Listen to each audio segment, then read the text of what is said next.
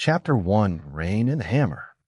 In the early morning on the coast, the rising sun on the horizon shines on the beach, forming a beautiful picture. A boy about 16 years old was waving a hammer on the beach, occasionally making small holes in the sand. The boy's hammer could even fly out and smash large rocks, and then fly back into his hand. "Let's stop here for the morning exercise. Let's go back and cook first." Sweat dripped from the boy's chin. He opened his hands to feel the warm sunshine. It has been 2 years since he came into this world. The boy was originally a Blue Star person who had just graduated from college, but after being hit by a strange golden light, he was reborn as an orphan in the world of One Piece. Ryan Odinson. He was very panicked when he first found out that this was the world of One Piece. After all, this was a world of the strong, until he used despicable methods to beat up a neighbor's child of the same age. Successfully activated the system, and even completed the first system achievement in life, defeating a strong enemy for the first time. Although it was a bit of a joke, he was struggling to get enough food and clothing at the time, so he really couldn't beat the fat boy in a head-on fight. The first achievement brought him a golden novice gift package, which was a great value for money and made him very grateful to that fat friend. Obtain the human fruit Mythical Beast type Thunder God form, obtain the weapon Thor's hammer, and obtain 2 Thunder God experience cards. There are 2 golden items, 2 purple experience cards, and the items and tasks in the system are divided into 5 categories: white, green, blue, purple, and gold. In the past 2 years, Ryan has completed many white achievement tasks, but the rewards are all ordinary swords, daily necessities, and other items, which are of no use. The human fruit's Mythical Beast Thunder God form is definitely one of the top devil fruits. Plus, it is a divine weapon made from the core of the Death Star. Although Thor's hammer is sealed, the higher the strength, the stronger its ability. The 2 Thor experience cards allow him to experience powerful strength. He used them once a year ago because of something, and actually directly increased his strength to level 7. The system shows that this strength is at the level of the 7 warlords of the sea. After using it, he had a complete fruit training plan. After 2 years of training, he has been transformed, and it is almost time to complete that tempting plan. Ryan Odinson's overall strength level for Supernova. Fruit Development Degree, 40%. The ability of the fruit is the power of Thunder God. You can create thunder and lightning, and you can also control all thunder and lightning in the world because you're a Thunder God. The body of Thor, a powerful demigod body, enhances the overall attributes of the body and is comparable to a god at its peak. The seal of Thor's hammer, Mjolnir, is being unsealed, a divine weapon built from the core of the Death Star. Anyone who can lift it will gain the power of Thor, amplifying the power of thunder and lightning. It has an incomparable hardness. Those who are not recognized will bear the weight of the Death Star and will automatically return to the hands of the holder. Skill: 3 hammers of a reckless man, blue. The strength of the 3-color domineering system that has not yet awakened is divided into levels 1 to 9, and I don't know if there are any levels above that. After 2 years of training, he has quickly acquired the strength of a supernova. Although I don't know at which level he is qualified enough to go to sea. On the way home, I ignored the simple townspeople. This is Honyet Town, located on a small island in the front half of the Grand Line, very close to the world government Holy Land Marahoa. As an orphan, Ryan has been supported by the townspeople. He grew up eating at many people's homes. Therefore, in the past year, Ryan did not dare to make close friends with the townspeople. He even made enemies with them and acted out plays near the Navy base, because he was afraid that his long-planned plan would implicate Honyet Town. He returned to the shabby cottage and opened the door to find a cloaked figure attacking him. Thor's hammer collided with a thick fist and was retracted at the first touch. "Tiger, you are here." The man took off his cloak, revealing a red fishman figure with a smile on his face. He was Fisher Tiger, the future hero who would liberate slaves. "Brother Ryan, I am here as promised." The 2 sat down to talk, and Tiger asked again with a serious face, "Brother Ryan, are you really determined to go?" "That's for sure, Tiger. I told you a year ago that I want to do it, and I have to do it. Someone has to do it." 1 year ago, Ryan happened to rescue Tiger, who was washed ashore. That time, Tiger was seriously injured. In order not to implicate Honyet Town, Ryan hid Tiger on a small island not far away. He even used the experience card to kill the enemy there. A CP0 agent with level 5 strength got the achievement of defeating a level 5 enemy for the first time. That was how he got the blue skill, the 3 hammers of the reckless man. As planned, he demonstrated his great strength in front of Tiger. During the following days of recuperation, Ryan continued to show his disgust for the world government in front of Tiger and repeatedly expressed his desire to save the slaves in the Holy Land. Tiger, who had not yet thought of freeing the slaves, was conquered by the idea, and finally the two agreed to climb up the Red Earth continent together. In fact, Ryan was also very hesitant, but he had the experience card as a guarantee, and Thor's hammer could allow him to fly for a short period of time. Unless he encountered an air force like Kizaru, it should not be difficult for him to escape. As long as you follow Tiger to complete the achievement of liberating the slaves, it will be at least a purple task, or even more likely to be gold. Just thinking about it is great. After all, Tiger in the original book successfully completed the great cause, so he won't be so unlucky as to fail. I underestimated Brother Ryan. Let's surprise the world. The two men's fists bumped together once again. This time it was the men's agreement. Chapter 2. Burning the Holy Land. Haiyuan Calendar 1507. Ryan and Tiger climbed up with their bare hands and finally reached the Red Earth continent, gazing at the holy land of the world government, Marihoa. This is the center of the world and the holy land of all sin. The two sneaked into Marihoa through the secret passage known to Tiger and observed the interior of Marihoa in the shadows. Even at night, Marihoa was still heavily guarded, and we had to make some noise to distract the guards. Tiger, we are going to set fire to liberate the slaves as planned. You must leave and gather at the city gate within 15 minutes. Keep in touch with Din Din Mushi at any time. Well, take care of yourself. The two then acted separately, trying to rescue as many slaves as possible. Ryan put on a mask and kept setting fires in his hiding place. The high concentration of fuel instantly burned a large number of streets and houses, and panic cries were heard everywhere. Seeking death, attacking the holy land of Marihoa. The two guards who discovered Ryan attacked him, but Ryan easily dodged the attack and directly used the experience card. The feast was about to begin. Lightning flashed across the bodies of the two men, directly blasting the guards into charcoal, and Ryan's figure instantly appeared hundreds of meters away. Although the Thunder God fruit could not allow him to reach the speed of the Thunder fruit, it also increased his speed several times. The fires on both sides gradually spread. CP0's most important task was to protect the safety of the celestial dragons. When Ryan saw them, he did not stop them and rushed directly to the slave prison. What happened outside?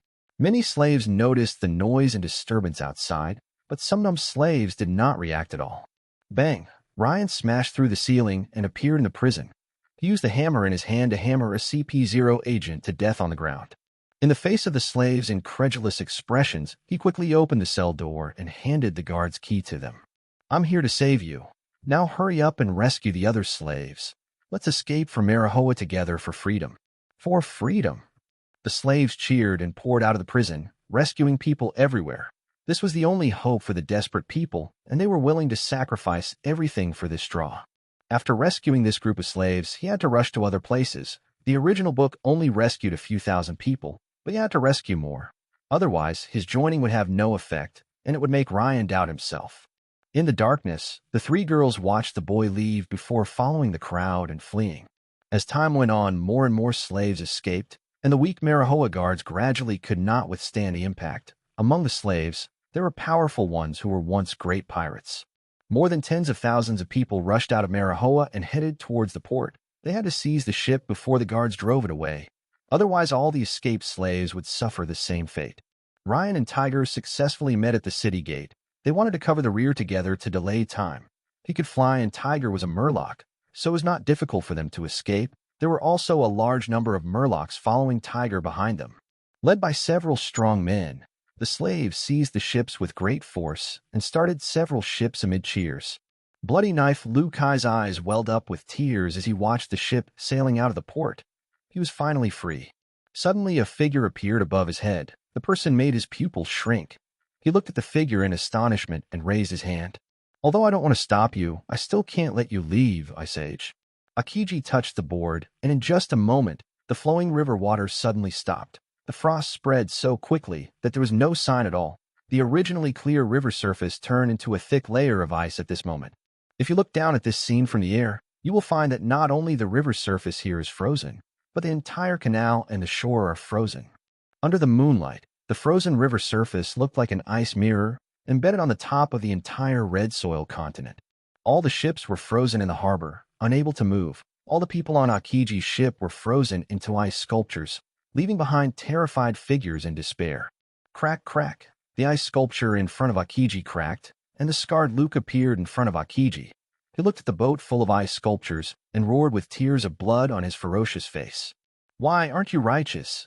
Even if I am guilty, why did you keep all of them? Most of them are innocent. Akiji closed his eyes in guilt, and when he opened them, he showed only determination, because I am a Marine. Frozen moment. Luke's old figure turned into an ice sculpture again. Many people on other ships collapsed at home. A young girl covered her pretty face and cried, I just want freedom. Is this not possible? Many people knew they were no match for them, but still launched desperate attacks on the Navy's top combat power. They would rather die here than go back to that hell. Once you have tasted the light of hope, you will never want to go back to darkness. Akiji looked at everyone's determination and struggled internally. This was not the justice in his mind. Suddenly, thunder roared across the sky, and Ryan, holding Thor's hammer, smashed from the sky into the frozen river. 3 moves of a reckless man, a single strike of 1,000 troops. The huge energy of thunder and lightning exploded with great force, breaking the ice surface of the river into countless pieces, and the river water pushed the broken ice to flow again. When Ryan saw the terrifying freezing ability, he knew something was wrong. He didn't expect an Admiral-level fighter to appear so soon. The butterfly effect was indeed uncontrollable. Fortunately, it was Akiji who came. If it was a Kainu, then no one might have been able to escape. Ryan stood on the broken ice and invited Akiji. Lieutenant General Akiji, why don't we go to the shore and fight? Chapter 3. Battle against Akiji. Akiji didn't reply, but suddenly burst out with strength and rushed directly towards Ryan, stabbing out with the ice blade in his hand. Ryan dodged the attack easily, and Thor's hammer, flashing with lightning, hit Akiji and knocked him out of the river. If we don't leave now, when will we leave? Ryan shouted to everyone. Now is the time. Those who are able, break the ice quickly. Tiger, you must get on board quickly. Everyone saw hope again and continued to work together to sail the boat out. The people at the back tried their best to block the naval reinforcements. Ryan looked at Tiger from a distance and signaled Tiger not to come to help him. Facing Akiji, it made no difference whether there was one more person or not. With a flash of lightning, Ryan jumped not far from Akiji and curled his lips when he saw his figure still in the deep pit. What an acting guy. Ryan didn't even know how to use hockey, so he couldn't hurt him at all. At most, he could just hold out for a little longer under his hands. After waiting for dozens of seconds, Akiji finally appeared, with a chill all over his body, and looked at Ryan carefully. You've done something so crazy, it doesn't matter whether you wear a mask or not, because I'm sure you'll be caught today. If I can catch the mastermind, I think I'll be able to get away with it. Ryan's heart tightened. Akiji was not joking. His luck was almost over today. The body of Thor, the god from heaven, descends to earth. Ryan burst out with dazzling lightning, and his body suddenly expanded from 2 meters to 3 meters. His whole body was silver white, and lightning energy filled his whole body. Thor's hammer also turned golden, wrapped in violent lightning. This state is Ryan's strongest skill now. Strength, defense, lightning, and magic resistance are all greatly increased. But it is very energy-consuming and can only be maintained for a maximum of 20 minutes. Thunderbolt. Pheasant mouth. Both sides used their skills at the same time. The violent thunder collided with a huge ice bird, and the sound of thunder and lightning explosions continued. After a moment of stalemate, the ice bird successfully broke through the thunder and continued to fly towards Ryan. Ryan dodged the bird's beak and smashed the ice bird with a hammer. The broken ice exploded with lightning. 2 spear. Akiji flashed behind Ren, and the ice spear wrapped around the armed color thorns. Ren, who had no observation hockey, had no time to react, but only burst out lightning with all his strength. The ice spear got stuck halfway into the body, and seeing Akiji's surprised expression, Thor's hammer smashed Akiji to pieces again. The ice cube quickly merged and turned back into Akiji, but he did not attack. He just asked in surprise, You are really strange. Your physique and fruit ability are super strong, but you don't have hockey. Otherwise, it would be really difficult to take you down, but they are almost gone. It's time to take you down. Ryan could only smile bitterly. He was injured after just 2 moves. If it was any other Shichibukai who was capable of domineering power, he would have been much calmer. Aren't you afraid that I will tell the Navy that you deliberately let the Celestial Dragon slaves go? Will you? Even if you say it, will anyone believe it? He didn't know how, so he could only continue fighting. The sound of thunder and ice colliding rang out again. The last group of people on the river had boarded the boats. Nearly 20 boats slowly sailed out of Marihoa. More than 6,000 people were looking at the battle on the shore, worried that their savior would be defeated, but also burying the joy of being free again. No, I have to go save my benefactor. Without him, we would never have been able to escape from Marihoa. Okay, let's go together. Several strong men wanted to go back and join the battle, but were stopped by Tiger. Before the action, Ryan told him that if he stayed behind to fight against an irresistible enemy, then they should ignore him and leave directly, as he had a way to escape. You can't go. That person is Akiji, who has the strength of an admiral. You can't help even if you go. You have to trust Ryan. He will find a way to get out. Everyone no longer insisted, but tears filled their eyes. After Tiger calmed everyone down, he just told the others to make follow-up preparations, and he dived back alone, waiting for a possible opportunity. On another boat, Marigold looked at the battle in the distance and asked her sister, "Sister, will that man be defeated?" The future Empress Hancock touched her head and said with a worried look, "No, nothing will happen to him." As the two destructive forces clashed, hundreds of meters of land turned into a hell of ice and charcoal. Suddenly, an iceberg hundreds of meters high rose from the ground, and in less than 2 seconds it shattered into pieces of ice. Thor's hammer collided with the ice containing armed color again. This time there was no energy collision. Akiji resisted the power of lightning and grabbed the hammer with both hands. The whole hammer turned into ice, and the cold force attacked Ryan again. Frozen time capsule. The frost froze Ryan half in the blink of an eye. During the 3 minutes of fighting, Ryan's physical strength had been consumed by more than half, but it was not time to end yet. Ryan's eyes emitted golden lightning as he used his final big move. Akiji felt the terrifying energy in the sky and raised his head hastily. The sky was already covered with dark clouds, and thunder kept flashing between the clouds. Several thunder dragons had gathered together and sent down a lightning column tens of meters long and wide like the power of doomsday. God's punishment. Akiji had no time to dodge and was hit head-on, with the energy explosion covering more than 1,000 meters of land. A huge pit tens of meters deep and thousands of meters wide was blasted out on the ground. All debris, whether trees or other things, were carbonized into ashes, and the surface soil was completely crystallized into thunderstone. Both Marihoa and the escaped slaves saw this world-destroying might, and many of them trembled. Ryan reached the level of the 7 warlords of the sea just by relying on the power of his fruit, and in terms of the level of his fruit alone, he was not much worse than the 3 admirals. Ryan was kneeling on the ground, his mask had long been shattered, and he was supporting himself with his weak hands. He felt that Akiji would be more or less injured under such power. Suddenly, Akiji's figure appeared behind Ryan. He was in tattered clothes, and his arms were a little burnt, but his momentum was not weakened much. He grabbed him with his cold arms. Frozen moment. Fishman Karate. Water strike. Chapter 4 Escape. Tiger shot out a column of water towards Akiji.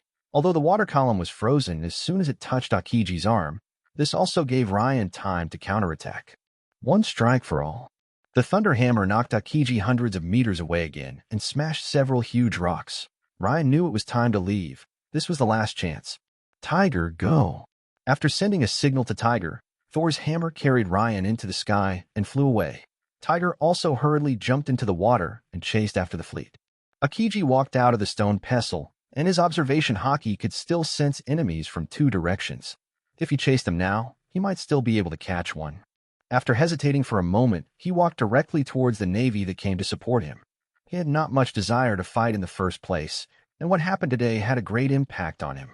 Nearly 1,000 Navy officers, led by the Vice Admiral, met up with Akiji. The Navy officers were shocked to see that Akiji was in tattered clothes, slightly injured, and unable to hold back the enemy. Akiji already possesses the strength of an admiral, and it is a foregone conclusion that he will become an admiral in 2 years. The enemy that attacked Mary Geos this time seems very powerful. The enemy has left. Report to headquarters and arrange for ships to pursue them. We will return to support Marihoa. Akiji, out of compassion, doesn't want to chase those poor people anymore, so he just finds an excuse to push the task to other people. While Ryan was still fighting, the fleet had arranged for the mermen to seize the control points of the upper and lower elevators of the Red Earth continent. The desperate mermen and other strong men finally succeeded. One ship after another was lowered to the sea surface and then sailed away. Ryan flew towards the fleet with difficulty for several minutes. When he was almost on the ship, the experience card time had just run out, and he suddenly fell into the sea exhausted. My benefactor has fallen into the sea. Hurry up and save him. Everyone on the boat saw Ryan fall into the sea. After a panic, several skilled men jumped into the sea and rescued him. A strong man dived into the sea and wanted to fish out Thor's hammer, but unfortunately, he couldn't move it no matter what he did. My benefactor is so powerful that even the weapon is so heavy, I can only record the location and tell him. After telling everyone about this, Some people didn't believe it and continued to try, but still to no avail. In the end, they were afraid of wasting time and allowing the enemy to catch up, so they just left. The fleet carrying everyone sailed to a remote uninhabited island and stopped. More than 6,000 people gathered together to discuss what to do next. Even though they had escaped from the hell that was Marahoa, the way to escape was still so difficult that many people couldn't help crying. Can they survive? Everyone was asking themselves this question. Tiger was the first to put forward his suggestion. I plan to form a pirate group and send everyone who wants to go home back home. Only the fishmen are eager to join Boss Tiger's pirate group, and other human strongmen have not expressed their desire to join. Tiger actually expected that no human would join his pirate group, and he did not intend to allow humans to join. A pirate group composed entirely of fishmen could dive into the water when encountering strong enemies. What he wanted to do most was to send all the slaves who wanted to go home. I'm also willing to form my own pirate group and send everyone else back home. Several strong men in the crowd were willing to form a pirate group to send the others home. In fact, everyone knows that half of them will be lucky if they are not caught by the world government.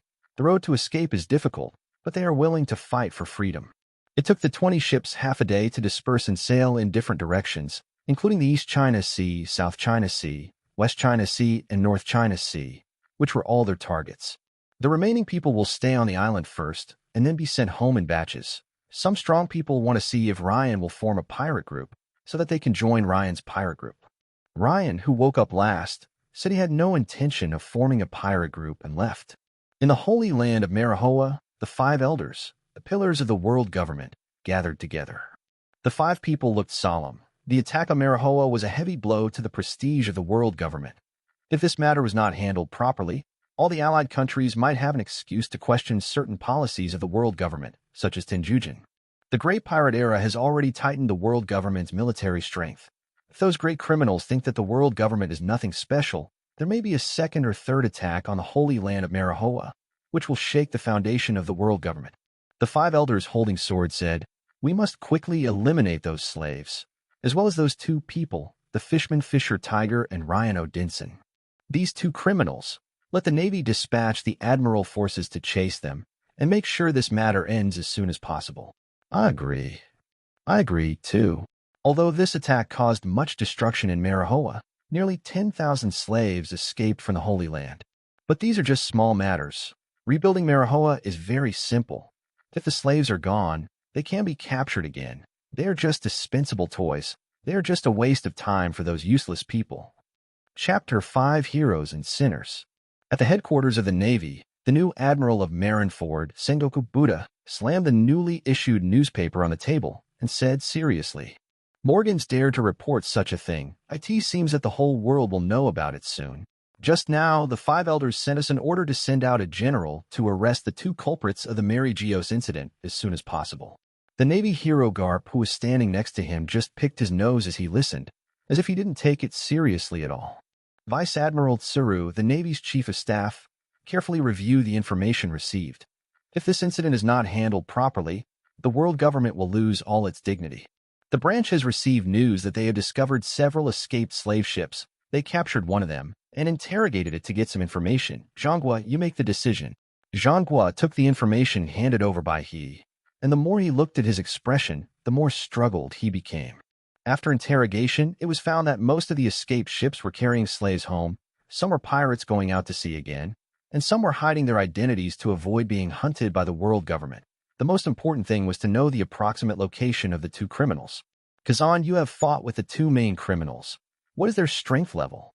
Akiji answered vaguely. After all, he had half the credit for their escape, and he was also very surprised by the young man's strength. The most important thing was that he was very young.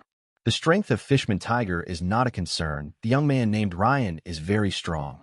Although he does not understand hockey, his fruit has been developed to a high level. He is a monster with great potential. Sengoku immediately decided on a capture plan, and the monsters that stood against the world government must be eliminated. Borsellino, go and capture the 2 masterminds. Be careful not to underestimate the enemy. If you cannot capture them alive, kill them immediately. Garp, you should come with us. That IT should be safe with you. The other slaves are not the primary targets. Just let the branch take action. Garp ate a donut and refused with an unhappy look on his face, saying, Zhanghua, I have already asked for leave to go home to see my grandson. I will not help those rubbish to capture slaves. Why don't you go back to the East China Sea, get out of here, and don't touch my donuts? Sengoku watched Garp leave angrily. He knew his old friend very well, and this kind of thing would not make Garp change his mind. Otherwise, after so many years, Garp still refuses to be promoted to admiral. It's just that he doesn't want to help the celestial dragons. Garp's reputation in the Navy is no worse than his. The news of the world newspapers were quickly distributed all over the world, and Morgans, the instigator, was extremely excited. There was no way he could hide such world-changing news. After countless people saw the news, some were horrified and called the two mastermind sinners of the world. They were afraid that such an incident would affect their lives. Just like the coming of the Great Pirate Era, ordinary people were the most vulnerable to the impact of the era. Some people even looked very excited. They were all oppressed by the world government. Their family members were taken as slaves, or even their families were destroyed and their lives were lost. They were looking forward to bad news from the world government. Others want to take advantage of the ensuing chaos.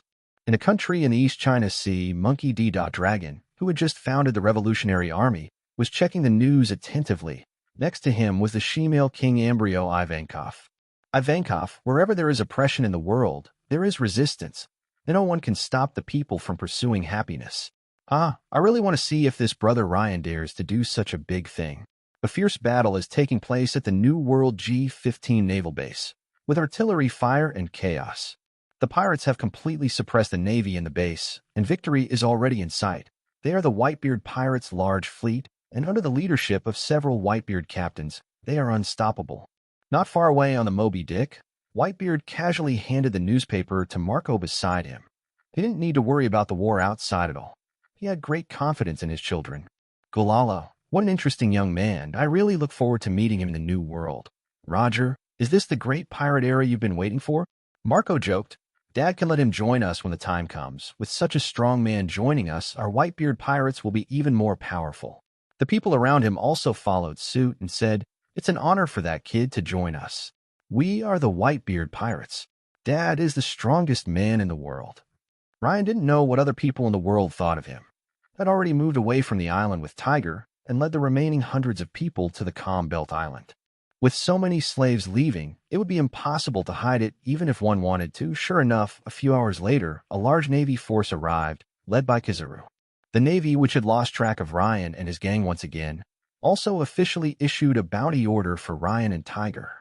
Thunderhammer Ryan Odinson, bounty of 500 million, the great sinner who attacked the world government Holy Land Marahoa, no matter if he's dead or alive. Fishman Fisher Tiger, bounty of 300 million, the great sinner who attacked the world government's Holy Land Marahoa, regardless of life or death.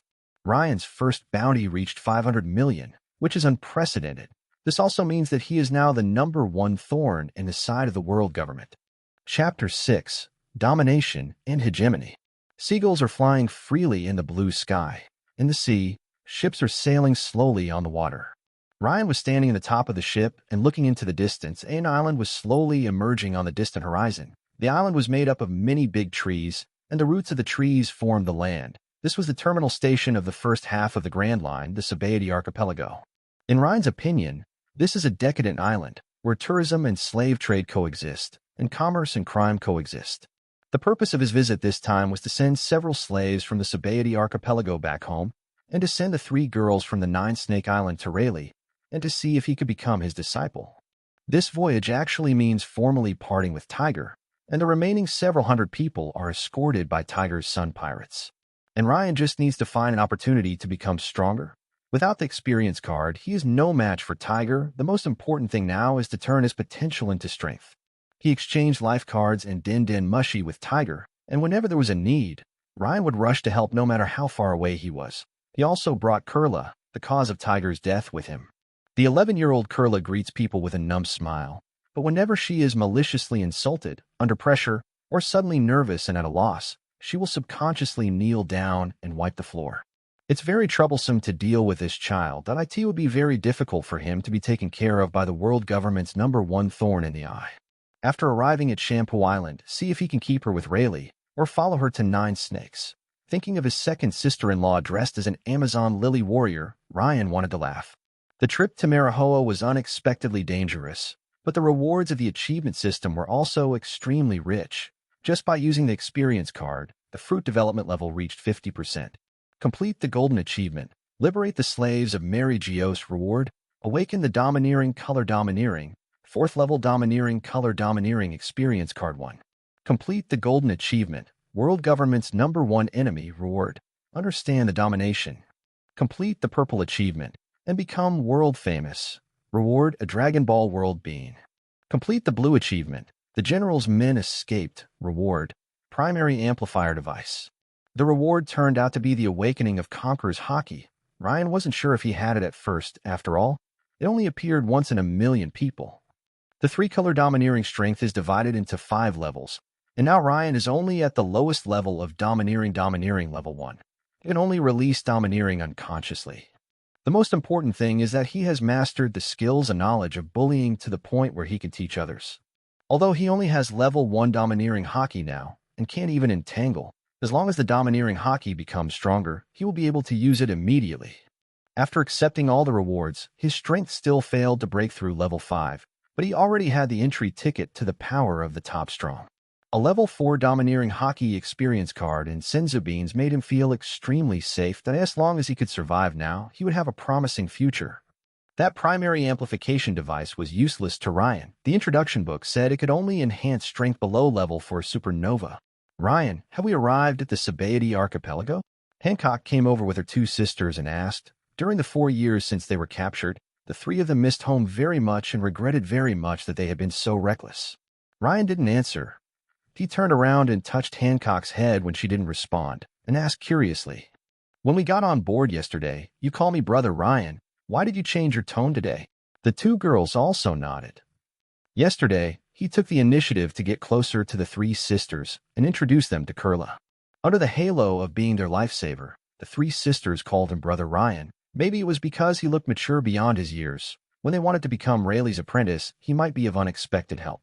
And it was also very touching that the future Empress called her big brother. But Hancock regretted it after she found out that Ryan was only of the same age as her. Hancock slapped Ryan's hand away in shame and anger and retorted, "You are the same age as me. Why should I call you big brother? I'm 17. Yesterday, you said you were 16 years old." It was a mistake. Yesterday, Ryan thought Hancock was only 15, but he was actually the same age. However, he still insisted on being 17. It was a harmless joke, but Ryan didn't care. Hancock has grown into a beautiful young lady at the age of 16, and in a few years, her bad temper will no longer be easy to bully. Under Ryan's guidance, the few of them played for a while, and Kurla watched blankly from the side. This was Ryan's plan to increase their affection. The ship slowly sailed into the port of the Sabaody archipelago, where numerous cruise ships were moored and crowded with tourists. One ship after another left the dock. Some people come here to enjoy the beauty of nature, while others go to the New World to pursue the so-called freedom. The bustling ships make it the commercial center of the first half of the Grand Route. Everyone wore cloaks and were led by a tour guide to Area 13, where was a hotel called Siachi's Extortion Bar. Traveling through different areas of the Sabaody archipelago, I saw bustling commercial streets and also the extremely malicious slave areas. Passing by the slave auction, Ryan felt the trembling and anger of others. Chapter 7 Incident. Everyone arrived at Area 13 safely, and they did not encounter the worst celestial dragons on the way. Otherwise, something unexpected might have happened. Ryan asked the others to wait in the hotel, and he took only the 3 Hancock sisters to their destination. In front of Siachi's extortion door, several pirates who had been knocked unconscious were lying on the ground. Ignoring a few unlucky guys, everyone entered the door and saw a middle-aged woman looking at them. She was a little surprised to see Ryan and others taking off their cloaks. "It looks like a big shot has come. Did I ask there anything I can do for you? My price is very high. How dare I call myself a big shot in front of Senior Siachi? I'm here to send the 3 of them back to Nine Snakes. I heard that I can seek help here, that if possible, I would also like to ask Senior Siachi for help. Price is not a problem." Ryan explained his purpose and asked Siachi to see the 3 Hancock sisters clearly. Siachi looked at the 3 of them carefully and found that they were her missing tribesmen. She then thanked Ryan. "On behalf of Nine Snake Island, I thank you for your kindness. Fortunately, you rescued them. Nine Snake Island has been looking for the 3 sisters for several years. I will try my best to help the others. You can stay here today." It seems that Siachi is from Nine Snake Island, but Ryan didn't realize this when he read the original book. Afterwards, Ryan and the others stayed in the store. Pluto Rayleigh went out for something, and Ryan spent the whole afternoon following the people arranged by Xiaoqi to send the others home or let them leave by boat. At this time, fighting sounds were heard from other areas of Shampoo Island. Ryan had no intention of joining in the fun, but just asked casually while drinking after blackmailing. Xiaoqi did not hide anything. Holding a cigarette between her legs, she said calmly, "The Admiral of the Navy headquarters is encircling 3 supernovas. If they find that you, the big fish, are here, then the 3 small fish will be insignificant. What are you going to do with the girl?" Yes, if the Admiral knew he was here, he would definitely attack very quickly. Ryan also expressed another idea. "Kurla, I want her to go with 9 snakes. She is homeless now, and it is too dangerous for her to follow me. Senior Xiaoqi, if I want to become Senior Rayleigh's apprentice, could you please say a few good words for me?" Xiaoqi rolled her eyes at Ryan, filled her glass and pushed it to Ryan, exhaling a puff of smoke. "Don't count on me. Whether Rayleigh can accept you as his apprentice depends on your ability. I think this is a long shot. He doesn't dare to take on such a big trouble like you." After observing for a while, Kurla gave his answer. "The girl can go live on 9 Snake Island with us. That IT should be fine with Hancock and the others taking care of her." Ryan could only smile bitterly. He had taken things for granted when he came here. Before Dragon's Revolutionary Army grew stronger, he and Tiger might have been the people the world government most wanted to get rid of, even more than the Emperor of the Sea. If he were to become a master and apprentice with Rayleigh, it might make his retirement life less peaceful. Whether Rayleigh agreed or not, he would find a place to hide for a few years after his trip to Chambord Island. A peaceful night passed, and in the early morning, Ryan got up to exercise according to his biological clock. He tried to wrap his domineering aura around his fist, but the quantity and quality were far from enough to wrap it around. Because of the experience of trial cards and fruit development, I was able to barely master the skill of God's Descendant, and the others were all range skills and speed amplification skills. His main means of output is still the Thor's hammer in his hand. His 3 hammer skills are no worse than those of a swordsman. Suddenly, sisters Sonda and Mary brought bad news that Kurla disappeared not far from the store, and it seemed that it was done by human traffickers. Hancock had already followed the trail, and they came back to ask him for help. Ryan put on his clothes and mask and chased after her. Although Hancock now possesses the sweet fruit, her strength is still very weak, and she may not even have reached level 3. Kella was being carried by several human traffickers. Her fear and helplessness made her smile again, warming Xiao Su's heart. Several human traffickers were also very surprised that the little girl was still smiling even after being abducted. What a strange cargo. This smile looks fake. Don't worry about it. Just put it in a sack and give it to the boss. It's worth 100,000 berries anyway. Several human traffickers came to a street carrying sacks. Hancock, who was following them, also saw them. The people she hated the most were human traffickers. Gradually approaching, when she was about to launch an attack, suddenly everyone on the street, including the human traffickers, knelt on the ground, not daring to look up. At this moment, Hancock was confused. After shifting her gaze, her body suddenly froze. She saw a celestial dragon wearing a hood and looking like a spacesuit, riding on a man, appearing in front of her. Hancock's fear broke out completely, and she could only watch the celestial dragon shoot bullets at her. In the end, her reason overcame her fear, and she dodged the gunshot. She wanted to leave immediately, but a CP-0 blocked her way. The celestial dragon St. Rosward in the back ordered, "How dare a lowly person dodge my gun? But she is pretty good looking. I want her to be my slave. Hurry and catch her." Hancock felt terrified and angry when she heard this. Even if it meant death, she would never become a slave to these beasts again. CP-0 immediately launched an attack after receiving the order, and slashed at Hancock's limbs with a blade. He wanted to leave her with no power to resist. There was a huge disparity in strength between the two sides, and Hancock could only barely avoid the vital points and endure the knife wounds to activate the fruit ability. Sweet wind. CP-0 easily dodged the fruit attack, instantly came behind Hancock and slashed her with a knife, leaving a deep wound on her back and revealing the mark of the celestial dragon's hoof that she didn't want to see anyone. CP-0 saw that the brand did not launch any more attacks, so he retreated and reported to St. Rosward that Hancock was a runaway slave. Chapter 8: Killing the Celestial Dragons. CP-0 quickly looked at the celestial dragons and realized that the issue of the escaped slave could only be decided by him. The arrogance of the celestial dragons makes them think that everyone else except themselves is a pariah. They can only have the greatest pleasure when they are superior to others of the same kind or get something that others don't have.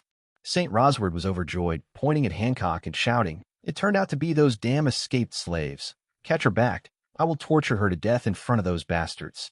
The guards obeyed the order and stepped forward. Hancock was already seriously injured and could only fight like a trapped beast. At this time, her hatred for the celestial dragons was greater than her fear. She had only one thought, which was to kill the celestial dragon in front of her.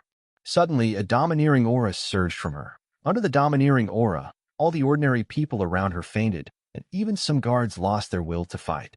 CP0 looked at the girl in front of him in shock. She turned out to be the owner of Conqueror's Hockey. Although the celestial dragon did not faint, he was so scared that his eyes rolled back, and it took him a long time to recover. This was all due to his special costume. St. Rosward shouted at the top of his lungs. "What just happened that made a noble like me lose my composure? What are you waiting for? Catch her." Although CP0 was shocked, the girl was already caught in a jar. Suddenly, a figure blocked his way and grabbed his outstretched hand. "Can you let me take her away? I really don't want to offend the celestial dragons." Ryan stood in front of Hancock. His tone seemed to be submissive, but his sharp eyes stared directly at the CP0. Hancock was seriously injured and Kurla fainted in a sack. If he was late, the consequences would be disastrous. The guard next to the celestial dragon looked at the masked Ryan with energy in his eyes. His face changed drastically in an instant. He lowered his head to report to St. Rosward that he knew the information. St. Rosward showed a hint of panic, then shouted, "He is the criminal who attacked Marahoa. Contact the Navy headquarters and ask the Admiral to come over." Hearing what the celestial dragon said, CP0's face changed immediately. After seeing through the identity of the people in front of them, they would not let the celestial dragons go easily. "Ryan Odinson, the person in front of you is a celestial dragon you dare to hurt." Without waiting for him to finish, Ryan used the Domineering Aura experience card without hesitation. Domineering Aura that dominated the world surged out of his body. The CP0 in front of him immediately lost his eyes after being swept by the Domineering Aura and could only watch as his fist enlarged. After killing CP0, Ryan noticed that many spies were calling him in the distance. It seemed that the news would spread quickly and the top Navy forces would arrive. Had to escape quickly, but before that, Ryan glanced at the celestial dragon St. Rosward, then left with Hancock. The bolt of lightning struck from the sky, and St. Rosward and his guards turned into charcoal. The general will definitely come, so there is no need to keep this Tianlong person, and we can still see if there is any achievement. Ding, complete the purple achievement. Kill the celestial dragon. Reward, awaken the observation hockey. Level 3 observation hockey experience card 1. The celestial dragon is dead. The celestial dragon was killed by the thunder hammer rain. Run, the general will be here soon. The death of St. Roswald caused great panic among the people around him. The pirates who were watching also ran to the port quickly because the admiral will be here soon. If they didn't leave, it would be unfair to be implicated. Sengoku of the Navy headquarters listened to the report with a gloomy face, and then called Kizaru, who was not far from the Sabaody archipelago, that Ryan actually killed the celestial dragons. This matter was no less serious than his attack on Marahoa to liberate the slaves. Moss. Borsellino rushed to the Sabaody archipelago immediately. Thunderhammer Rain killed the celestial dragon St. Rosward in the Sabaody archipelago. Don't let him escape. Marshal Sengoku, I can't guarantee that I can catch him. After all, he escaped from Akiji before. I can only try my best. After Kazura put down the Den Mushi, his face was no longer cynical as usual, and he said to himself, "Are all young people nowadays so crazy? This is scary." Then he transformed into a beam of light and rushed towards the Sabaody archipelago. Ryan ran wildly on the streets of the Sabaody archipelago, trying to return to the ship with a completed membrane before the admiral arrived. This was his preparation for the worst-case scenario, but he didn't expect that being prepared would really come in handy. After taking out the Den Mushi and dialing Xiaqi's number, he explained everything to her without waiting for her to speak and asked her to take Hancock's 2 sisters and Kurla back. After understanding the situation, Xiaqi didn't say much. She just left a message like "take care of you" and Hancock and hung up. She still valued the 2 young people very much and hoped that they were okay. Why didn't the old ghost come back yet? After running for 2 minutes, Ryan finally arrived at the port. He used his Conqueror Hockey to stun all the Marines he encountered on the way, and even used his newly acquired Observation Hockey experience card.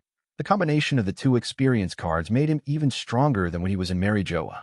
Host Ryan Odinson Fruit Development, 50%. Conqueror's Hockey, temporary level for top level. Observation Hockey, temporary level 3, advanced. Armament Hockey is not activated. Overall strength, level 8, Vice Emperor level. Suddenly, a ray of light turned into a human form and appeared beside him. Kazura raised his foot that had turned into light and kicked towards Ryan. Then some nonchalant words reached Ryan's ears. Have you ever been kicked by the speed of light? Ryan's advanced observation haki barely caught sight of Kazura, with crimson domineering aura wrapped around his fist. The wrapped fist collided with the light speed kick. The two did not make direct contact, but were confronted with each other through the entanglement of domineering energy. The violent impact blew around. Chapter 9 Ren versus Kizaru. Crackling and boom. The collision of forces completely exploded, and Ryan was forced back 3 steps by this force, while Kazura still stood still. The power gap between the two was already obvious, and the domineering power alone was not as good as that of the Admiral. Hey, when I came here, I didn't hear that you had such terrible power. You are such a scary monster. A shocked expression appeared on Kazara's face. This was the entanglement of the domineering color. Judging from the strength of the domineering color displayed, if Ryan's physique was not much weaker than the domineering color, it would be really difficult to deal with. His immature appearance makes it hard to understand how his body can possess such a strong domineering aura. I'm the one who's afraid of that, Vice Admiral Kazura. I didn't expect you to come so soon. Can you wait for me for a few seconds? Ryan had an expression that said, I'm more afraid of you, and kept locking onto Kazura with his observation haki. Without even turning back, he handed the primary amplifier to the seriously injured Hancock. Feel its power and you will know how to use it. Only you can control the boat. Whether the two of us can escape depends on you. Before Ryan could finish explaining what was going on, Kazura fired several lasers at him. Ryan's domineering arms managed to block the lasers, but suddenly a beam of light kicked him, and Ryan's figure retreated and smashed several houses in the residential area. Yasakani no Magatama. Kazura then appeared in the sky, and before Ryan could come out from the rubble, countless small balls of light bombarded the ruins, as if they had been baptized by many artillery shells. Suddenly, a hammer shadow broke through the smoke and light ball and crashed towards Kazura. The light kicked Thor's hammer and sent it back into Ryan's hands. Ryan took back Thor's hammer with the domineering aura madly wrapped around it. The hammer body emitted red lightning, and the engraved runes were also activated, making Kazura very afraid even when he saw it from afar. Ryan's body expanded from 2 meters to 3 meters, and his whole body was filled with silver-white lightning energy. He roared, God has descended to Earth, and Kazuru is just getting started now. It's really scary to fight a monster like you, Kusanagi-kin. Kazara's face was solemn. He dared not underestimate Ryan's current condition. He flashed to Ryan's side again with the lightsaber in hand. The observation haki of both of them captured each other's figures, and the lightsaber and Thor's hammer collided again. The energy impact raised the houses within a radius of dozens of meters to the ground. The two weapons were in a stalemate, and both sides looked at each other sharply. This time they were evenly matched and had equal strength, so they could only use skills to break the situation. The sword shadows and hammer shadows kept colliding and separating, and the power of flash and thunder affected the houses hundreds of meters away. One strike for all. Ryan found an opportunity to use the 3 hammers of the Reckless Man, and the powerful force knocked Kazura away. The flash of light hit the big tree, knocking down the ancient tree that was hundreds of meters high. The ancient tree crushed countless houses, and the civilians affected fled in all directions. The moment the tree fell, Kazura came out of the tree pit. He was unharmed. Only his clothes were wrinkled. 8-foot mirror. Kazura transformed into light and stepped forward to continue the fight. He was serious about the fight and didn't talk too much nonsense. The aftermath of the battle made the entire area tremble. The strong men observing from all sides were intimidated by the atmosphere of battle. A rear admiral and many Navy men could only watch from afar and were unable to go forward to support. Forcing themselves to join a battle of this level would only result in their sacrifice in vain. The only thing we can do now is to evacuate ordinary people. Let's move. Let's evacuate the people from the 2 nearby districts. I hope their fighting won't sink the Sabaody archipelago. A supernova pirate and his crew were also watching the battle. One pirate said worriedly, Captain, let's leave. It would be bad if we get affected. What are you afraid of? I have never seen a battle of this level. The Admiral's strength is really enviable. And that Ryan is indeed a monster who dares to kill the celestial dragons and actually compete with the Admiral. The supernova known as the Violent Black Bear was fascinated by the scene. If his men had not stopped him, he would have gone forward to take a closer look. He only yearned for and pursued strength. Suddenly, a beam of light shot towards them, and before they could react, a huge explosion occurred. After the smoke and dust cleared, only the Violent Black Bear was left in the ruins, lying on the ground seriously injured and shouting with endless regret. All the crew members around him died because of his recklessness. Meanwhile, at the port, Hancock watched the fierce battle with worry. Now she could only use her heart to sense the amplifier in her hand. When the amplifier sent a message to accept her, she hesitated and still wore it on her chest, like a delicate necklace. Hancock's whole body was surrounded by light, and a surge of power surged out of her. She tied her long black hair into a single ponytail. Hancock quietly felt the changes in her body. Her severely injured body recovered a lot, and her physique became much stronger. She also felt a force similar to the ability of the fruit growing stronger. In order to quickly complete Ryan's mission, he ran towards where Ryan hid the ship with his long legs. At this time, two figures appeared not far away.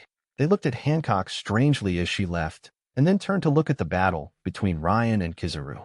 Rayleigh jokingly asked Xiaoqi next to him, "The necklace of that little girl named Nine Snake is very magical. It would be great if we could show it to her." Xiaoqi rolled her eyes at Rayleigh while smoking a cigarette. This old guy probably wanted her to speak. "Don't pay attention to strange things, old man. Your cheap apprentice is still fighting with Kizaru. This young man is really strong. I don't dare to accept such a troublesome apprentice. If I do, my retirement life will be ruined. However, this young man is strong, but a little weird." Rayleigh had never heard of Ryan's current condition. The domineering and overbearing aura that was comparable to that of the Emperor of the Sea actually appeared at this age. Moreover, he could not sense Ren's armament haki, and his body was also weak. This was a strange boy with a secret. Chapter 10 Pluto, Rayleigh. Kizaru transformed into Flash to avoid Thor's hammer. The hammer wrapped with Conqueror's haki cracked the ground composed of tree roots. Seawater slowly seeped out. Area 13 of the Sabaody archipelago was already overwhelmed and was in danger of sinking. During the battle, the two of them didn't care about so many things and only had eyes for the enemy opposite them. Kizaru relied on his speed to attack Ryan from all directions, and his lightsaber slashed dozens of times in an instant. Ryan could only defend passively. After fighting for nearly 15 minutes, his dominance and physical strength were greatly depleted. He could no longer maintain his peak combat power and could hardly maintain his state of being a god. "Yasakani no Magatama." Kizaru distanced himself and crossed his arms, firing a huge amount of light bullets from his hands, chasing Ryan's dodging figure. The movement and the smoke made Ryan not notice that Kizaru had moved behind him. The laser light emitted by Kizaru's fingers penetrated Ryan's waist, which had returned to normal. At this time, Ryan also wrapped all the remaining domineering color into Thor's hammer and threw it out at the moment Kizaru's flash kick hit him.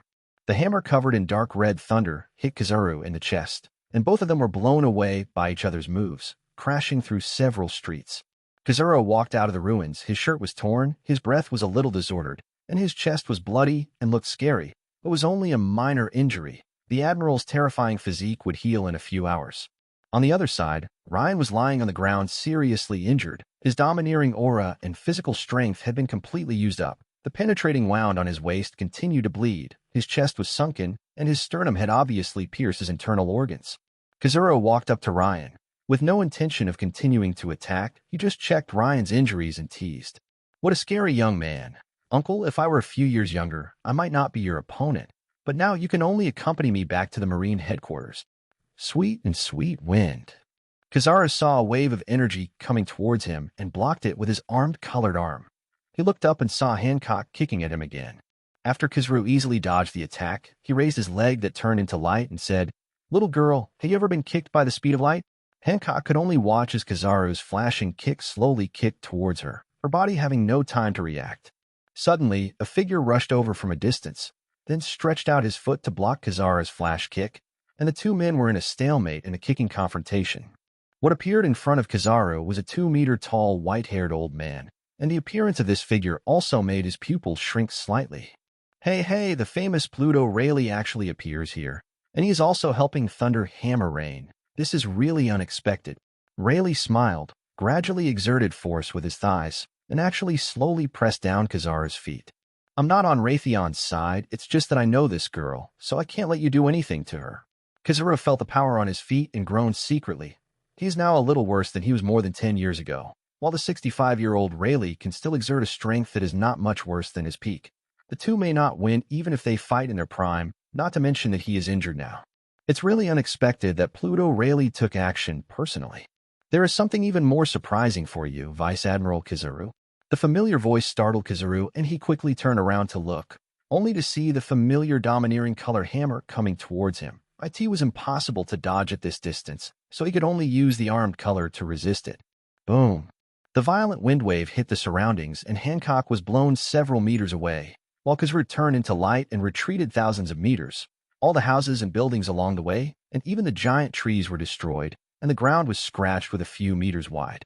Rayleigh looked at Ryan, who had recovered to his peak state, with surprise. What mysterious boy! He was seriously injured and almost dead a second ago, but he was revived with full health just by eating a bean. Hey, this is incredible. Kizaru was half lying in the ruins, looking in astonishment at Ryan, who had been revived with full blood in the distance, and his domineering had also recovered to its peak strength.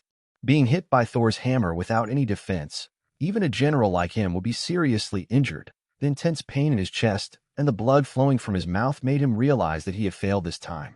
In this state, even without Rayleigh, he might not be able to defeat Ryan. If he continues to fight, he might really die. Senior Rayleigh, it's great to meet you. I grew up hearing about your name. Ryan pulled Hancock up and greeted Rayleigh next to him. Wanted to worship Rayleigh as his master. The moment he saw Rayleigh appear, he knew that he was safe today, not to mention that he had found an opportunity to severely injure Kizaru. You should leave first. I will bring the other three to find you later. Rayleigh threw a din mushy to Ryan, then waved his hand to signal them to leave quickly. He didn't want this troublemaker to attract 2 more admirals. An old man can't handle this. After all, this place is not far from the headquarters of the Navy. Ryan didn't hesitate and took Hancock away on the boat. He didn't believe that the lazy boss Kizaru would dare to chase him. In fact, Kizaru didn't chase him either. He hesitated and left directly. Chapter 11 2.5 billion bounty. Countless news birds flew to all parts of the world with news, and the major events that happened yesterday spread and became known to people. In the West Sea, a pirate group was docked beside a small island with birds singing and flowers blooming. On the Red Force, red-haired Shanks caught the newspaper and threw 50 berries to the newsbird, complaining, "Yesterday it was 40 berries, but today the price has increased. I really don't want to pay." "Then you don't have to pay. No one forces you." Ben Beckman, the vice captain of the pirate group, rolled his eyes. Ever since he was tricked into joining the pirate group by this unreliable captain, he has been working hard and helping the captain clean up the mess. If you don't pay for something, it becomes robbery. Let me see if anything interesting has happened in the past few days. Shanks touched the back of his head and smiled.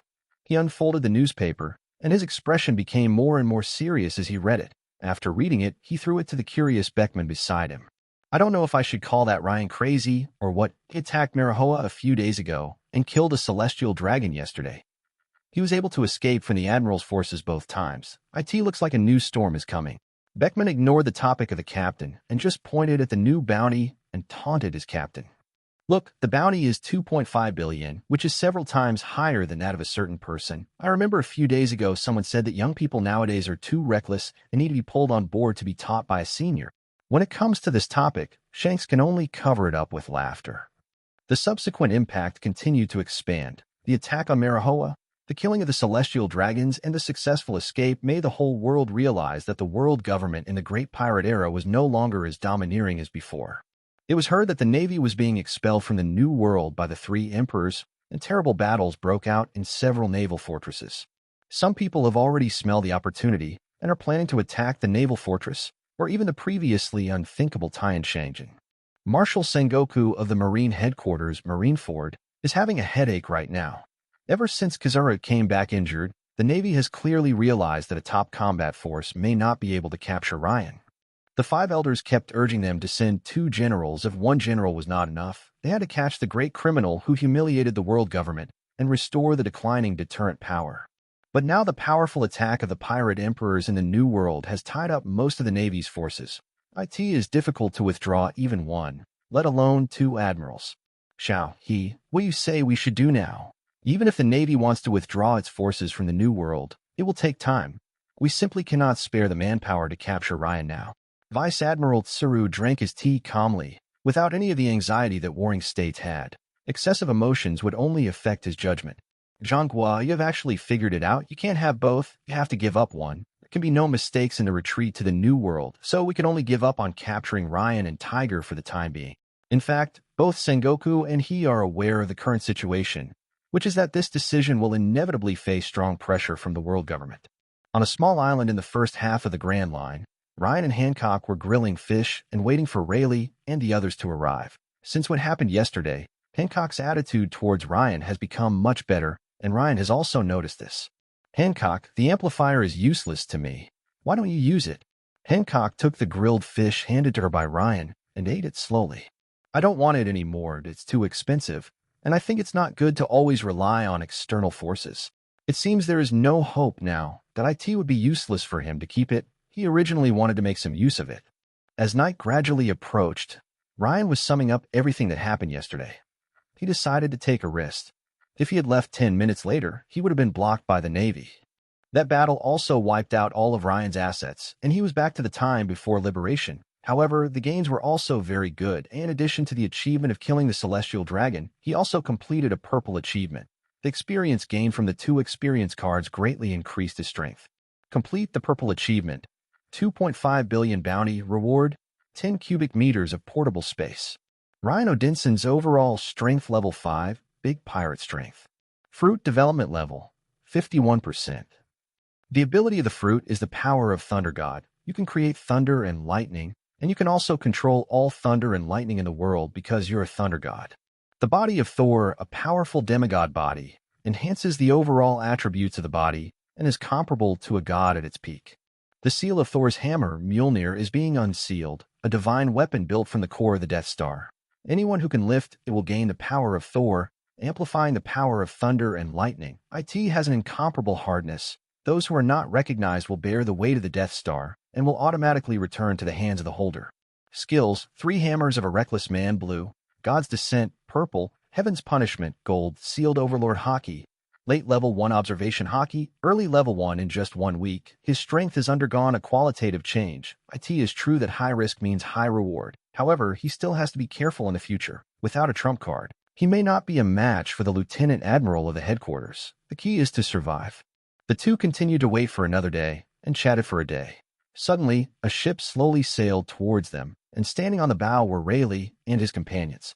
After they reached the shore, Hancock's 2 sisters hugged her and cried bitterly.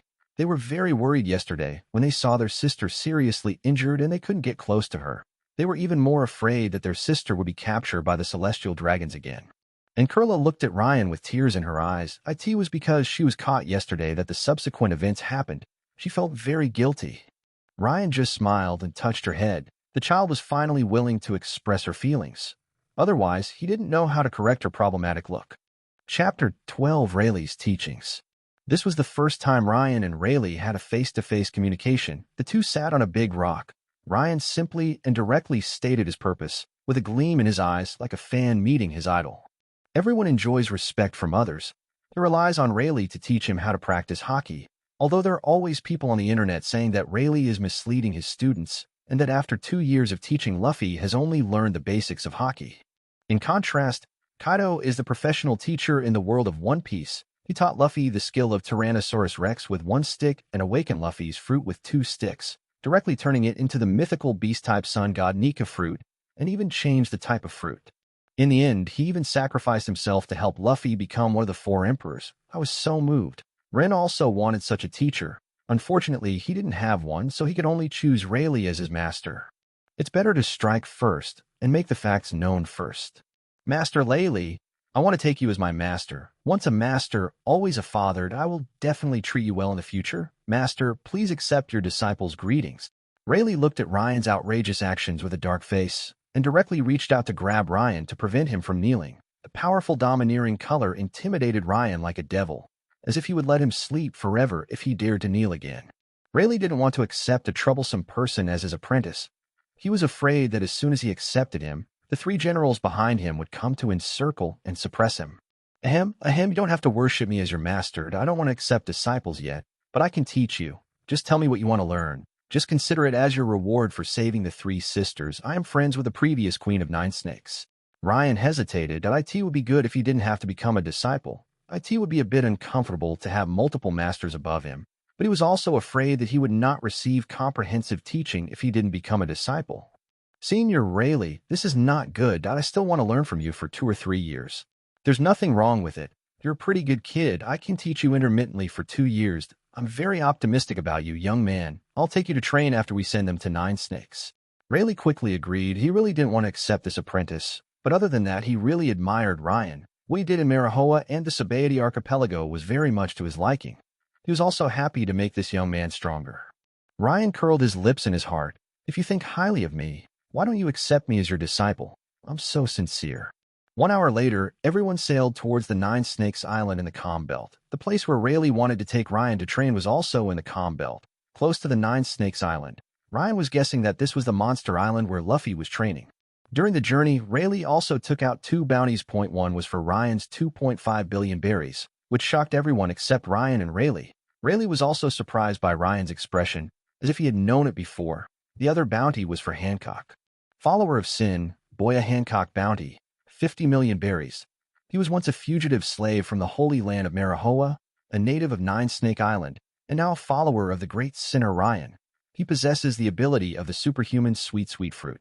Hancock felt very disappointed when she saw the bounty. She didn't take the bounty seriously, but she was very reluctant to let others know that she had been a slave of the Celestial Dragons. Now that the whole world knew about it, she hated the Celestial Dragons and the brand on her back even more. Sisters Sonda and Mary hurried to comfort their sister, while Kurla pulled Hancock's collar with a worried look on her face. Ryan also walked over and patted Hancock on the head, looking directly into her eyes as she looked up. Just knock all the Celestial Dragons away. I will help you. Hancock was touched by the confidence in Ryan's eyes and nodded. I will kill them myself. After the ship arrived at Nine Snakes Island, Rayleigh and Ryan did not go to the island. They just watched the 4 women get off the ship, then replenished their supplies and left for their destination. A few hours later, Ryan and his companions arrive at the Monster Island. From afar, they could hear the roars of wild beasts coming from the dense forest island, and from time to time 1 or 2 giant beasts appeared in the woods. On the beautiful beach, Rayleigh was conducting his teaching course when Ryan attacked Rayleigh, but was quickly knocked back by a dark fist, smashing a tree and the beast behind the tree. Rayleigh frowned, looking at Ryan, who stood up with difficulty. His strength was not even as good as that of the vice admiral of the headquarters. He asked in doubt, Ryan, how much strength do you have now? Can you still exert the strength you had when fighting with Kizaru? He asked it after all. Rayleigh would definitely ask about this kind of thing, and Ryan didn't intend to hide it. He just told a half-true and half-false reason. Teacher Rayleigh, I got the hockey by chance when I fought Kizaru, and now I can't get it again for the time being. Rayleigh nodded. This made sense. Otherwise, it would be too scary for him to possess the Emperor-level domineering power at the age of 16. However, what Ryan said about not being able to do it for the time being meant that he had a way to obtain this ability again. Afterwards, Rayleigh tested all of Ryan's strength. He had a pretty good domineering aura, which he could barely activate on his own, but it was too slow. However, at this age, he was already a genius. His observation haki has just awakened, to the point where he can't even control it. His armament haki has not yet awakened, but the thing he is least afraid of on this island is training his armament haki. Afterwards, Ryan underwent devilish training on this island. He was beaten black and blue by the giant beasts every time, and there were several times when he even thought he might die. The giant beasts on this island are extremely powerful, ranging in strength from level 3 to level 5. It is truly a monster paradise blessed by nature. Chapter 13, 2.5 years of training. It has been 10 days since he came to this island. At this time, Ryan is fighting with a 10-meter-tall gorilla. Now he has not yet comprehended the armament color, nor has he used the observation color and fruit ability. He is simply using strength to fight the gorilla. The battle between the two destroyed many trees. In the end, Ryan knocked down the gorilla with a bruised face, and then stood there, feeling the armed color domineering faintly emerging on his body. It will be soon. According to Rayleigh, he will be able to comprehend the armament haki in 2 months at most. He patted the gorilla's head with a smile. He would not hurt such a good sparring partner. At this time, Rayleigh led Hancock over. Hancock looked at Ryan with a bruised face and couldn't help smiling. Ryan, the Queen of the Nine Snakes, asked me to train Hancock. From today on, you will train together. Don't lose to Hancock. She's also a genius with Conqueror's haki. Rayleigh then taught him another lesson on haki and left, letting them train on their own. After class, Ryan approached Hancock and asked, Hancock, why are you here? I remember that you, Nine Snake Island, also have your own set of 3-color haki training methods. Hancock didn't look up and continued to press her legs. She was wearing a purple cheongsam dress, which showed off her exquisite figure. At the age of 16, she had such a figure and beauty that Ryan didn't dare to look at her for long. Rayleigh is the vice captain of the Pirate King. The Empress said that training under him will help you grow faster. Ryan thought so too. After all, Rayleigh was one of the best players in the world. The two of them then concentrated on training from noon to night. During this period, they found many behemoths to practice with. Since Ryan had 10 days of fighting experience, he could quit at night just because he was exhausted. But it was not so easy for Hancock. He was covered in injuries on the first day. When night fell, only Ryan and Hancock were by the fire. Rayleigh was missing as usual. Amid the carbonization sound of the fire, Ryan handed the roasted meat to Hancock and then lay on the beach looking at the starry sky. Every time he saw the night sky full of stars, he always felt very small. Hancock, what are your plans for the future? Have you ever thought about becoming the Queen of Nine Snakes? Hancock was lying next to Ryan and also looking at the night sky. When she heard the title of Empress, her eyes suddenly dimmed. As a person from Nine Snake Island, who wouldn't want to become the Empress of Nine Snake Island? But it was impossible for her now.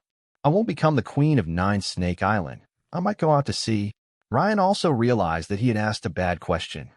Hancock's identity had already been known by the world government.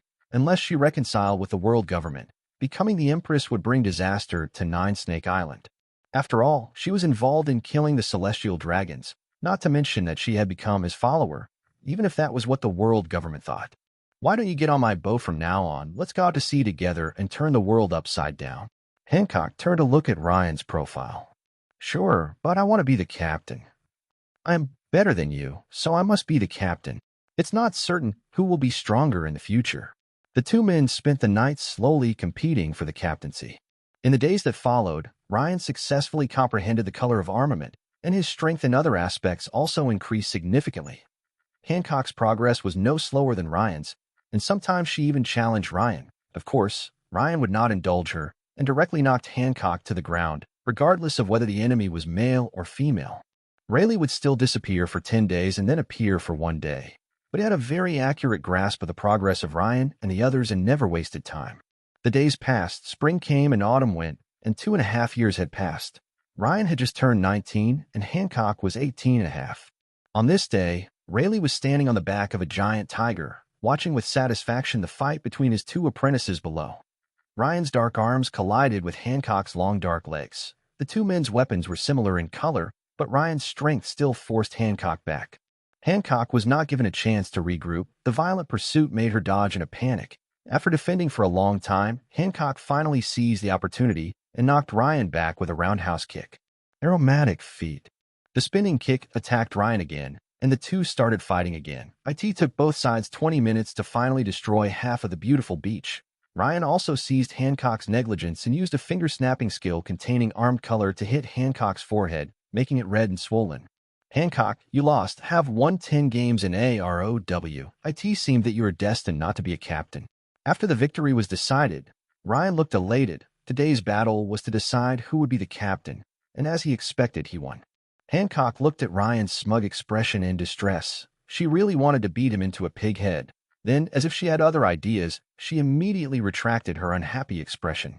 Hancock was seen pulling her hair behind her ears with her right hand, looking at Ryan with a charming look on her face. Her body was slightly tilted, revealing her curvy figure. Her left hand even pulled up the high slit of her cheongsam a little bit, making Ryan seem to see something, but also seem to see nothing. When the eyes began to change, Ryan realized something was wrong. This was a trick Hancock often used, and it had always been useful to Ryan. Sweet and sweet wind. Suddenly, a pink light wave passed through Ryan's body, turning him completely into a stone statue. Rayleigh on the giant tiger witnessed this scene and slapped himself on the forehead. This disciple was really right every time. He really wanted to say that he didn't know him. Hancock walked up to Ryan, removed the petrification on Ryan, and kicked him before he could react. The kick without the armed color could only knock him down, but he didn't suffer any injuries. Ryan raised his head and looked at Hancock angrily in protest.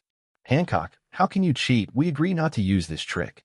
Hancock raised his head and glanced at the front of his eyes. The lecher came over proudly with his long legs. After living with Ryan for 2.5 years, she had already figured out his character. He was a lecher with lustful intentions but no courage. No matter what bad things I do, the whole world will forgive me. Because I'm so beautiful. You don't want to forgive me, Ryan? Ryan was speechless at this time. He said he didn't want to because he was afraid that he would be turned into a stone statue again. In fact, it was not that he could not resist being petrified. The domineering aura he possessed was enough to do this, but it would be meaningless to be too serious about this kind of thing. It was all his fault in the past 2 years that in his spare time, he told Hancock stories about empresses in different time and space, including history, the second dimension, and movies. Now the Empress fan is back, but she has also dominated him. He has brought disaster upon himself. Chapter 14. Strength Leaps. Rayleigh walked slowly up to Ryan and shook his head at him angrily. This apprentice was hopeless. If he didn't change his character, he would be doomed to be eaten alive by Hancock, although all men on the sea always have a few weaknesses. Have you decided to go out to sea in the next few days? You should know what kind of enemies you will face when you go out to Usse. As long as you show up, the world government will definitely focus on encircling you. Well, I'll accompany Hancock back to Nine Snake Island first, and then we'll go out to sea together. It's been 2.5 years, and Rayleigh, you know that Hancock and I can't just work in isolation.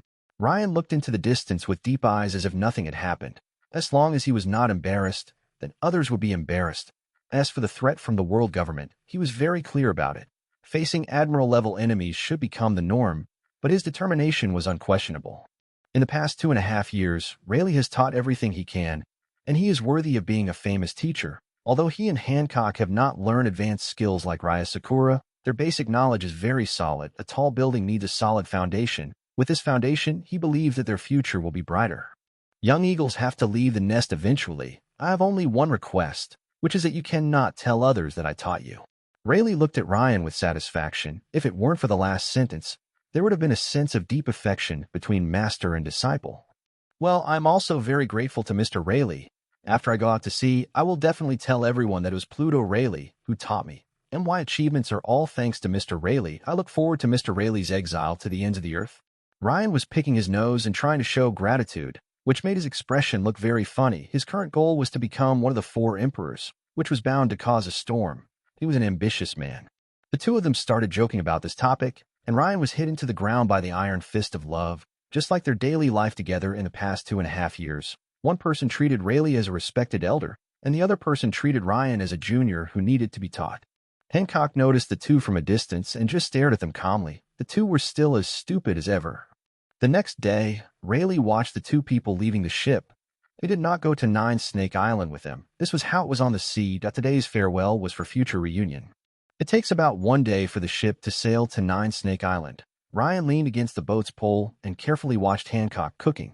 The girl back then had grown into a stunningly beautiful woman, and her twisting movements were extremely graceful. He once asked himself whether he liked Hancock, and the answer he got was maybe, or maybe he was just simply lustful. Hancock also noticed Ryan's gaze. She turned around and smiled, which made all the flowers pale in comparison. Then she kicked towards Ryan with her long legs. Their relationship went from friends to more than good friends but less than lovers. Fighting became part of their daily life. Ryan grabbed Hancock's long, slender, white legs, forcing her to support herself on one leg. Her pretty face showed an unconvinced look, which was very cute. Hancock has a pair of long legs that are so beautifully crafted that they can be called perfect works of art. I remember we had an agreement that whoever wins can get the other to agree to a request. Yes, I did agree. What do you want? I want you to kiss me. Her brain was in a mess at this moment, so she could only push Ryan away in a hurry, threw out a sweet wind move, and left with her face covered. She felt her face was very hot at this moment. After Ryan recovered from his petrified state, the beautiful figure had disappeared without a trace. Was he still anxious? In the past 2 years, Ryan and Hancock have been reborn. He is not much weaker now than he was in the Sabaody archipelago. His level 4 Conqueror Haki allowed him to compete with the Admiral for a short time, even though it was not the strongest time for Kizaru. Today, his attributes have grown comprehensively. He has no obvious weaknesses, and he has also completed several achievement tasks, which is rare. Complete the blue achievement and have 1,000 true fans. Achievement reward, 100 change human skin mask. Complete the blue achievement, the legend of the hidden god. Except for friends, no one knows your whereabouts. Achievement reward, healing ring. Complete the purple achievement. Leader of the times, your deeds moderately influence the direction of the world. Achievement reward, big blade, rice light. All 3 achievements were completed inexplicably, but the free rewards made him very happy. This proved that it was worth it to recklessly rush to the holy land of Marihoa. Moreover, it was too easy to expose himself when fighting with Thor's hammer. With Anami around, he could pretend to be a swordsman. Ryan Odinson's overall strength, level 7 to 8, 7 warlords of the sea level of Vice Emperor level. Fruit development degree, 70%. The ability of the fruit is the power of Thunder God. You can create thunder and lightning, and you can also control all thunder and lightning in the world because you're a Thunder God. The body of Thor, a powerful demigod body, enhances the overall attributes of the body, and is comparable to a god at its peak. Weapon Thor's hammer, Mjolnir Gold, preliminary mastery. The stronger the holder, the stronger the power of the artifact. The artifact is made from the core of the Death Star. Those who can lift it will gain the power of Thor, amplify the power of thunder and lightning, and have extremely strong hardness. Those who are not recognized will bear the weight of the Death Star and automatically return to the holder. The stronger the holder, the faster the knife. Rice Light, purple. A weapon made from Thunderstone, with a built-in thunder attribute attack, amplifying the power of thunder. Skills: 3 hammers of a reckless man. Blue. Thunder skills: purple. God's Awakening, purple. Heavenly Punishment, gold. Tyranny, gold. Conqueror's Hockey, level 3 advanced, middle stage armament hockey, level 2 intermediate, late stage observation hockey, level 3 advanced. During the first 2.5 years, his physical fitness increased rapidly due to the fruit, and when the fruit developed to level 70, he also successfully mastered Thor's hammer and was able to fly with the hammer anytime and anywhere. The importance of the 3 colors of domineering is impeccable. With his physique, weapons, fruit ability, armament hockey, and observation hockey, Ryan's strength has reached the peak of level 7. And the entanglement of domineering aura allowed him to reach the Vice Emperor level in a short period of time, but the level 3 domineering entanglement could only last for a maximum of 10 minutes and was far inferior to level 4 in both quantity and quality. The strength he possesses at this time is the confidence for Ryan to go to sea, and the only crew member, Hancock, also has extraordinary strength. If Ryan does not use dominance, he can fight with him for 5 minutes. After one night, 9 Snake Island was already within reach. Hancock gazed at his hometown, his eyes full of longing and sadness. Soon they would go out to sea. 2-meter-tall Ryan stands next to the 1.9-meter-tall Hancock, and their tacit understanding makes them a perfect match. "We can stay a few more days." Hancock just shook her head and said nothing. She was afraid that if she stayed too long, she would not want to leave. When Ryan first stepped into the Amazon Lily's 9 Snake Island, his mind was full of anticipation. After all, it was the legendary country of women, so it was normal to be curious. I saw the 2 sisters Boa and Kurla standing there with joy on their faces. 2.5 years had passed, and the 2 sisters Boa had grown up like in Ryan's memory, and Kurla was also dressed like an Amazon warrior, a wild girl. Forgive Ryan's insincere smile, but in the eyes of others it was the joy of reunion. When he walked in front of Kurla, Ryan messed up her wild hair. Everyone walked towards the island, led by the 3 Hancock sisters. Ryan had unimpeded access. Being the only green leaf among the flowers, he was very eye-catching. Soon he was surrounded by female warriors in swimsuits. Although they were all women, Ryan still couldn't accept being watched like a monkey. Snored. Along with the voice came a faint domineering aura. It was Hancock who helped him out. The crowd looked at Hancock in awe. Amazon Lily admired the strong even more. After escaping, Ryan gave Hancock a grateful look, but in return he only got a beautiful roll of the eyes. Chapter 15: World Trends. After entering the palace, everyone left, leaving only Ryan and Hancock to continue into the hall. A short white-haired old woman was waiting. She was Usse, the former queen of 9 Snake Island. She looked at Ryan carefully as soon as he entered. "You must be Ryan, right? I didn't expect the most evil person in the world to be so young. Well, you're quite handsome. When do you plan to go out to sea? The ship is ready." Without waiting for Ryan to answer, Hancock said, "We will leave tomorrow." "So soon, Hancock? Actually, you don't have to go to sea. With your potential, you will be able to take over the position of emperor soon. Be careful. The world government may not find out." Usse really didn't want Hancock to go out to sea. Hancock was the only one on 9 Snake Island who had the qualifications of a strong man. If she could bring a powerful empress to Amazon Lily, she was willing to take the risk of the world government. Ryan had no intention of expressing his opinion. Although Hancock was a member of his crew, this was an internal matter of Amazon Lily, and Ryan would only respect Hancock's decision. "I will not gamble with the future of 9 Snake Island. Besides, I also want to observe this world with my own eyes and pay attention to everything about it." Hancock's beautiful eyes flashed at this moment. This was her personal decision and also what she wanted to do. Usse sighed helplessly. Pursuit of desire is human instinct, just like when she abandoned 9 Snake Island for love. Besides, Hancock was doing it for the good of 9 Snake Island, so she had no reason to stop her from going to sea. "I won't try to keep you. The influence that Ryan brought back then has not faded away yet. Here is the intelligence I have compiled. It will be helpful for your voyage." A thick stack of papers was displayed there. Although Rayleigh had brought some news from time to time in the past 2 years, it was really not detailed enough. The information here should be able to be supplemented. The 2 of them read it directly in the hall. The heavy information made Hancock lose first. She left in Ryan's sad eyes, leaving only a sentence, "This is the captain's responsibility." After several hours of loss of life, Ryan finally finished reading the follow-up developments of the incident between Marahoa and the Celestial Dragons. It was really unexpected. Ryan knew that Tiger was not dead, and he would talk to Tiger once in a while. However, it was really unexpected that due to Ryan's disappearance in the past 2 years, the world government has been unable to restore its reputation. In just 2 years, there have been 3 robberies of Tenjo gold, 2 attacks on celestial dragons, and even more attacks on naval fortresses. Only one of the 2 attacks on the celestial dragons was successful, and he only escaped after injuring the celestial dragon. That ruthless man had not been caught by the world government at this time. He was able to escape several times when facing the pursuit of the admirals, which made the celestial dragons dare not leave Marahoa. He is a strong man. Ryan asked himself if he could do it. If the celestial dragons were beaten up, it was just a matter of reputation. Then the robbery of the celestial gold would be a real threat to the world government. The 3 times that the sky gold was robbed, the world government's prestige in front of the member countries was greatly damaged. The first time it was robbed, the country had to make up for it again, but it was remade due to the pressure from the world government.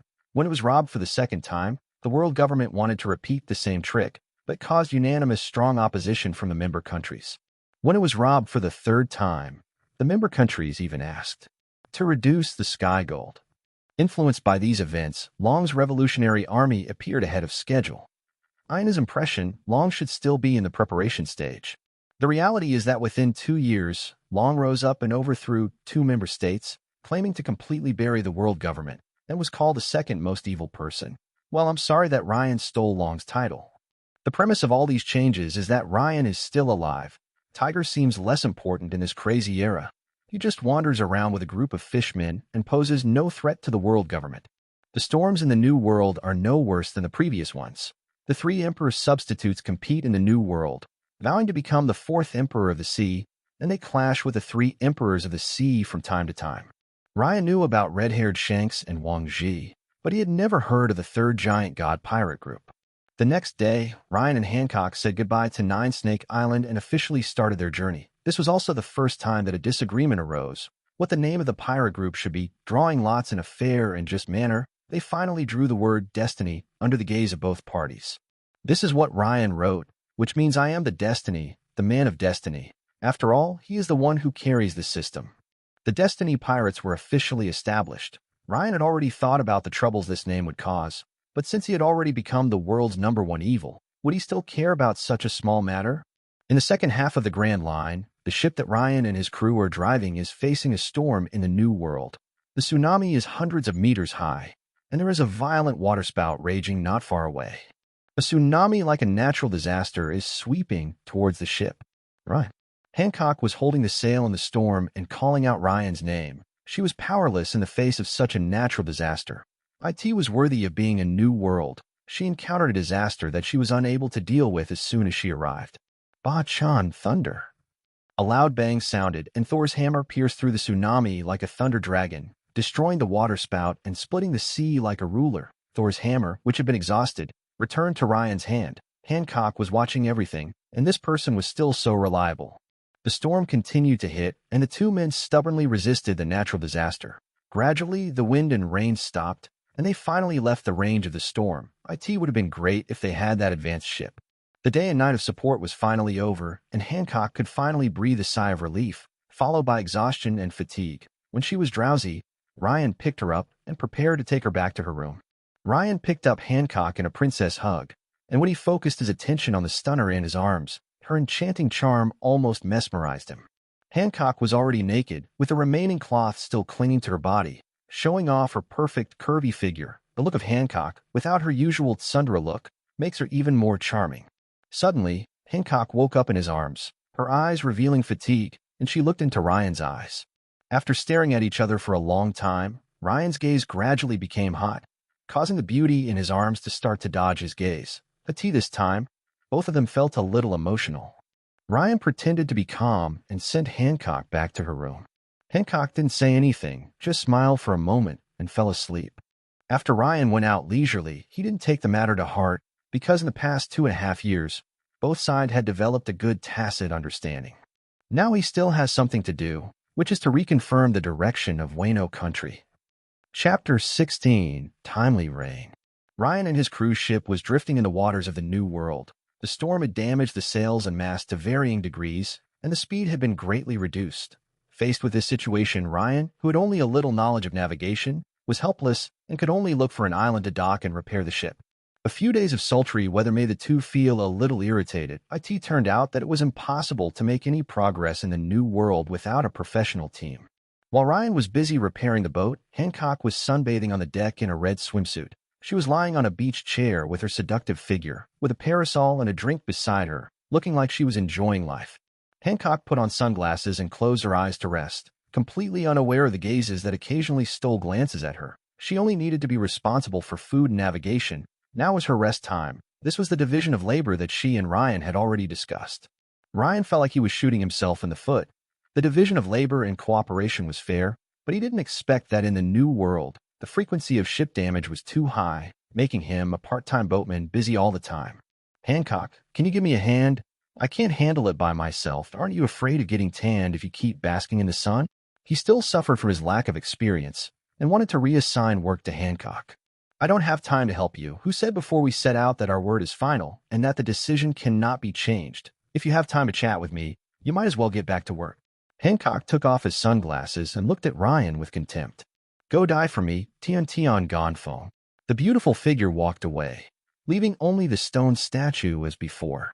When Ryan thought he had to endure for a few more days, two ships appeared in the distance. One was a merchant ship, and the other was a pirate group. Ryan was very surprised and turned to Hancock, who appeared next to him, and said, Hancock, I saw something in the distance. It seems something has to be done. At this time, Hancock in swimsuit came to Ryan, and her extraordinary eyesight allowed the two of them to clearly see the pirate flag. According to the information, it was a pirate group under the command of the giant god, the Black Pig Pirates. The captain was a big pirate with a bounty of 330 million, and he was also a scum who bought and sold slaves. Hancock's pretty face was gloomy, and Ryan could already sense her anger. She hated slave traders the most. Ryan, let's go over there. Didn't you say you wanted to change boats? There just happened to be a boat coming. The two were ready. Hancock changed her clothes and put on a human skin mask to make her look ordinary. Ryan made up to look like Daniel Wu and pretended to be a swordsman with Daoguang. This was the Green Achievement Reward, advanced makeup skills. Both of them have ways to change their appearance, and the pirate group is not flying a flag for the time being. This is their way to avoid being discovered by the world government. The battle between the two ships was almost over. The merchant ship was simply unable to stop the attack of a big pirate like Black Pig. The middle-aged captain was lying on the ground covered in blood, terrified, hoping that the person in front of him would give him a way to live. This is the cargo ship that the Don Quixote family uses to transport weapons. If you steal the cargo, you will offend the Don Quixote family. As long as you let me go, I will give it all to you and will never say that you did it. Black Pig Peck showed a hideous smile, as ugly as a monster, and waved his hand to signal a figure to come out. I robbed the Don Quixote family, and even if you die, the flamingo will know who did it. It was Wang Ji who did it. Am I right, Deline? Captain Peck is right. I have used Din Din Mushi to tell the family that it was Wang Ji who did it, so Captain, rest in peace. The first mate of the merchant ship walked out slowly, his eyes revealing a sinister and cunning look. In his opinion, all betrayals are just for the sake of benefits. The money he earned in this trip is enough for him to live a carefree life, and he also kept a backup plan in case the giant god pirates turn against him. The middle-aged captain was left with only despair at this time. You traitor, you shall not die well. Bang! The middle-aged captain was shot dead. Then Black Pig suddenly pointed his gun at the first mate and shot him to death in front of his stunned eyes. What I like most is self-righteous idiots like you. You think I don't know about your little tricks? The Black Pig laughed wildly at the first mate. You just like to tease such fools. Didn't you know that only the dead could keep secrets forever? Boom. There was a loud bang. The ship shook a few times, and the pirates on the deck kept screaming. When Black Pig Peck rushed onto the deck, he found that most of the pirate minions had fallen, and only a few officers were confronting two people. Hancock took a step forward with his long legs, and a shocking aura swept over everyone. The remaining minions all rolled their eyes and fainted, and several cadres were affected to varying degrees. The Black Pig's pupil shrank slightly. This was the Conqueror's haki. He was very familiar with the Conqueror's haki. As a pirate in the New World, he had faced this kind of haki more than once. It was impossible for Conqueror's haki to be a weakling if he possessed this strength. Who are you, and why are you attacking our Black Pig pirates? Hancock ignored Black Pig's question and just looked at Black Pig Peck sternly. She wanted to use this human trafficker to measure her own strength. Jack, I leave the rest to you. No problem, just fight with confidence, Rose. This was a temporary pseudonym Ryan had come up with for the two of them, using the names of the male and female protagonists of a certain movie in a humorous way. Hoped that the ending wouldn't be the same as his own, as he didn't want to die. Ryan pulled out the rice light. He was now a noble swordsman, so he just put Thor's hammer in the space backpack to collect dust.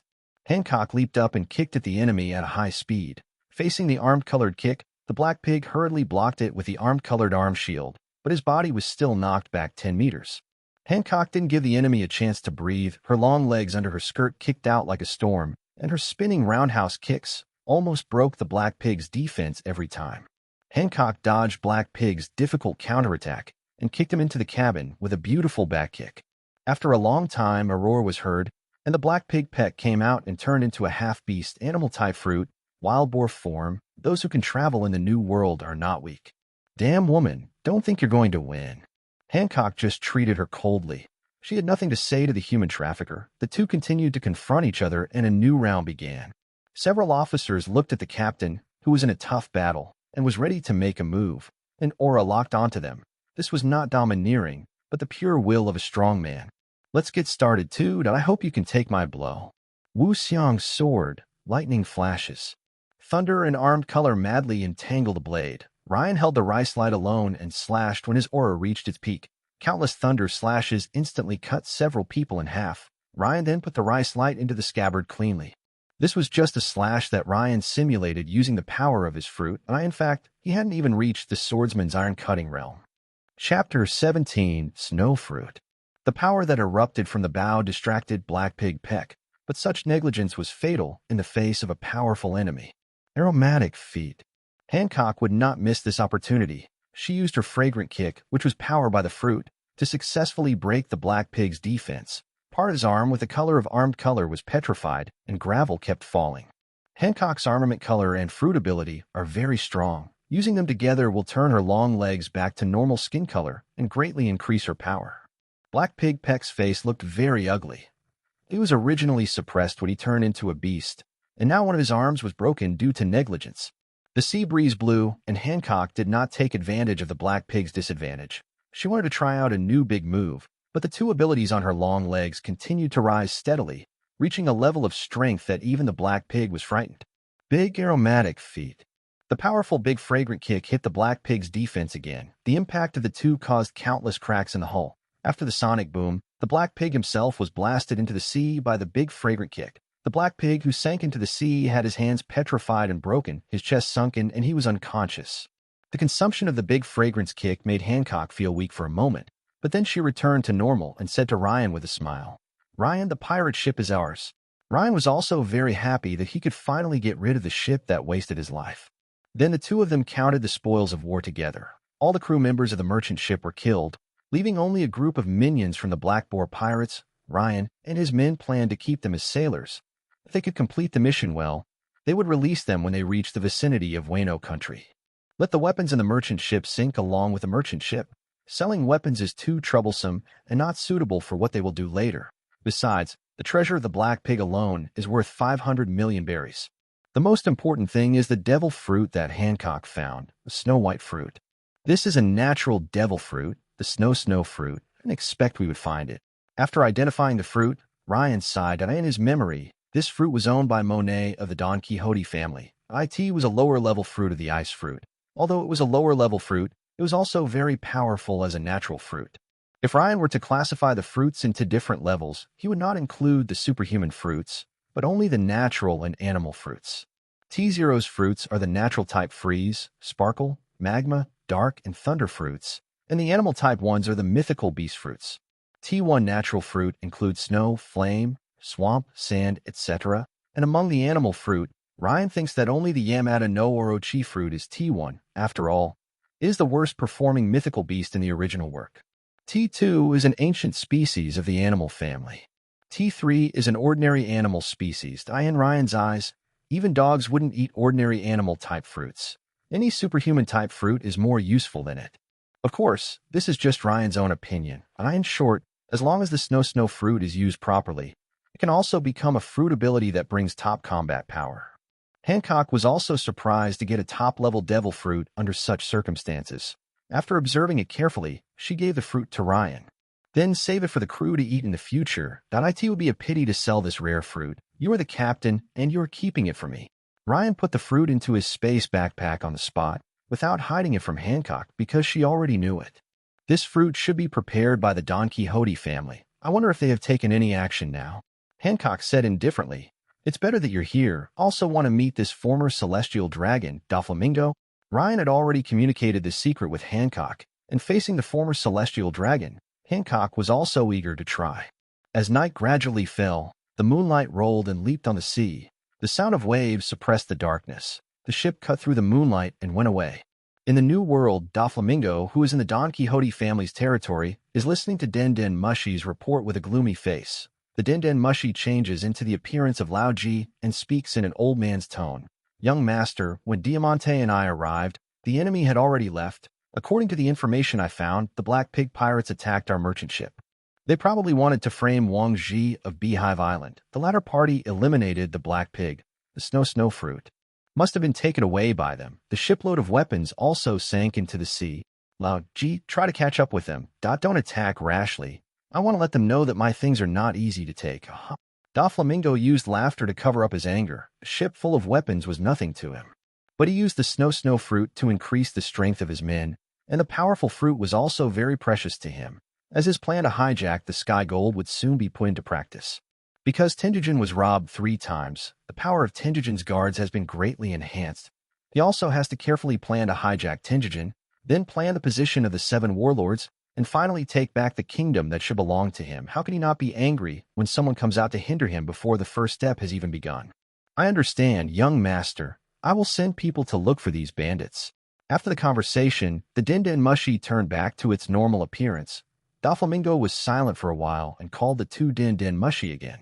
"Senior, you have to transport another batch of weapons to Honeycomb Island. Pay attention to the giant god's men, and explain the reason to Wang Ji. Their people must be involved in the future weapons transportation, otherwise the price will be increased. The transportation cost is too high. Gradius, go to the giant god's territory and tell him that I can sell weapons to them as long as the price is right. Although it is dangerous to participate in the war between the 2 emperors, the profits are also very lucrative, and arms dealers should make money on both ends." Ryan and his crew have already reached the nearest island to Wano country without encountering any difficulties. The only threats to them in the new world now are the Emperor's power and natural disasters. The Navy has long been expelled from the new world. There is only one G1 fortress left standing, but it dares not go deep into the new world. During this time, Ryan returned to a comfortable life, and he only needed to exercise every day, and Hancock had to prepare 3 meals for the 2 of them. This made him very happy, but when he showed it in front of Hancock, he would inexplicably turn into stone. It is normal to be worried about the crew members. After all, they are all prisoners. I really don't dare to let them prepare food, even though they are not afraid of poison. Leaving the broken ship brought from 9 Snake Island to the captives, Ryan and Hancock drove the ship closer to Wano country. Soon the 2 men docked the pirate ship at an uninhabited island. When they came back again, it depended on fate whether the ship was still there. The 2 men looked at the distant Wano country. In Ryan's memory, Wano country is a mountain surrounded by high walls. Due to an incident 800 years ago, the interior of Wano country was filled with sea water, forming the dangerous cliff waterfall like today. Hancock asked casually, "Is there really someone like you mentioned in Wano country, young, strong, simple, and very suitable to be a companion? I don't quite believe the conditions you mentioned." "Yes, it's true. If we get her on board, then our pirate group will have the potential to become the Emperor of the Sea." Ryan looked like he could vouch for it, but he actually didn't tell me some important information, such as that person was a young and beautiful girl, and Kaido's son. Don't ask him why he was a son, because Kaido just called her a stupid son. 18. Chapter 18 Wano Country. It's getting dark, and now is the best time to sneak into Wano Country. Ryan took out the long-lost Thor's hammer from his space backpack and carefully felt the dissatisfaction coming from Mjolnir. It was indeed a divine weapon. The stronger Ryan became, the more he could feel the changes in Mjolnir. He would not be surprised even if a spirit of the weapon was born that day. The 2 need to use Mjolnir to fly into Wano country. Ryan hugged Hancock with one hand, feeling her soft waist and the familiar fragrance, and the 2 of them hugged each other. Mjolnir, the hammer of thunder, carried the 2 of them over the cliff waterfall. and they saw that there was a piece of land on the sea level where the waterfall formed, and that was Wano country. Looking far away in the sky, they can see a small island that resembles a head. That should be the destination of this journey on Agashima. However, they cannot go in directly, as they will be in great trouble if they run into Kaido. The two flew into the land, found a village to land, changed into the clothes of Wano country that they had prepared earlier, and put on makeup. My name is Naruto now, Uzumaki Naruto, the man who will become Hokage Hancock. Your name is Hyuga Hinata, and we are husband and wife. Ryan was seriously thinking about his own plans, while Hancock in his sight looked quite charming in her kimono. But Hancock won't spoil him. We are brother and sister. My name is Uzumaki Hinata. Ryan thought it was okay. After all, a Japanese wife would change her name to her husband's, so Uzumaki Hinata will be fine. After dawn, Ryan and his companions pretended to be travelers from the town of Leeks and visited the village. The villagers they met along the way all looked pale and worried. It seemed that even if there was no famine like in the original novel, there was still a lack of food and clothing. The two found a tea house to stay in those days when food and clothing were unpredictable. The old proprietress was very happy to have guests staying there. Ryan gave a lot of rent and asked the old lady to hold Ryan's hand and ask if he had any other requests. She would try her best to satisfy them. Hancock followed Ryan's instructions with a submissive look on her face. After all, they were brother and sister now. Ryan did not make any other requests. He just asked how to get to the Flower City. He originally wanted to pretend to be the old woman's family and go to the Flower City, but after careful consideration he gave up, as he was worried about getting the old woman into trouble. He went out alone and observed the entire Waikasa village, and found that Orochi's subordinates here were truly abominable and oppressed the villagers without restraint. But he is just a passerby. Even if this group of subordinates is killed, another group will come as long as Orochi is not dead and Kaido is not driven away. It will never end. Ryan accidentally discovered an old man, Tengyama Hitchetsu, a very good swordsmith and the former shogun of Wano country, Katsuki Sukiyaki. Ryan really didn't like this character. He remained indifferent for 4 years from the time his son was teased to his death in battle. After changing his identity, he just watched silently through everything his granddaughter went through, and only helped a little after his grandson showed up. He hated this kind of coward. However, when watching the old man forging the sword, Ryan discovered a highlight. It seemed that he had collected 2 famous swords, the large and sharp sword 21st work, which was no worse than a Nami, and the demon sword 2nd generation Onakiri. Odin once wore a sword, and Nohabezin. Ryan is a pirate, so he can just rob whatever he wants. He should go back and discuss with Hancock first. When Ryan returned to the tea house, he saw the old lady chatting with Hancock, but the old lady talked and Hancock responded perfunctorily. Hancock had a cold look on his face and he almost explained it directly, but the old lady seemed not to care. As this social prowess? Hinata, you are already an adult. You have a boyfriend. Do you want me to introduce you to someone?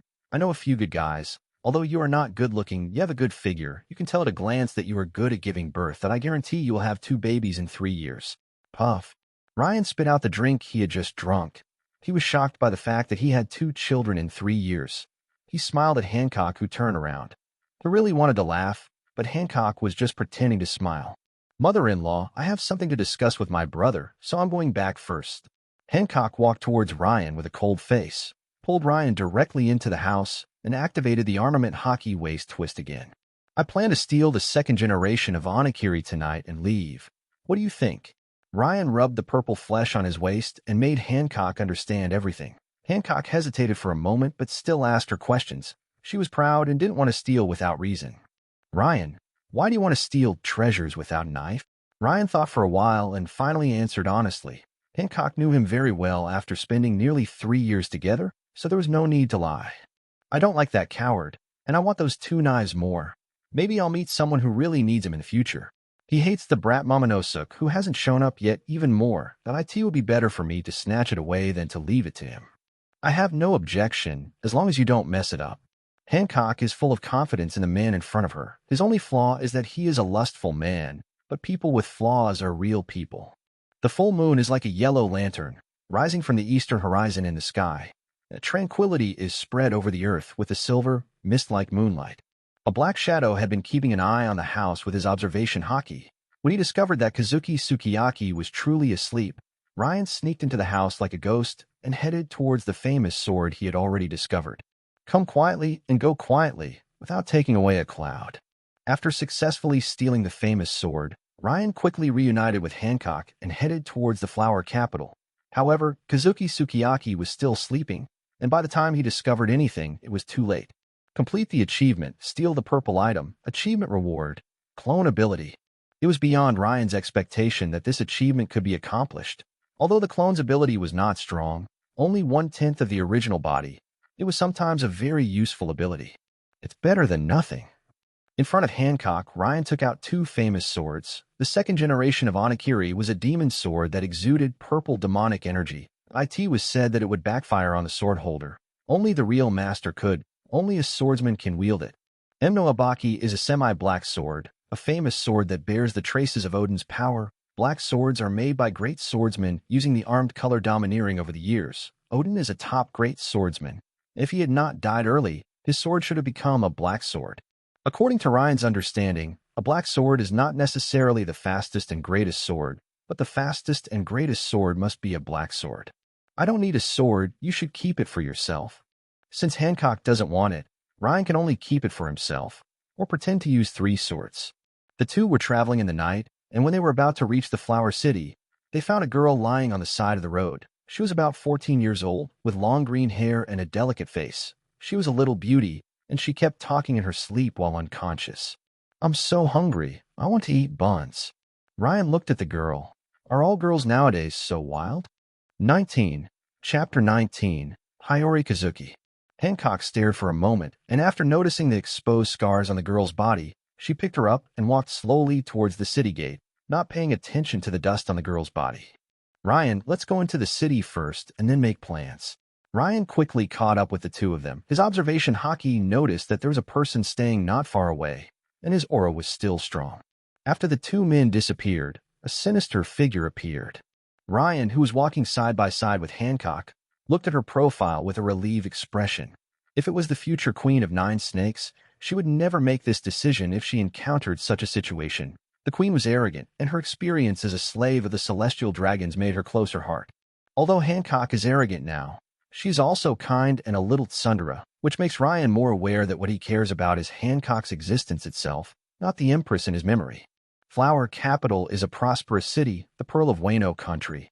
However, it is only prosperous on the surface, and inside is a vampire that absorbs the flesh and blood of Wano country. Not far away is the never-sleeping street of the Flower City. The abodes of prostitutes, geishas and others are bustling with activity. The first ray of light in the early morning has broken through the darkness, and women in fresh clothes are still trying to attract customers. The refreshingness was so great that Ryan couldn't help but stare at them for a few seconds, and then looked away. They were just a group of pitiful people. The two found a hotel and rented 2 rooms. This time, the girl in Hancock's arms woke up. The girl observed Hancock, who was holding her, and her keen intuition made her realize that Hancock had a cold exterior but a warm heart. Sister, I'm so hungry. Can you give me something to eat? The girl's eyes were twinkling with anticipation like stars. We are going to eat too. You can come with us, Hancock said calmly. In a restaurant, 2 people, one big and one small, were stuffing food into their mouths frantically. Hancock next to them was just eating slowly and looking at Ryan helplessly, wondering if there was any need to snatch food from a child. Children should not eat this kind of high-calorie food. It will make them fat. Ryan didn't act like an adult at all. He reached out and took the food in front of the girl. After waking up, she kept pestering Hancock, which made Ryan a little jealous. How can this be? I like this the most, so I saved it for last. The girl had tears in her eyes and looked at Hancock pitifully from time to time. The short time they spent together made her very clear who she should rely on. The dining table is a battlefield. Little girl, you must remember this lesson. Ryan mocked the girl in a very rude manner. As long as they were on the battlefield, he didn't care whether you were a man or a woman, old or young. Suddenly, Hancock kicked his calf. When he looked up, he saw her looking at him with her beautiful eyes flashing and a charming smile on her face. Well, snatching food from a child is indeed a very cheap behavior, and Ryan stopped teasing the girl. Not long after, when the girl was full and had a big belly, Ryan got to the point and sent her away quickly because it was not convenient for them to take her with them. Little girl, what's your name? Where is your home? Come home quickly after eating. The girl thought for a moment and said, My name is Xiaozi. I'm 13 years old, my family is gone, and now I don't know where to go. Can you take me in? Then he looked at Hancock with tears in his eyes. Ryan was surprised to hear the name Xiaozi. He looked at the girl in front of him carefully. The gaze that seemed to penetrate people's hearts made the girl a little uneasy. This hair color is also called purple, and she has a beautiful appearance. It should be Kazuki Hiyori, the daughter of Kazuki Odin, the future #1 beauty orin in Wano country. In his impression, Kazuki Hiyori is a bit sinister. Judging from the current situation, she should not have met Denjiro, who changed his name to Kayashiro. Brother, what do you think of the arrangement? Hancock gave the decision-making power to Ryan. Hancock would not act on her own on matters that would affect the group. She believed that Ryan could make a decision that would not disappoint her. Although it was hidden well, Ryan still noticed a hint of pleading in Hancock's eyes. If she really didn't care, she wouldn't have rescued Hiyori Kazuki. Ryan touched Hiyori's hair with his greasy hands, looking like a kind older brother. If Hiyori hadn't felt the greasy touch of his hair, she would have almost believed it. Of course, you can stay. Big brother won't let you wander around outside. From now on, you will be our little maid. This little Rai is not a good girl. In Ryan's impression, she was a wild child when she was young. Although she has a gentle and kind personality when she grows up, she is also strong-willed and dark-hearted. It would be a big loss to underestimate her. It doesn't matter if we keep her now. Maybe she will be picked up by Denjiro in a few days. Yes, I will take good care of my sister and brother. Hiyori tried to show a happy expression, but her eyes twitched from time to time, and she looked like she couldn't stand the greasy hair, which made Ryan happy, but Hancock looked down on her. Night falls again. Hiyori takes Hancock to take a bath, while Ryan plans to explore Onigashima at night to find Yamato's location first. He's not sure whether he can get Yamato on board. Although she is a bit stupid, she is also an independent thinker. Thor's hammer Mjolnir cut through the darkness and carried Ryan towards Onigashima. The darkness was the best cover. Ryan successfully arrived at the edge of Onigashima and officially set foot on the island that looked like a ghost giant horn. He was entering a tiger's den. This ghost island is really strange. If you didn't tell me, I would have thought it was formed from the head of some kind of ghost. Ryan put on the Beast's pirate's uniform that he had prepared earlier. The apocalyptic wasteland-style outfit gave him a bit of a Fist of the North Star feel. Ryan was able to easily enter Onigashima in this outfit. Perhaps years of rule had made them lax. In the Japanese-style corridor, people from the pirate group passed by from time to time. If there was no impression of the proliferation of artificial devil fruits, I would not know Kaido's artificial fruit army plan. The row has not started. Ryan looked at the girl who just passed by, stroking his chin and thinking, it seems that the costumes of the Beast pirates are not useless. The female members are dressed like they are wearing swimsuits. Suddenly, a man bumped into Ryan. It was a drunk young pirate about 20 years old. He grabbed Ryan's collar and roared fiercely, "Boy, how dare you bump into me? Don't you know that I am a big shot with a bounty of 50 million? Sooner or later, I will become a big shot." Ryan didn't dare to cause trouble at this time.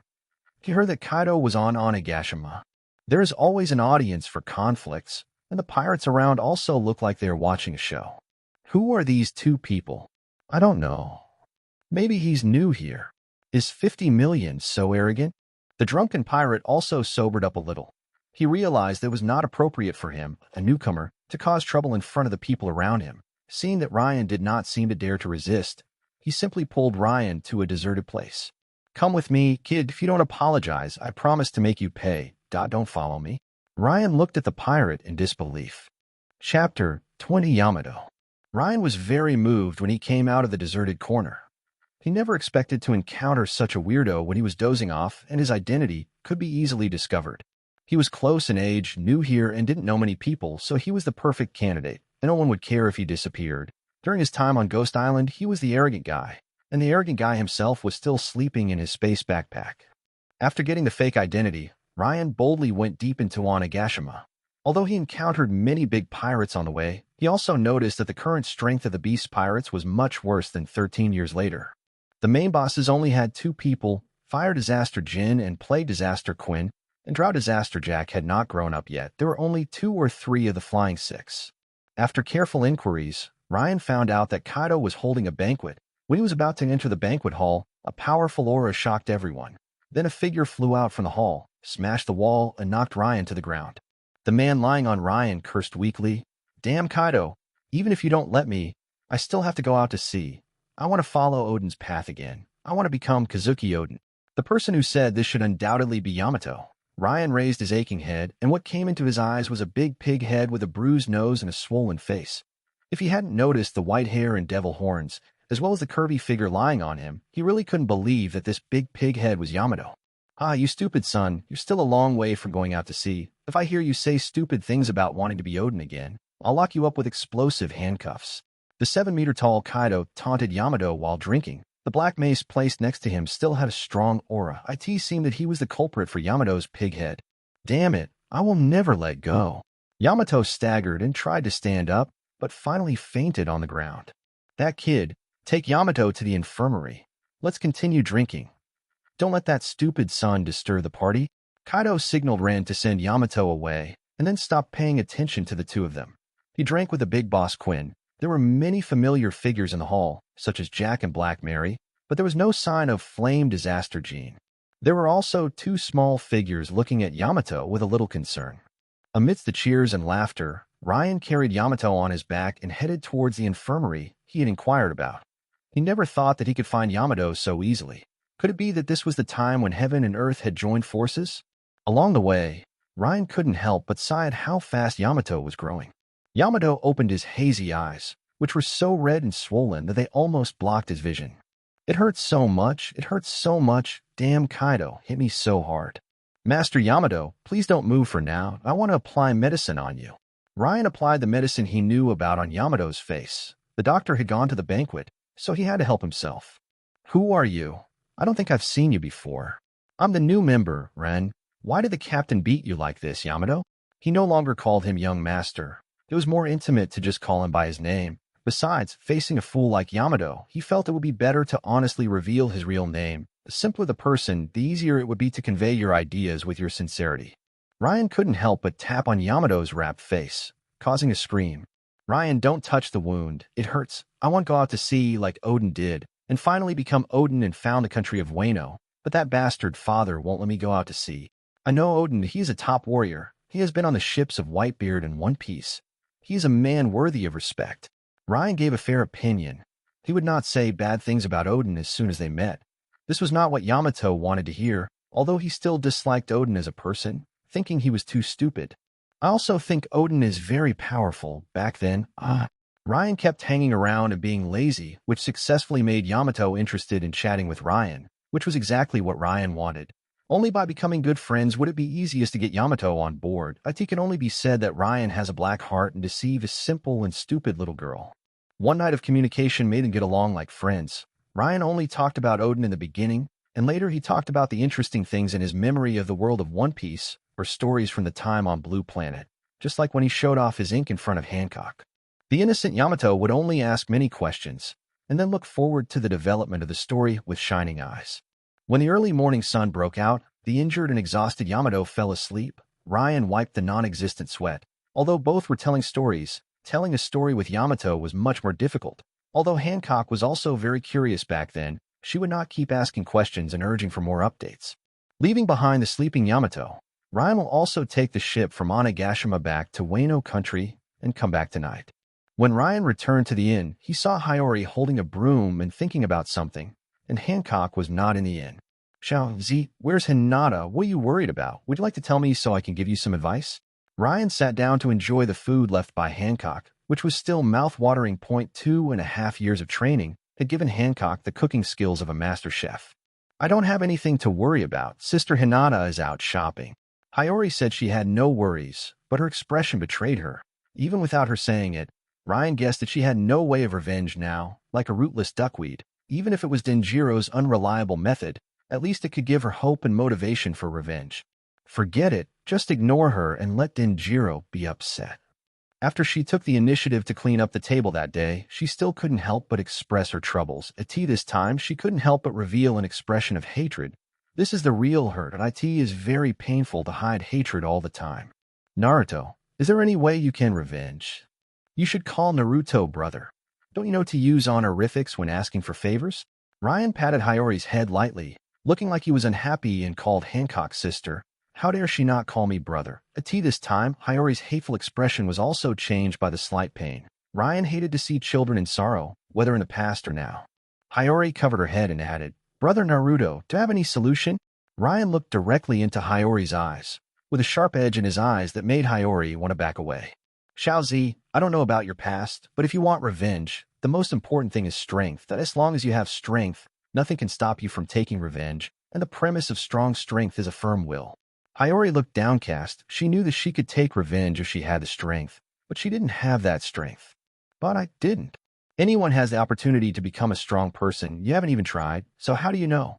And the descendants of strong people all have the potential to become strong people. Is your father a strong person? 21. Chapter 21, Your Choice. Hiyori showed a glimmer of hope when she heard the answer, but then felt depressed when she thought about the fact that she was a girl. My parents are ordinary people, and I'm a girl. After hesitating for a moment, Hiyori finally asked the answer she was eager to know. Brother Naruto, even if she is a girl, if her parents are strong people like Kazuki Oden, can she become strong? Ryan observed the changes in Hiyori's facial expressions throughout the whole process, and even someone as steady as Hiyori would still reveal flaws. As the offspring of a top warrior like Kazuki Oden, even if she's a girl, she has great potential. It's not impossible for her to reach the level of the 7 warlords of the sea. You don't know who the 7 warlords of the sea are, so you can just be the leader of the beast pirates. At this time, Hiyori didn't even bother to hide her expression. Her eyes were shining with anticipation. There were only 2 big bosses in the beast pirates. Does she also have the strength to be a big boss? Would there be hope for revenge? Without disturbing Hiyori's fantasy, Ryan went back to sleep and told her all the methods. In the end, it was up to her to make the final choice. Either rely on herself in a difficult way, or live a life she hated for 13 years. Ryan felt that a saying from his previous life was very true. If you rely on mountains, they will fall. If you rely on people, they will run away. Only yourself is the most reliable. After waking up, Ryan walked out of the room and saw Hancock teaching daily and basic training. As the sun sets, the rays of light shine on the profiles of Hancock and Hiyori. Even with a mask on, Hancock looks very beautiful to Ryan, while Hiyori's thin body is already at its limit. Sweat drips from her delicate chin, and her limbs begin to tremble weakly, but her determined eyes still emit a dazzling light until she faints from exhaustion. Looking at Hancock's gratified expression, Ryan admitted that he had underestimated Hiyori's will. After all, it was not easy to sustain a dark and disgusting career as an Oiran for 13 years, even with the support of the power of hatred. Xiaozi asked me to teach her to become stronger, and I agreed. She is a good seedling. How is the progress over there? Hancock was drinking tea and asking Ryan, who was sitting next to her. Suddenly, her nose twitched and the smile on her face disappeared. It's going well. I think there will be an opportunity soon. Ryan savored the tea, and Hancock's tea art skills improved further. That person is a woman, right? A cold voice sounded, and Ryan paused for a moment while drinking his tea, but thinking that Hancock would know it sooner or later, he decided to just tell it directly. Yes, it's a girl, Kaido's daughter. Why are you asking? Because you have a strong feminine body, Sin. When Ryan saw Hancock's gloomy face this time, he knew that something was wrong. The smell left when he carried Yamato on his back made Hancock think that he had close contact with another woman. No, Hancock, it's not what you think. You should listen to my excuses. No, you should listen to my explanation. Hancock ignored Ryan's explanation and picked up Hiyori and left. Although she didn't think this man with lustful thoughts but no courage would do anything out of line, her feminine charm made her uncomfortable after all. Ryan didn't know what Hancock was thinking, so he could only continue to fly to Onigashima to win over Yamato. Yamato has Kaido's bloodline, a strong physical potential, 3-color domineering, and a devil fruit of the mythical beast type big mouth god. He already has the foundation of top combat power. The most important thing is that he is simple and a little stupid, which makes him a rare ideal crew member. After Yamato's training on Onigashima, she returned to her residence. The high-intensity training every day made her strong physique feel very tired, but she wanted to defeat her father and go out to sea, so it would never be possible if she relaxed. Yamato, who was dragging her weapon, was very happy when Ryan suddenly appeared not far away. Ryan was still dressed as a wasteland warrior. Yamato had few friends to begin with, and when Ryan was willing to chat with her, she already regarded him as a friend. Yamato rushed forward and hugged Rin's back, shaking his shoulders wildly with a hearty smile. Where have you been, Ryan? I couldn't find you today. Ryan shook his head and explained. I went out on a mission today. I just came back and haven't even eaten yet. Then let's go eat together, and then we can continue telling the story from last night. I really want to know what happened next between Sun Wukong and Bulma. Yamato didn't wait for his consent and hurriedly pulled Ryan to the restaurant. She was looking forward to today's food. Yamato was so fast that he pulled Ryan into the air. The rich food on the table was mouth-watering. A tea this time. Yamato pulled 2 reluctant children from outside the room and pressed them to their seats. The older girl, with an unhappy look on her face, slapped the arm that was holding her down. What are you doing, idiot Yamato? I would like to invite Xiaorun and Xiaopei to have dinner together. Thank you, Sister Yamato, for treating us to dinner. The boy next to him, Peggy Wan, thanked him politely. Hearing Xiaopei calling Yamato's sister, Runny next to her was unhappy and hugged Xiaopei and shouted, Xiaopei is only me as her sister. Xiaopei can't call stupid Yamato your sister. Ryan watched the interaction of the three people from the side. These two children were the future flying six of the Beast Pirates, Runty and Page 1. They both possessed the ancient animal-type devil fruits of Pachycephalosaurus and Spinosaurus. They are all geniuses with great potential. The future Beast Pirates will be full of talented people and even more powerful than the Big Mom Pirates. After a quarrel, the three of them started to eat IT this time. Runny pointed at Ryan while eating a chicken leg. Yamato, who is this minion? A minion? There are a few crosses on Ryan's head, which represent anger, that I need to stay calm and not argue with a child. This is my friend Ryan, and he's not a small fry. He's very powerful. Yamato protested when Xiaorun looked down on Ren. Really, he's just dressed as a minion, not even a signboard. Ryan's head was now filled with tic-tac-toe, and his greasy hands grasped Runty's baby-fat cheeks, using a force she couldn't resist. He kept kneading and threatened with a fake smile on his face. Xiaorun, it's very rude to say bad things in front of others. The little boy, Peggy Wan, quickly apologized on behalf of his sister. What a well-behaved and polite child. Brother Ryan, I apologize to you on behalf of my sister. Xiaopei, Brother Ryan is not angry at all. Come and eat another chicken leg. This way you will grow faster. Ryan let go of Runty and put the fattest chicken leg into Xiaopei's bowl, leaving Runty with rosy cheeks gritting her teeth. After everyone finished their meal, Yamato continued to drag the two siblings to listen to Ryan's stories. Xiaorun and Xiaopei were Yamato's few friends on Onigashima, and she was happy to share with them. During the long night, the sound of Ryan telling stories could be heard in Yamato's room, and from time to time, the surprise and expectation of Yamato, Xiaorun, and Xiaopei could be heard. Yamato, if I invite you to go out to sea, will you agree? Yamato opened his eyelids and looked at Ryan with bright eyes. I will agree. Ryan, you are a very good friend. IT should be very happy to go to sea with you. I can always listen to interesting stories. Chapter 22 Rebellion. Time passed slowly, and a month later, Ryan was still running between the two places, training while waiting for the day when Kaido would leave. Then they would have the opportunity to go to sea. Hancock has been training herself and Hiyori for the past month, taking care of everyone's 3 meals a day as usual, and even told Ryan half a month ago that she wanted to let Hiyori come on board. That day, Hiyori also told her everything honestly. She was the princess of Wano country, Kazuki Harada, and in the past few days, Denjiro had met with her several times to discuss matters. IT was her own choice. She didn't want to stay in Wano country helpless, nor did she expect to become an Oiran and wait for the opportunity for revenge. She wanted to have the strength to take revenge, and she wanted to go out to sea with them to gain experience. Ryan admired Hiyori's unquestionable determination. He finally agreed and fought with Denjiro in the wild the next day. He defeated Denjiro, who was about level 6, with overwhelming advantage, leaving him seriously injured. Ryan also completed his second achievement after arriving in Wano country. Complete the blue achievement. Defeat the swordsman for the first time. Achievement reward, iron cutting level swordsmanship. A reward that is better than nothing. Slashing iron is the last level before swordsmanship. Only when one can use flying slash can one become a true swordsman. The weakest swordsman has the strength of level 5. For the great swordsman, their strength is no weaker than the 7 warlords of the sea or the 4 emperors. The strong ones among them are even comparable to the top combat power. The sun was blazing in the sky, scorching the earth. Yesterday, Yamato sent a message that Kaido had left Onigashima and would not be back for a while. Ryan and the others decided to leave Wano country tonight. After packing his luggage, Rin sat down next to Hiyori, who looked uneasy. Hiyori, what's wrong? Are you reluctant to leave Wano country? Hiyori shook her head. No, it's Denjiro-sama who hasn't shown up in 2 days.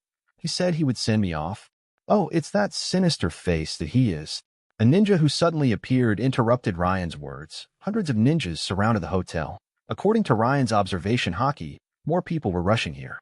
Hancock also walked out of the room at this time and looked around at all the enemies.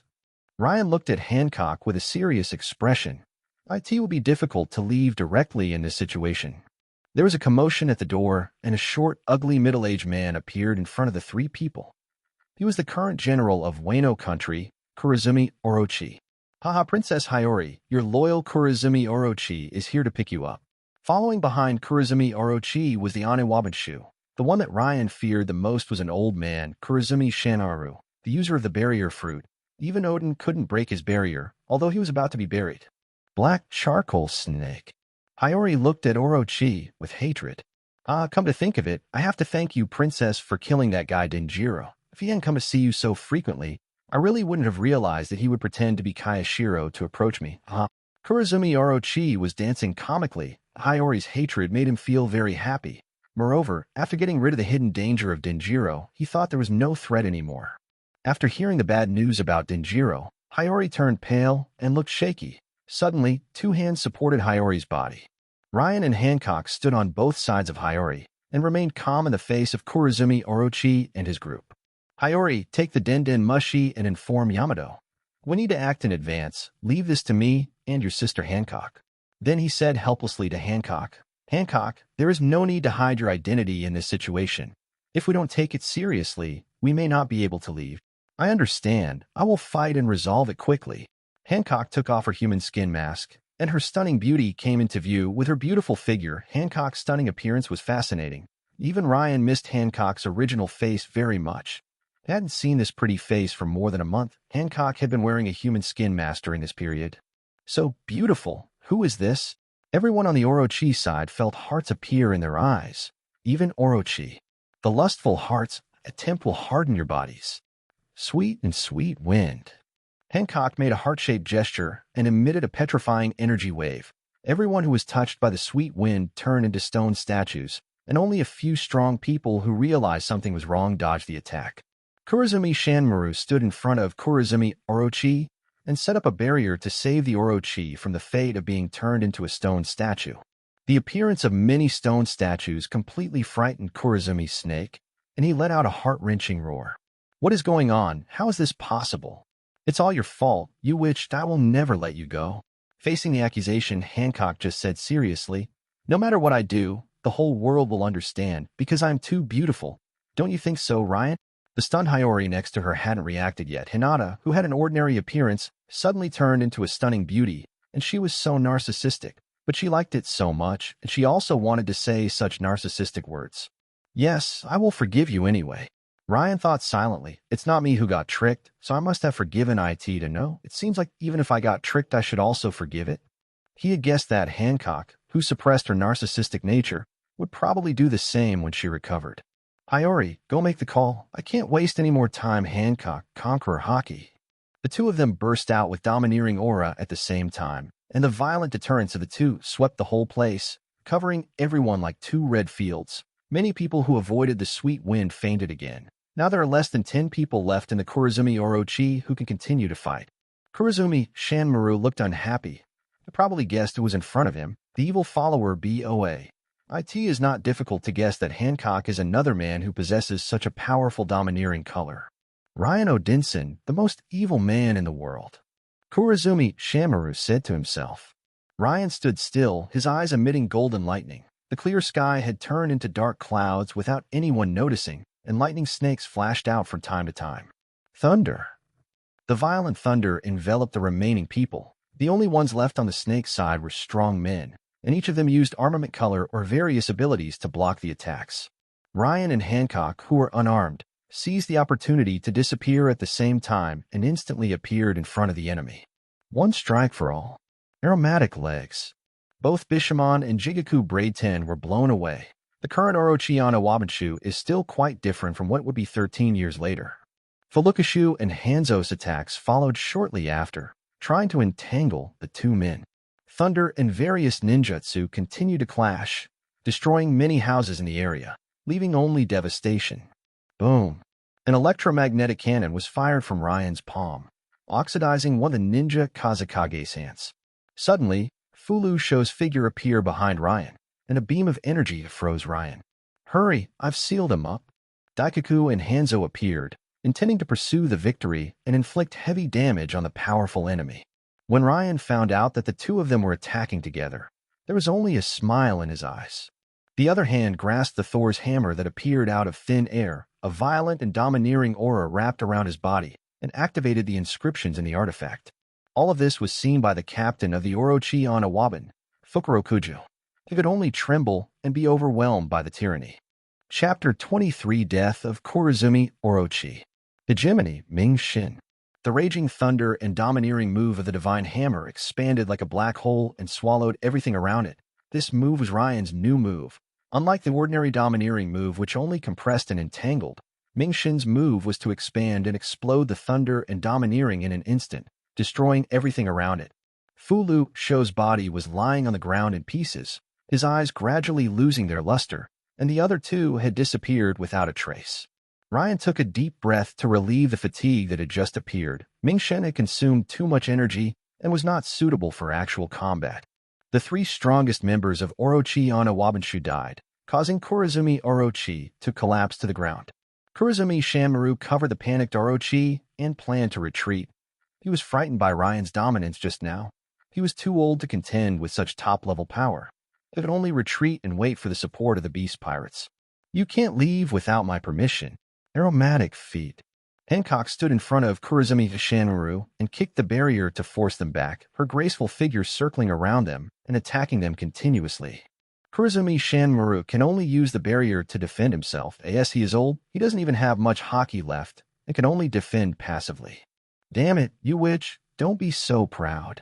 The protected Kurozumi Orochi transformed into Yamato Naroki and attacked Hancock, with its 8 snake heads trying to block any escape route. The hem of her cheongsam fluttered, and Hancock somersaulted out of the attack range. She put her hands on her hips, raised her legs high, and pointed at the two people with one hand. "You ugly monster snake, don't even think about touching me." Captive arrow.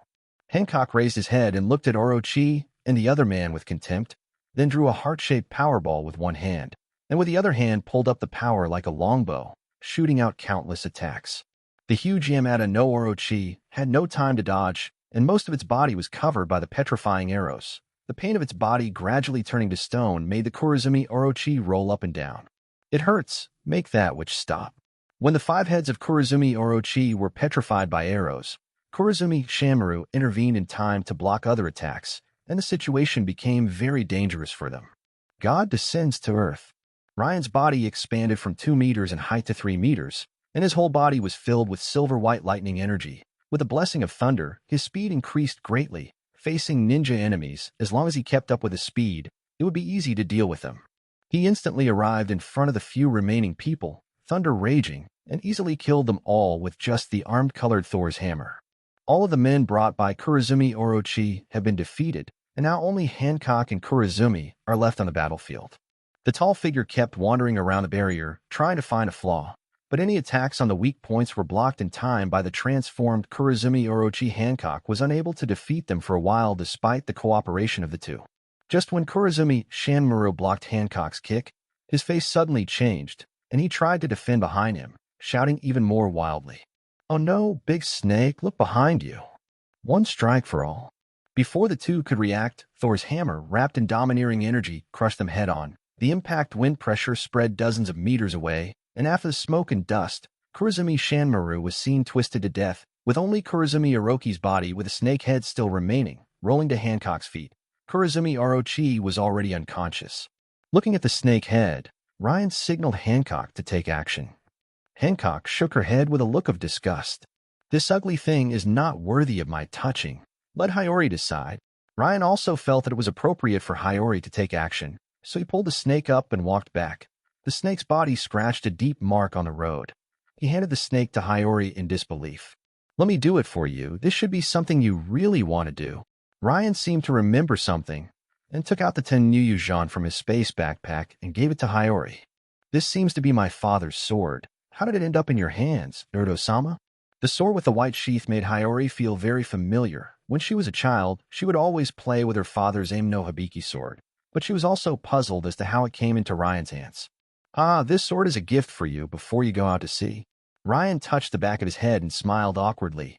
"This was stolen from your grandfather. You definitely can't tell anyone." At this time, Kurozumi Orochi had just regained consciousness. He watched Hiyori draw out the Aim no Baki and walk towards him. Those eyes filled with hatred made him feel a little chilled. He wanted to struggle, but Ryan held him down with one hand to prevent him from moving. The fear of death brought him to the brink of collapse. Princess Hiyori, please let me go. I didn't kill Lord Odin. It was Kaido who forced me to do it. Really, everything I said is true. Please let me go. Without waiting for Kurozumi Orochi to finish his words, Hiyori used all her strength to cut off his head with Malabasaki. Blood stained his delicate face, and 2 tear marks were also left on the side. Father, mother, I have avenged you. The feeling of revenge made the girl cry bitterly. In Hiyori's heart, her hatred for Kurozumi Orochi was even greater than that for Kaido. Traitors were the most hateful. At this time, Hancock also dragged nearly 10 good swords to Ryan. It was really incredible that Hancock would clean up the battlefield. Ryan, Hiyori, let's get going quickly. I think the Beast's pirates will be here soon. It was not advisable to stay here for long, so Ryan picked up Hiyori and asked Hancock to hold him tightly. Mjolnir took the 3 of them and soared into the sky, flying towards a place they had agreed to meet with Yamato. At this moment, the system voice sounded in Ryan's mind. Complete the purple achievement and kill the ruler of a powerful country. Achievement reward, armament hockey skill Raya Sakura. A stream of heat flowed into Ryan's body. Was the snake killed by Hiwa also counted as his fault? The system seemed very humane. The training in Wano country and Ryo made him much stronger than before he went to sea. Ryan Odinson's overall strength, level 8 pseudo level 9, vice level emperor. Fruit development degree, 73%. The fruit ability is the power of the god of thunder, which can create lightning and control the world. All thunder and lightning, because you are the god of thunder. The body of Thor, a powerful demigod body, enhances the overall attributes of the body and is comparable to a god at its peak. Weapon Thor's hammer, Mjolnir, gold, preliminary mastery. Big sword, Daogwang, purple, a weapon made of thunderstone, with built-in thunder attribute attack, which amplifies the power of thunder. Big sword, demon's sword, 2, ghost cut, purple. Skills, 3 hammers of a reckless man, blue, thunder skill, purple, God's awakening, purple, heavenly punishment, gold, tyrant entanglement, gold, tyrant entanglement, thunder, gold, tyrant entanglement, Naruto, purple, armament color, flowing cherry, purple. Conqueror's hockey, advanced, level 3 middle stage armament hockey, advanced, level 3 early stage observation hockey, advanced, level 3 early stage. In the past 2 months, his physical body and fruit abilities have been slightly enhanced, but he is the only shortcoming among the 3 colors of hockey. The improvement of armament hockey and the comprehension of Ryo have allowed his basic combat power to officially reach the level of the Vice Admiral. Even without the hockey, he can be comparable to the Vice Admirals of the 4 Emperors, or even the substitute for the Admiral. If he uses the domineering color, it will be like when Luffy fights Kaido in the original story. Before the domineering color is exhausted, he is not much weaker than the top combat power, Admiral 4 Emperor's level. However, his domineering color is only level 3, and the domineering color can only last for more than 10 minutes at most. Chapter 24, Battle Against the Second Disaster. Boom. Mjolnir and the other 2 were flying at low altitude, and they had already seen a medium-sized ship on the distant coast. This was the ship that Ryan had prepared long ago. A girl with white hair and a ponytail was standing on the bow and waving at them. The girl was none other than Yamato, who had been waiting for a long time. Suddenly, a huge black shadow attacked Ryan and the others from above, and the speed was so fast that Ryan, who was unable to move, had no time to react. This time, Hancock quickly let go of Ryan and faced the black shadow. Aromatic feet. The fragrant heels collided with the black beaks like after images. Boom. Although Hancock stopped the black shadow, she herself was attacked and thrown into a deep pit. She was slightly injured when she climbed out. Ryan took the opportunity to land next to her and asked worriedly, "Hancock, are you okay?" "I'm fine, but that person in the sky is a big trouble." Hancock shook her head and looked at the enemy with a serious expression. She saw a pteranodon flapping its wings in the sky, and the pterosaur's body slowly turned back into a human form. This person's body was covered in black clothes, wearing a mask and goggles, leaving not an inch of skin exposed. There were ornaments on his arms and legs, a long sword hanging from his waist, and flames surrounding the back of his head. He was the leader of the Beast Pirates, the deputy of the 3 Emperors Kaido, and the Flame Disaster Gene. The bounty is 1.39 billion, and they are the remnants of the Lunalia tribe, a race wanted by the world government. "Hancock, you guys go meet up with Yamato first. I'll follow later." Ryan looked at the Flame Disaster Gene and told the 2 women. Hancock didn't stay long and left with Hiyori. Facing such a strong enemy, her staying would not be of much help. Ryan's armament hockey was madly wrapped around Thor's hammer, and his fierce fighting spirit was locked on Gene. Fascinating domineering hockey was brewing in his body, ready to erupt at any time. Flame Disaster Gene was worth his full efforts.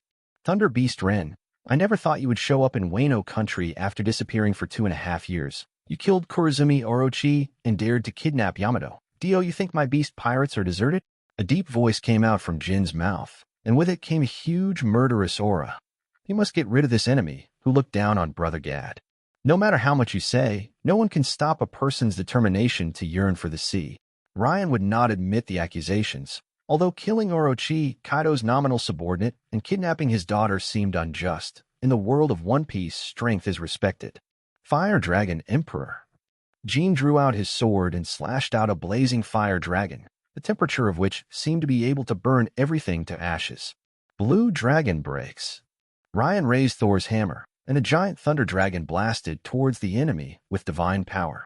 The two giant dragons collided violently, their bodies constantly entangled with each other. Thunder and fire continued to fight against each other, and finally a powerful explosion occurred, and elemental energy raged all around.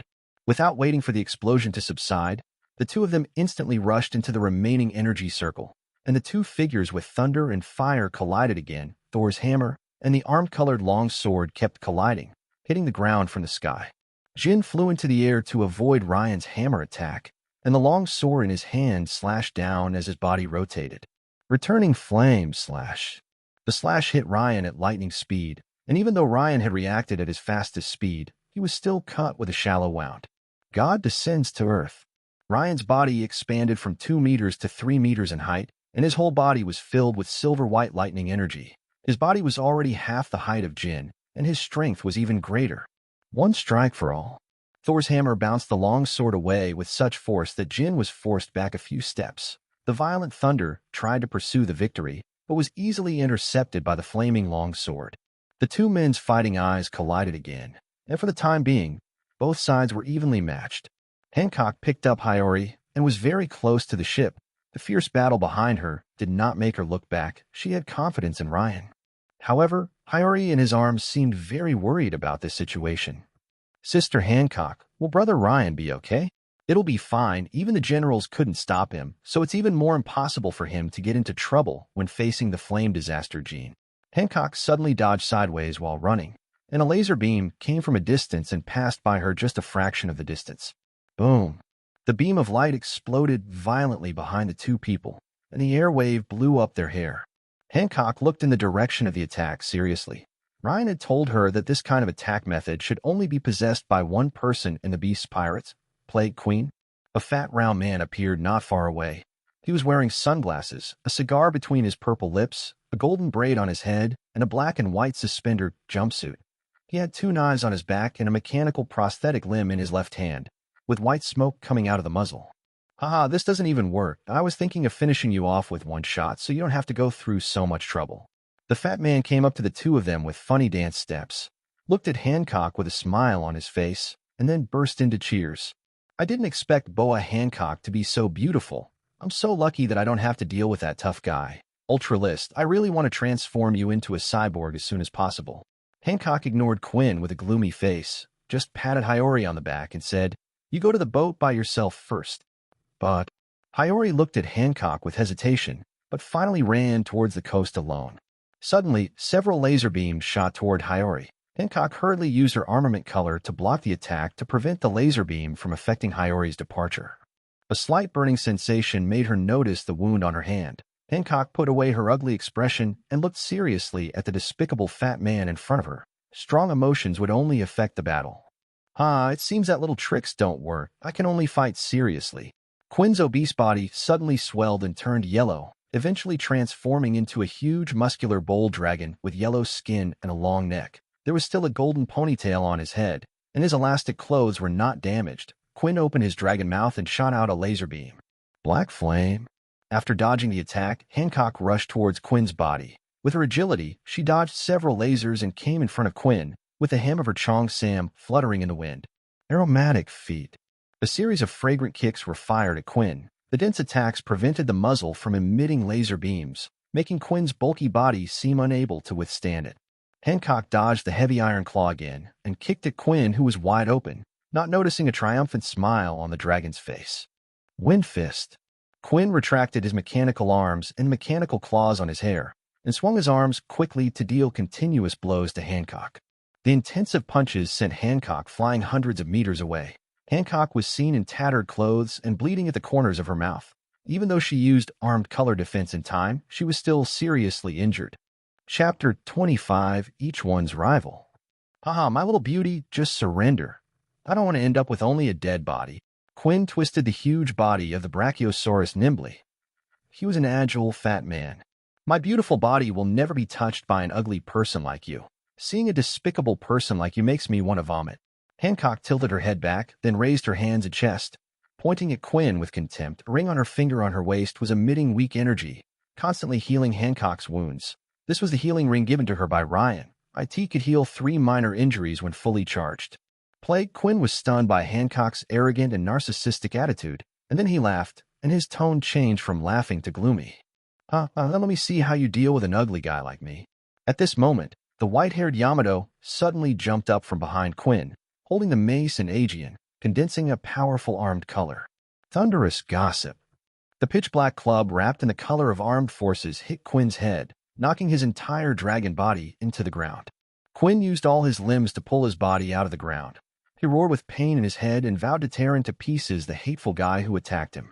It hurts. Which bastard dared to attack me? You're dead, Master Yamato. When Quinn looked around, he suddenly found Yamato standing next to Hancock. He was so frightened that his eyes almost popped out. Yamato had long white hair, parted in the middle, with the hair on both sides naturally falling to his chest. He had a pair of red devil horns on his head. The hair at the back of his head was tied into a ponytail. He was tall, wearing a white sleeveless kimono with a huge rope tied around his waist. He was wearing a red long skirt and a pair of red clogs on his bare feet. The handcuffs he was wearing had been removed by Ryan, and he was ready with a mace in hand. At this time, Quinn could no longer care about the pain and yelled at Yamato. Master Yamato, do you really want to go out to sea with that guy Thunder Beast and become an enemy of our beast pirates? That's right, I want to go to sea with Ryan. Going to sea is my dream. I will never let my bastard father stop my journey. The sea breeze blew her white ponytail in the wind, and Yamato looked at Quinn seriously. During the month when Ryan had been influencing her, she no longer regarded becoming Odin as her first ideal. She wanted to go out to sea to truly witness this world. Although Odin's actions are worthy of respect, they are not ideal. She should be like what Ryan said, reading 10,000 books is not as good as traveling 10,000 miles. After walking more, she will know what she wants. Master Yamato, don't blame me then. I will take you back, even if I beat you half to death. Quinn showed an abominable expression. He was very angry now. Yamato, as the son of Lord Kaido, dared to betray the pirate group. Hancock and Yamato looked into each other's eyes. This was the first time they met. Although they already knew each other from Din Din Mushi, they were still very curious about each other. The only thing that could be confirmed for the time being was that they were both beautiful women. Hello, my name is Yamato, and I'm glad to be your friend. I'm going to fight side by side this time. I'm no match for Quinn. Yamato smiled cheerfully. She was happy to make new friends. I am Boa Hancock. Let's work together to defeat this fat dragon. Hancock was even more curious about Yamato. Was this girl really what Rin described her as, strong, simple, and stupid? You still have time to chat in front of me. Spark Queen. Quinn, who was extremely angry, fired continuous explosive beam bombs from his eyes, blowing up everything in his path. The two women dodged separately, and Hancock retreated dozens of meters away. She touched her lips lightly with her fingers, transformed into a pink heart-shaped powerball, and drew her bow to shoot out a large number of pink arrows. Captive arrow. Countless arrows hit Quinn, but Quinn's powerful armament color made him unharmed. The Brachiosaurus opened its mouth and shot out laser beams, which exploded violently before Hancock could leave. At this time, Yamato rushed out from the smoke and dust. She had activated the human beast form and turned into a white werewolf with 2 horns. This is the animal system, dog fruit, mythical beast, big mouth true god form. Divine foot white snake drive. Yamato instantly accelerated, swinging the mace in his hand to quickly attack Quinn. Wedding fever. Facing Yamato's attack, Quinn set the mechanical arm on his right hand on fire, and the powerful arm-colored mechanical arm collided with the mace. The two were in a stalemate for a moment, and then Yamato was knocked away. The two of you combined are no match for me, so just surrender. He had the upper hand in the first round, which made Quinn start laughing again, looking very mean. Hancock and Yamato exchanged glances again, and this time they rushed towards Quinn together. After working together to dodge several laser beams, they launched another close combat. You're all wasting your energy. Wind Fist. Quinn's mechanical claws shrank, and the armament color turned his entire arm pitch black. Then he swung his arms quickly to cover and attack the two women. Thunderous Gossip. Yamato swung the iron rod wrapped in the color of armed forces. Big aromatic feat. Hancock kicks out her strongest move that uses all her domineering power and fruit ability. The attacks of the three collided again, and the intense clash of armament color caused cracks in the earth. The attacks of Yamato and Hancock slowly suppressed Quinn, and under his unquestionable gaze, they defeated his armament color and knocked him out. The body of the Brachiosaurus, weighing dozens of tons, smashed the boulders and sank into the mountain. The rubble exploded, and Quinn appeared in front of the two women again. The powerful attack left him slightly injured. The pain made him roar. Don't think you can win. I want to make you realize what despair is. At this time, on an island thousands of miles away from Ghost Island, a terrifying overlord color enveloped the entire island. A huge green dragon soared into the sky and flew towards Ghost Island, leaving only the angry roar. That Ryan dared to kidnap my stupid son and kill the snake. I must kill him. Ryan and Fire Disaster Gene collided and separated again. Both of them had consumed a lot of physical strength and had slight scars on their bodies. They had already noticed the fighting in the distance. Gene looked at Ren with sharp eyes and said calmly, even if Yamato joins the battle, they can't be Quinn's opponent. And if you only have the current strength, you can't escape, surrender. Brother Ged is a person who loves talent, as long as you join the Beast Pirates. The fight between the two women also made Ryan very worried. Now that the test has been completed, it is time for a real fight. His basic combat power is indeed a little weaker than Jin. Yes, so we need to end the battle as soon as possible and start the second round. Ryan's eyes were deep, and a powerful domineering aura rose into the sky. Under Jin's dazed expression, it condensed on the hammer. The Scarlet Dominance activated the artifact inscription, and the Golden Thunder and the Red Lightning intertwined together. 26. Chapter 26. Defeat the Flame Ember.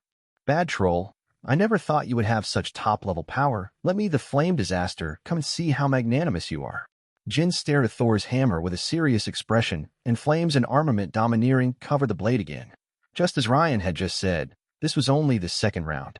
At this time, Hiyori finally ran to the side of the ship. She was out of breath from running at full speed, and the fierce battle behind her made her very worried.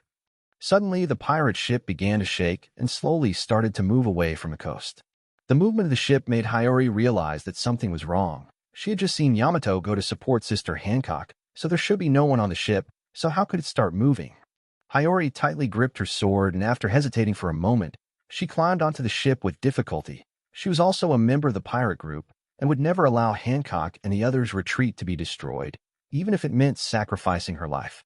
After Hiyori stepped onto the deck, she drew out the Ino Habakiri and walked slowly towards the rudder where there was movement. When she saw the condition of the rudder clearly, she was confused again. She saw an 8-year-old child controlling the boat. The child, who was not tall enough, was standing on tiptoe trying to control the rudder, and sweat was already dripping from the corners of his eyes.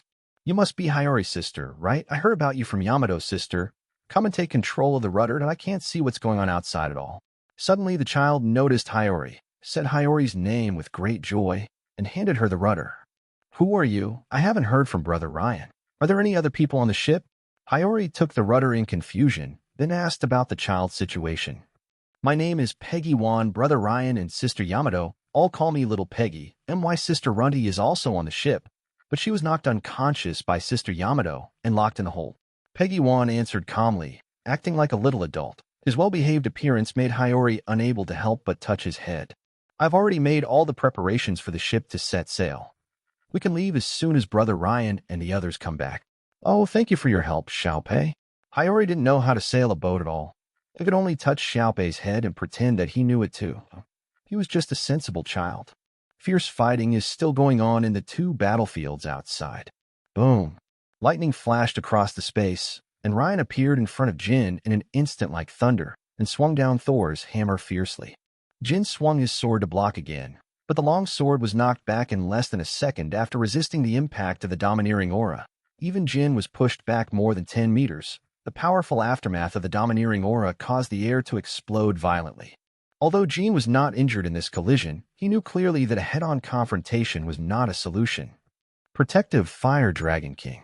Jin released all the flames wrapped around the samurai sword, and the flames expanded like the sun surrounding Jin. Then the sun turned into a fire dragon hundreds of meters long and bit towards Ryan. The temperature was so high that it could burn all the plants within 1,000 meters. Facing the giant fire dragon's devouring, Ryan was not afraid at all. He swung his powerful hammer and smashed the dragon's head into pieces. Then, with Jin's triumphant expression on his face, he focused on the true face of the small fire dragon that was reassembled by the remaining flames. Before Jin could continue his attack, Thor's hammer flew out from the flames and hit him. The red hammer instantly knocked him into the hill, causing a large-scale collapse of the nearby land. Ryan raised his arm and transformed lightning into a powerful electromagnetic cannon. Before being hit by the electromagnetic cannon, Jin transformed into a pteranodon and flew into the sky, flying around Ryan non-stop. When he flew into Ryan's blind spot, he pulled his head back like a slingshot and then released it to create a powerful shockwave. Diao. Boom. The attack wave did not achieve the expected effect and was directly broken by Ryan, who turned around. Without waiting for Jin to continue attacking, Ryan turned into lightning and caught up with the pterosaur. He is the god of thunder, possessing the godhood of thunder, and his speed is no slower than Jin. The pteranodon kept flying and fighting with Ryan in the sky. From a distance, it looked like two colors of light were chasing and colliding. The clear sky slowly turned into dark clouds during the chase, with flashes of lightning. Suddenly, the black pterosaur that was fighting fell to the ground like a meteorite, destroying everything within a radius of dozens of meters. However, Ryan, the golden figure, was only injured in the arm by the wing, which did not affect the battle at all. During the 10 minutes of fierce fight, Ryan still seized the opportunity to use his tyranny to knock Jin down from the sky. Jin fell to the ground, covering his wings and walking out of the deep pit. Obviously, Ryan's tyranny had seriously injured his wings. This time, Jin was more seriously injured. Ryan slowly descended to mid-air, forming a strong visual contrast with Jin on the ground, one higher than the other. There was no further communication, but the fighting looks in their eyes showed that one of them had to fall. Fire Dragon Emperor. Jin once again swung the blazing fire dragon at Ryan, but Ryan did not respond and remained standing where he was. His eyes emitted dazzling lightning, as if he was attracting some kind of power. God's punishment. I saw that the dark cloud sky contained terrifying energy. Thunder kept flashing among the clouds. Several huge thunder dragons kept rolling and gathering, and a huge gap formed in the middle of the dark clouds in the sky. A huge lightning pillar like Doomsday descended from it. The world-destroying thunder easily extinguished the fire dragon and even swallowed him up under Jin's unbelievable eyes. The huge movement could be seen clearly from anywhere in Wano country. The violent thunder turned everything within 1,000 meters into nothingness, leaving only a huge pit hundreds of meters deep. The surface soil was crystallized into thunderstone. Ryan gasped for a few times rapidly. The energy consumed by launching the heavenly punishment made him feel weak instantly. Fortunately, his strong physique slowly recovered. Although the consumption was very high, the power was much stronger than before. Felt that Jin would not feel good after being hit by this move, and the result was as he expected. Complete the purple achievement. Defeat the Emperor-level strongman. Achievement reward. Terminator Robot T-2000. The system's voice let him know that he had completed the purple achievement, but the most important thing now was to determine Jin's situation. Just wait. After a long time, Jin's figure still did not appear. After Ryan's continuous search with his observation hockey, he finally found a faint breath buried in the ruins hundreds of meters deep. The combat state was lifted and Ryan breathed a sigh of relief. In the short battle, most of his domineering aura had been consumed. Fortunately, the battle was finally over. If Jin's wings had not been injured and the intense battle had not consumed a lot of his physical strength, this charged heavenly punishment might not have hit his target. After waiting for a while, Hammer took Ryan and flew directly to the two women.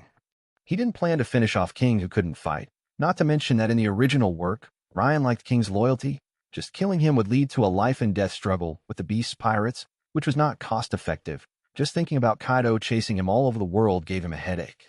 Moreover, Yamato and Jean have a good relationship.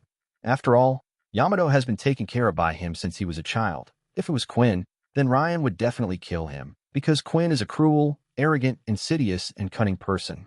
27. Chapter 27. Kaido's Pursuit. 3 minutes ago, Wedding Fever.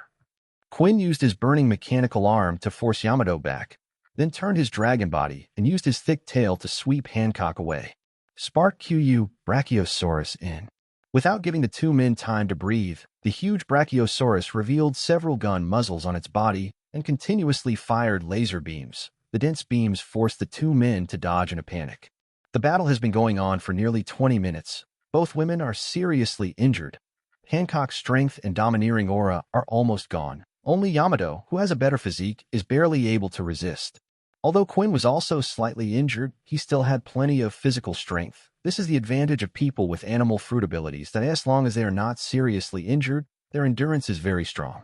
After the bombing, Yamato stood in front of the exhausted Hancock, turned around, and said seriously, "Hancock, you go first. I will stop Quinn." Seeing this, Quinn twisted his huge body and started dancing, laughing loudly. "Haha, Master Yamato, do you still think you can escape today? Neither she nor you can escape." The two women had gloomy faces and prepared for a desperate fight. Now their only hope was to hold on until Ryan's support came. Suddenly, a huge bolt of lightning descended from the sky not far away, interrupting their fight. The dazzling light from the lightning seemed to cover up all colors, and even here one could feel the shock waves from the lightning hitting the earth. The momentum of the heavenly punishment disappeared, and suddenly Quinn's face changed drastically. His advanced observation revealed something that made him unbelievable. Along with the disappearance of the heavenly punishment, the breath of Jin also disappeared, and only Ryan's powerful breath was still there. While the two women were puzzled, Quinn stood still, frantically searching for Jin's scent with his observation haki. After waiting for a moment, he suddenly ran to the shore with a look of panic on his face, and after mechanical devices appeared on his body, he sank into the sea. Yamato did not stop Quinn from leaving, because he didn't know whether it was a trap or not. The most important thing now was to protect Hancock. Suddenly, a lightning figure came into their sight, and a moment later Ryan came to their side. Ryan was worried about the injuries of Hancock and Yamato, and hoped that they would not encounter the worst-case scenario and be intercepted by Kaido. Without saying much, Ryan hugged the two girls and flew into the sky. He landed on the boat under the welcome of Hiyori and Xiaopei. After seeing Ryan and his crew land, Xiaopei busied himself under Ryan's strange look, and finally made the pirate ship move towards the waterfall at high speed. "Xiaopei, why are you on the boat?" Although he was very curious about why the young Peggy Wan was driving a boat, he still asked clearly why it was most important to be on the boat, and if he was on the wrong boat, he should be sent back quickly. "My sister and I boarded the ship with Sister Yamato, who is still unconscious in the cabin." Xiaopei pointed to the cabin and answered obediently. This made Ryan and Hancock look at Yamato, as the two siblings were too young to be on the ship. "Yamato, what's going on?" "I invited them to come on board, and they agreed. When I asked you a few days ago, you also agreed to let them come on board." Yamato had an innocent look on his face, and seemed to be blaming Ryan for breaking his promise. Ryan thought about it seriously, as if he had once agreed in a daze when he felt sleepy after telling a story. Hancock knew it was true by observing Ryan's expression, so she could only roll her eyes at him helplessly. It was not appropriate to let them get off the boat at this time. The issue of Runty, Page, and Manryo brothers is put aside for the time being. The most important thing now is to leave Wano country. When the pirate ship sailed to the waterfall, Ryan used all his Thunder God ability to allow magnetic energy to temporarily make the pirate ship float, and finally it slowly descended to the sea surface, splashing slight waves. Ryan took over the control of the ship from Page 1 and headed for the island where the old ship was parked as planned. He also had time to check the rewards for defeating Jin. Terminator Robot T-2000. The liquid robot has the appearance and body of a governor. It can transform and control ships and even manufacture simple weapons. Its own combat power reaches level 5, which is no weaker than that of an ordinary pirate. Ryan was very happy to get a boatman as the achievement reward. He was finally free and could now seriously plan to avoid Kaido's pursuit. But Jean said that Kaido was on his way back.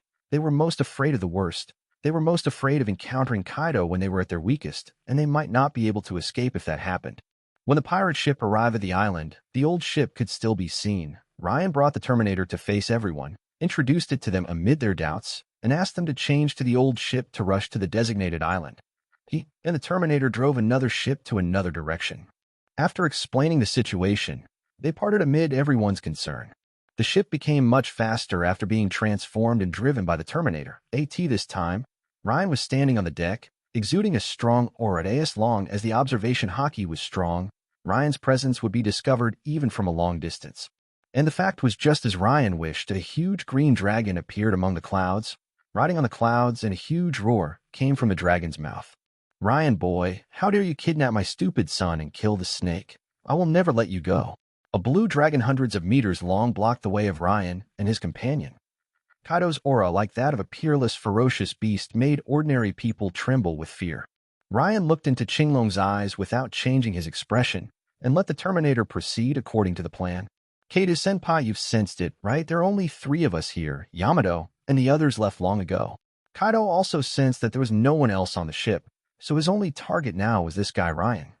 If Yamato is not here, then I will capture you and show me the strength of the most evil person in the world. Hot breath. The Azure Dragon opened its mouth and exhaled hot breath. A surging column of flames destroyed Ryan's ship and blasted a huge gap in the sea level. The sea water thousands of meters around it began to boil.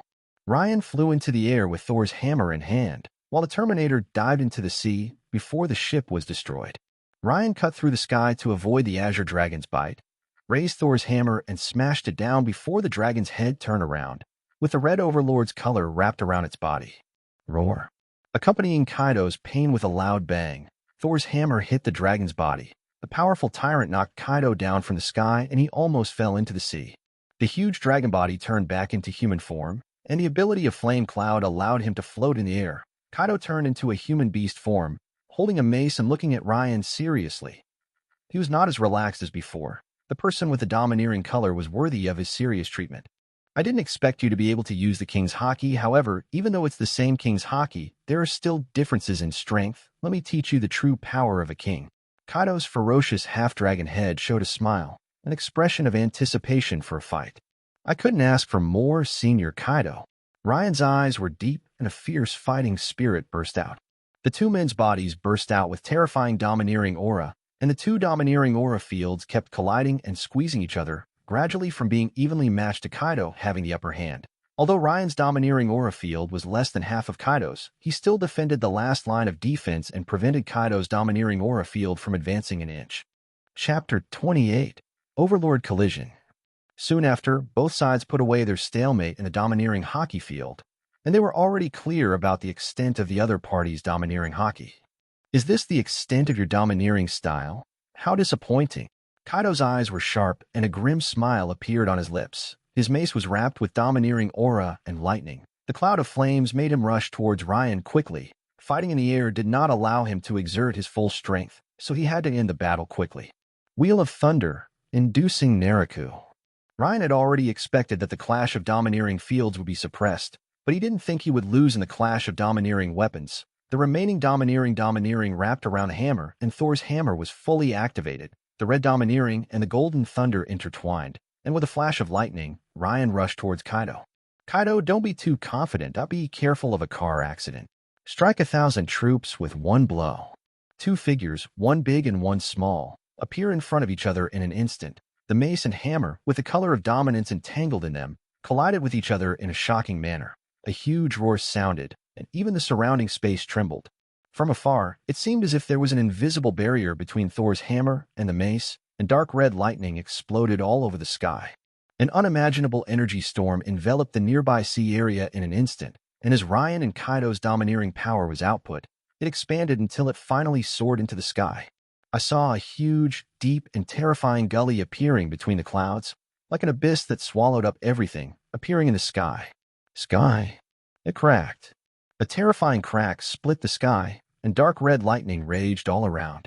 The extremely ferocious domineering aura exploded at the center of the collision between Ryan and Kaido. Wherever it passed, strong winds whistled and impacts gushed out. Even the sea surface dozens of meters below was covered with huge waves.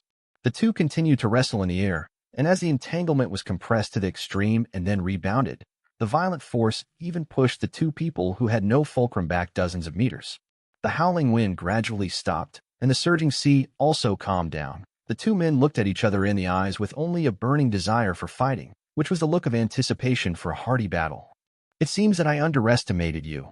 The strength of this entanglement is enough to make you reach the top level. The hammer in your hand is not an ordinary item, right? There was no contempt on Kaido's face. Even if Ryan was more than 1 level weaker than him in terms of dominance, the dominance enhanced by his weapon was not much worse than his. I hold Mjolnir, an important companion. Senior Kaido, your weapon seems to be very powerful as well. Ryan introduced Thor's hammer calmly.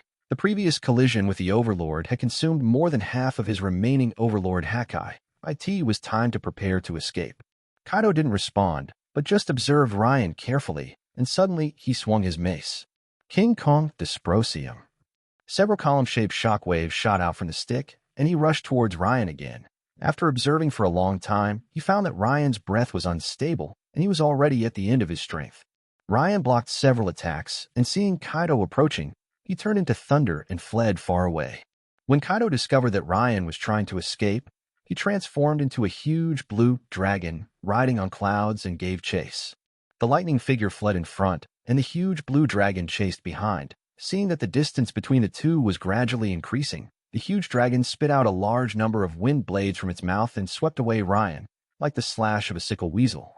Ryan kept changing his position, even getting close to the sea surface to dodge the attack, but the wind blades still pursued him relentlessly, and Kaido's figure was slowly getting closer. Boy, you can't escape, just surrender. Tornado. Several water tornadoes rose from the sea, connecting the sky and the earth. The power of a natural disaster blocked Ryan's way, and the wind blades behind were chasing him closely. Such a dangerous situation made Rand determined, and the most important thing was that the target island had appeared not far away.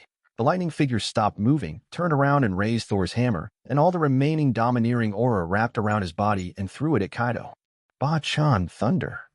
A roar was heard and Thor's hammer made a sonic boom, piercing through the wind blade like a thunder dragon. Where its body passed, it split the sea surface in two and hit Kaido's dragon head head-on with lightning speed. The damage that broke out even made Kaido lose consciousness instantly.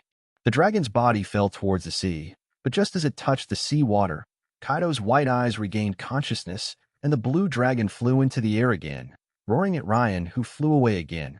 Ryan's attack successfully hurt him. After Ryan landed on the island, he used his observation haki to get a clear understanding of the situation on the island. It was an uninhabited island with only some small animals. Then Ryan used the shadow clone technique to create a clone, and said to the clone who looked exactly like him, "I'm counting on you from now on, try to fly as far as possible." Ryan's clone patted his chest confidently, which made Ryan worry that he would kill himself. His physical strength and domineering aura were exhausted by the previous attack. "Don't worry if you weren't such a jerk. I could have beaten Kaido to pieces. How dare you, a mere caterpillar, act so pretentiously in front of me?" Without waiting for Ryan to reply, the clone directly grasped Thor's hammer and soared into the sky, letting out a ghostly cry. Ryan slapped himself in the face. It was really embarrassing to watch. How could there be such a weird clone? But now he could only rely on him. As expected, Qinglong flew directly over the island and didn't notice Ryan, who was restraining his breath at all. Ryan turned around and handed over the follow-up to the Terminator next to him. "Terminator, everything is up to you." The Terminator changed into swimming mode and replied in an emotionless tone, "Master, please rest assured I will definitely complete the task." The Terminator took Ryan in his arms and dived into the sea with him, swimming in the opposite direction. The spiral horns on his feet carried the two of them away quickly. Ryan dived into the sea and felt a sense of powerlessness in his body. Devil fruit users are all afraid of water, and even he is not immune. Suddenly Ryan's face changed slightly. The clone he had sent out had been destroyed. It had been less than 2 minutes. This thing was really unreliable. Qinglong Kaido looked at him with an unpleasant expression. The clone that had turned into smoke was deceived by that kid. When? It should be the moment he was knocked unconscious on that small island. Qinglong hurried back to the edge of the island and used his powerful observation haki to search the surroundings, trying to find Ryan's presence. The more he searched, the angrier he became, but there was no sign of that boy at all. Hot breath. Kaido exhaled a hot breath and sank the island. The collapsed land and burning forests were like the sea water of a natural disaster that submerged all life on the island, as if the island had never existed. "Boy, don't let me meet you again, or I will definitely kill you." Kaido flew away after leaving behind a deafening roar of impotence and rage. Ryan, who was dozens of kilometers away, could vaguely see Kaido destroying the island. It was he who brought disaster to those small animals. Let's observe a 1-second silence. After waiting for Kaido to really leave, the Terminator turned into a speedboat and carried Ryan to the agreed location. Chapter 29: The Don Quixote Family Attacks. New World, Cadley Kingdom, a small island country close to Wano Country. A pirate ship cut through the waves and slowly approached the island. When the ship docked, a gang member kept secretly looking at the pirate ship.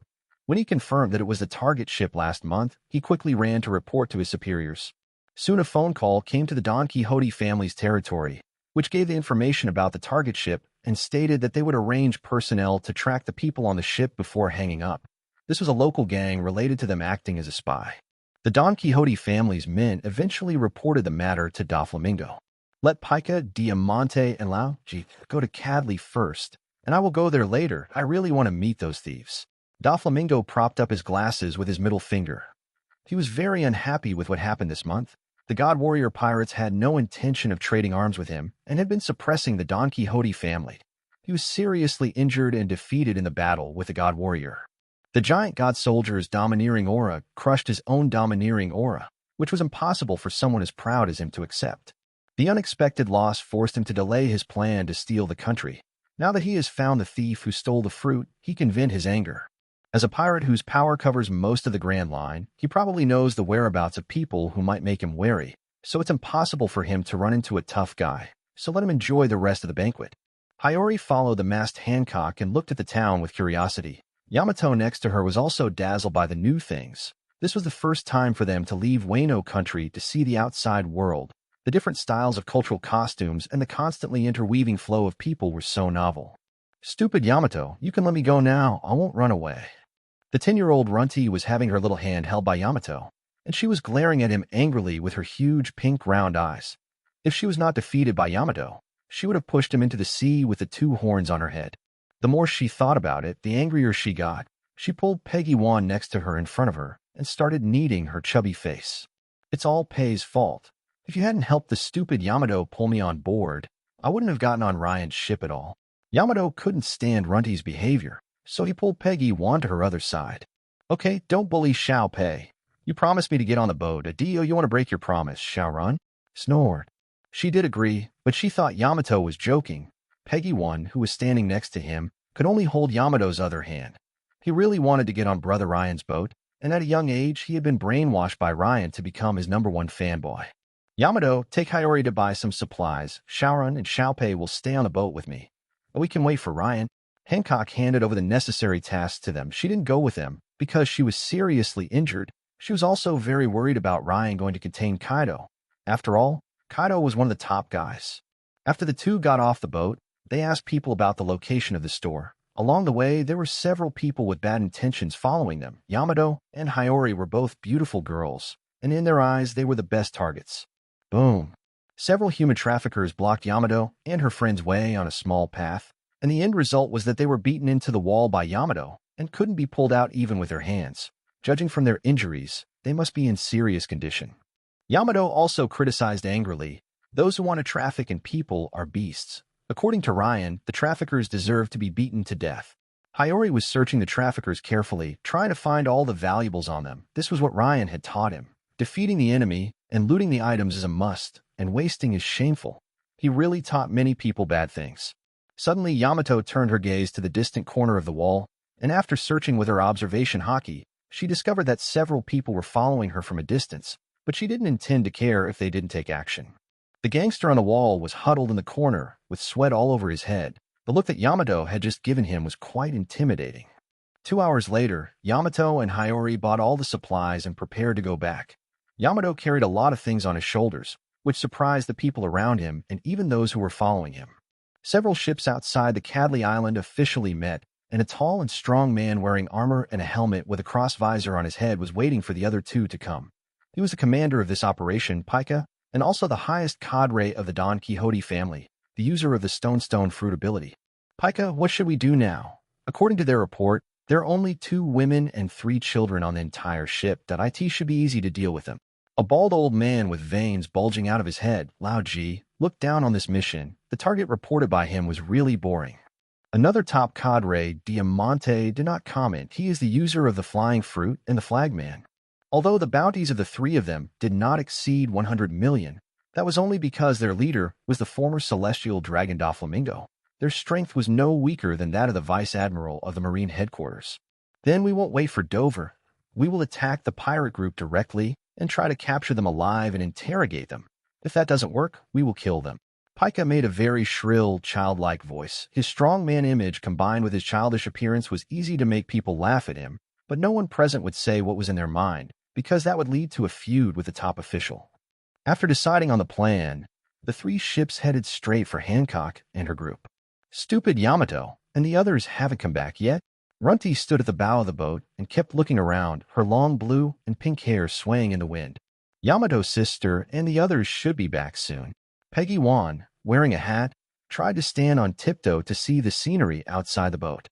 Suddenly, Hancock appeared in front of them. Her long legs kicked away an enemy who wanted to attack the two siblings. She stood gracefully at the bow and looked at the approaching fleet. Her eyebrows were slightly furrowed, like someone from the Beast's pirates. Who could that be? Lumbar pain, posture, eyes dryness. An old man attacked Hancock with inhuman movements, spinning his body and throwing out qigong punches. Faced with the attack, Hancock could only pull the two siblings back, then raised her foot to launch a quick attack similar to the Thousand Rift kick. The kicks and punches continued to clash, and a collision of armed colors made the two siblings quickly move away from the two. Aromatic legs. Hancock used a powerful kick to knock Lao Ji, who was blocking with a cross, out of the ship. At this time, two figures also stepped onto the boat, followed by many men. Who are you, and why are you attacking me? Hancock looked at the two men with a serious expression. Their aura was no weaker than the old man just now, and they were very difficult enemies to deal with. You stole the devil fruit from our Don Quixote family, and you're asking us why. Diamante had a mocking look on her face, and her rage was growing. It was because of these damn people who stole the snow fruit that Dover got injured later. Flamingo's most important friend. She could not tolerate this. Chapter 30 Flamingo Minga. Shaoran, go find Yamato first. Hancock's beautiful eyes flashed, and a domineering aura surged through her body. The strong domineering aura raged around, knocking many of the Don Quixote family's men unconscious. The rest were more or less affected. Only the three people who surrounded her remained calm. This is the domineering color. I didn't expect that she and a young master both have the qualities of a king. Lao Ji made a serious move and threw out the Diong fist. Pika beside him also turned his body into half stone. Diamante took the lead in attacking. No matter who she is, she must be eliminated as long as she is Dover's enemy. Bullfighting spear. He transformed the blade of the rapier he was carrying into a shape as light as cloth, then twisted it into a bullfighting posture and stabbed Hancock. Hancock nimbly dodged the bullhead sword and kicked Diamante with her long legs, but was blocked by the light cloak on his body. The cloak was soft in texture, but as hard as steel. Low back pain type ice. Lao Ji rushed into the battlefield and joined the siege of Hancock, and his spinning fists kept attacking Hancock's shoulders. This move was also called shoulder pain. Faced with the siege of two people, Hancock could only defend herself with difficulty. Her physical strength had recovered, but her injuries had not yet healed. She used her long legs to block the Diong fist again. Suddenly, a sword energy slashed at her face. She was overwhelmed and could only use the armed color to resist the slash. Boom. Hancock was knocked into the cabin, and the human skin mask on her face was half destroyed, revealing half of her pretty face. Although she used her armed color to block the slash, she still couldn't resist all the damage, and her injuries worsened. Hancock tore off the torn cloak that was hindering the battle, revealing a short-sleeved cheongsam. She had to hold on until Yamato came to support her. Head moistening gun. Suddenly, a small pachycephalosaur rushed towards Diamante, but he easily held the dragon's head with one hand and slammed it into the deck. The entire dragon's head sank into the wooden board and lay motionless. It turns out there's another little girl with an ancient devil fruit, and now she's mine. Diamond Tai lifted Runny up and laughed at her as she rolled her eyes. Shall run, you bastard. Let her go. Big aromatic feet. Hancock bent her body slightly. A large amount of armament color and fruit ability wrapped around her thighs, and then she kicked out quickly, her white skin concealing the powerful force. Diamante let go of the unconscious Runty and hastily attached the armament hockey to his cloak, trying to use the same trick to block the attack. Suddenly, his face changed drastically. The cloak did not block the attack as expected. The big fragrant kick directly broke through his powerful defense. Intense pain followed. His body was kicked hundreds of meters away and knocked down a house. Then he climbed up with difficulty. He was seriously injured due to negligence. Lao Ji was surprised that Hancock, who had been suppressed, could still have such a powerful attack. Lao Ji, leave now. I want to destroy them and the ship together. Pika, who had been reluctant to take action, turned into a giant stone man tens of meters tall. The part where his body connected to the ground continued to absorb stones. Pika raised his huge arm and smashed it down decisively, not caring about his unconscious subordinates. For him, only the cadres were the real family members of the Don Quixote family. Those minions were buried with the enemy. Faced with the huge stone fist smashing down, Lao Ji and his still-moving subordinates jumped out of the boat in a panic, and after Hancock rescued Runty, she had no time to leave and could only withstand a huge stone. Thunderous gossip. Yamato's figure suddenly appeared on the stone man's shoulder, and he hit the stone man's arm with an iron rod wrapped in the color of armed forces, smashing his entire arm into pieces. Then he leaped up and used a Thunder Bagua move to knock the stone man down. The huge body of the stone man fell down with a loud bang, and many of his men standing nearby were crushed by the boulder, and many of the port buildings were also destroyed. Yamato took the opportunity to jump onto the ship, came to the unconscious Runty, and said worriedly, "Hancock, Runty will be fine, right?" "Xiao Run is fine. She just fainted due to her physical condition." Hancock had already checked Runty's body. Although she was still young, the powerful physique of the Pachycephalosaurus was enough to make her be called a little monster. The two did not have to wait long as 3 cadres from the Don Quixote family surrounded them again. This time their formation was very cautious. If Hancock's strength only made them take it seriously, then Yamato's just expressed performance would also require them to treat it with caution. "Hancock, let's fight side by side again, and this time we will make sure to defeat them." Yamato laughed heartily. She was never afraid of fighting, or rather, she was very warlike. The two women stood there with heroic looks, and when the battle was about to break out, suddenly a figure came flying from the distance like a swing in the sky. The man had blonde hair, wore sunglasses, a pink feather coat, and cropped pants. He was the leader of the Don Quixote family, Don Quixote da Flamingo. "The young master has arrived. Now that Dover is here, the battle will be a foregone conclusion." The appearance of Da Flamingo boosted the morale of the Don Quixote family. On the contrary, Hancock had an ugly expression on his face. Flamingo had heard from Ryan that this situation was undoubtedly the worst. Why hadn't that pervert come back yet? Yamato on the side was unaware of the situation and just confronted him seriously. Hey, look what I caught, 3 little thief cats." Da Flamingo looked at Hancock and the other two with a sinister smile. Now at the age of 29, his strength is close to the peak. Only his fruit has not awakened, but he still has the strength of a Shichibukai.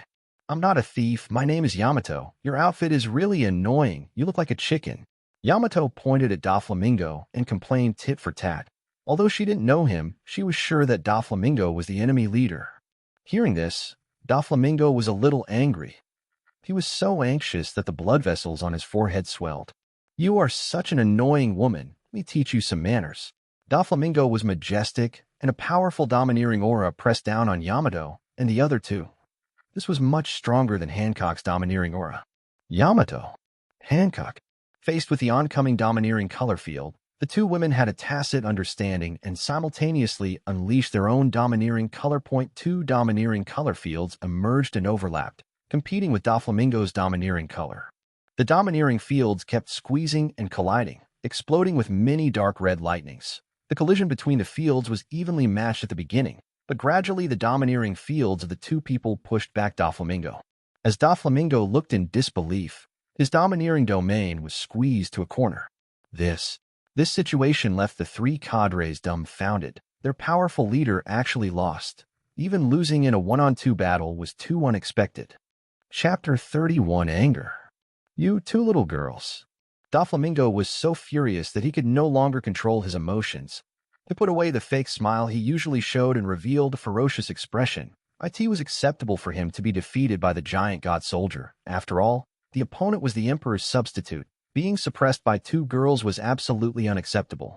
He is Da Flamingo, who thinks he is as noble as the celestial dragons and smarter than those pigs.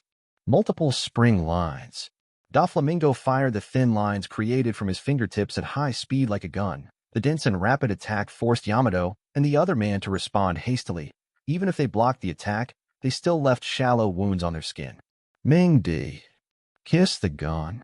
Hancock and Yamato both launched long-range attacks to try to fight back, but their attacks were blocked by Lao Ji and Diamante. The stone giant Pika appeared again, and his huge fist went straight to Yamato. Horse Magic Blade. Yamato transformed into the human beast form of Daigu Shinshin and swung the iron rod containing cold air to collide with the stone fist. There was a loud roar, and Yamato fell backwards back onto the deck, while half of the stone giant's body turned into ice and collapsed. Captive Arrow. Hancock stood in place and shot petrifying arrows, forcing back Lao Ji and Diamante, who were looking for an opportunity to launch a sneak attack. The minions at the back, who had no time to dodge, were all turned into stone sculptures. This petrification ability is somewhat familiar. Doflamingo, who was about to launch an attack, began to think after seeing the petrification attack. After carefully observing Hancock, he seemed to remember something and instantly jumped between the two women to launch an attack. Lower the robe line. Several sharp white lines shot out from his hands and attacked Yamato, who was fighting. Yamato was caught off guard, and the thin lines pierced his waist, leaving several small wounds. Buta Stone. Pika seized the opportunity and created a huge and sharp stone pillar to stab Yamato. Although Yamato blocked the tip of the pillar with an iron rod in time, he was still blown to another ship. Parasite Line. Doflamingo blocked Hancock's kick with his foot, and under the control of his fingers, dozens of lines scattered in the air fell like a meteor shower and pierced into Hancock's body. At this time, Hancock could not move at all, as if her body was not her own, and she was captured. Hey, let me see if you are the person I imagined you to be. Doflamingo reached out and touched Hancock's face several times, and finally took off the human skin mask, revealing that gloomy and beautiful face. Hey, just as I expected, I really won the prize this time. Doflamingo laughed wildly. With Hancock as a card, his subsequent actions will be much easier. In the residential area far away, Hiyori was hiding and watching with Peggy Wan. She had the urge to draw her sword and help countless times, but she couldn't help it. The two of them could not help at all, and the best way to help was to not go out and hinder them. Once again, she felt extremely frustrated with her own incompetence. Peggy Wan stared at the din-din mushy that couldn't be reached, hoping that Brother Ryan would come back soon. Doflamingo held Hancock's chin and looked closely at her appearance. I didn't expect Boa Hancock to be so beautiful. If I didn't have to negotiate with the world government, I would really be reluctant to hand you over. You're so valuable, he. When Hancock heard the word world government, an angry expression appeared on her pretty face. Suddenly, there was a flash of lightning in the sky, and Ryan, covered in lightning, appeared behind Doflamingo. With deep eyes, he put his arm on his shoulder and spoke in an extremely angry tone. Turkey, who did you say you were going to hand over to the world government? And who allowed you to touch my Hancock with your dirty hands? The atmosphere was silent for 1 second. The two of them maintained this action, and Doflamingo even had a drop of cold sweat on the back of his neck. Here comes a big shot. Lower the robe line. Doflamingo instantly turned around and raised his hands, and several white lines tried to attack Rin. Suddenly, violent thunder struck, blowing the ship into pieces, and Doflamingo was blasted thousands of meters away, crashing into another ship and breaking it in half on the way. The lightning stopped, and Ryan fell under the broken when holding Hancock and Runny. Hancock had now regained her freedom, and her delicate hands twisted Ryan's waist, but she did not use the armament hockey this time. You are too slow. If you are any later, your pirate group will be finished. After twisting the flesh around her waist, Hancock turned her head away proudly, not wanting Ryan to see her smile. Only Hancock herself knew the reason for her smile. Okay, I was wronged. I should have come back earlier. You take showering away first. Arnold will help Yamato. Faced with Hancock's accusations, he could only accept it helplessly. Although he rushed back, his physical strength had not fully recovered, and his domineering color had only recovered a little. He could not take down Doflamingo as quickly as he imagined. As he expected, Doflamingo only suffered minor injuries when he walked out of the ruins. Ryan turned into lightning and instantly appeared in front of him. That's a heavy blow, Ryan Odinson. Doflamingo pressed his fingers and twisted the hard neck. Although Ren was famous and had a great record, he didn't think he was much better than him. He thought he could escape from the Admiral. I want to beat you to death. Do you think it's too severe? Thunder. Countless thunderbolts fell from the sky and bombarded Doflamingo. Spider's nest. Doflamingo shot out many spider silk threads to form a spider web to block countless thunders. This time, Ryan came in front of him in an instant. Thor's hammer wrapped in armed color collided with Doflamingo's kick. Amid the aftermath of the impact, Ryan finally pushed him away, and then threw Thor's hammer, knocking Mingo away again. Ryan Odinson, don't be so arrogant. Doflamingo rushed forward again. He exerted the power of the fruit to the extreme in the battle, and vaguely felt the opportunity for the fruit to awaken. The two men clashed again. Divine Foot White Snake Drive. Yamato quickly accelerated to dodge Lao Ji's Diang Fist, and then used the Iron Rod to knock Diamante back. The battle ends here. Yamato has already consumed a lot of physical strength and has been besieged and suppressed by two people. The situation is becoming increasingly unfavorable to her.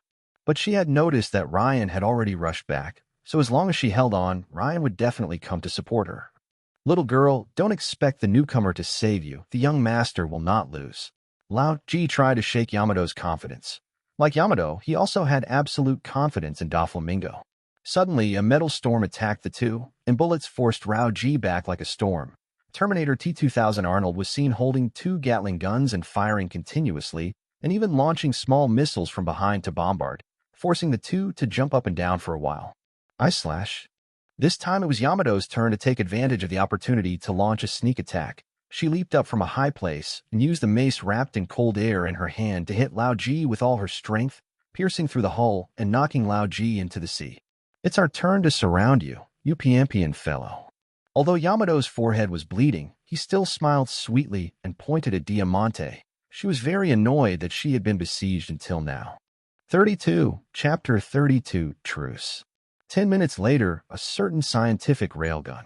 A flash of electromagnetic cannon once again blasted Doflamingo into the ruins. At this time, Doflamingo was covered in scars, and his breath was disordered, but he still laughed heartily because he took that step.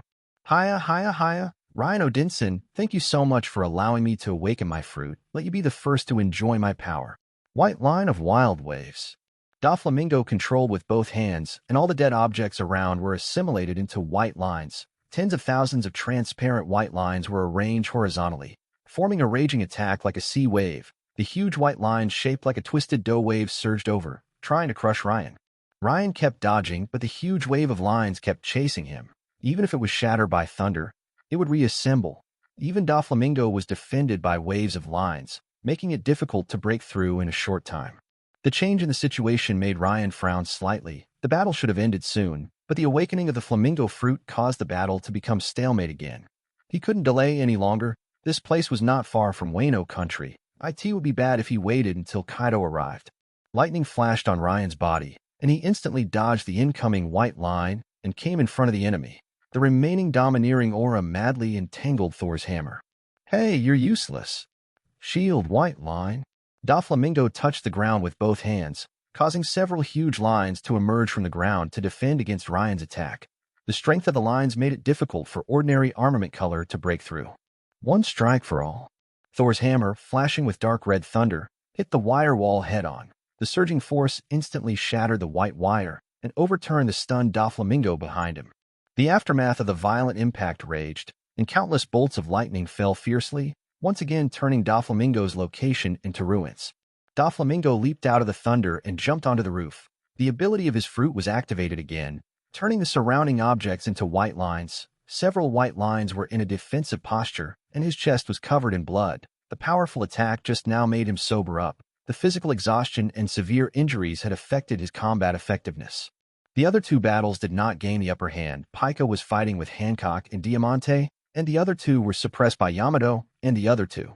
The situation deteriorated rapidly, and it was no longer worth fighting with Ryan and the others. After much hesitation, they decided to retreat as soon as possible. Ryan Odinson, if we continue to fight, both sides will suffer. How about we stop fighting? As compensation, in addition to the snow fruit, I will give you another devil fruit. When Ryan heard this, his face was stunned. Flamingo was surrendering and not fighting. After looking around at the battle situation, he thought about it and decided to agree. It would be disadvantageous for them to continue the stalemate. Without Doflamingo, it would be difficult for him to defeat Doflamingo.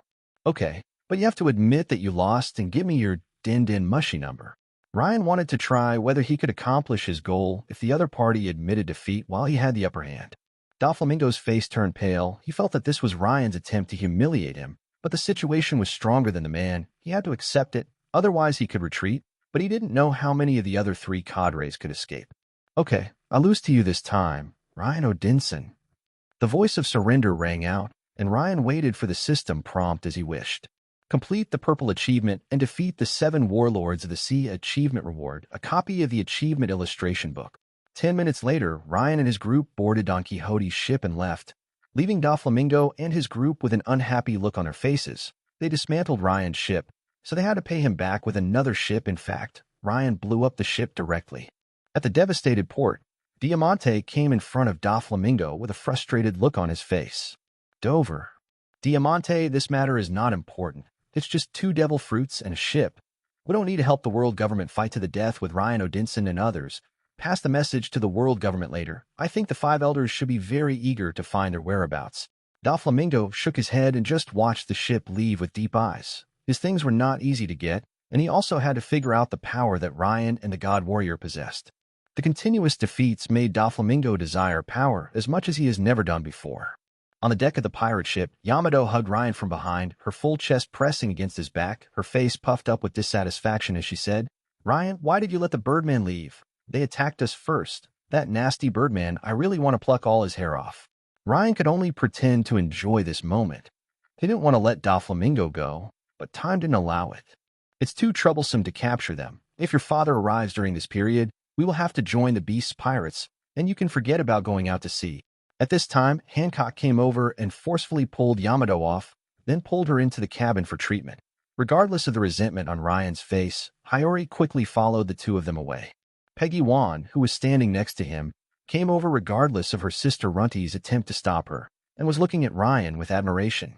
"Brother Ryan, you are so awesome. If you hadn't come back in time, we would all be in danger. I also want to become a strong man like you in the future."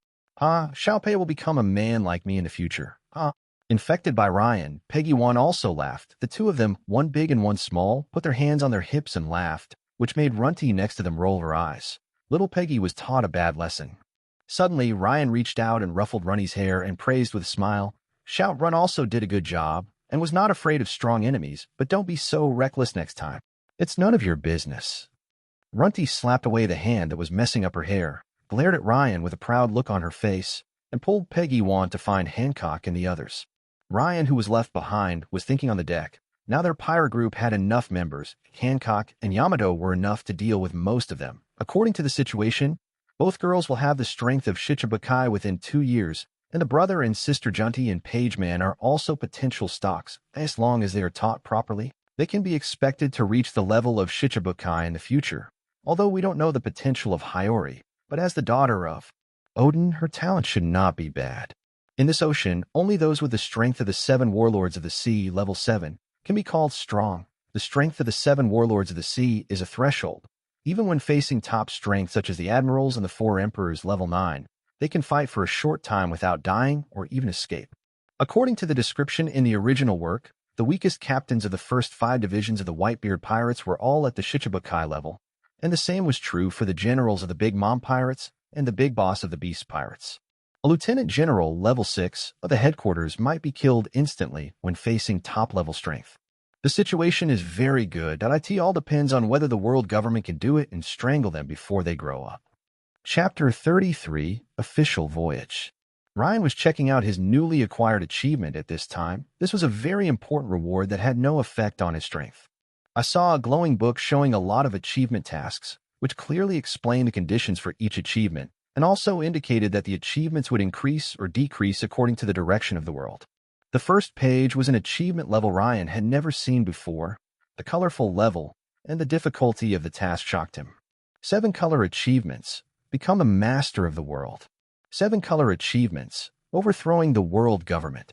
7 color achievement. Kill Yim. 7 color achievement. Kill all 5 Elder Stars. 5-0. 7 color achievements. Destruction. Command of the Navy. 7 color achievement. Obtain 3 ancient weapons. 3 out of 0. 7 color achievements. Become the Pirate King. 7 color achievement. Learn 2/3 of the historical text. 20-0. Except for the One Piece and historical text achievements, if the others can be completed, they are almost at the level of completing the One Piece world. Only the golden achievements below can still be seen in the hope of completion. Golden achievement. Defeated the 4 emperors 4-0. Golden achievement. Defeated the 3 generals 3-0. Golden achievement. Defeating the top combat force, level 9. Golden achievement. Get ancient weapons. Golden achievement. Learn 7 pieces of historical text 7 out of 0. Golden achievement. Reputation reaches who doesn't know you 10,000/6359. Golden achievements. Create a powerful kingdom. Golden achievement. Kill 15 celestial dragons 15-1. Golden achievement. Defeated 9 official Shichibukai 9-0. Golden achievement. Annihilating the Knights of God. Ryan has already completed 2 golden achievement rewards. He knows very well that as long as he completes 1 or 2 more achievements, his strength will definitely reach the top level 9. Turning to the next page is the purple achievements, which are the most important part now. because the difficulty of each one is not very great, and it can affect his strength. Even if it does not enhance his strength, it is also a very useful item, the Terminator Senza Beans or this achievement book. Purple Achievement. Defeat the official Shichibukai. Each can only receive the reward once. Purple Achievement. Learn a piece of historical text. Repeatable. Purple Achievement. Become the king. Purple Achievement. Defeated 9 lieutenant generals of the headquarters 9-0. There are too few purple achievements, but the historical text can be repeatedly refreshed, which is very good, and it seems that Nico Robin must be brought on board. It seems that the whereabouts of the son of the devil must be asked to Flamingo. Anyway, if his secrets are not used now, they will be scrapped in the future. The blue achievement has no effect on his strength, so don't pay too much attention to it. Ryan took out the Den Den Mushi and called Doflamingo, only to see the Den Den Mushi turn into a sinister face with glasses, and a low voice came out of it. Hey, Ryan Odinson, what's the matter with you calling me now? I will give you your devil fruit as agreed. Ryan replied calmly, I want to make another deal with you. You don't want your plan to seize the Dressrosa Kingdom to be exposed, do you? Den Den Mushi's face turned very ugly, and even his tone was very fierce. Doflamingo never expected that his plan would be exposed when it was about to be implemented. How do you know that? You should know that. Ryan did not answer, but just waited for the angry voice of the Den Den Mushi to calm down. As a gangster, Doflamingo would know the best choice. Ryan Odinson, just tell me what conditions you need. It's best not to be too demanding. If you ask for too much, I will need a long time to prepare. Ryan picked his nose, had no intention of asking for too much. Unless Flamingo's plan was exposed, asking for too much would only force Flamingo to plan ahead, and he would get nothing in the end. There are only 3 conditions. First, you must use a devil fruit. Don't use an ordinary animal-type devil fruit to perfunctory me. Second, I want Nico Robin's whereabouts and information until I find her. Third, I want the number of Morgans, the president of the news agency. These 3 points are not difficult, right? If you don't agree, don't blame me for disrupting your plan. There was silence for a long time on the other end of the Den Den Mushi, and then the call was hung up after only saying transaction successful. Senior, still wearing a standard suit, was smoking quietly on the side, waiting for the young master's instructions after he calmed down from his rage. Senior, you will be responsible for what Ryan Odinson needs. Also, send people to help the world government find Ryan and his men. Remember not to be exposed. The Sky Gold Fleet has now appeared. It's time to seek a position as one of the 7 warlords of the sea. At this time, Ryan was discussing his plan with his partners, including the deal with Morgans, everyone's reputation and so on. The deal with Morgans was related to his Golden Reputation Achievement mission. Hancock is not interested and lets Ryan decide for her. On the contrary, Yamato was very excited and kept pestering Ren to discuss names and the like. Hiyori and Runty also watched with interest. During the discussion, Yamato kept saying weird names such as Odin, Ken, etc., and only came up with a name after being hit on the head by Kita Ren many times. White Wolf Princess, Yamato. Hiyori beside him pulled the corner of Ryan's clothes and asked expectantly, Ryan, what should I name myself?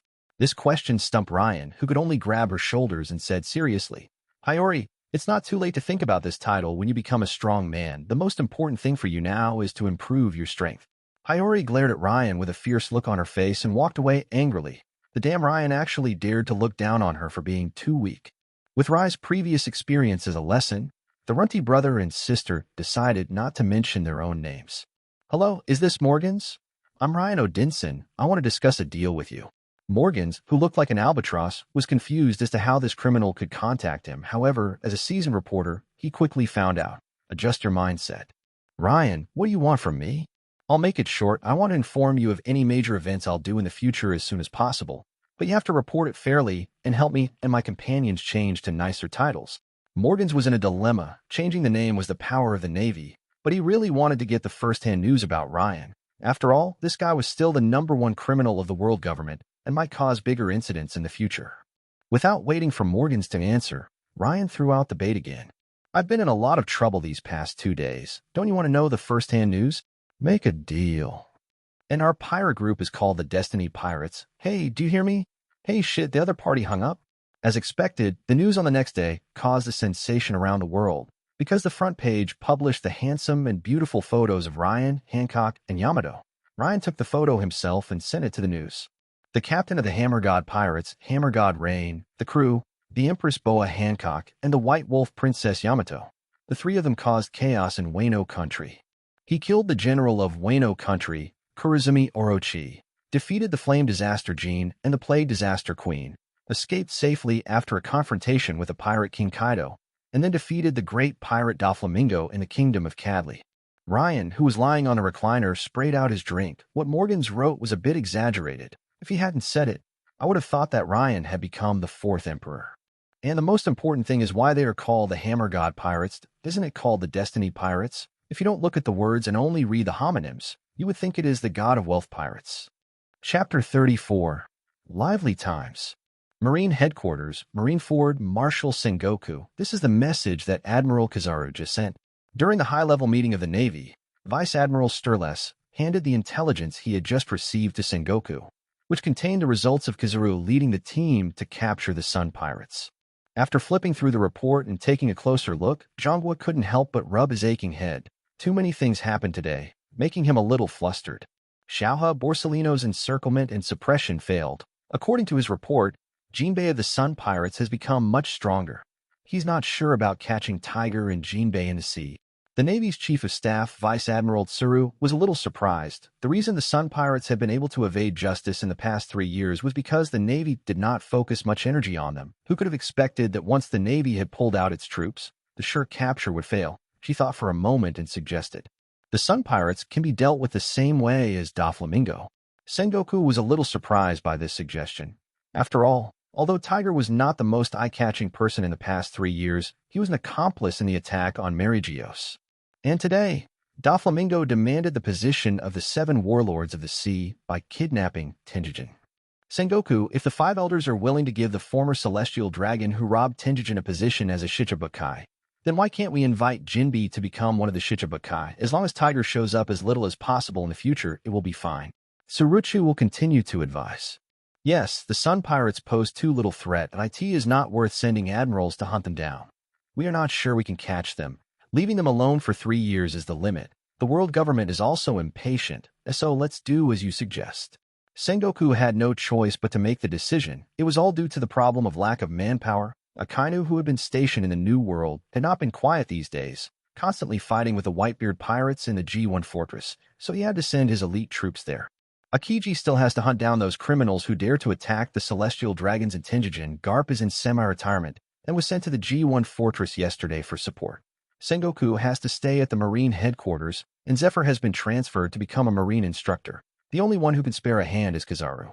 Most importantly, Zhonghua was looking at a newspaper on the table. The photo of Ryan smiling on the paper was extremely eye-catching.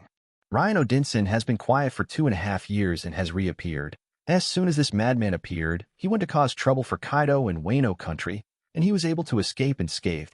Vice Admiral Tsuru also fell silent. Ryan's reappearance would surely draw the world government's attention back to him. The one-year manhunt 2.5 years ago was still vivid in their minds. A lot of human resources were wasted in the attempt to find him, and who would have thought that he would appear again now? Zhonghua, the 5 elders just sent a message, requesting the Navy to dispatch an admiral to cooperate with CP0 to capture the Thunder Beast. Oh, now it's the Hammer God reign. What the hell is Morgans doing, changing the name of the criminal without authorization? Sengoku turned his attention to the pictures of the other 2 girls inside. Let Borsellino assist CP0. The insider in Wano country sent a message that the new member Yamato is Kaido's daughter, and also a master of Conqueror's Haki. With 3 masters of Conqueror's Haki on one ship, the entire ocean is owned by the former Roger Pirates and Rocks Pirates. Vice Admiral Tsuru also had a serious expression on his face. If this configuration were to grow, it would definitely be a powerful enemy of the world government. Golala, it feels so good that Garp's fist still hurts so much. Whitebeard returned to the ship covered in wounds, followed by several squad captains. Each of them was scarred, but their morale was still high. They were the Whitebeard pirates, even if their opponent was the Navy hero Garp and an admiral. Dad, the Navy support has arrived. Should we retreat? My subordinates just reported that they found the Hammer God pirates in our territorial waters. I'm afraid that lunatic Ryan will cause trouble. Marco, whose whole body was burning with blue flames, asked, in the previous battle, he was the main force holding back Akainu, and he was also the most seriously injured. Don't worry about that brat. If he dares to cause trouble, I will make him regret it. I am not Kaido. Akainu dared to kill my son. If I let him go, am I still Whitebeard? Kids, let the Navy know how powerful we are. The 62-year-old Whitebeard is still as domineering as ever. He is still the world's #1 and a father that his children trust immensely. Haha, Kaido, I heard that your house was robbed by that kid Ryan, your tools were killed, and your daughter was abducted. Kaido looked at Din Din Mushi, who had turned into Big Mom with an angry face. The fact that his house was stolen became known to the world, making him a stepping stone for Ryan, and he would definitely be made a joke of by his old rival. The more he thought about it, the angrier he got. If Ryan appeared in front of him now, he would never surrender and would beat Ryan to death on the spot. Ling Ling, are you calling just to make fun of me? Of course not. I know the location of Ryan. As long as you agree to marry your daughter to my son, I will help you get rid of Ryan immediately. Go away. I will handle my own affairs. I don't need you to interfere. I am Kaido of the Beast. A violent roar of wind was heard. The sound waves shattered the glass, and even the Din Din Mushi fainted. Kaido casually threw the Din Din Mushi away and spoke to the trembling person below with an expression of unbearable anger. You are the only branch left in the Kurizumi family. I will send someone to help you become the general of Wano country. You must be 100% loyal to me in the future. Don't learn from Kurizumi Orochi, who pretends to obey but actually disobeys. The kneeling man didn't dare to raise his head and kept talking with his face close to the floor, so that no one noticed the triumphant smile on the corner of his mouth. Don't worry, Lord Kaido. Kurizumi Shiro will definitely obey you. Shibari Archipelago. Knock on the bamboo pole Shachi store. There's new activity from your two apprentices. As expected, they are troublemakers. Xiaoqi threw a newspaper to the two people who were chatting. The big photo of Ryan successfully attracted Rayleigh's attention. Shanks next to him looked curious and leaned over. Who is Rayleigh's new apprentice? He is very interested. After all, he was also taught by Rayleigh. Haha, Ryan is indeed worthy of his name. He actually brought Hancock to steal Kai's house and kidnapped his daughter. Shanks was very surprised by the content of the newspaper, while Rayleigh drank several glasses of wine, and an unconcealable smile of relief appeared on his old face. After 2.5 years of getting along, he regarded Ryan and the other two as real disciples. The footsteps of a new era have arrived. Whether it is Ryan or Shanks, they will make the era move forward. Roger, I don't know how long your ideal era will last. I hope to meet the remnants of his era. Deputy Captain, it turns out that Ryan is your apprentice. If Shanks didn't know him, he wouldn't pay too much attention to him. If he was Rayleigh's apprentice, that would be a different matter. Anyone who could be accepted as an apprentice by the vice captain must be very interesting. I really look forward to meeting him. Chapter 35 Future Issue. Ryan is not my apprentice. That guy is just a troublemaker. I dare not accept him as my apprentice. Rayleigh quickly shook his head to deny it, but the smile that remained on his face made the other two people not believe him, and Xiaoqi even mocked him flatly.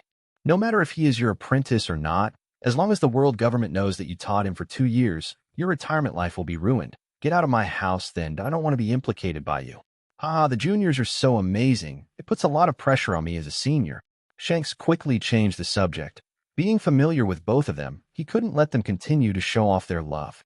Shanks, why did you leave the new world at the most important time? Wang Ji is old, but the giant god soldier has good potential and strength, and there are several other strong guys. Aren't you afraid that your position will be taken away? The new world can't accommodate several emperors. Rayleigh sipped the wine carefully and looked at Shanks with deep eyes. From what he knew, the red-haired boy was not a coward and would be no worse than Roger in the future. I have something important to do, something about the future. Not long after the party, Shanks left to grab the devil fruit of his destiny. The store was quiet for a while. Xiaoqi looked at the picture of Yamato in the newspaper with a bit of surprise, which caused Rayleigh to be puzzled. Ryan's new member is a beautiful lady. But you think the three of them can get along well? Thinking of how Ryan was eaten alive by Hancock, Rayleigh expected it to be very interesting. He must want to get along.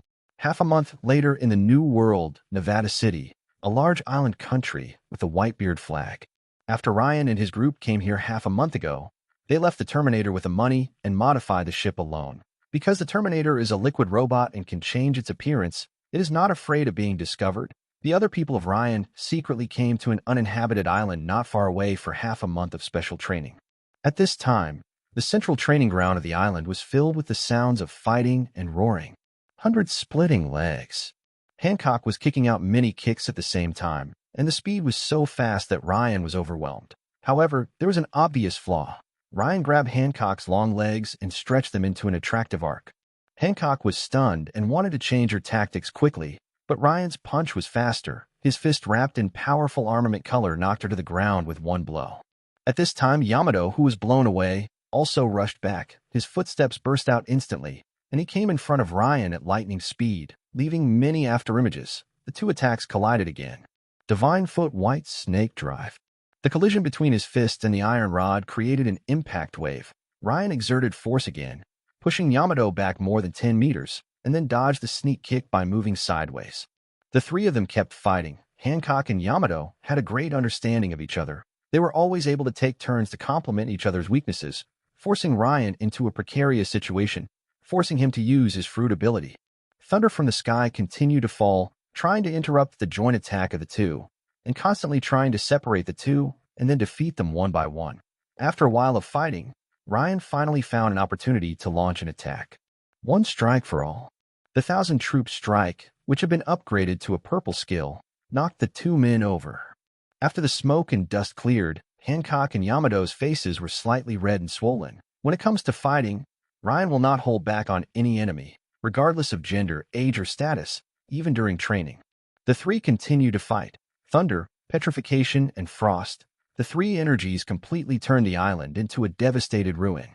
The fight stopped, and Hiyori, who had been waiting outside the field, rushed in and applied the topical medicine on Hancock and Yamato's faces as quickly as possible. Ryan was the last one to be applied, and the force of the medicine was really strong, Hiyori complained as she applied it. You can even lay your hands on such beautiful faces like Hancock's sister and Yamato. Ryan had no choice but to accept it. Fight. If you have too many concerns, you won't be able to give your all. Also, he tried not to hit people in the face. His own condition was much worse. He was almost like a pig's head. However, the two girls are really talented, and in just half a month, their tacit understanding and strength in teamwork have increased a lot. They are probably no worse than Flamingo, who has not awakened the fruit. Hiyori, how is your mastery of the snow fruit?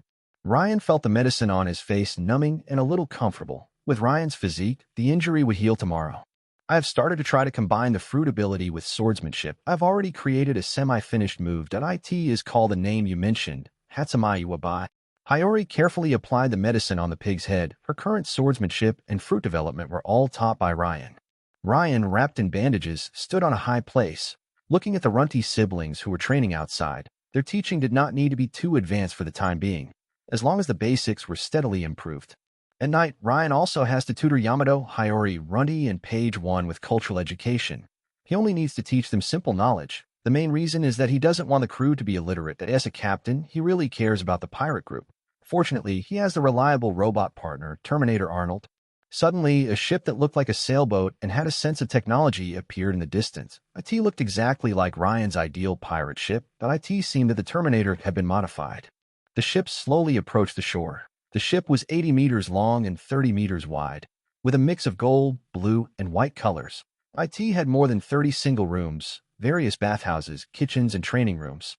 Most of the ship's settings are semi-automated and can be controlled in the control room. There are 4 cannons in the front and back for show. The only main gun is the electromagnetic gun on the bow. A charged shot can destroy a naval ship, but it has a cooling time of 3 minutes.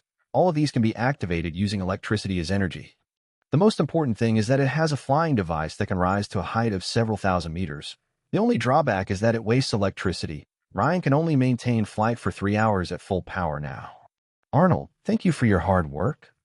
Ryan excitedly hugged Arnold, who was stronger than him. Just ask which man would not like something like a super battleship, West. It is my honor to serve the captain. Terminator Arnold said expressionlessly that this was Ryan's most loyal partner. Even Hancock would not go along with Ryan's wishes on some small matters, but Arnold was unconditionally loyal. So cool. Amazing. Yamato, Hiyori, Runty, and Page 1 all had their eyes shining with excitement. Even Hancock's eyes were flickering. It was obvious that she liked it very much. Captain, if I can get better materials and equipment in the future, I can continue to modify the ship. Arnold's indifferent addition made the 6 people even more excited. This was the pirate ship of their hammer god pirates, and their home where they roamed the sea. After packing up their things, everyone boarded the ship. This time they planned to leave the New World first and travel around the 4 seas in the first half of the Grand Line. Their purpose was to recruit new members and travel the world. It would be a waste if they didn't travel around the world in one piece. Ryan stood at the bow and gave orders in high spirits. The future sets out to the Red Earth continent. Chapter 36, Hancock's Feelings. At this time, in the training room of the future, Ryan was teaching the Hiyori swordsmanship. With his level close to that of a swordsman, it was just right for him to train the basics of Hiyori. Ryan easily dodged Hiyori's several slashes, and the cold blade scattered white snow. Ryan casually knocked her wooden sword down, and finally hit her in the back with a wooden sword. Knocking her down, Hiyori covered her hands behind her back and glared at him in shame and anger. Ryan just spread his hands. That part was fleshy, so it didn't hurt. I also wanted to do like in movies and TV shows and hit people on the forehead, but I was afraid of making them stupid. After all, it's the head. First dance, Moon White. Hiyori gritted her teeth and drew the sword from her waist, using all her strength to make her final move. Using the tip of the Tenyo-Hazak to draw a circle on the ground, the area covered by the circle instantly turned into a frozen field. Faced with the frozen, Ryan did not dodge, but just stood there leisurely waiting to be frozen. Then in less than a second, he used his domineering power to shatter the ice. He was already very clear about the strength of the ice. He carried the exhausted Hiyori into the lounge and left directly. It seems that worrying about Rai's potential is unnecessary. He has a good talent as a swordsman, and with the snow fruit, he has a promising future. Walking out of the cabin and onto the deck, I saw a huge steel ship sailing through the waves, its ironclad bow piercing the clear sky and huge waves, splitting a waterway and bravely moving forward. The stirred-up waves swept over the side of the ship with silver-white waves. The weather in the New World is weird. Even in a clear sky, there can be huge waves dozens of meters high. Perhaps it is caused by the Sea Kings. Ryan suddenly noticed a beautiful figure on the deck. Hancock was looking into the distance quietly. The splashes from the huge waves just now did not disturb her. Ryan walked to her side and leaned against the railing. He didn't say anything, but just accompanied her silently. How could the two of them, who had been together for 3 years, not feel each other's emotions? Hancock missed her family and hometown. After a long silence, Hancock finally felt uncomfortable with the fiery gaze. She turned her head with a hint of complaint and a slight anger on her pretty face. Ryan, can you just stay by my side and accompany me quietly? Why do you have to stare at me? It's been 3 years and you're still restless. Facing Hancock's accusation, Ryan accepted it calmly. The purple sleeveless Cheongsam showed off Hancock's figure. She looked unusual in his thoughts, with a touch of charm and femininity. Ryan felt that he would never get tired of looking at her for the rest of his life. Hancock, why don't we go back to Nine Snake Island and bring Boa and Sonda into the pirate group? Ryan had this idea before. He originally didn't want to have any burden, but now that it has been broken, he has no worries anymore. No need. Both of them are competing for the position of Empress. The sea breeze blew her long hair, and Hancock gently brushed a strand of hair behind her ear, revealing a hint of weakness, which made people involuntarily care for her and accompany her. Ryan couldn't help but step forward and hug Hancock gently, his deep eyes full of pity. I will always be by your side, as long as you don't dislike me. Faced with Ryan's confession, Hancock blushed and showed rare shyness. This was the first time Ryan explained it. I will also be by your side. Hancock's face was a mixture of pride and shyness, but she finally said what she had decided in her heart and left. Hancock turned the corner and stopped where Ryan couldn't see her. She put her hands on her pretty face, which was burning. Her heart was beating restlessly and violently. Today's Ryan made her heart tremble. Marihoa rescued him twice in the Chabayotier archipelago, and the feelings that had developed over 3 years of living together suddenly burst out at this moment. The rubble fell off, and Ryan was freed from the petrification.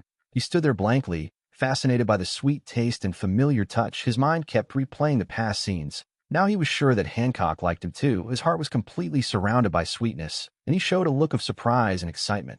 He was smiling at everyone the whole morning, which made everyone except Hancock very curious. Even when facing Runty's ridicule, he just messed up her hair. He would never tolerate a naughty child, even if he was very happy now. However, Hancock returned to her usual arrogant and cold self, and if Ryan dared to try to take advantage of her, he would only be hit with a sweet breeze. This lecherous guy would definitely fall into her trap. The two seemed to be getting along with each other again as usual, and only they themselves knew that their relationship had taken a step further. The next day, Arnold, who was in charge of navigation, suddenly made a broadcast. We spotted a ship in the distance ahead. It's the Whitebeard Pirates' flagship. The Moby Dick Whitebeard is expected to be there as well. There was a commotion among the crowd. After all, Whitebeard was the best in the world, and the Whitebeard pirates he led were also the best in terms of overall strength among pirates. Hancock and Yamato made suggestions at the same time. Ryan, I suggest we retreat. After all, we are still unclear about Whitebeard's attitude towards us. Ryan, it's Whitebeard, Odin's former big brother. Let's go meet him. Hiyori and Runty were also hesitant. They really wanted to meet the Whitebeard that Ryan mentioned, but they were a little worried that Whitebeard would be hostile to them. Ryan thought for a moment, referring to the major events that had happened during this period, and decided to go meet Whitebeard. Then let's go meet Whitebeard. If we don't even dare to meet him, people will look down on us. Ryan secretly held Hancock's hand, indicating that everything was okay, and he was there for her. There was still trust in Hancock's bright eyes. They were all preparing to leave the new world for a while. That IT would be a pity if they didn't see the world's #1 power. Ryan was eager to try. Dad, we found a large pirate ship. The sail has a hammer pattern on IT. That IT should be the Hammer God pirates. They are slowly approaching us now. A lookout ran up to Whitebeard to report, which stunned the father and son who were drinking and chatting on the deck for a moment, and then a huge discussion broke out. Gulala, they dare to come over here. Let me see what they want, children. Get ready to welcome the guests. Whitebeard stands tall and proud, exuding a stunning momentum. He didn't care whether Ryan was an enemy or a friend. The two ships slowly approached each other. The future was much smaller than the Moby Dick. After all, the Moby Dick was a large ship that could accommodate hundreds of people. The technologically advanced pirate group came into the eyes of Whitebeard and his men. The beautiful steel hull made many of them look greedy. Chapter 37 Whitebeard. The captain of the 3rd Division, Diamond Jaws, who was standing next to Whitebeard, was quite interested in the Mirai. Aren't there only a few people in the Hammer God pirates? How come they have such a big ship? The people around were also curious, and with their powerful observation hockey, they could sense that there were only a few people in Ryan's group. A bolt of lightning landed on the deck of the Moby Dick, revealing Ryan's tall figure. He touched his head and smiled. Uncle Whitebeard, our pirate group would like to visit the Whitebeard pirates, who are known all over the world. What do you think? Whitebeard threw a pot of wine to Ryan, and the meaning was very clear. You can meet the Whitebeard pirates, but you have to show your qualifications. You are Ryan. You rashly stepped onto my boat. Aren't you afraid that you won't be able to get off? When Whitebeard and the other men heard this, they also looked ready to fight at any time. The huge deterrent force formed by the strong men weighed on Ryan. Not to mention that Ryan had a general understanding of Whitebeard's character.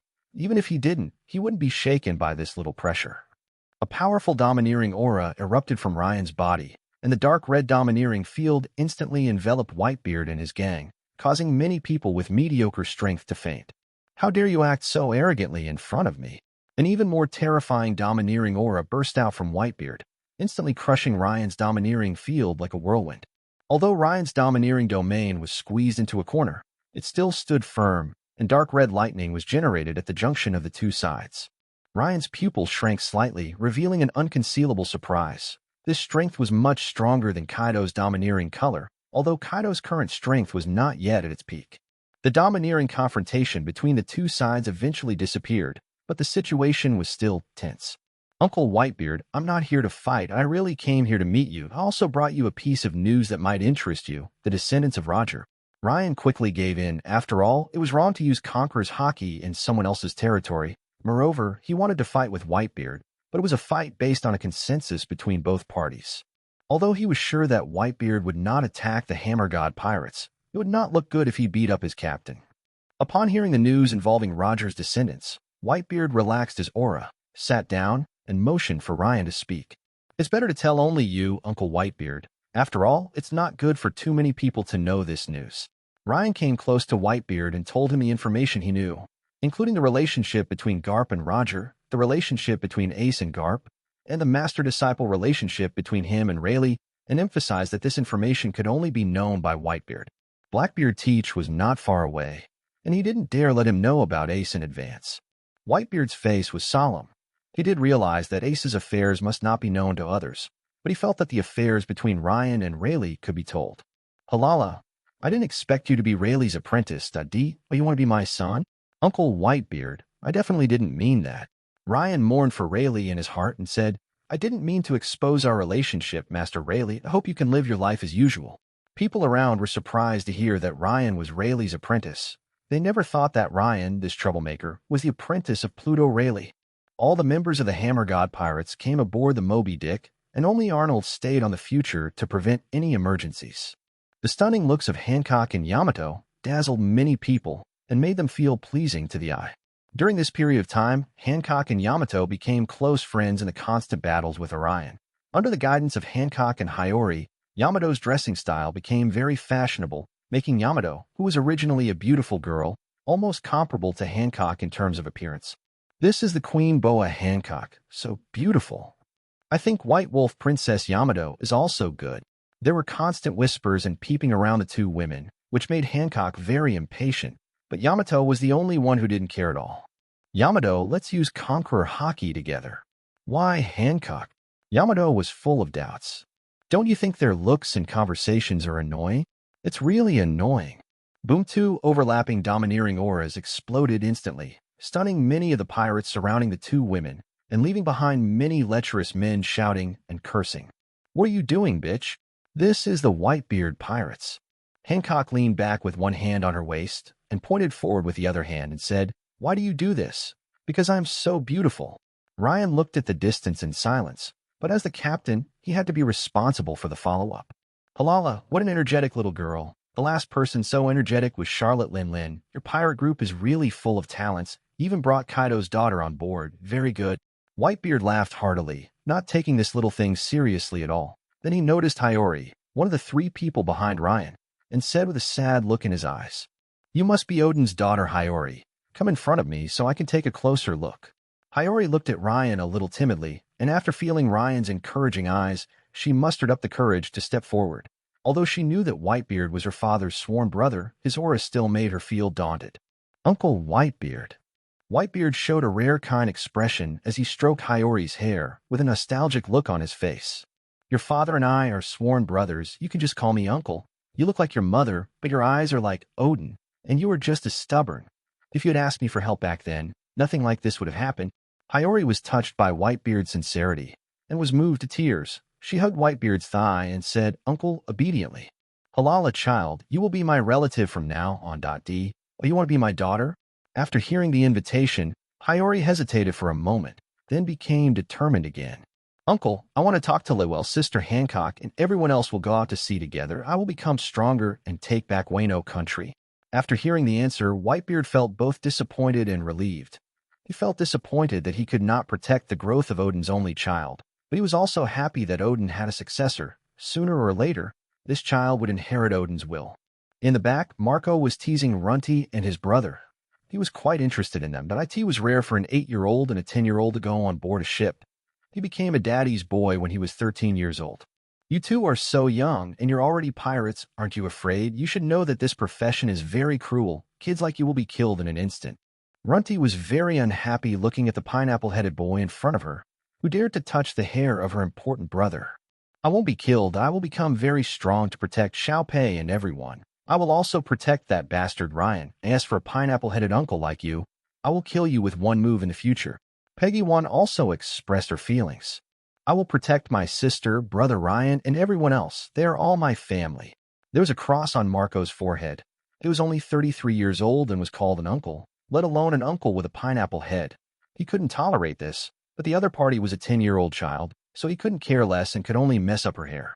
Runty realized that if the pineapple-headed uncle messed up her hair like Ryan did, she would definitely not obey. So she turned her body into a small pachycephalosaur and knocked Marco down. Head moistening gun. The people around who were watching the joke were also surprised that this little girl was a rare ancient species of fruit. And Marco being knocked down by a kid is even funnier. Diamond Jaws smiled the happiest. 38. Chapter 38, Battle Against Marco. As the distinguished guests of the Whitebeard Pirates, Ryan and his crew attended the banquet that lasted for half a day. They sat on the benches and waited eagerly.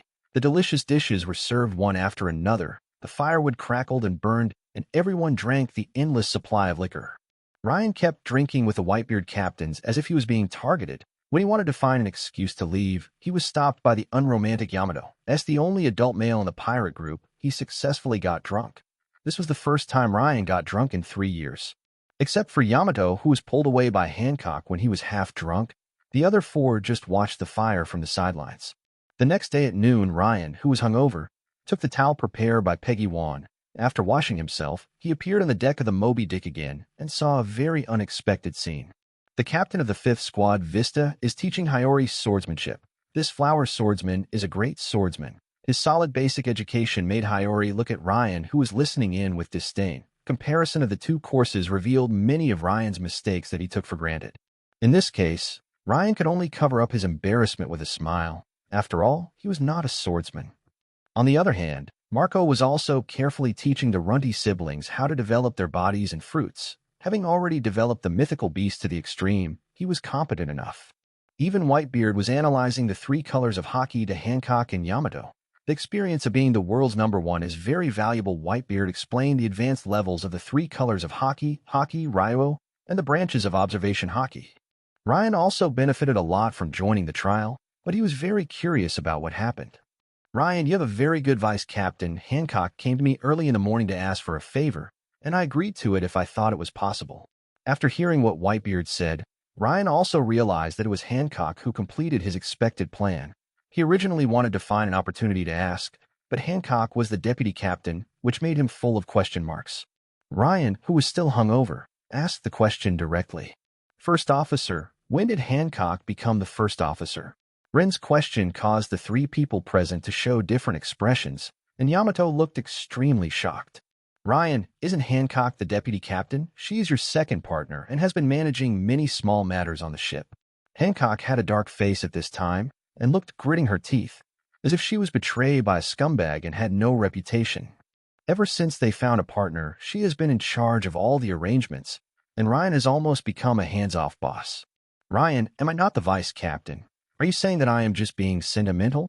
No, Hancock, you must be the deputy captain. Please listen to my explanation and don't do anything. Ryan turned into a stone statue and stood on the bow. All this happened under Whitebeard's strange gaze. If you think about it carefully, from the moment she took Hancock out to sea, she had already been a deputy captain, but neither of them mentioned this. Whitebeard had an attitude that looked like he was smiling. He had seen through how Ryan and his gang got along. Ryan, boy, you must have something else you want to do when you come to my place. As the world's #1, he absolutely did not believe that Ryan would not challenge him.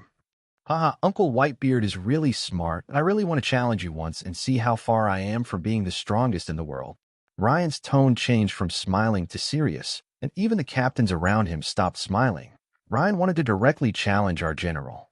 At this time, Marco stood up, aiming his sharp eyes at Ryan. The surging fighting spirit in him caught everyone's attention. Ryan, if you want to challenge my father, you have to defeat me first. Whitebeard, who had already nodded in agreement, asked Ryan to turn to Marco. He also wanted to challenge Phoenix Marco. After all, he was the strongest among the current 3 emperors. Ryan got the Thor's hammer in his hand, and powerful domineering color and thunder burst out. He didn't intend to hold back, otherwise he would be the loser. Phoenix Seal. One strike for all. Marco transformed into a human beast and collided with Ryan with a powerful impact. Thor's hammer, which was wrapped in dark red thunder, only lasted for a moment before knocking Marco back into the air. The aftermath of the collision made everyone clearly aware of the surging power. That's bullying. I didn't expect Ryan to use that trick. Everyone around was discussing that this was the top force that could repel Marco. Whitebeard was also surprised that Ryan knew this move. Based on Ryan's current strength of domineering Haki, he should not be able to master domineering Haki. But it doesn't matter. Marco is a kid who will not be defeated easily. The two men soared into the sky and had a terrifying confrontation in the air so that they could go all out. The fight between the two sides caused waves on the sea surface, and the aftermath of the impact was raging, with thunder and blue flames falling from time to time, making it impossible to defend against.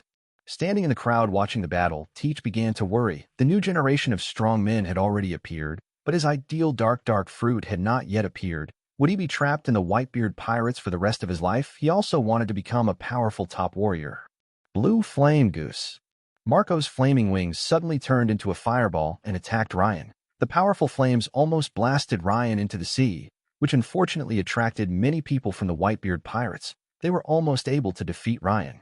As for Ryan's group, Yamato and Runty were cheering loudly for them. Hiyori wanted to shout louder, but was a little shy, so she could only agree quietly. Although Hancock had confidence in Ryan, the attack just now almost made her scream. Ryan flew into the sky again with a solemn expression. He had been in the upper hand in the confrontation until now, but he almost lost the battle just now. Battle is not a game. You can't win just because your panel is stronger than your opponent. Any carelessness can determine the outcome. Dragnet. Countless thunderbolts formed a big net to try to restrict Marco's movements. In this situation, there was no doubt that he could only fight head-on. Immortal Thistle. The blue flames once again enveloped Marco's entire body, forming a huge fireball, and the two men's energies once again launched a fierce clash. 23 minutes later, Spear of Heavenly Punishment. A spear-like bolt of lightning blasted Marco into the sea, announcing the end of the 30-minute battle with Ryan's victory. Thor's hammer pulled the unconscious Marco out of the sea, and they returned to the Moby Dick together. Although Marco looked seriously injured, as long as he woke up, he could be easily healed with his Phoenix ability. On the contrary, Ren was also seriously injured, and his Conqueror Haki was exhausted. This battle was more difficult than the battle with Flame Disaster Gene. After returning to the deck, the Whitebeard pirates doctor treated and bandaged the two MEN, and it should be said that he mainly treated Ryan. After all, Marco's ability is the Phoenix. Everyone around cheered for Ryan's victory. This was the reward the winner deserved, even if the one who was defeated was the second strongest man in their pirate group. Whitebeard walked up to Ryan, left a word and left. He admired this young man very much. When you recover, I will do as you wish and let you feel the strongest power. Chapter 39, The World's Strongest.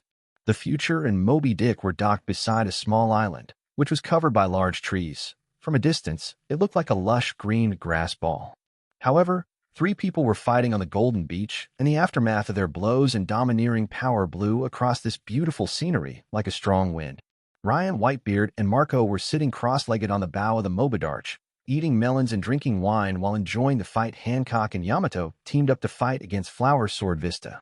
Their fight had lasted for 20 minutes, and both sides were injured, but judging from the battle situation, Vista still had an absolute advantage. Rose Dance. Vista jumped into the air, waving both swords at the same time, looking down and emitting a large amount of red rose petal sword energy, which separated Yamato and Hancock. Faced with the two women who had such tacit understanding, he planned to separate them first and then defeat them one by one. Otherwise, the battle would not be over in a short time. 100 flowers in disarray. The two girls' beautiful eyes flickered as they whispered to themselves at the same time. Hancock drew a large energy ball and pushed it to Yamato. While Yamato tried his best to activate the frost-wrapped iron rod and swung it out, the abilities of the two fruits collided and merged, producing an amazing effect. I saw an energy wave explode, generating countless pink ice flowers that floated and bloomed. Snow and wind enveloped the entire area, freezing the beach, creating a snowy scene with flowers blooming in full bloom. What the hell is this? The wind and snow covered the figures of Hancock and Yamato, which surprised Vista, who was in the pink flowered. It seemed that she could only escape first and then make plans. Her observation Haki spread, and she could barely feel the figures in the wind and snow.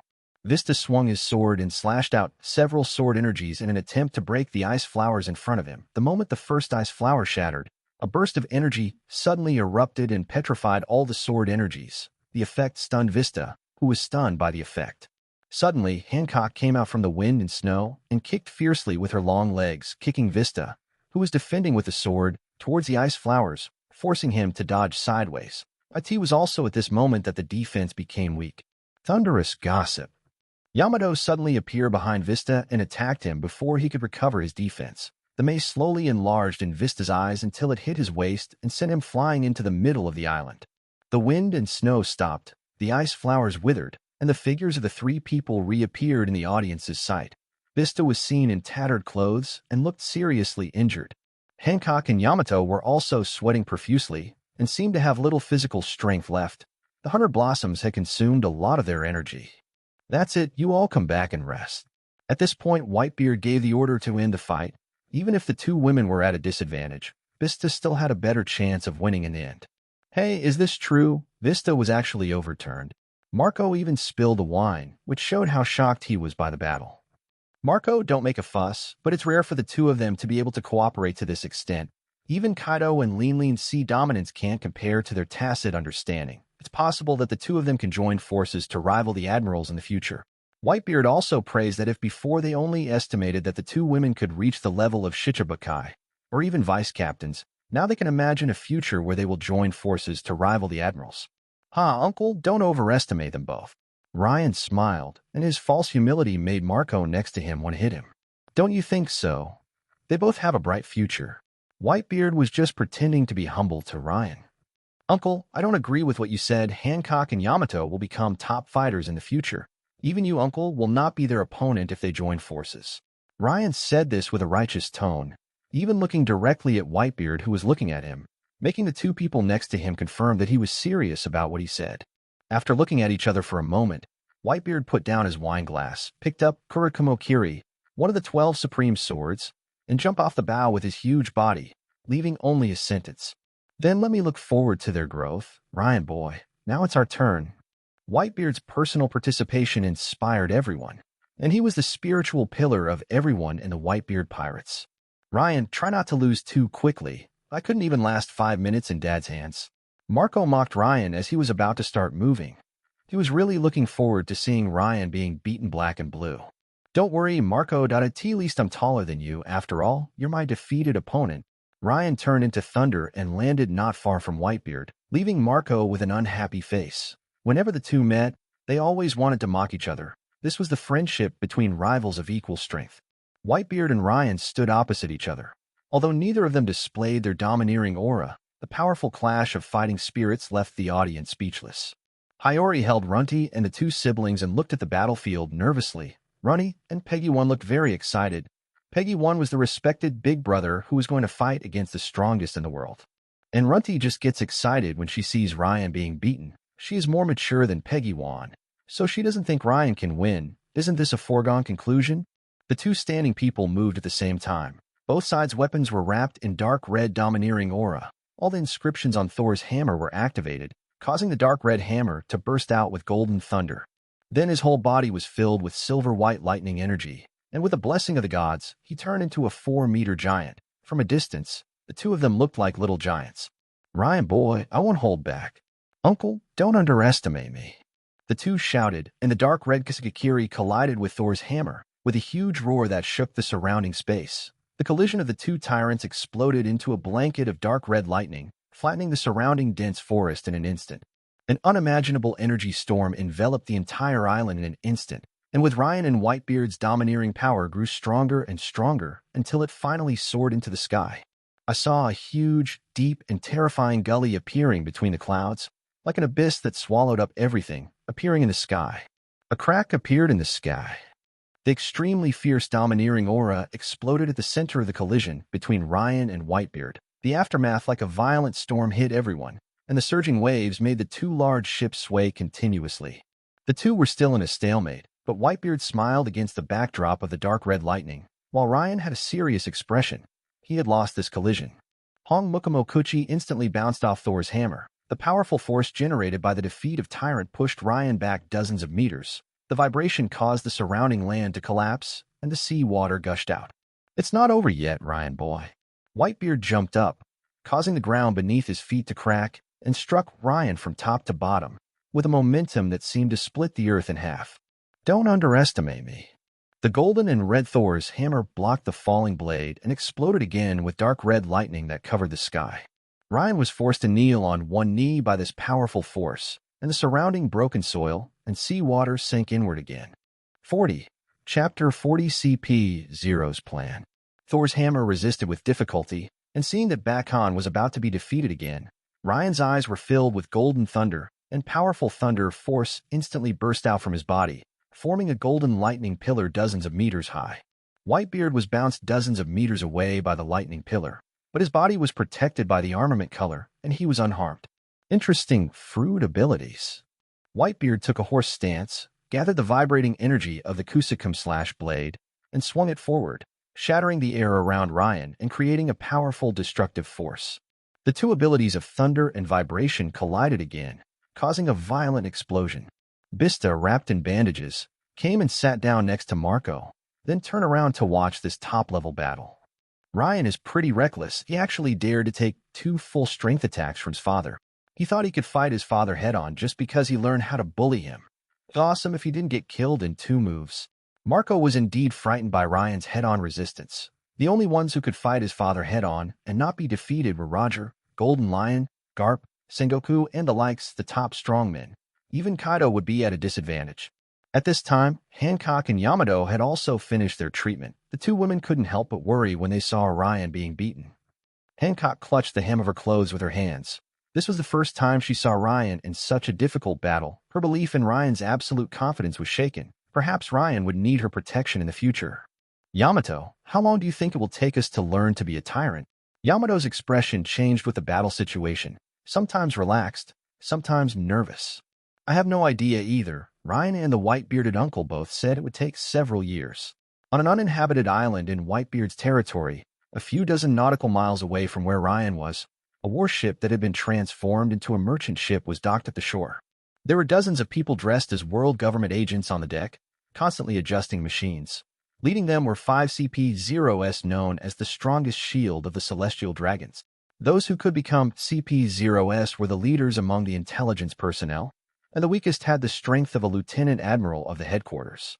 Admiral Kizaru is reporting information in the corner of the warship. Mashimoshi, Marshal Sengoku, has confirmed that Ryan and his group are on Whitebeard's ship, and they seem to be getting along well. The Den Mushi with the eyes of a Sengoku made a heavy sound. Pay close attention to the relationship between the two sides. The best is not the worst-case scenario.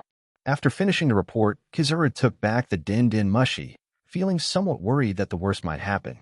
If Ryan and his crew join the Whitebeard pirates, it will be much more difficult for the world government to capture Ryan. Whitebeard will become stronger again, and the strongest pirate group in the New World will become stronger, which will break the delicate balance. If things go wrong, there may be a full-scale war between the Navy and Whitebeard, or even a full-scale war between the Navy and the New World pirates. At this time, the leader of CP-0 came to Kizaru. General Kizaru, we plan to set up an ambush on these 3 sea routes.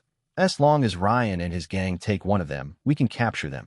Kizaru looked closely at the nautical chart in his hand and frowned. These 3 sea routes are too close to Whitebeard's forces, and conflicts may occur if things go wrong. Don't worry, as the commander this time, I have already considered all the emergencies. Admiral Kizaru just needs to stay in the best condition. Since the leader of CP-0 said so, Kizaru could only accept it helplessly. After all, CP-0 is the real executioner of the world government. 8 minutes later, air shock. Whitebeard clenched his fist with one hand and a white energy shield appeared. He punched out and shattered the air, also knocking Ryan away, ending the battle. Ryan was blown away and had no power to move. He could only lie in the broken wooden ruins. He had been overloaded during the 10-minute battle, and his domineering aura and physical strength were completely exhausted. A big hand picked up Ryan and placed him on his shoulder. Ryan, you're a pretty good kid. You can help me warm up, hoo-la-la. Ryan, who was being carried on Whitebeard's shoulders, could only move the muscles at the corners of his mouth helplessly. He didn't even have the strength to speak. Suddenly, Ryan's body was thrown into the air by Whitebeard, and a big bird's claws grabbed Ryan. A constant stream of blue flame surrounded him, allowing his strength to slowly recover. This was done by Marco, the part-time ship doctor of the Whitebeard pirates. The two flew back to the deck, and Ryan had the energy to walk on his own. At this moment, Marco's gloating expression also came into view. He was beaten so badly. Ryan picked his nose and looked at Marco with a disdainful expression. I lasted 10 minutes longer than you, and you were still defeated by me. The two sides started to mock each other again. Fortunately, Marco did not have the habit of beating the wounded, otherwise Ryan would have looked miserable. The end of the battle made everyone present very excited, and it was natural for them to hold a banquet. After all, the life of a pirate is fighting, sailing, and banquets. Music, noise, and delicious food filled the entire banquet. Ryan was also eating food like crazy, sweeping it up like whirlwind, causing Hancock and the others to leave in disgust. Only Yamato was still competing with Ryan for the food. How can this be? This is what I like to eat. Put it down, idiot Ryan. Yamato was strangling Ryan's head, trying to make him put down the delicious food in his hand. Ryan's head was squeezing Yamato's plumpness, showing a look of almost suffocating but enjoying it. After all, it was too big, soft, and fragrant. Impossible, Yamato. The dining table is a battlefield. If you want me to give up the food, you want me to surrender. Ryan ignored Yamato's confinement and planned to eat the food in his hand despite the lack of oxygen. Suddenly, Whitebeard sat down next to Ryan and reached out to snatch the big leg of meat that Ryan was about to eat, which made Ryan roll his eyes. As the host, he actually snatched the food from the guests. Ryan, boy, when are you going to leave? Ren patted Yamato's arm to let her let go. I will leave tomorrow. I have been staying here for a few days. Then you have to be careful. I got the news that Kizaru and a few CP-0s want to capture you on the small island. Whitebeard's words made Ryan think. Kizaru is difficult to deal with alone, and it would be even more difficult with a few CP-0s. When he caused a big fuss in Marihoa 3 years ago, he already knew clearly that the weakest CP-0 was level 6, and the best of them might have the strength of a 7 warlords of the sea or a vice admiral. He had no idea whether there were any top-level combat forces. With such a configuration, they might be able to capture Ryan and the others. If it were any other admirals, they could just fly away. But it happened that the one who came was Kizaru with the Pika Pika Nomi. I just came to tell you that I will deal with them. How dare they, the running dogs of the world government, come deep into my territory? Whitebeard ate the delicious food and said it as if it was just a small matter. Uncle Whitebeard, we can also help. Yamato, whose face was bulging from eating, said vaguely, he looks like a squirrel eating, so cute. You guys don't need to do anything. I am Whitebeard, and no one can disturb me. Chapter 41, The Other Side of Yamato. In the future bathhouse, Ryan was half lying in the bathtub, enjoying himself, letting the artificial hot spring water moisturize his body. During the days when they were partying with Whitebeard, it really took a lot for the Terminator to create an exquisite artificial hot spring. Ryan was now in a state of half-drunkenness, and his head was H.O.T. that a tea today's banquet. Ryan was drunk again. His only companion was the idiot Yamato. When Ryan was drowsy from the comfort of the hot spring, the door of the bathhouse suddenly opened and a figure wrapped in a bath towel stepped in. Ryan looked up startled. His sign had been hung in front of the door, so no one should come in. Arnold was a robot and didn't need to take a bath, and Xiaopei should have fallen asleep long ago. Yamato walked in dazedly, his clothes tilted in all directions. Hey, how come there are people here? It's you, Ryan. It's my bath time now. You can't come in. And tomorrow I'm going to fight you. I'm going to beat you down, so you won't dare to say I'm not as good as you today. Huh? Yamato walked in half drunk with a red face, confused. Passed through most of the steam before he could see Ryan's appearance. He looked like a villain complaining first, and then he said with a silly smile, It's my bath time now. Go out and see if there is a sign with me. Ryan explained simply that he didn't know what to say to this silly girl. And what's more, no one takes a shower with clothes on. Oh, is that so? Then let's go bathing together. The drunk Yamato didn't care about the little thing that Ryan was there too. Before she met Ryan, she still thought of herself as a man. Yamato staggered to enter the bathtub, but he took a wrong step and fell directly into the bathtub, splashing a lot of waves. Yamato's upper body emerged from the water, and he leaned against the edge of the bathtub with an expression of enjoyment. He even took the wine glass next to him and kept drinking it as if it was water. Okay, stop drinking. You're already drunk, and now you're still drinking. Dio, you want to die in a bathroom? The two were silent for a long time, and Yamato suddenly spoke. His tone was not as bold as usual, but soft and girly. Ryan, thank you for letting me go out to sea with you. Otherwise, I wouldn't have met Hancock, Hiyori, and the quiet Arnold, and I wouldn't have met Odin's elder brother Whitebeard. Hearing this, Ryan turned his gaze back to Yamato, only to see Yamato leaning against the edge of the pool with her head tilted, looking at Ryan with sleepy eyes squinting, and she looked even more beautiful than usual. Ahem, it's nothing. I will lead you to appreciate all the beautiful scenery in the world and realize your dreams. Ryan turned her head again. The drunk Yamato was completely different from usual. She became even more beautiful, or rather, made her heart beat faster. The two were silent again. Suddenly, Ryan felt the waves and turned around to find that Yamato had swam to his side and was using something to signal him to turn around. Turn around, Ren. I'll help you rub your back. Look at what Odin's diary says. When we take a bath together, we will help each other rub our backs. Ryan could only stand stiffly and let Yamato rub his back. He could smell Yamato's alcohol and her body fragrance. The jade hands kept wiping his back until Ryan felt Yamato wiping his back with a broom next to him. Yamato, what are you doing? You can use a broom to clean my back. You might as well just use a big knife to help me. Ryan turned and took the broom away. This is a towel. Why sweep it? It seemed that you are wrong, Ryan. I know you're not as good as me. At this time, Yamato had fallen into a semi-sleeping state. He looked at Ryan with hazy eyes and slapped Ryan's arm again, like a drunk madman. After a fierce ideological struggle, Ryan quickly realized that the most important thing now was to appease Yamato. Stop slapping this stupid Yamato. Doesn't she know that she is slapping so hard that her arms are red? Pick up Yamato and quickly send her back to her room. Yamato was lying on the bed and talking in her sleep. Ryan, you idiot, don't eat my cake. It was late at night and Ryan went back to his room to sleep. Had a nightmare in his sleep. Because of what happened today, the pirate group fell apart. Hancock went back to Nine Snake Island and never met Ryan again. Yamato also went back to Wano country. The others called Ryan a scumbag. Even Arnold blew himself up, saying that he didn't want to have such a shameless master. In the dream, Ryan knelt on the ground and shouted, "No." Flower petals fell from the sky, and the music of Yi Jian Mei sounded around him. True love is like a grassland. In the early morning, Ryan walked out of the room in a state of bad spirits. Logically speaking, with his physical condition, he would not be in a bad spirits even if he did not sleep for a few days. but it was hard to say whether the reason was a mental problem such as nightmare torture. Everyone on the way looked worried. Even the sharp-tongued Runty asked in its sunder way, and Hancock went straight up to ask questions. "What's wrong with you? How about I ask Marco to take a look at you?" Ryan quickly refused, saying it was just a nightmare, and Hancock could only use his curiosity to do other things. Suddenly, someone took Ryan's neck away, and his head felt a familiar feeling, and Yamato's hearty voice rang out. "Good morning, Ryan. Why do you look like you didn't sleep well? You were the one who sent me back to my room yesterday." "Thank you. You are worthy of being my good friend."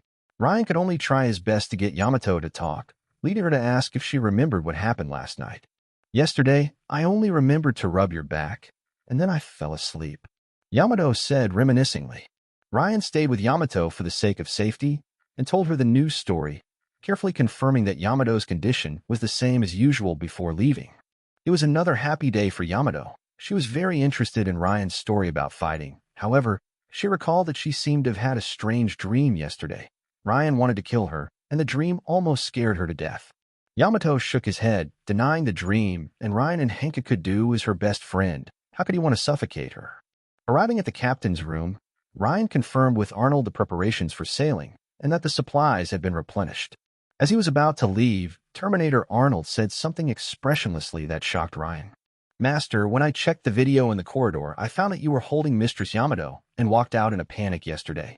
But don't worry, I have deleted the video and will not let Mistress Hancock know," leaving Ryan standing there in shock.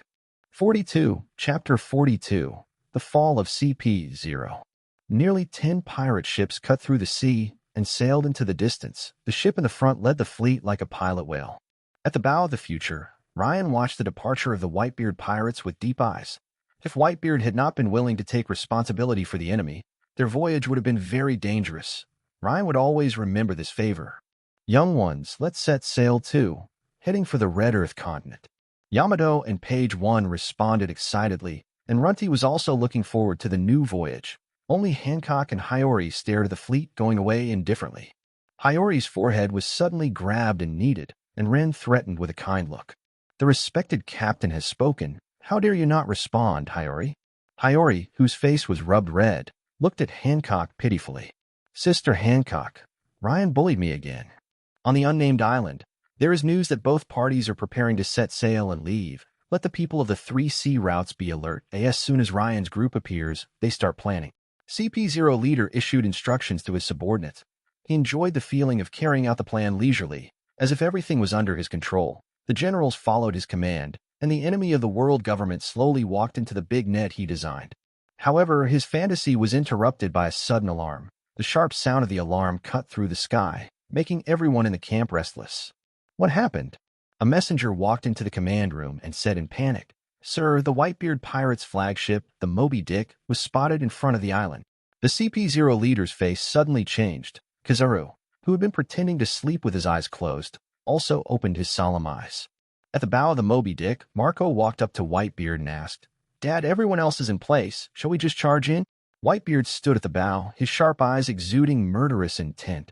No lion could tolerate hyenas wreaking havoc in its territory. "Let them get ready, that I'll say hello first." The majestic figure took a horse stance, clenched his fists, and condensed a white halo, which he struck out instantly, shattering the air on both sides, as terrifying as the shattering of space. The vibration power spread from the seabed to far away, and the sea level of the island slowly dropped. The calmness of the previous second was replaced by a completely different situation in the next second. Huge waves roared and attacked from all directions with devastating force. When the tsunami hit the island, the waves were already hundreds of meters high, covering the sky and the sun, like a huge palm holding the island in its hand. The CP0 leader's pupils shrank as he looked at the tsunami that covered the sky. At this moment, the only thought in his mind was that humans could really launch such a natural disaster. All the personnel were terrified. They could not stop the natural disaster like tsunami at all. How scary, Whitebeard. Kizaru is not Akiji. Facing such an attack, he can only protect himself. His body turns into golden light and instantly breaks through the siege of the tsunami. The huge waves surrounding the island came with a destructive will, instantly submerging the entire island along with the warship, as if the island had never existed. After a long time, the waves finally receded, and the devastated island finally emerged from the water. Only 4 people were left in the CP team of dozens of people. the others had died, and one of them was seriously injured. Whitebeard, the leader of CP0, let out a sad roar when he saw such a tragic scene. Originally, with him as a vice-captain of the Emperor's strength leading the team, plus Admiral Kizaru and 4 CP0 members, they should have been sure to win, but who knew that a tsunami would severely damage them? On the bow of the slowly approaching Moby Dick, Whitebeard frowned slightly as he sensed the situation on the island. It seemed that many powerful people from the world government had come this time. Marco, give the signal for the kids to attack. I'll go first. Whitebeard instantly jumped up and leaped towards the 4 remaining people on the island. The huge pressure of the jump made the bow of the Moby Dick sink a little. Dad is being too reckless. He has to repair the Moby Dick again.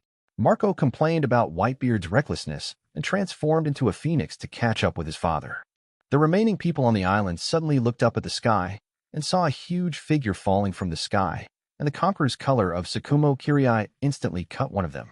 The ground collapsed with a bang, and a CP0 was blasted into the ground by Tyrant Slash. The strong aftermath also blew away the seriously injured CP0 next to him.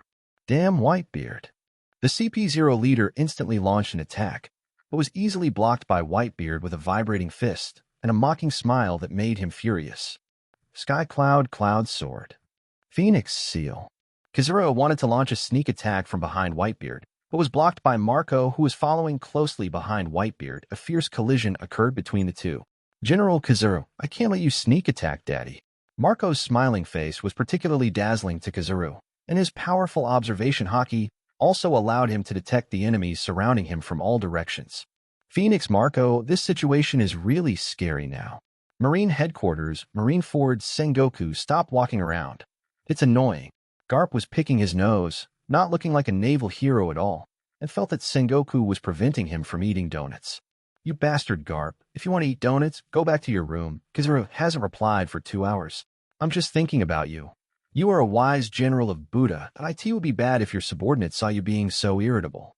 Garp wiped the finger he used to pick his nose on Sengoku's clothes, pretending that he was doing it for your own good, which almost made Sengoku go berserk again. Suddenly, a golden light shot in and changed into the appearance of Kizaru. Kizaru was seriously injured and was carrying the half-dead CP0 leader. Marshal Jean Gua, I will have to take a long vacation this time before I can make up for it. Only Sengoku and Garp were left in the office again, but the atmosphere was a little solemn. Kizaru and the other person had been sent for treatment, but CP0 couldn't hold on during the treatment. Sengoku, what are you so upset about? Kizaru is fine, and that Ryan hasn't joined the Whitebeard pirate. Isn't this the best situation? Why should we be so upset about the death of some celestial dragon's lackeys? Garp really couldn't stand Sengoku's dark face and silence. After hearing Garp's truthful words, Sengoku could only accept the fact CP0 lost 1 Vice-Emperor level, 1 Shichibukai level, and 3 Vice-Admiral level soldiers, which was a heavy loss. He had already thought of the anger of the 5 elders, but it was the CP0 leader who was in command, and it had little to do with the Navy. Thinking of this, Zhangguo felt relieved until he saw tomorrow's newspaper. Breaking news, the world government's mission to capture the Hammer God pirates has failed. Known participants include Admiral Kizaru, 5 CP0 masters, and dozens of world government agents, 2 of whom are CP0 and are no worse than the Emperor's deputies and cadres.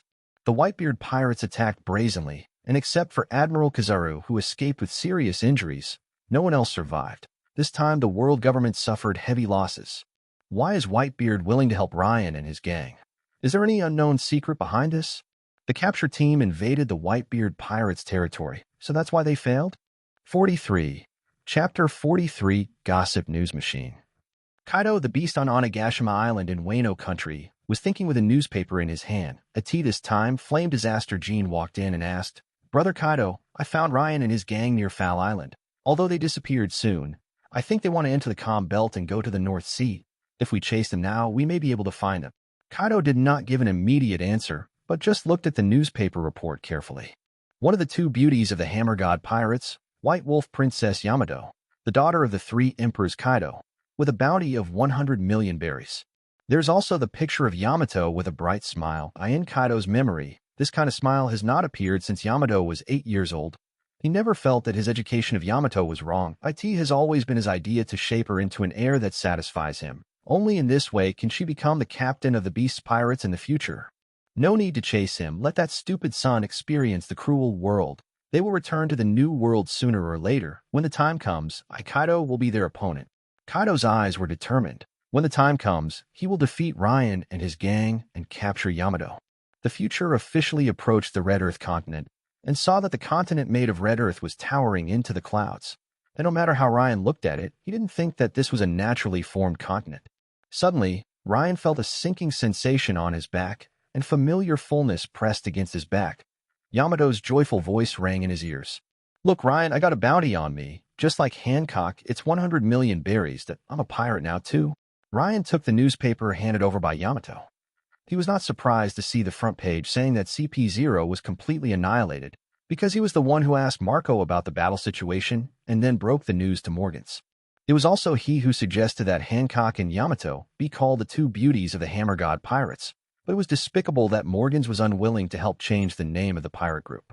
The second is the establishment of the 7 Warlords system. 5 strong men become the 7 Warlords, namely Hawkeye Mihawk, Sea Knight Jinbe, Crocodile, Flamingo da Flamingo, and Big Mouth Rogers. The other 7 warlords are all very familiar, except for Big Mouth Rogers, who is described in newspapers as a 55-year-old strong man from the old times, and his fruit ability is the bird fruit ancient species, terror bird form. Ryan wanted to continue watching the rest of the content, but Yamato kept shaking behind him, so he had to pull her down. Saw Yamato wearing a sleeveless red and white Chong Sam with gold thread, which showed off her curvy figure, which made Ryan's eyes light up.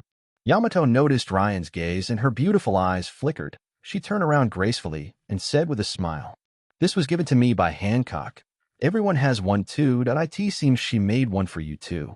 Ryan was a little confused when he heard this. Help him make a Chong Sam? At this time, Hancock and the others walked out of the cabin slowly. Hancock's purple-blue Chong Sam with gold thread made Ryan's eyes shine. Standing next to Yamato, the two of them stood tall and graceful, setting off each other, making people feel that they were extremely beautiful. Hiyori and Runty are also very cute in Chong Sams. But why is Peggy Wan also wearing a neutral Chong Sam? "Xiao, Pei, what are you doing?" Peggy Wan looked depressed and wanted to cry, but had no tears. He wanted to be a man like his elder brother and definitely didn't want to wear this kind of clothes. "Wow, Brother Ryan, my sister, Hancock, and Hiyori forced me to wear this. I don't want to wear this." At this time, Hancock walked up to Ryan and handed him a blue-black dress. "I made this for you. You won't let me down, will you?" Ryan had sweat dripping from his forehead, which was rare. He decided to take a look at the style of the clothes first.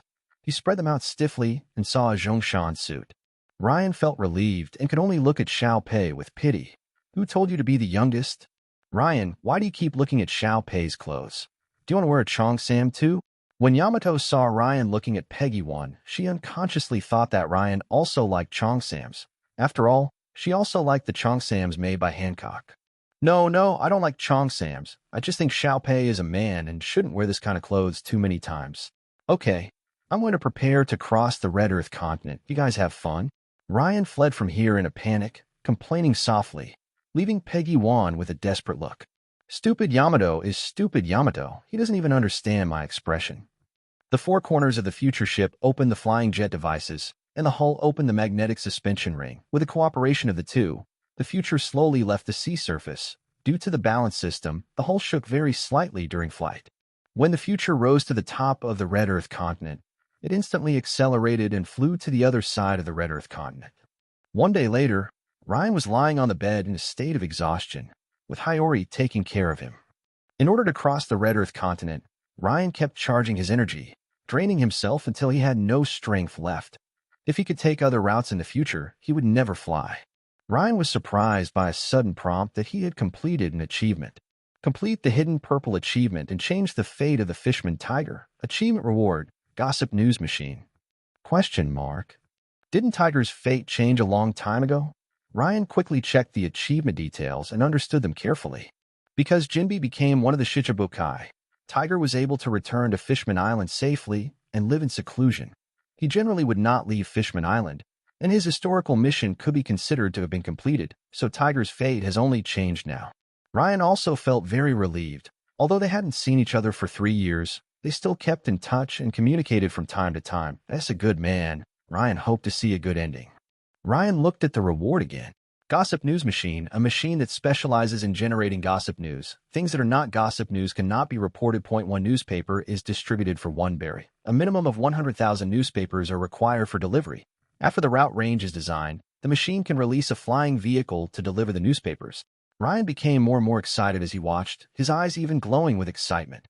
The light made Hiyori next to him suspect that something was wrong with Ryan. She put her little hand on Ryan's forehead and put the other hand on her own forehead to measure both of their body temperatures. Hiyori, I'm fine. Go get me a bottle of Coke. Oh.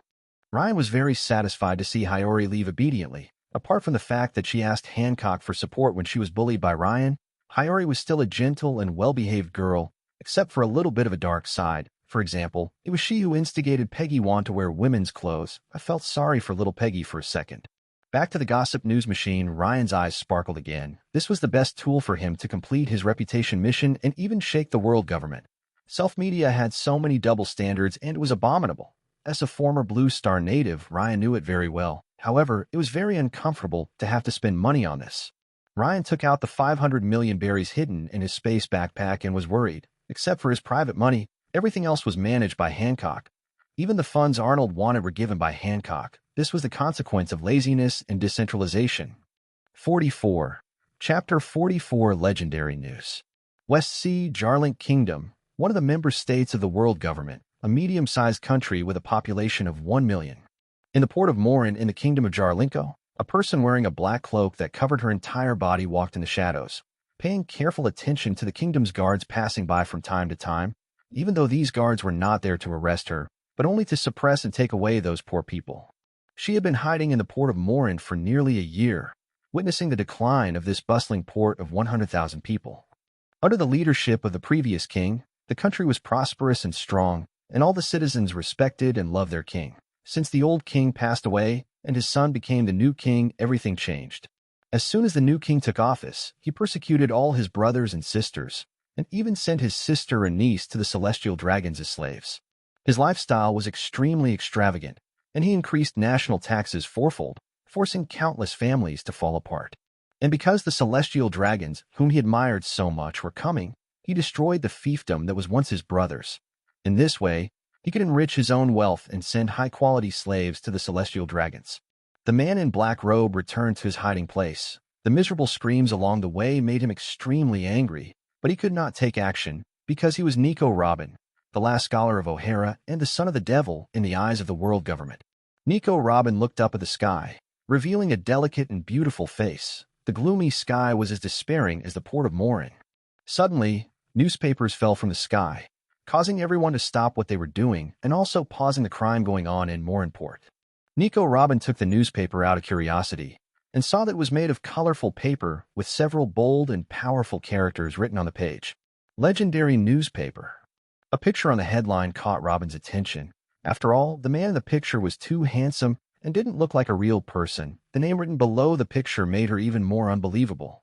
Ryan Odinson, a man that made her very curious. But this picture was too fake that IT didn't look like this in other news reports, so who was lying in this situation? Robin shook his head, decided to give up this brain-burning question for the time being, and continued to read the content. This is the first issue of Legend News. We're honored to report on the deeds of the most handsome and legendary man, Ryan Odinson, a man who fought against evil to the end. Let's start with what happened before and after the burning of the Holy Land of Marahoa. According to our official investigation, it has been confirmed that Ryan is a kind person who treats others well, so please rest assured that the report is true. IT is absolutely true.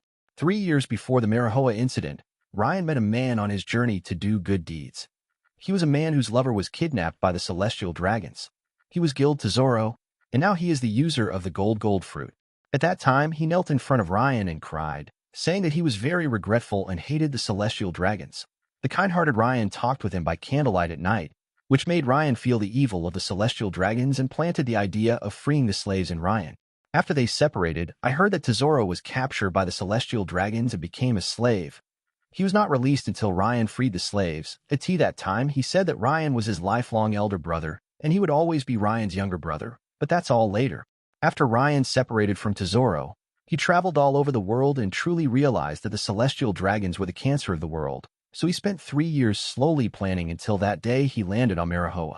That night, he liberated 30,000 slaves and became a close friend of Admiral Akiji. Ryan's noble character moved Admiral Akiji, and he said Ryan was truly his confidant. Later, when sending the slaves home, Ryan killed a celestial dragon in the Sabaody archipelago. That time, the celestial dragon wanted to capture an 80-year-old woman as a slave. This was something Ryan could never tolerate, so Ryan killed the celestial dragon. Then there was a fierce battle with Admiral Kizaru, who was chasing after him. In the end, Kizaru was defeated by Ren and escaped with injuries, while Ren was unharmed. After the war, Kizaru even said with emotion, "Ryan is my lifelong enemy. I will take him as my target and chase him all my life." After the Battle of Sabaody Archipelago, Ryan felt that he was not strong enough, so he hid himself and became Kaido's apprentice. Kaido was impressed by Ryan's high talent and said, "My disciple Ryan has the potential to be the king of the world. I am far inferior to him." We have even interviewed some strong people who know Ryan, and they all spoke highly of him. Pluto Rayleigh, Ryan is the most talented person I have ever seen. Roger is not as talented as him. If I were 30 years younger, I would definitely help him become the Pirate King. Whitebeard, Ryan's strength is rare in the world, and in a few years, he will definitely replace me and become the strongest in the world. Leader of the revolutionaries, Ryan's ideological awareness far exceeds mine, and he will surely become a beacon of the new era. After reading the newspaper in detail, Robin was frowning. It seemed that the things in the newspaper had happened before, and the results seemed to be so. However, she just didn't believe the style of writing.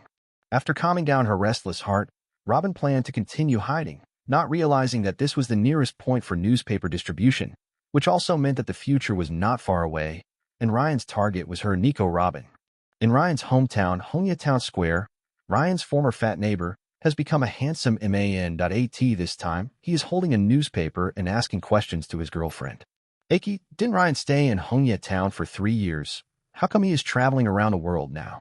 The girl, who was gentle and elegant, just now changed her expression instantly and slapped her boyfriend hard and shouted, "What, Ryan? There has never been a Ryan in Honya Town. The guy who rejected my confession has nothing to do with me, even if he dies." Everyone in the square fell silent instantly, quietly packed up their things and went home, closing their doors. For 3 years, the name Ryan had been a taboo. Seeing the consequences she had caused, Chi could only smile bitterly and leave. The handsome guy covered his face at this time. He also wants to go out to sea and stay away from Ika. And no wonder Ryan rejected you back then. It was too violent. Admiral Kizaru of the Marine Headquarters Marineford met Akiji, who had just returned. The two looked at each other, and after a moment of silence, they spoke at the same time. "A close friend, an enemy for life, chasing after you for life?" Both of them had gloomy faces and continued to remain silent. Ever since the legend news was published, they would always encounter pointing fingers when walking around the Navy headquarters. Even if they refuted the rumors countless times, they would still encounter strange looks. But they are not the most unlucky ones. There is someone who is even more miserable than them, the future Golden Emperor Guild Tesoro. At this time, he was on the run. Because of Ryan's revelation, his theft of the gold fruit was known to Doflamingo, and he was being hunted by the Don Quixote family. For no reason, many people thought he was Ryan's younger brother, but unfortunately, Doflamingo was not among these people. "Damn it, Ryan, even if you saved me, I won't let you go." Chapter 45 Landing. The existence of the Legend newspaper swept the world like a storm, delivering up to 100 million newspapers in 2 days, covering most of the kingdom's territories. The whole world was shocked. After all, the only company with stronger business than Legend News was Morgan's World Economic News, which was a media semi-controlled by the world government. The sudden emergence of Legend News, even if its credibility was shockingly low, was still a powerful weapon to shake the world. The world government has dispersed all CP organizations and is determined to find any clues about this legendary newspaper. They reorganized their forces to target Ryan and his gang, even though they did not believe that Ryan was the owner of the Legend newspaper. After all, a pirate did not have such organizational mobilization capabilities, but they were so shameless in praising Ryan, so Ryan must have some connection. The most innocent is the Revolutionary Army. That's right. The Revolutionary Army has taken the blame for Ryan and become the #1 suspect this time. And IT is an organization that has the ability to subvert the kingdom and shares the same stance as Ryan in hating the celestial dragons. IT is also the Revolutionary Army that has been active in recent years. Admiral Akiji had just been freed from the mission of tracking down the attackers of the celestial dragons, and was then sent by Sengoku to assist CP0 in the long mission of destroying the Revolutionary Army. "Hey, Mr. Morgans, that legendary news has nothing to do with me. It's just that a masked man visited me a few days ago. Yeah, I'm a pirate hiding like a rat. How can I have the ability to publish something as advanced as a newspaper?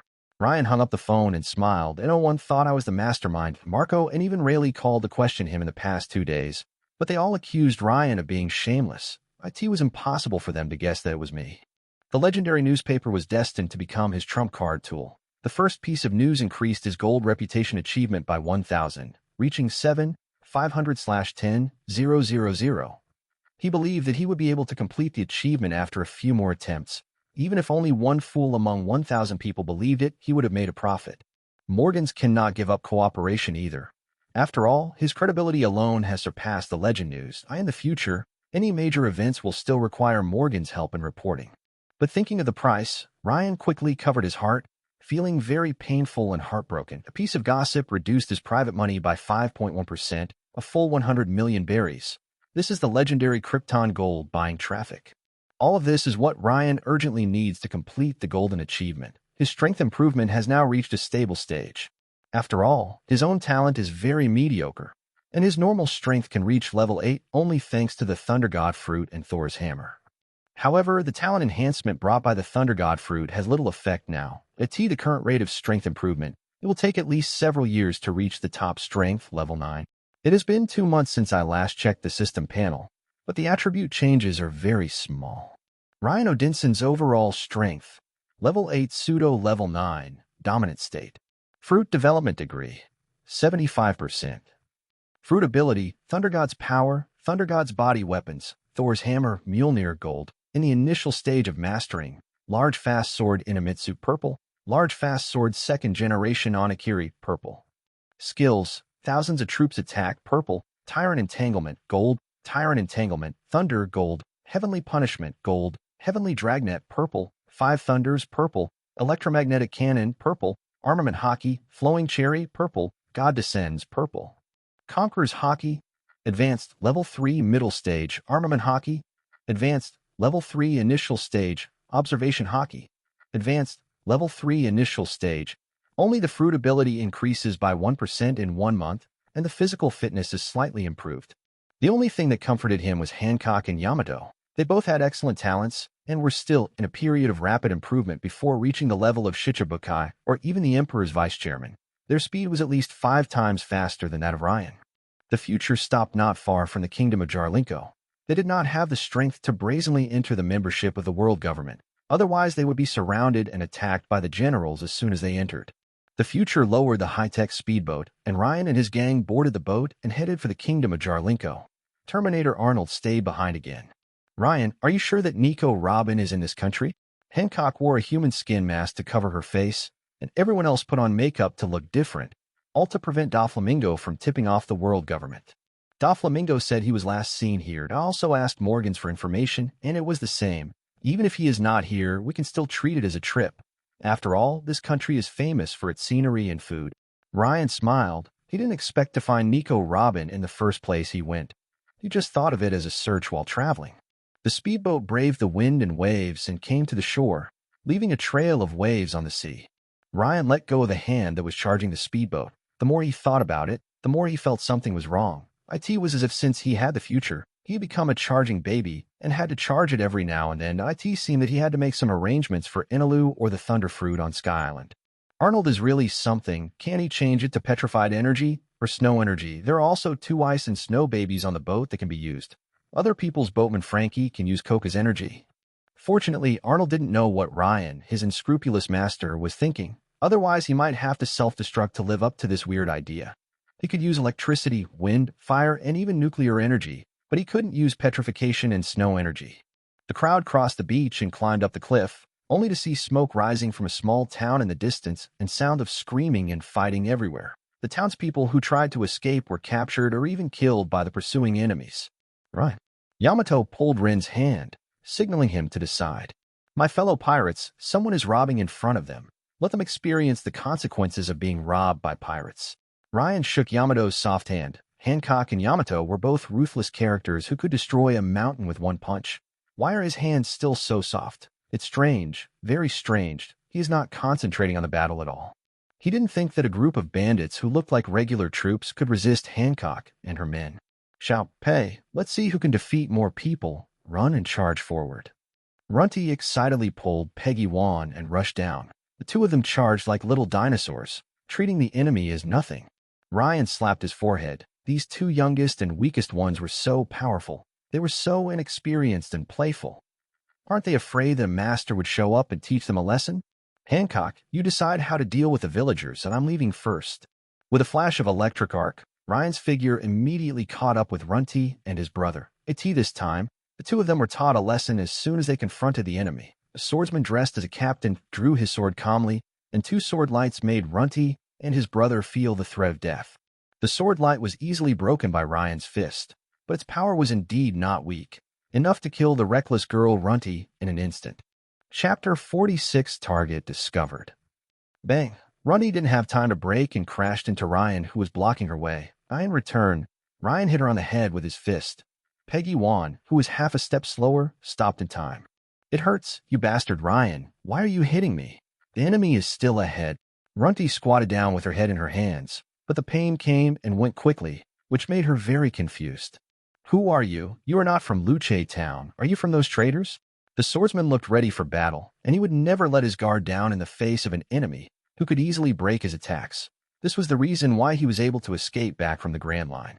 When asking someone's name, shouldn't you introduce yourself first? Ryan prepared his fists, just waiting for his answer. I am the vice captain of the Kingdom Army, and I used to be a pirate with a bounty of 80 million berries that I used to.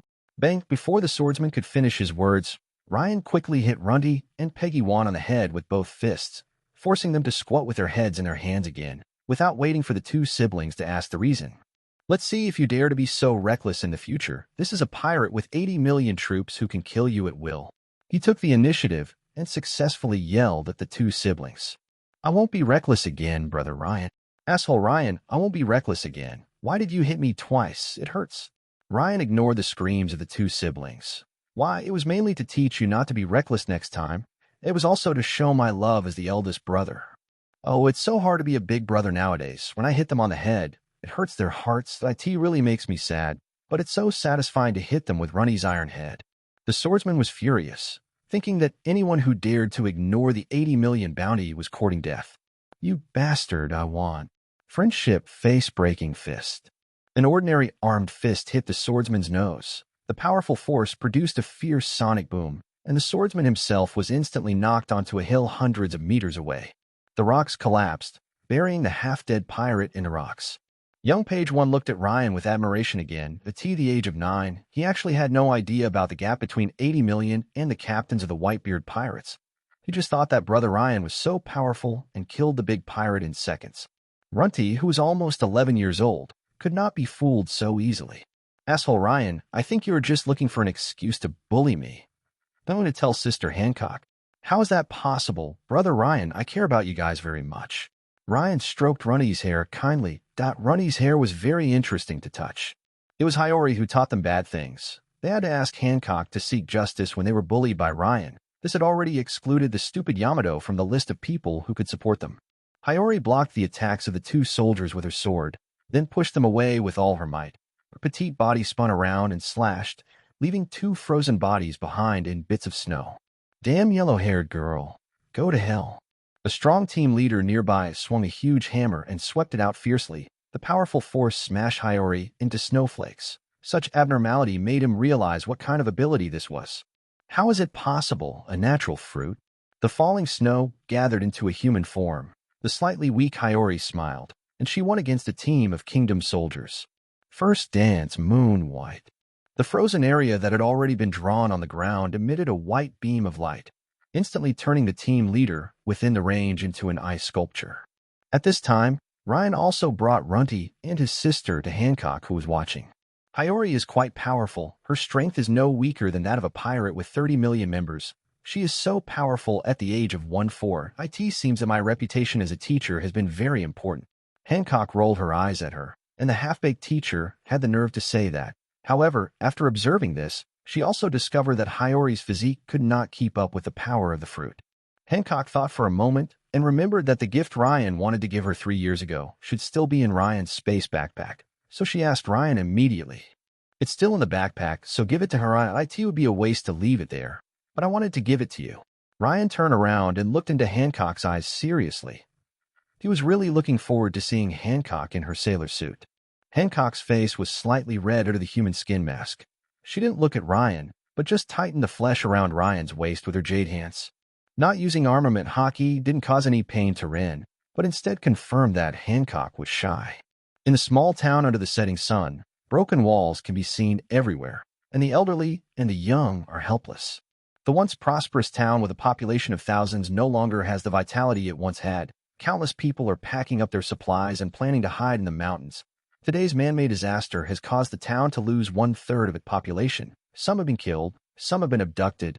Ryan and his gang hadn't arrived. None of them would have been spared. At this time, Ryan and several others were visiting the mayor of the small town, and the kind 80-year-old man prepared tea for everyone. Why do those people do this? You're also part of the kingdom.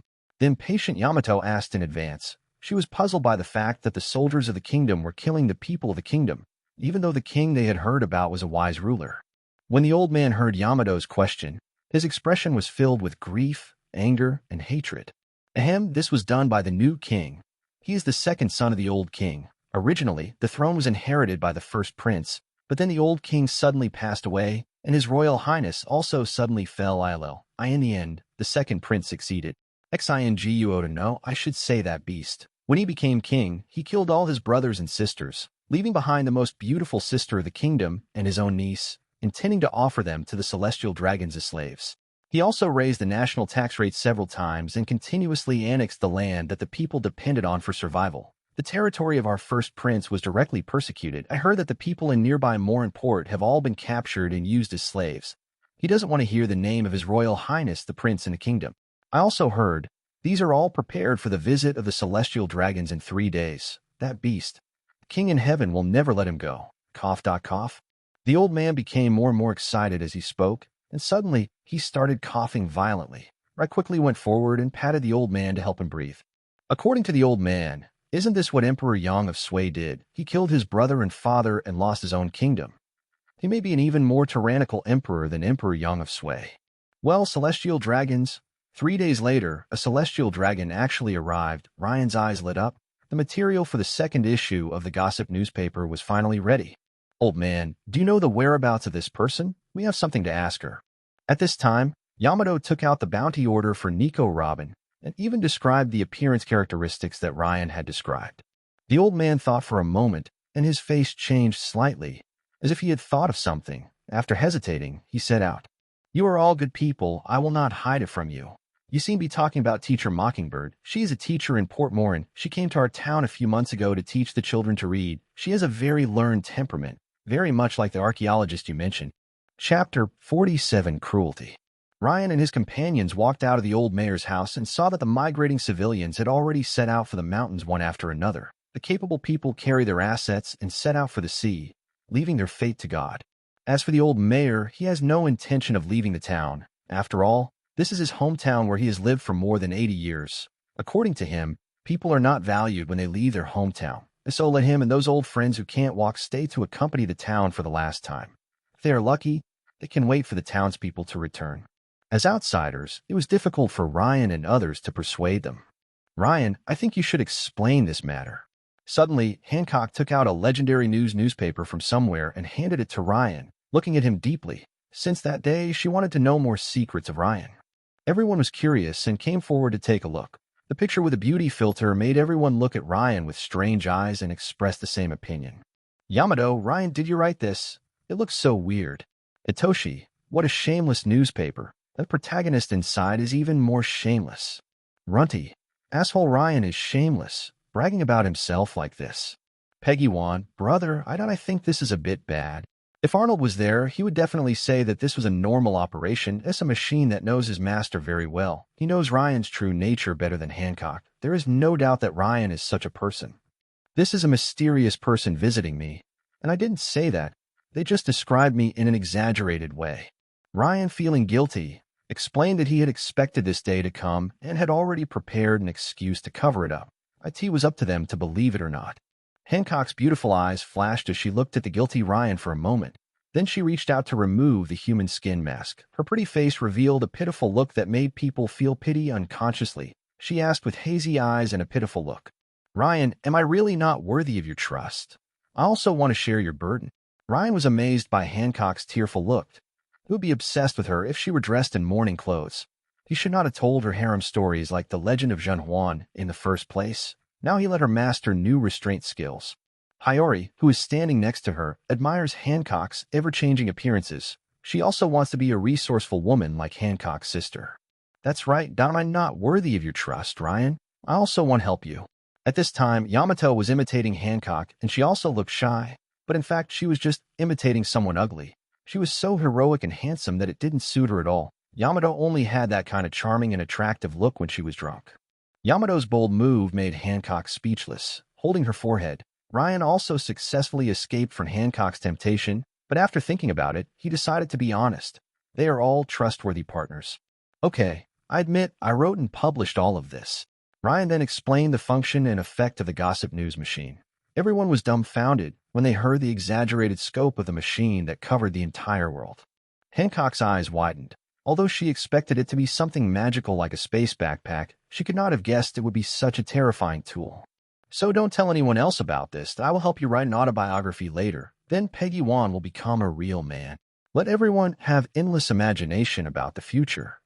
Yamato has already begun to fantasize about sharing his eventful future life with everyone, especially his bastard father Kaido. Hancock had no illusions, but only had a question. Didn't you say that you would hand over all the berries to me? How come there are still 500 million berries left? Can you explain it to me?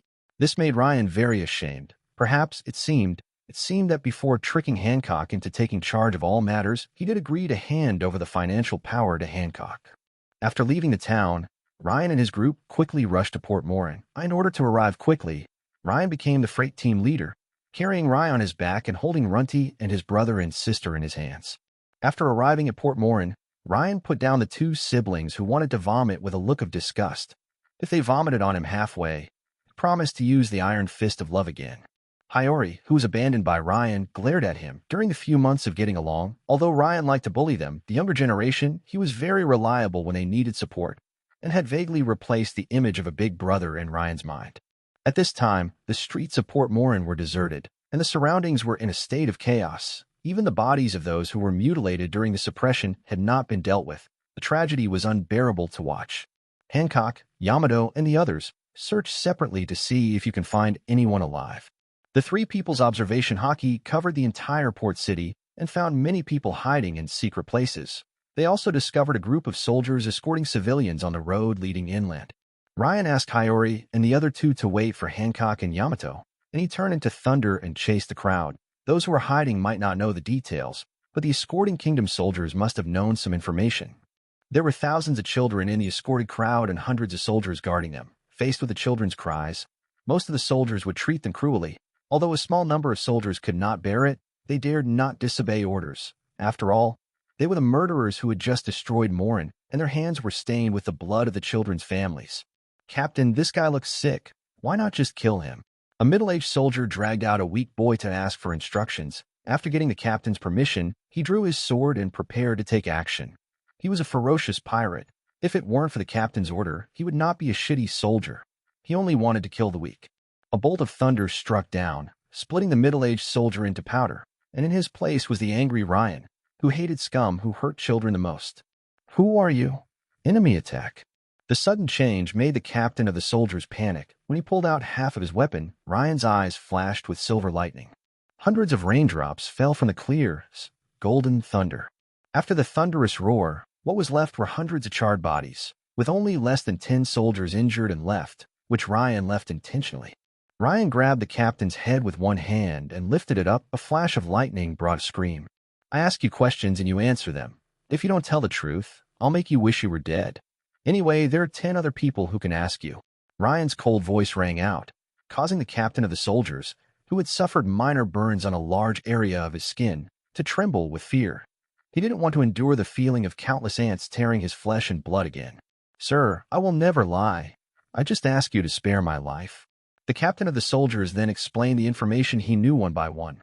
All the young and strong men and beautiful women in Port Morin were going to be transported to the Shabati archipelago for sale, so that they could be fetched at the highest price. As for the old, weak, and sick, they were sent to the mines to dig until they died. and the children were prepared to be sent to the capital.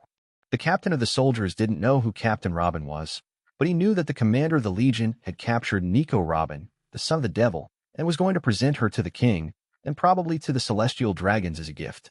The Legion commander set out a little earlier than them. If Ryan catches up now, he can still intercept him before he reaches the capital. Chapter 48: 3 Swordsmen from One Family. Ryan interrogated the others separately and obtained similar information, which seemed to be true. Sir, we have already said it. Please let me go. I have a wife and children to support. I will protect." Before the captain of the soldiers could finish his words, thunder struck again from the sky, killing all the remaining soldiers. Such a cruel scene caused a commotion among the children. Only the weak boy and a few other children looked at Ryan in admiration. It was this man who helped them to avenge their crimes and rescue them. Ryan looked at the body of the soldier captain with an expressionless face.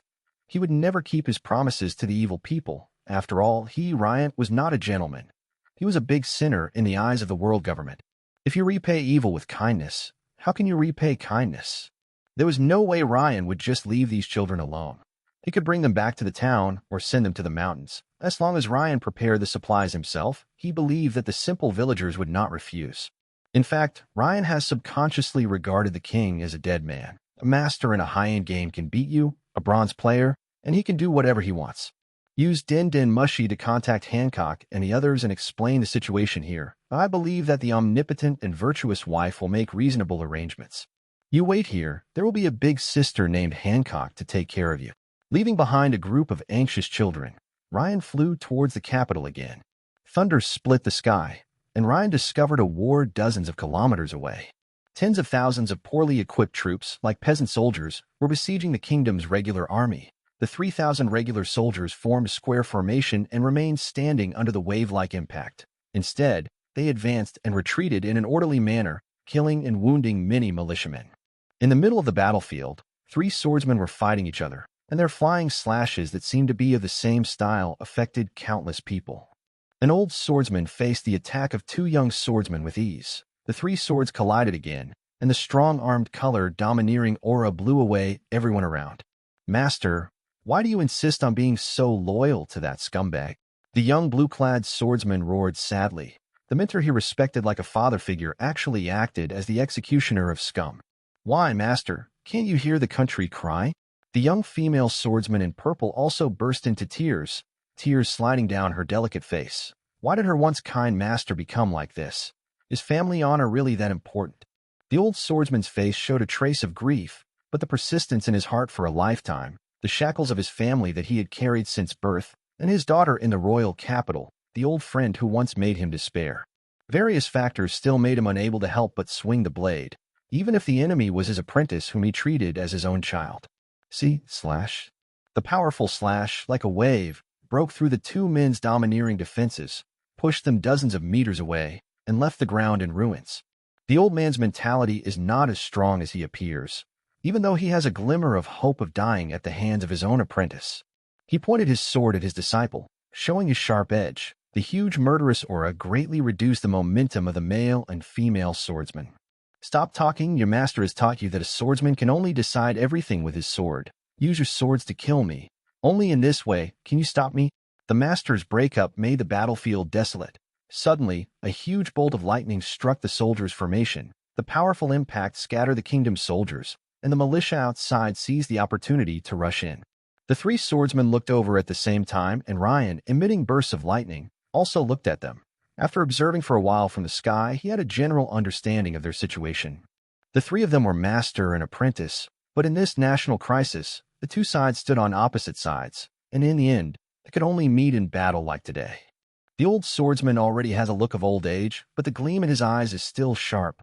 He is a top swordsman who is close to being a great swordsman.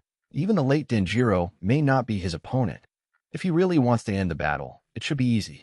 Although the 2 young swordsmen, who are about 20 years old, are weak, only around level 5, they have excellent talents and may be able to reach the level of great swordsmen in the future. Most importantly, their personalities are suitable for the qualifications of Ryan's partners, and the handsome men and beautiful women will not lower the average appearance of the Hammer God pirates. 2 young swordsmen, if you join my pirate group, I will help you defeat your master and then kill that scum king. Do you think you can accept this? The male and female swordsmen looked at each other in bewilderment. They were at a loss as to what to do with the invitation from this guy who suddenly appeared. When the old swordsman heard that Ryan wanted his apprentice to become a pirate, his face turned very ugly.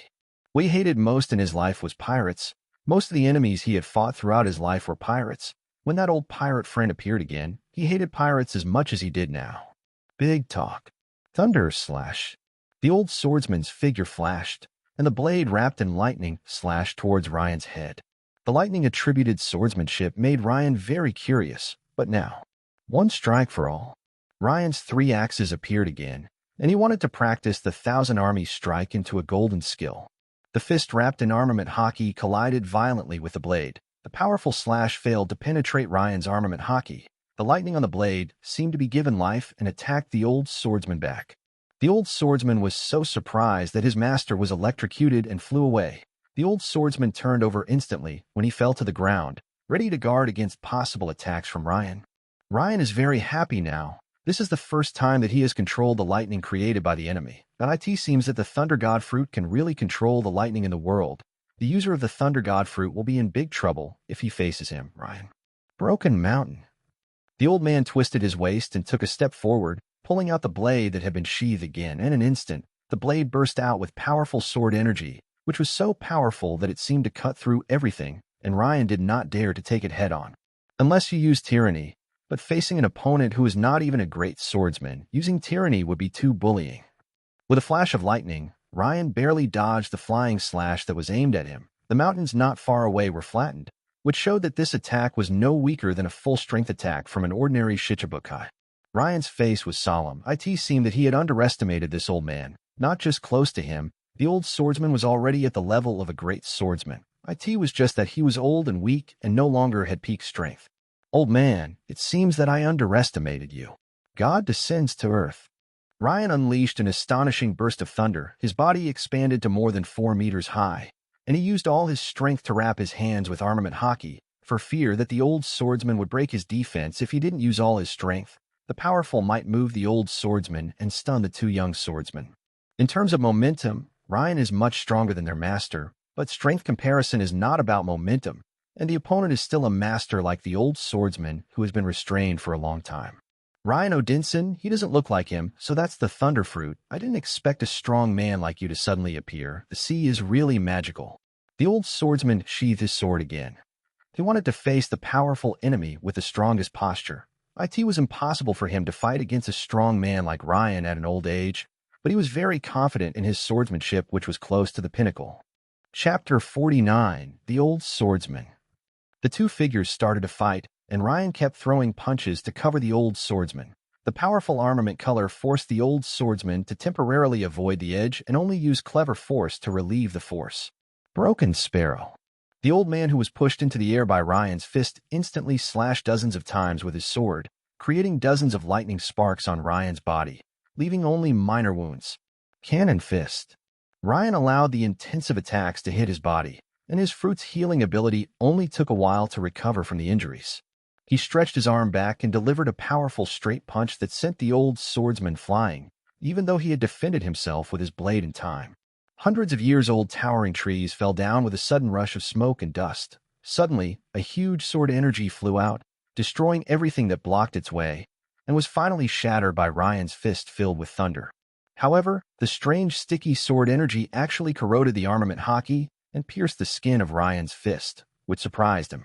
Duan Bajan is our Tianshi Duan Lu Yu's unique skill, which is specially used to deal with the enemy's powerful domineering aura. As long as the 2 secret books are combined into one, this move will be revealed. The old swordsman's deep voice echoed all around, and Ryan and his 2 disciples could hear it clearly. Then the smoke and dust cleared, and the old swordsman appeared in front of everyone in tattered clothes and disheveled hair. Master. The male swordsman couldn't help but express his concern, even though they were enemies. After listening carefully to the master's words, the female swordsman thought of the secret book that the master had given to his fellow apprentices. Was this a last word? She looked even more worried, but she would not say anything because she knew the master's character. Muyun, let's go and help defeat the kingdom's army first. Seeing that he could not interfere with the battle, the young swordsman could only mow down the kingdom's soldiers. However, none of them killed them, and most of them just injured the prisoners. Thunderbolt. Ryan summoned countless thunders to bombard the old man. The powerful bombardment flattened the ground by several meters, but the old man was not in it. He strangely appeared on the ground under Ryan's feet and slashed from bottom to top, severing earth. One strike for all. Ryan launched an attack in time, and the collision between the two sides caused dozens of meters of land to sink several meters, forcing the old swordsman out of the ground. The two sides continued to fight, and the aftermath of the impact raged like a storm, causing those who were planning to watch the battle from the outside to flee for their lives. It was a rare opportunity to watch strong men duel, but one's life was only worth one. The war between the kingdom's soldiers and the rebels has ended. The kingdom's army was defeated, and even the legion commander was defeated by the two swordsmen.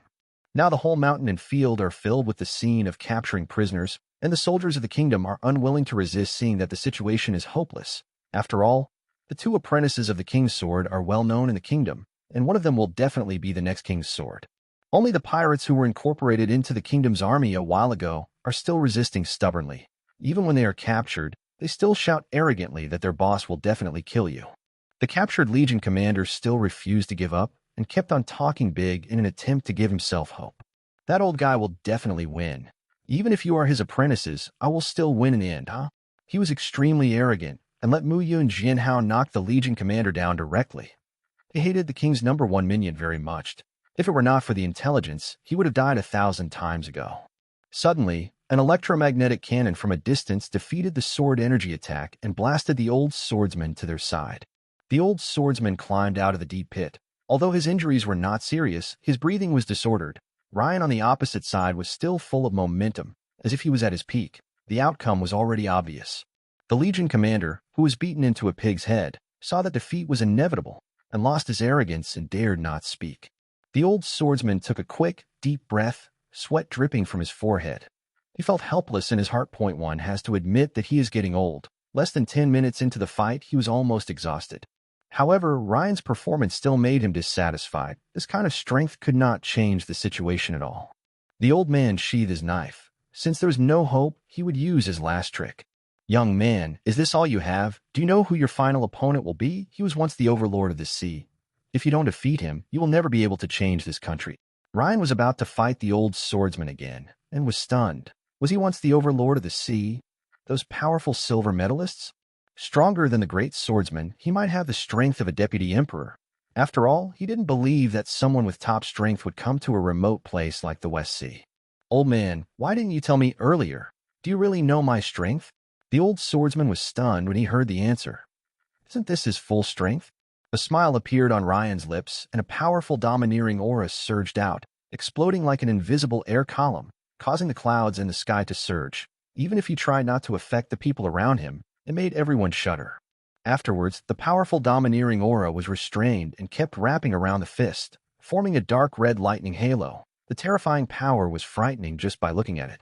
The old swordsman watched the whole process of Ryan's outburst of domineering hockey, and then his domineering hockey entanglement. It seemed like 10,000 years had passed in his heart, and a feeling of joy surged in his heart. Being well informed, he recognized this kind of power, a power only possessed by top-level strong men, the domineering and powerful entanglement. This young man possessed this strength and might be able to do it, even if that old friend was just a remnant of the old era, an old man of the same age as him. Then let me see your strength. Severing the tyrant without any substance. Don't die, old man. Strike 1,000 troops with one blow. The two sides clashed again, and the powerful slash collided with the dark red fist. Rayinba's fist instantly exploded with countless dark red lightning that raged around. The stalemate lasted less than a second, and the fist defeated the slash, but it stopped instantly in front of the old man. Even so, the strong aftermath of the impact blew the old man away and trapped him deep in the mountain. Ryan took back his hand. He just noticed the old man's look of begging for death. He would not grant his wish. The delusion of an old man who doesn't even want to contribute to his country's affairs and only wants to die. What a nice thought. Charge for the future of your country, old man. But it's not satisfying to defeat an old guy. If he was in his prime, that would be great. Maybe I could beat him up and then pull him on board. If he doesn't want to get on board, I can beat him up again and pull him on board until he accepts. After all, this is a rigid and stubborn old guy. Looking around, I also noticed the end of the war and the grand scene of capturing prisoners everywhere. Ryan's observation hockey opened up, instantly covering most of the battlefield. He soon discovered the target of his trip, an achievement toolkit who intended to take advantage of the chaos to leave. How could he let her run away? She was an important figure in the future historical text strategy. With a flash of lightning, Ryan disappeared from the spot. Nico Robin was just about to take advantage of the chaos to leave. Even though she knew that the rebels had won, she didn't dare to stay. They already knew that she was Nico Robin, and they might let her go or hand her over to the world government for credit. After all, their goal was to overthrow the king, and then they had to make friends with the world government to get recognition of their regime. Chapter 50. Nico Robin.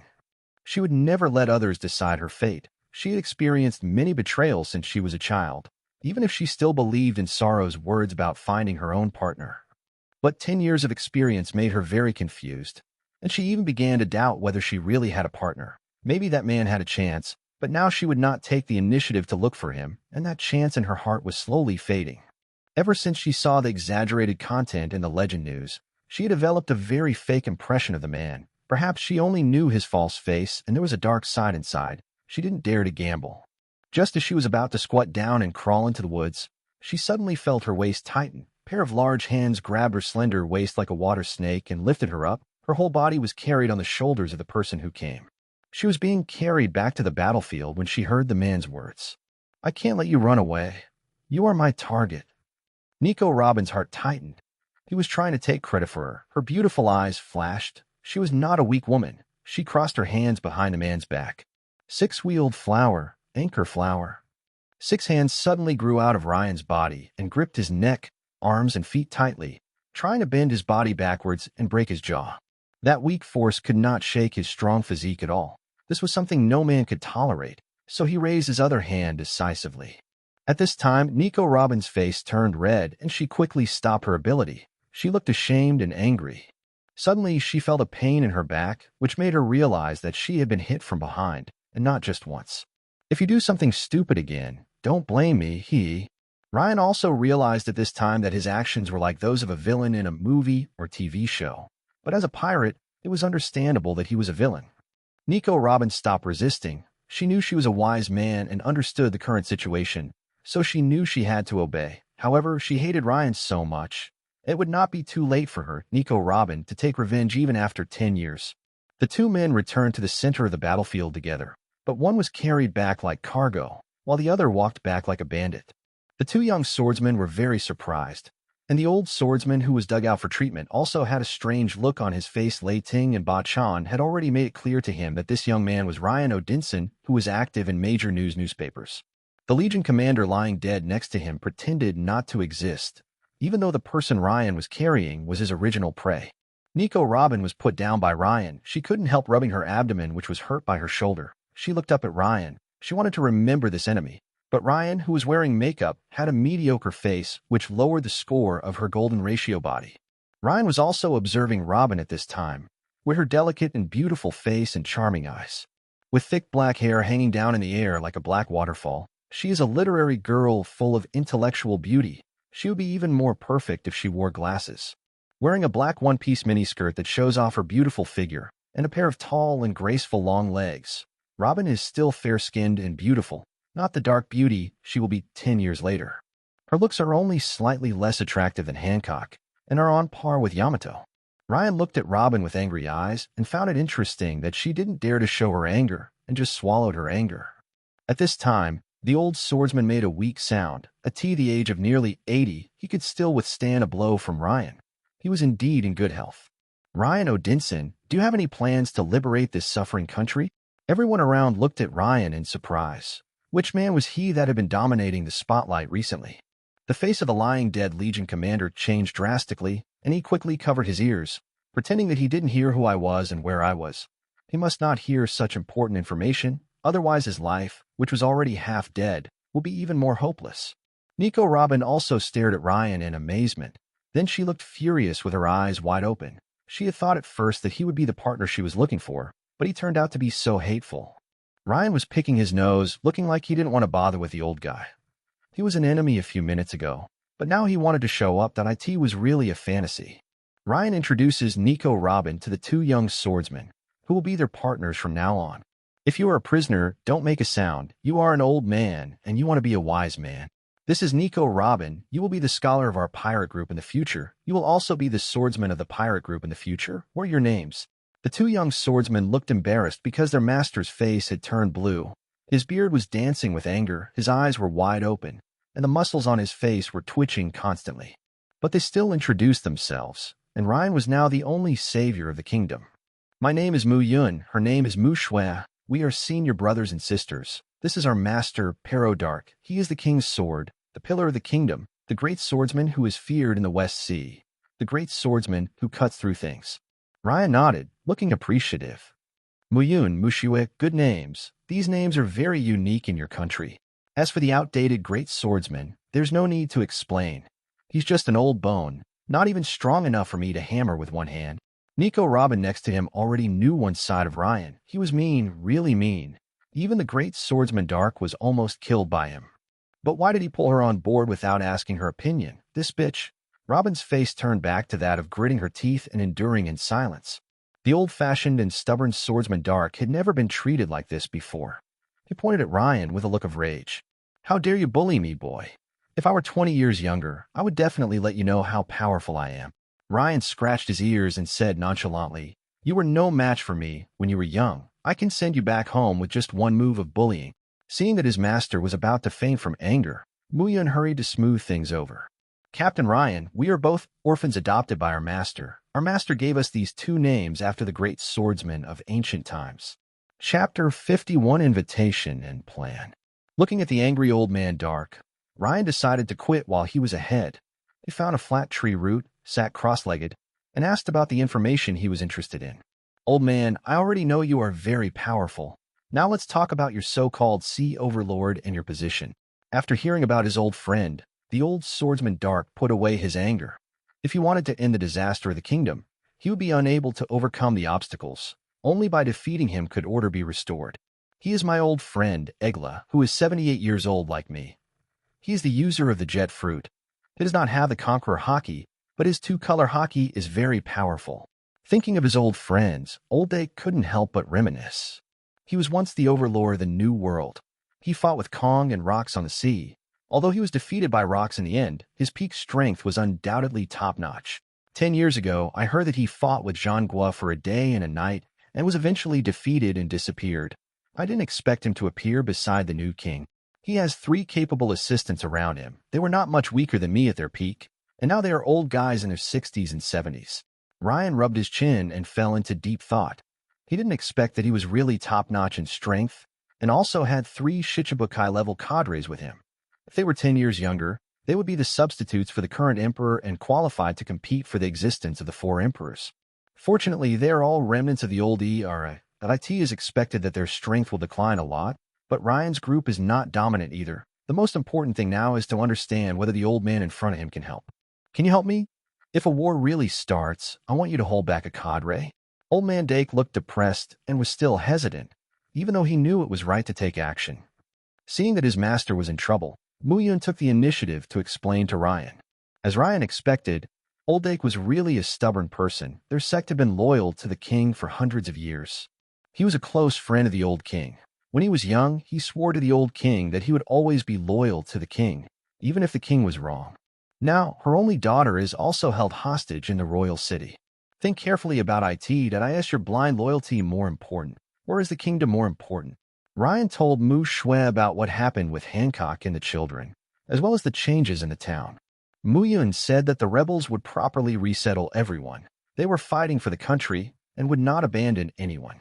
After explaining everything, Ryan dragged the reluctant Robin to an empty corner, making Robin nervous, thinking that Ryan was going to do something bad to her. Of course not Ryan. He hasn't even eaten Hancock and Yamato yet. What a whimsical woman. "Nico Robin, I formally invite you to join my pirate group and become my important partner. I will always protect you." Ryan made the invitation in a serious manner. Robin realized the determination in his words and carefully weighed the pros and cons, although she would not trust Ryan easily. Being able to get his protection was also a factor that moved her. "What do I have to pay? My identity as a scholar or my identity as a son of the devil?" Ryan made no attempt to conceal his true intentions. "As a scholar, we will continue to travel around the world, and you will be responsible for translating all historical texts along the way. When Robin heard about traveling around the world, he couldn't help but reveal a hint of anticipation. But then he thought that it was just translating the main text of history, which was a win-win situation. She looked at the smiling man in front of her. Is it really that simple? The impression in the legendary newspaper could not help but come in. Could it be? Robin's face changed slightly, and he lost his voice. Ancient soldiers? Ryan was stunned. What the hell? Ancient weapons? Except for Uranus, the king of heaven, everyone else probably knows about those three things. Ryan noticed the caution on Robin's face and unconsciously wanted to tease him. He pretended to change his expression drastically and pressed forward step by step as if his secret had been discovered, and pushed Robin against the tree. He looked down at her with vicious eyes, one hand holding Robin Swan's snow-white neck, as if he would kill her at any time. Woman, sometimes being too smart is not a good thing. It would have been great if you were just a tool, but now what should I do with you?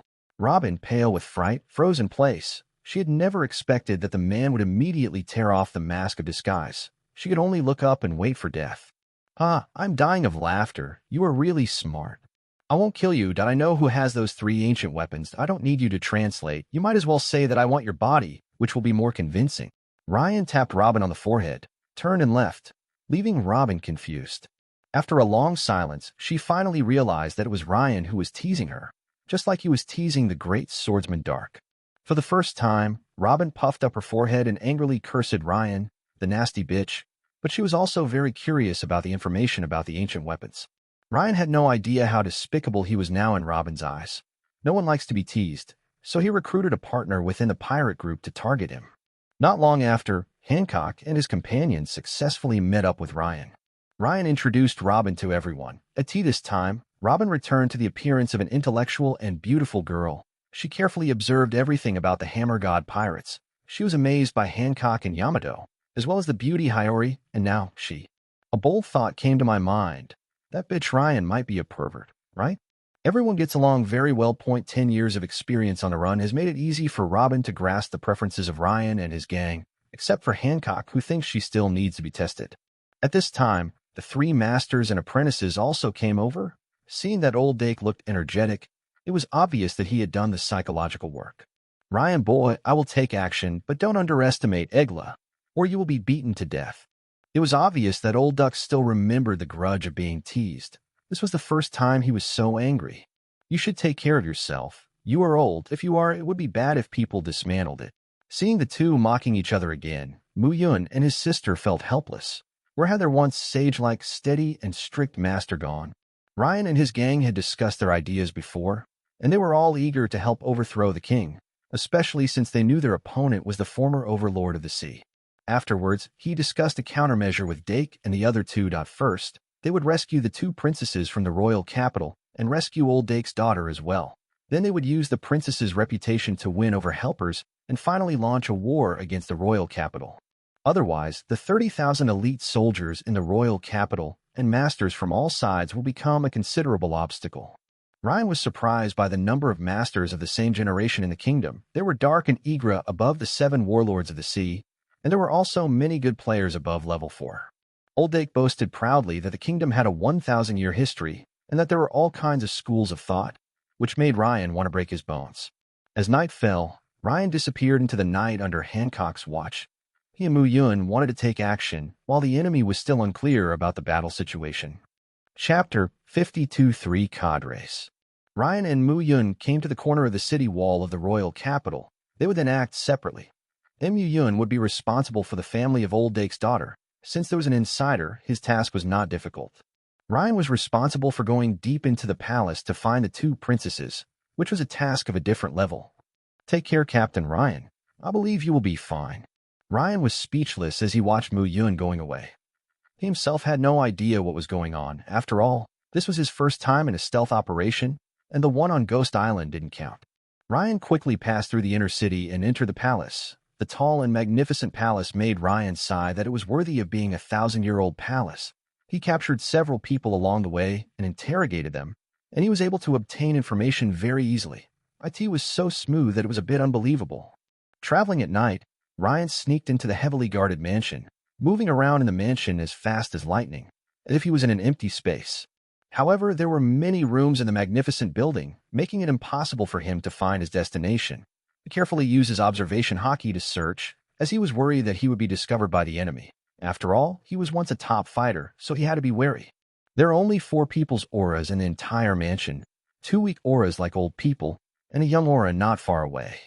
Ryan came to a unique room, as bright as a firefly in the dark mansion, because it was the only room with lights. Ryan walked cautiously along the wall and saw through the crack a stunningly beautiful woman hugging a little girl. It was the face of a princess. He broke into the room silently and revealed his identity to the shocked 2 people. "Princess, I'm here to save you. Please don't be afraid." Ryan's arrival did not surprise the princess. She just forced a smile. "I'm sorry, sir. I put you in danger in order to save me. I guess everyone outside is my second brother's men." Huh? Ryan was confused by this answer. Was he trapped? Footsteps were heard in the hall outside the room, and 2 elderly men walked out of the darkness. They were dressed like the 2 cadres introduced by Dark. Even the observation hockey could not see through their disguise. It was obvious that they knew the technique to conceal their aura. As strong as a little giant is Polo, a boxer who is proficient in domineering. The thin old man with a knife is a great swordsman and a master of observation hockey who can blindfold himself and observe with only his mind's eye. Haha, this kid is so funny that he really thought it was so easy to find a princess. He never expected that he was the prey. Ryan's face looked grim at this moment. Various factors had already shown that what he thought was a successful infiltration was just a clown being made fun of by others. The blonde beauty gently pushed Ryan, signaling him to break out quickly and ignore them. Ryan suppressed his anger, turned around, and looked directly at the princess. The princess had wavy blonde hair, was elegant and graceful, and had a light and ethereal air. Her skin was delicate, her demeanor was relaxed, and her eyes were beautiful. She was indeed the most beautiful woman in the kingdom. When the princess was puzzled, Ryan created a clone, gave him Thor's hammer, and let the clone take the 2 princesses away first. "I'll leave the 2 princesses to you, clone. Be more reliable this time." As Ryan expected, the clone gave a thumbs up and showed his white teeth that was still a strange clone. "Don't worry, I'm not as scared as you, that I promised to complete the task." When the princess holding the child was still at a loss, she was picked up by the clone around the waist and carried into the sky by Thor's hammer. Want to escape? That's wishful thinking. The swordsman who had been observing drew his sword and slashed with sword energy, heading straight for the clone in midair. The powerful flying slash was shattered by a fist that suddenly appeared. Ryan was floating in the air, lightning flashing around him, and his fierce fighting spirit was fixed on the 2 of them. The slash he just made was not even as powerful as Old Dark. "Paluo, it looks like we caught a big fish." The thin swordsman's face changed. The person who could break his attack so easily must be a strong man who is no weaker than them.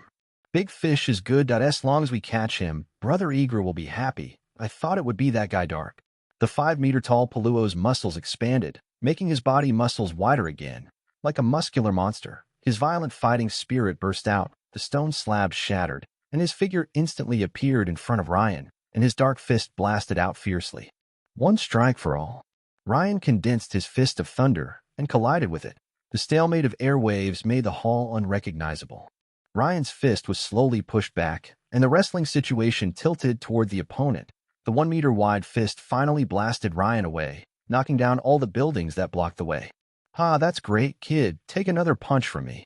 Polo leaped up and tried to continue chasing Ryan. A flash of lightning appeared in the ruins in the smoke and dust, and an electromagnetic cannon broke through the dust, blasting Polo thousands of meters away and piercing half of the palace, leaving a deep mark.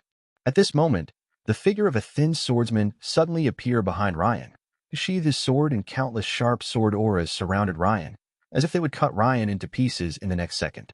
Ryan's pupil shrank slightly. His body movements and swordsmanship were so fast that his body instinctively activated the thunder energy, causing his body to swell into a 4-meter-high silver-white giant. Lore? God descends to earth. Countless sharp sword energies slashed at Ryan, splashing countless lightning sparks and blood. The injury was only a minor one.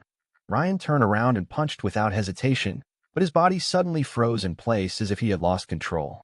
At some point, an old woman emerged from the ground and touched Ryan's feet when he wasn't paying attention, transmitting a continuous stream of fruit power, which made Ryan freeze. "Ah, Sister Senna did a great job. Let me deal with this guy." Paluo leaped from hundreds of meters away, gathering a terrifying, domineering aura dozens of meters in the air, determined to kill Ryan with one punch. The thin swordsman behind took a left step forward, turned 90 degrees from the right, stretched out his hand to grasp the hilt of the knife, ready to strike a fatal blow, and a cold aura enveloped Ryan's whole body. Ryan was terrified at this moment. If he was not careful, this combo would really hurt him. With this fatal blow, crazy domineering aura erupted, and thunder ability was also filled with difficulty. The repulsive ability of the Conqueror's Haki allowed Ryan to regain his freedom at the last moment.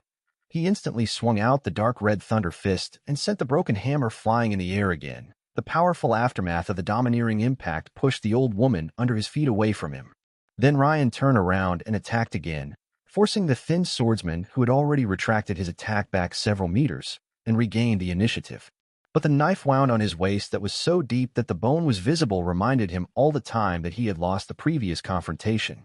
Even though he dodged sideways to avoid vital parts, the terrifying blow still seriously injured him. Among the three opponents, the old woman was the most threatening to him. The old woman who kept walking around let out a wicked laugh, and her wrinkled face looked like a withered loofah.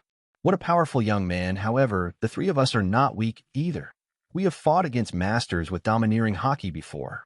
53. Chapter 53. The Former Overlord. The night sky is like a navy blue curtain, dotted with twinkling stars. A flash of lightning streaked across the dark sky. Thor's hammer was carrying 3 clones and quickly moving away from the royal capital. Suddenly, the clone felt the vibration of Thor's hammer and realized that it was the original body that urgently needed Thor's hammer. The 3 men stood on a hill as lightning struck. Mjolnir, the hammer of Thor, flew rapidly towards its owner, emitting several sonic booms in the silent night sky. "Excuse me, benefactor, who are you?" "I'm Erica, the 5th princess of the kingdom, and this is my niece Echo." The soft voice of the blonde princess Erica was heard. She was very grateful to this benefactor for allowing her to avoid becoming a slave of the celestial dragons. As a princess of the kingdom, she was well aware of the evil deeds of the celestial dragons. If it really came to that, she might as well end her own life. "My name is Ryan Odinson, and I will definitely become the strongest man in the world, but don't be obsessed with me. I am not worthy of having a partner." The clone looked very proud and was always hurting the original body. This weird personality really made Ryan speechless. Erica didn't know how to respond to this and could only smile. What a strange and interesting person. The clone carried the 2 people on his back again and rushed to the agreed location. His own energy was almost used up, so he had to act quickly. The battle in the royal city became more and more intense, moving from the royal palace to the outer city, leaving behind devastated ruins of buildings along the way. Ryan was already very concerned about affecting civilians, but his opponents would not have such concerns. Ryan kept looking for opportunities to break out during the confrontation, but the 3 men kept entangled him, and he had no way to escape. Without Thor's hammer in his hand, even if he used Tyrant Entanglement, it would only be at the Vice-Emperor level and could not reach the strength to decide the outcome. What Ryan fears most now is Egla. Even if the enemy commander has not appeared yet, Ryan cannot defeat him in a short time with the combined strength of the 3 cadres. We can only wait for Thor's hammer to return. Why then, it will be much easier to fight or retreat. At this time, in the king's bedroom in the palace, an ordinary old man woke up from his deep sleep. A terrible aura emanated from his old body, enveloping the surroundings, making the maids who were waiting there feel panic, and their bodies trembled slightly. "Rudy, come see me." The majestic voice penetrated the wall and reached outside. A fat man dressed in the king's clothes pushed the door open, came to the old man tremblingly, and half knelt in salute. "Father, you finally woke up. There are intruders. Rescue that bitch Erica. The 3 priests are fighting the intruders." The new king, Luke, showed a humble expression and tried to please his biological father, but there was still a trace of hatred in his heart. As a king, he had to kneel down to others, even if this person was his biological father and the one who helped him to the throne. Egla looked at his son with disgust. As a former overlord, he looked down on this selfish, despicable, cruel, and greedy son. If this was not his son, Egla, but the father of his important grandson, he would definitely kill him at the first opportunity. "Grandpa, wake up. Bonnie doesn't want to sleep. He wants to play the big pirate game with you." An 8-year-old boy in pajamas appeared in front of the door and looked at the old man expectantly. The old man walked to the child, squatted down, and comforted his grandson with a kind face. "Be good, go back to sleep first. When Grandpa finishes work, I will come to play with you tomorrow. If you don't sleep now, you won't have the energy to be a pirate tomorrow." At this time, Egla was just a grandfather who loved his grandson. It was hard to imagine that he was the terrifying legendary pirate. "Rudy, take Bundy back to bed." "Yes, father, Bundy will go back to sleep with you." The fat King Rudy pulled away the reluctant Bundy. After a short time together, Igra realized that their relationship was not good. Bundy was very resistant to his father the king, and Rudy did not show any affection for his own son. Egla fell into deep thought. It seemed in a few years, he would have to make Rudy give in for his precious grandson. The existence of Bundy successfully made him feel the warmth of his relatives. For the future of his descendants, he would kill his old friend, the old king who didn't want to believe until his death. Having come this far, he would never tolerate any obstacles, even if that person was his son. Pulling aside the curtains, I saw a hammer falling in the outer city in the distance. The battle there was still going on, and Ryan was still suppressing 3 cadres. Egla still felt the pain from his old injuries, and it was not the time for him to go on stage, so he decided to let him contribute fireworks to liven up the atmosphere. Egla inhaled to expand his chest, then opened his mouth and blew out a powerful air shock wave. The aftermath of the shock wave alone caused the surrounding buildings to crack. Ryan held Thor's hammer, and his body was instantly filled with more powerful thunder power, and his confidence returned. "Boy, take another one from me." Paluo came to Ryan's side, stepped forward with his front foot, straightened his waist, and threw out a powerful blow. His powerful black fist turned red, and the power it generated was extraordinary.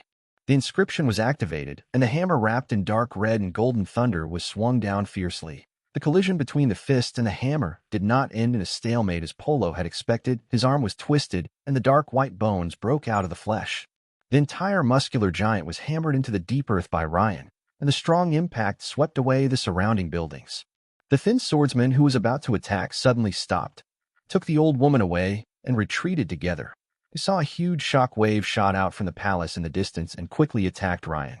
A mushroom cloud rose up, and the earth-shattering explosion swallowed up all life in the surrounding area. 1/10 of the urban area of the royal capital was completely destroyed, and the whole city was plunged into screams and wails. Thunder broke through the mushroom cloud, and Ryan's figure stood above the royal capital. He shifted his gaze to a rooftop of the royal palace, where an ordinary old man was standing and looking at Ryan. The old man had a dull look in his eyes and didn't care at all about what he was doing. Ryan is silent after a long time. The strong murderous aura was sensed by the old man in the distance, and a faint sense of oppression gradually rose between the two. Ryan tried his best to suppress his killing intent. Now was not the right time. He had no chance of winning, and could only gather all his strength to launch an attack. He just felt unhappy. Ryan turned decisively and turned into a ray of lightning and left the royal capital. There would be a battle between them soon. The sky gradually turned white, and the morning light shone on the hellish ruins. The civilians of the royal capital were trying to search for survivors among the rubble, but the kingdom's army was not involved in this rescue effort. They were all ready to go, intending to defeat the rebels in one fell swoop. The rebel camp had already sent out dozens of knights to deliver the envelope from the princess of the kingdom, calling on all people with aspirations to come and help. The situation in the kingdom is turbulent, and a battle to decide life and death is launched today. Chapter 54. The war is coming. Time flies, and a whole day has passed. The war that everyone expected did not happen. Neither Igra's group nor the kingdom's army left the city, which made the rebels who were ready for battle very uncomfortable. Finally, it was Old Dark who made a guess. Igra was severely injured by rocks when he was young, and the wound has not yet healed. He still feels pain for 2 days every once in a while. These 2 days should be the time when his attack occurred. But even if it's not today, it will be tomorrow. The war is bound to happen. It is Igra's character that will never wait until the celestial dragons arrive. She will defeat the rebels tomorrow to prevent future troubles.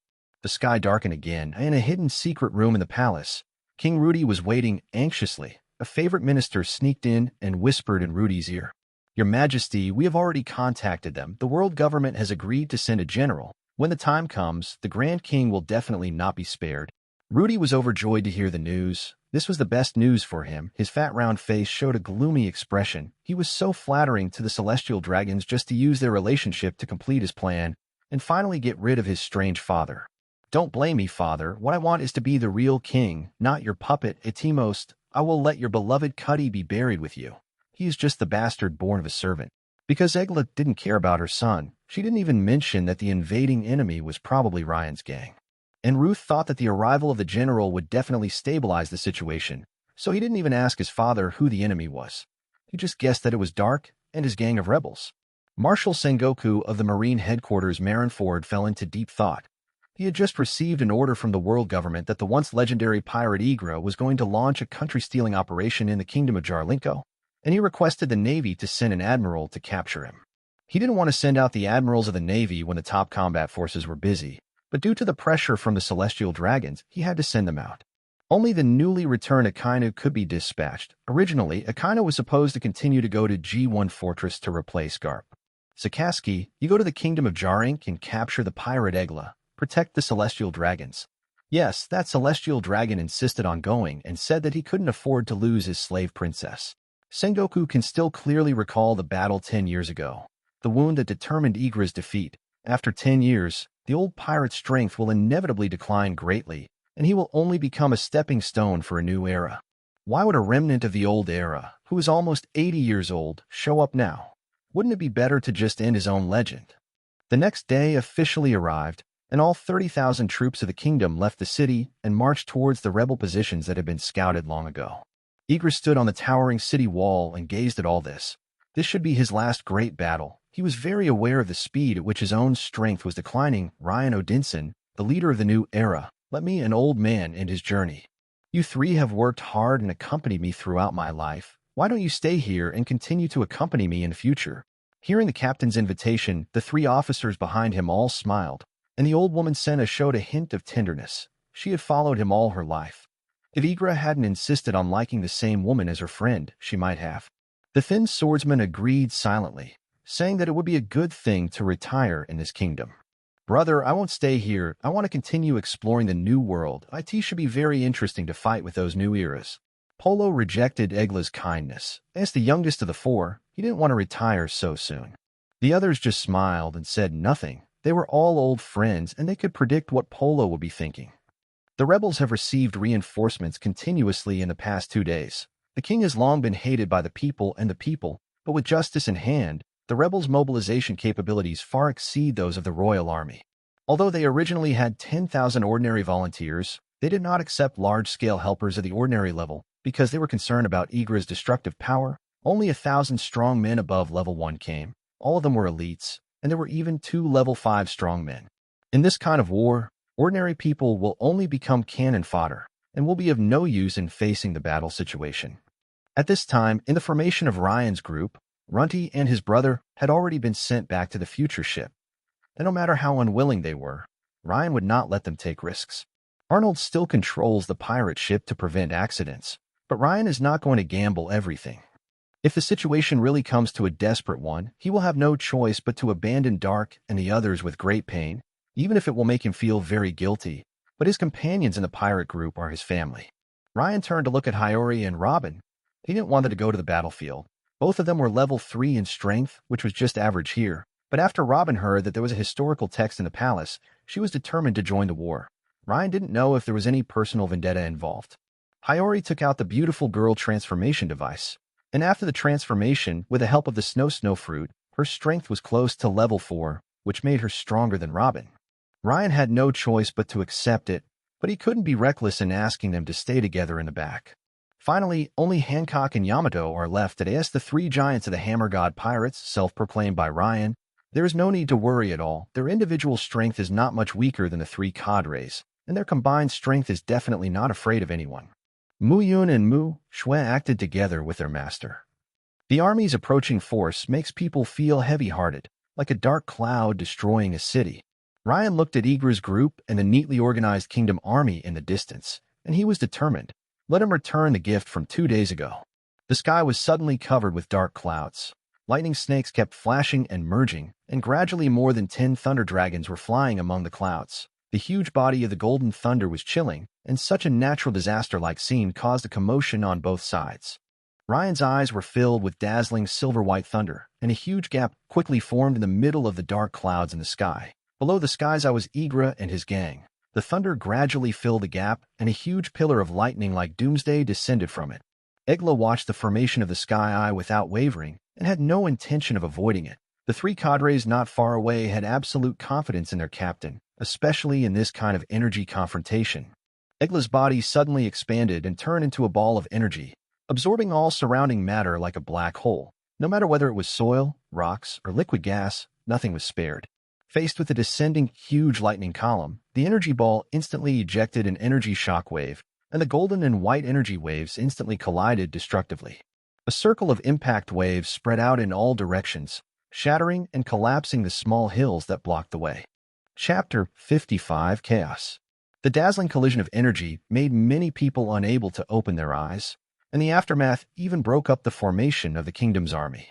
There were two stalemate energy waves. The white one gradually gained the upper hand and slowly pushed back the golden lightning pillar. Finally, the two energy waves produced a violent explosion among the dark clouds, and the powerful impact swept away the clouds in an instant.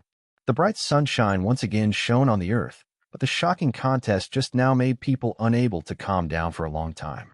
Ryan and Egla looked at each other from a distance again, and there was a little ripple in their hearts. It should be the awakening of the fruit. In this case, Egla could not be allowed to use energy recklessly. Attack. As soon as the attack signal was given, all the rebels launched a charge towards the kingdom army. The scattered kingdom army had no time to reorganize their formation, and their vanguard was defeated in an instant. The quality of their troops was far inferior to that of the rebels. With a flash of lightning, Ryan instantly came in front of Igra, who was preparing to launch a shock wave, and Thor's hammer collided violently with his fist. Egla raised the corner of his mouth, and his stagnant fist burst out with a shock wave, instantly pushing Ryan back into the air. The 5 fingers of his other hand opened and merged, and a huge resistance in the air bound Ryan in midair. At this moment, the brief clear sky turned into dark clouds again, and countless thunders bombarded Egla. Ryan took the opportunity to break free from the restraints, activated the inscription, and golden thunder and domineering color wrapped around the hammer, and Ryan swung it down instantly. Thor's hammer defeated the oncoming shockwave and hit Egla's fist again, blasting out countless dark red lightnings, and Egla's old body was also bent a lot. At this time, the boxer Paluo and the old woman Senna rushed towards Ryan. "Get out of here, you bastard." Paluo's body swelled up into a muscular monster, and he was about to launch a sneak attack on Ryan, who was in a stalemate, when a white-haired figure appeared in front of him, and Yamato blocked his way heroically. "I can't let you disturb Ryan." Thunderous gossip. The mace instantly knocked the muscular monster away, but the damage caused was minimal, because the muscular monster was completely black at this time, and it was obvious that the armament color had been exerted to the extreme. "You damn girl, I'm going to crush you to pieces." The muscular monster rushed towards Yamato with overwhelming force. Yamato did not dare to be careless and instantly entered the human beast form of Deku Jinshin mode. Suddenly, the old woman Senna emerged from the ground behind Yamato. Seeing that the energy of the fruit was about to hit Yamato, who had just discovered the sneak attack, was not panicked at all, because she also had a helper. She kicked Senna's arm away with her long leg, and Hancock, wearing a black and white long-sleeved Chongsam, appeared behind Yamato. "Hancock, you are too slow. I was already very fast. You were too reckless." Hancock suddenly turned around and kicked out, and at the same time as Yamato, the muscular monster was blasted away again. Aromatic feet. Thunderous gossip. "Why don't you help, Viper?" Facing the battle not far away, the thin swordsman stood still without moving, just responding to the questions from the visitors calmly. "Your sword intent has locked onto me from the beginning. I can't ignore you, Senior Dark." Dark's figure emerged from the dust, and the two men stood opposite each other. The two elderly swordsmen took a step forward at the same time, leaned forward, grasped the hilt of the sword with one hand, and assumed a posture of drawing the sword and slashing. Both swords were drawn out at the same time, and the lightning-fast sword strikes covered the opponent. Breaking the tyrant. Lore. Two different sword intentions clashed in an instant. The two men seemed to be standing in place, but their clothes kept breaking into pieces and even had wounds. Sword energy continued to rage around them. Hong Leon and Egla separated at the same time, and the two continued to confront each other with no less momentum. Igra swept the battlefield with his observation haki, and the battle situation inside made him frown slightly. His 3 capable subordinates were all stopped. "Old man, don't bother looking. Your men have been stopped. I will definitely beat you to death today." Ryan's fighting spirit was extremely strong. He had long wanted to beat the old guy to death. "How shameless. When I was roaming the seas, you were not even born yet." Spring. Egla pressed the ground with one hand, and a shockwave instantly spurted out from under Ryan's feet. And no matter how Ryan dodged, the jet under his feet still followed closely. Even when Ryan wanted to approach Igra, there would be a jet shockwave surrounding him. Even if Ryan wanted to use the dominance to break through, he would use the jet ability to leave the spot. It was already very obvious that he just didn't want to confront Ryan head-on. This young possessor of Conqueror's haki made him cautious, so he wanted to use his more powerful fruit ability to consume Ryan's physical strength. "Old Loach, Don't run if you have the guts.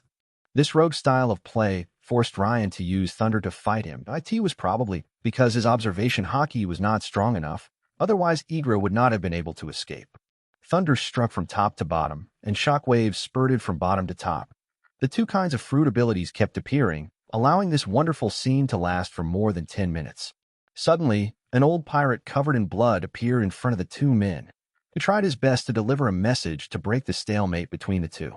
Boss, we found the Celestial Dragon's fleet, and Admiral Akainu just 40 minutes away from here. The king tried to keep this information from you, but it was us old sailors who risked our lives to escape from the capital. Ryan and Egla stopped at the same time. This news was very unexpected to both of them. It was impossible for a celestial dragon to visit with an admiral unless the world government knew the situation here, and the intelligence they brought clearly proved a certain fact. Igra's powerful observation hockey covered the battlefield, and his expression became increasingly uglier. The battle situation was one-sided in favor of the rebels, and the kingdom's army was on the verge of collapse. Root's personal guards had left the battlefield at some point, and several kingdom masters were also missing. Thinking about it carefully, Egla came to a fact that was hard for him to accept. The son whom he looked down upon plotted against him, hoping that the admiral would reap the benefits. He was indeed his son, so cruel. Igra looked at Ryan across from her now. He has two options. Point one is to make peace with Ryan, but it is impossible for him to do so as he is so proud. His final insistence is to never compromise with the enemy. The only way was to defeat Ryan as soon as possible before the general arrived, then return to the royal city to kill his king's son, and use the last time to pave the way for his grandson. Potential eruption, full concentration. Egla's aura increased greatly, and a powerful air wave gushed out of his body. When the movement ended, a strong middle-aged man appeared in front of Ryan, which made him very stunned. What's going on? Things seem to be getting more difficult.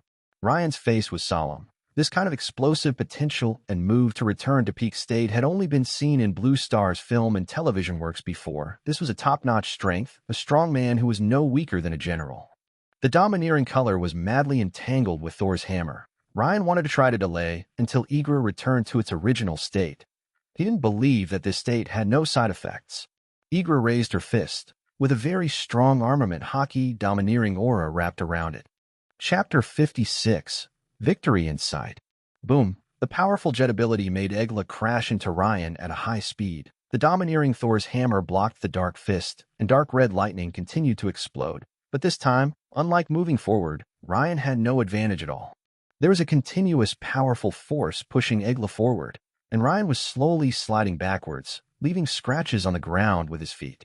Boy, this is my strength, and I want you to know clearly that you are still far from the top level. Egla was very emotional, and his expression was very arrogant. He did not have the calmness and composure he had as an old man. Perhaps this was a sequelae of his recovery to his peak, and a recovery of his strength made him addicted. Old man, I don't think you can win. God descends to earth. Although it is still unknown who will win, Ryan has the momentum and will never lose. Besides, a head-on fight is what he wants. The energy exchange makes him feel very aggrieved. Ryan's body was filled with thunder power, and his body expanded to 4 meters high, turning into a magnificent silver-white body. His retreating body stopped instantly, and instead he took a step forward and pushed Egla back. You little brat. He was surprised that Igra was pushed back. At this moment, Ryan was indeed qualified to compete with the top level, but that was all. It was very clear about the consumption rate of domineering power. With the level of domineering power of this boy, it could not last for long. Igra's fist condensed and sprayed energy, which exploded at the same time as Ryan, who had gathered the power of thunder. A violent energy storm enveloped everything around. After the energy stopped, only a large pit hundreds of meters wide was left, with creepy energy still remaining on the surface. The changes on the main battlefield did not affect the battle here. The confrontation between the two great swordsmen had reached the last moment. Both of them were covered in blood and had countless scars of varying sizes on their bodies. The two knives once again pushed the opponent back. Dark seemed to feel a little unnatural when he leaped back, but this flaw was a once-in-a-lifetime opportunity for the thin swordsman. Flash. The thin swordsman accelerated instantly, passing by Dark's side like a sword shadow, and the blade successfully cut through the thick muscles. However, when he thought he had won, he heard a sound that scared him to death. Shadow slash. The two sword energies penetrated the thin swordsman's body like shadows, but did not cause any immediate wounds. Both of them turned their backs to the enemy and sheathed their swords at the same time as if in tacit understanding. A gust of wind blew their clothes, and a bloody scar slowly appeared on the thin swordsman's neck, gradually deepening and expanding. Finally, the thin swordsman's head was separated from his body, leaving only a last word. "Is it worth it for you to do this?" Dak covered his waist, which was broken by 1/3, skillfully wrapped his shirt around the wound, used his muscles to clamp the wound, and took a sip of the healing medicine he made himself. Only then he could barely stop the bleeding. However, his face was pale, and he looked like a dead person, and it was obvious that he had paid a huge price. "Of course it's worth it. If I don't exchange injuries for injuries, how can I quickly deal with you?" That kid's situation is not optimistic. In this duel between swordsmen, he never defended and kept attacking, even if it meant exchanging injuries for injuries. It was not until the moment when Egla's aura increased that he decided to use this strategy that would hurt both sides. Dak looked at the main battlefield from a distance and murmured softly to himself. "Boy, you can't lose that. Can't you just die in peace, Egla? Why do you have to torment me, your old friend? Die, two little yellow-haired girls." The old woman Senna shot out a lot of small stones. These hidden weapons were harder than steel, forcing Hancock to dodge in a hurry. This time, Yamato collided with the muscular monster again, but the result was that Yamato was knocked back to Hancock. The palm of his hand holding the weapon was slightly painful, and it was obvious that he was at a disadvantage in strength. The two women were standing back to back. The intense battle had left them disheveled and breathless, with sweat running down their delicate collarbones. It was a very tempting sight that made Senna feel very uncomfortable. "You two little bastards, you think that being young and beautiful is great? You will become old and ugly like me in the future? It's the beauty of old age. I was also a great beauty in my youth." Facing the old woman's accusations, Hancock just raised her head, put her hands on her hips, pointed at her with one finger, and looked at her with contempt. The arrogant and narcissistic Hancock would not tolerate her. "I'm naturally beautiful, and no matter how young you are, you, an old woman, will be embarrassed in front of me. You bitch." Senna gritted her teeth and bit the handkerchief into pieces. Although she didn't want to admit it, she was indeed not as good as the two of them when she was young. Otherwise, she would not have been unable to keep Egla. "Sister Senna, don't worry about these little things. Anyway, I always think you are not good enough." The silly muscle monster expressed his feelings, then rushed towards Yamato and the other man again. "You damn bastard."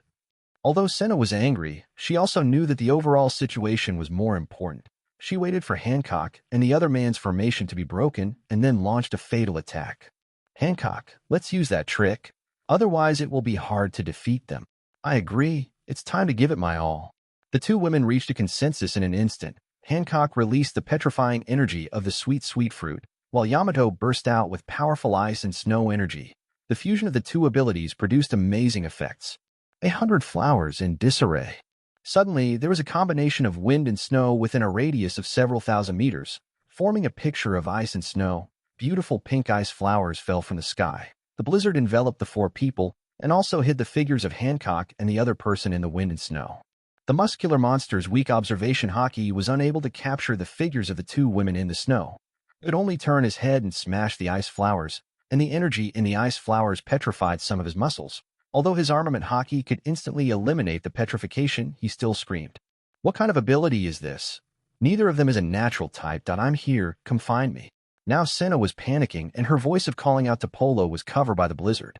However, her observation haki detected the attacks of two figures, and Yamato came to her from the front through the wind and snow. Yamato raised his mace, with powerful frost energy wrapped around it. Horse Magic Blade. The mace collided with the steel-hard stone. The hard power tried to climb over the mace and affect Yamato himself, but was stopped by the icy energy, and the stalemate continued. At this time, Hancock's figure appeared from the side, and her long legs instantly kicked sideways, kicking the stunned old woman away and turning her into a stone statue. The muscular monster was still rushing around in the wind and snow, unable to find his target or his teammates, so he could only shout in panic. "Sister Senna, where are you? Damn girl, don't let me find you." Suddenly, he felt an attack from behind, and he quickly turned around and raised his hand to block Hancock's high kick, but he also ignored Yamato's attack from behind. Horse Magic Blade. Chapter 57 Victory and True Dragon Bloodline. Big aromatic feat. The muscular monster was kicked off the cliff by Hancock's special move during the siege in an extremely disadvantageous position. The two women breathed a sigh of relief when they saw the petrified and frozen sculpture falling off the cliff. They sat together exhausted in an instant. Fortunately, they won, otherwise they would have been in danger due to exhaustion. Hancock used the healing ring quickly. I feel so uncomfortable now. Yamato rested his head weakly on Hancock's thigh, twisting like a salted fish, waiting for Hancock to activate the ring on his ring finger. The ring flickered, and 2 beams of green energy enveloped Yamato, restoring 50% of her strength. Hancock herself was also restored by green energy, and her physical strength was also restored to about 51%. The physiques of the 2 women were obviously different. Ryan is still fighting. Let's go back and help. Yamato stood up straight with great energy, leaving Hancock helplessly wiping the sweat off her thighs, which came from Yamato's face and forehead. The main battlefield was hit by a 1,000-troop attack again after 13 minutes. Thor's hammer kept colliding with the fist, and the 2 men used all their strength to pursue faster speed. However, under the amplification of thunder and jet, the 2 were still evenly matched, both in strength and speed. The powerful impact of Thor's hammer caused the earth to collapse. Egla seized the opportunity, stepped on a hammer with 1 foot, squatted down, grabbed Ryan's free hand with 1 hand, and punched Ryan's head with the other hand. The corners of Igra's mouth were torn, revealing a ferocious expression. That's it, fighting each other and enjoying the killing. The heavy punches made Ryan dizzy for a moment, and his eyes and nose were bleeding. He didn't know how many punches he had received, but the only thing he could think of made him let go of Thor's hammer and instantly grab the incoming fist. Don't be so arrogant, old man. Ryan tilted his head back, his domineering aura gathered madly on his forehead, and he headbutted Igra's head with great force. Dark red lightning exploded and smoke filled the air. Egla was knocked dozens of meters away by the hammer, and the boulder was smashed into rubble. He was seen standing up from the ruins, his body still strong. His forehead was broken. Blood was dripping from his eye sockets, along his nose and chin, staining his ill-fitting tight clothes red. Although he felt a little dizzy, Egla didn't take it to heart at all. Now he just wanted to fight, and have a hearty fight in the final battle. Boy, your domineering color has weakened. I don't think you can hold on for much longer.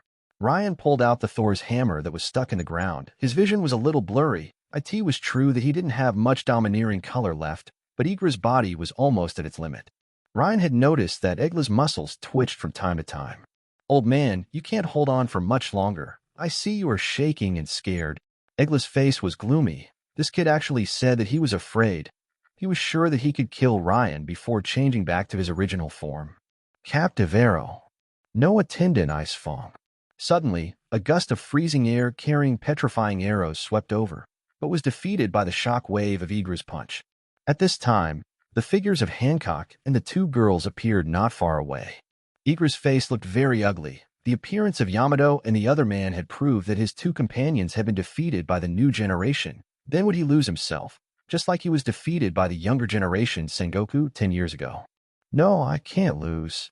The huge jet thrust allowed Egla to instantly come in front of Ryan, and he pressed Ryan, whose vision was obstructed, into the ground. His chest swelled, and his mouth opened wide, trying to completely defeat Ryan with a shockwave. At this time, Hancock and the other man also attacked Egla at the same time, trying to cross-dress the enemy with kicks and maces, but Egla's body spurted out powerful energy waves, which disintegrated the attacks of the 2 women. Egla relaxed for a short time, and Ryan immediately seized the opportunity and punched Egla in the waist. The intense pain made Igra's face grim. He grabbed Ryan's arm with 1 hand and punched with the other. Faced to the powerful attack, Ryan's mouth twitched, and he smiled. His plan succeeded. Dak appeared behind Igra like a ghost, and when he was caught off guard, he stabbed the old wound on his back, the weakness that only a few people knew about. The old injury was hit hard again, making Egla extremely crazy. He blasted the weak Dak away with a shockwave. However, he had already felt his strength disappearing. The state he had been barely maintaining was completely broken. His middle-aged body was aging rapidly, and he also had little vitality. Damn you, Doc. Egla couldn't even care about Ryan and the others now. It could only rage helplessly. His hope was gone. Strength, kingdom, grandson. Was this the retribution that was destined for him when he killed his own friend? Ryan didn't pay any attention to Igra's psychological changes, nor did he have the mind to understand. He just saw Ryan holding Thor's hammer again, injecting all the remaining domineering power into it, and then throwing the hammer entangled with 2 kinds of thunder. Ba-chan thunder. Thor's hammer smashed the old Egla into the mountains, breaking through several mountains in succession and hammering the enemy into his final grave. The entire mountain range was shaken. The exhausted Ryan fell down instantly. and then was hugged by Hancock's plump body, with a familiar body fragrance and softness. Suddenly, a voice from the system made Ryan startle. He buried his head deep into her breasts again and squeezed them. Hancock rolled her eyes at Ryan and then hugged him around the waist like a princess. Ryan was confused for a moment. How could a grown man like him be carried by a princess? Complete the golden achievement and defeat the top level 9 warrior for the first time. Achievement reward, True Dragon Bloodline Gold. A powerful yet gentle energy nourished Ryan's entire body, restoring much of his physical strength and domineering power. He even felt that his strength had improved significantly. Open the familiar system panel. Ryan Odinson's overall strength, level 8 middle, level 9 lower, dominant state. Bloodline, True Dragon Bloodline. True dragons are a kind of existence comparable to gods. The power of their bloodline can enhance the body's potential. They are water-related, and possessing the might of a dragon, when the power of his bloodline is developed to its peak, he can transform into a real dragon. Bloodline and Thunder God Fruit do not conflict. Point 1 is bloodline, the other is the law of thunder. With their complementarity, the host's potential reaches the world's top level. Fruit development degree, 75%. Fruit ability, Thunder God's power, Thunder God's body weapons, Thor's hammer, Mjolnir gold. In the initial stage of mastering, large fast sword Inamitsu purple, large fast sword 2nd generation Onakiri purple. Skills, Tornado Rain Strike purple, Thousands of Troops Attack purple, Heavenly Dragon Descends purple, Tyrant Entanglement gold, Tyrant Entanglement Thunder gold, Heavenly Punishment gold, Heavenly Dragnet purple, 5 Thunders purple, Electromagnetic Cannon purple, Armament Hockey, Flowing Cherry purple, Control Water Flow purple. Conqueror Hockey, Advanced, Late Level 3 Armament Hockey, Advanced, Early Level 3 Observation Hockey, Advanced, Early Level 3. Chapter 58 Rich Rewards. The golden rewards are still very powerful. The True Dragon Bloodline just makes up for the shortcomings of Ryan's mediocre talents, and the gains it brings are also extraordinary. The normal state is improved from the initial level 8 to the middle level 8, which is even better than the Flame Catastrophe Ashes. The combination of Dragon Might and Dominant Hockey greatly increases the latter's strength, reaching the late stage of level 3, and is estimated to be able to maintain dominance for 30 minutes. Ryan could also feel that as long as his bloodline became stronger, the speed of improving his domineering hockey would also increase greatly. He believed that the true Emperor-level domineering hockey was just around the corner. The most important thing is affinity with water element.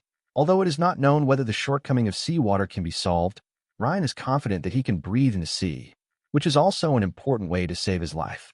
As for the ability to control water flow, the strength cannot be confirmed for the time being. He feels that the devil fruit is affecting his ability to control water flow. After sorting out his own information, Ryan quickly asked Hancock to let him go. He didn't want to be the one being hugged in a princess hug. Suddenly, the system voice rang in his mind again. Ding! Complete the purple hidden achievement. Defeat the top pirate group. Achievement reward, Primary Automatic Alchemy Furnace.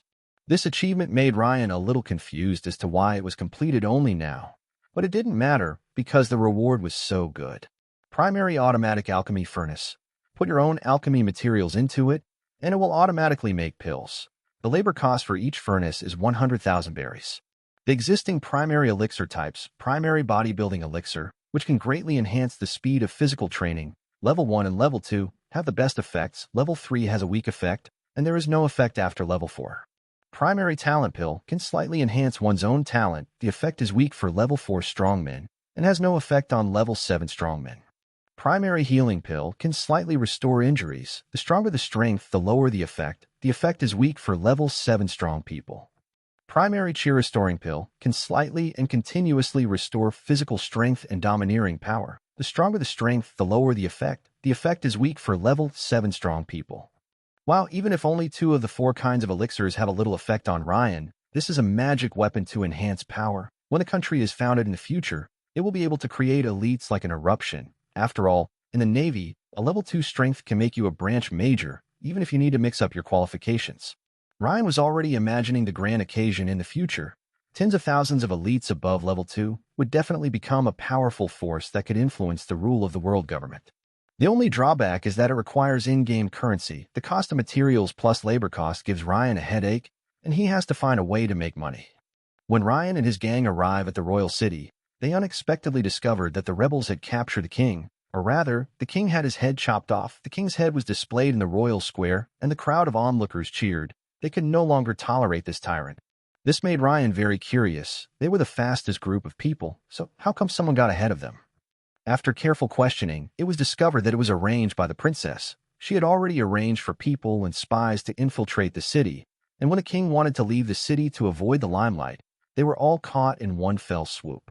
Ryan looked at Princess Erica, who was commanding with confidence. It seemed that this princess was not naive. For the time being, her intelligence and means were first-rate. If she maintained her standards, she would be a good queen. He hoped that there would be no falling out between them. After all, the arrival of the general would complicate things. Fortunately, the person who came was a Kainu, so it wouldn't be difficult to escape from him. As for the target celestial dragons, he also wanted to try his best to capture them.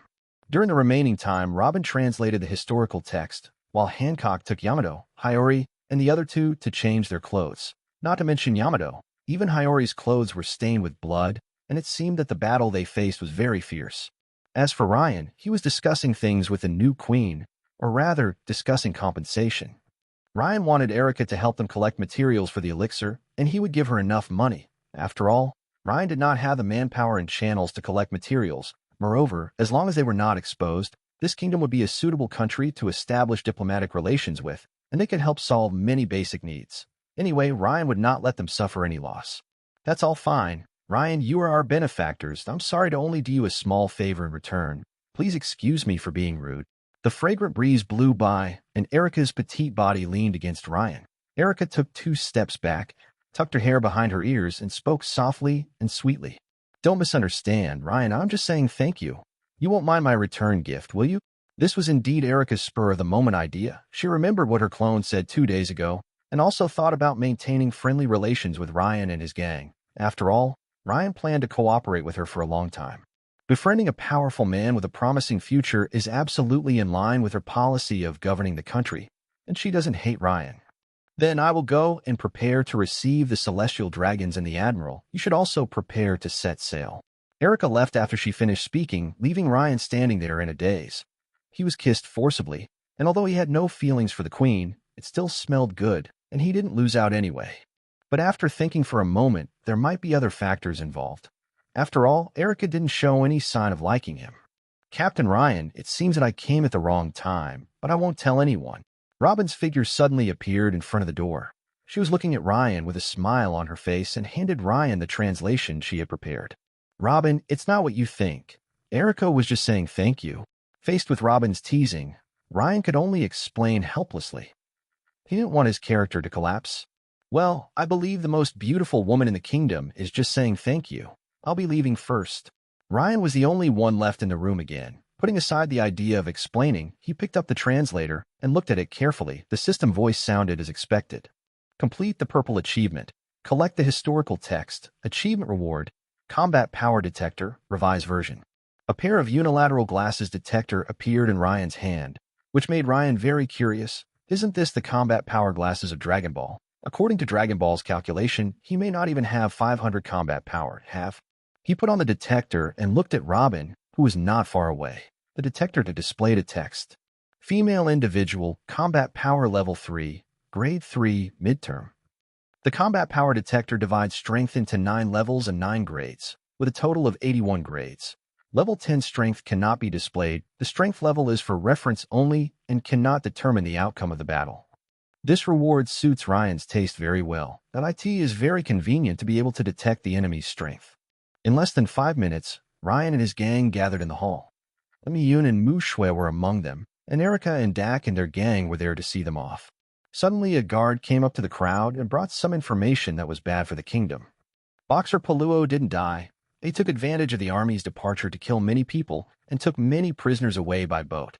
He also left a message vowing to take revenge. Chapter 59, Akainu arrives. The sudden news made many people change their faces. Polo's strength barely reached the level of 7 warlords of the sea, and his declaration of revenge made people feel uneasy. Ryan took everyone's reactions into consideration. If Old Dark Sword of the Kingdom was still strong, the threat wouldn't be too great. However, the heavy damage he suffered in this battle had made Old Dark truly a dying candle in the wind. Not to mention his strength, he wasn't even sure he could live for a few more years. The worried expressions of Mu Yun and Mu Shui made Ryan decide on one thing. He called Mu Yun and Mu Shui aside to discuss the matter and put forward all his ideas. He couldn't let them go out to sea with him without caring about the safety of their hometown, so he had to respect their own ideas. Captain Ryan, I am really grateful to you. We want to protect our hometown, and we also want to accompany our master in his last few years. Mu Yun and the other man knelt down and kowtowed to Ryan. After all, the prerequisite for Ryan to help was to be his partner. Now that they regretted it, they felt really unworthy of Ryan's efforts. You guys better get up. After all, we are already friends. After the three of them made their decision, they immediately told everyone. Although Hancock and the others felt a little regretful that they couldn't become partners, they still respected their decision. Erica came to Ryan's ear and spoke softly. Thank you for keeping Mu Yun and Mu Shui. They will definitely become the sword of the kingdom in the future. I will give you a gift in return the next time we meet. Hearing this hint, Ryan had a momentary reverie, but stopped immediately because he believed he was not that kind of person. If Hancock hadn't been looking at him with confusion, he might have had different ideas. After we leave, tell Akainu and the others that it was all my doing. That way the world government will be more likely to accept your regime. After leaving the final instructions, Ryan and his gang officially left. Soon after, Erica and her group arrived at the gate of the royal city to welcome the so-called distinguished guests. Wearing a crown and a royal robe, she stepped forward to receive the guests gracefully. She answered Akainu's questions calmly and gave all the explanations given by Ren. Ryan's gang fought with Igra and brutally killed the previous king. As the king's sister, she naturally inherited the throne. No, you are not the king. You are just my slave. I must take away my slave. After hearing this explanation, the celestial dragon Prometheus Saint next to him was furious. He really wanted the elegant Erica, and there was no way he would make a wasted trip now. How to get her back, even if he had to rob her. He also had generals and thugs on his side. Such an outrageous statement made Erica frown slightly, and she asked angrily, General Akainu, our country has been a member country for hundreds of years. Even if you are a saint of Promix, you should not insult me, the king of a country, like this. Is this the intention of the world government, to treat us, the kings of the member countries, as slaves? Erica's questioning gave Akainu a headache. If he dared to say that the king of the allied country was a slave of the celestial dragons, it would definitely cause chaos in the world. He could only signal with his eyes that CP0 should deal with this celestial dragon fool. CP0 could only step forward to persuade them helplessly. He would never carry out St. Promix's request to turn the kings of the member states into slaves.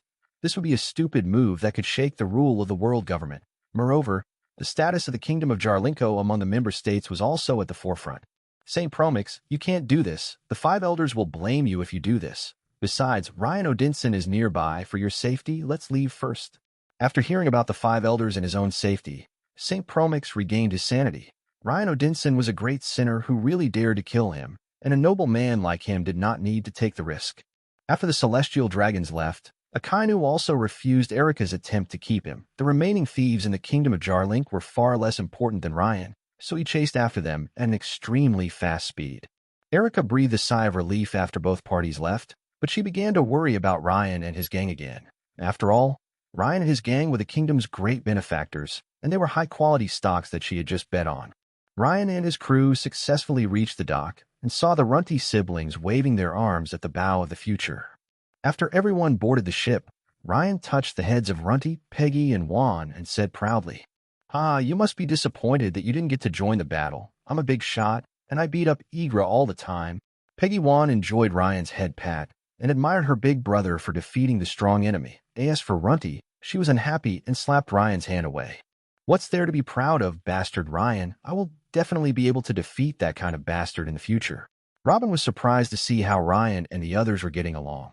It felt quite relaxed, but Ryan was quiet. Hancock and Hiyori were not surprised that Ryan liked to show off in front of the two youngest ones, but Yamato didn't think so because what Ryan said was different from the truth. Ryan, you're not right. When Hancock and I went back to help, we saw you being beaten. You're clearly no match for Igra. Yamato's revelation made Ryan give up on Runty and the others' heads and start kneading Yamato's face. You stupid Yamato, you don't know how to read people's expressions at all. Yamato was not happy about being bullied unilaterally by Ryan, and he kept kneading Ryan's face, making Hancock feel helpless when she saw these two funny guys. Captain, someone is detected approaching quickly. I think it's Admiral Akainu. At this time, Loyal Arnold sounded the alarm. He was the only one who had been doing his duty faithfully. Hearing that Akainu was approaching, Ryan stopped fighting and quickly put on the combat power detector. intending to measure Akainu's combat power, as he was the strongest of the three admirals.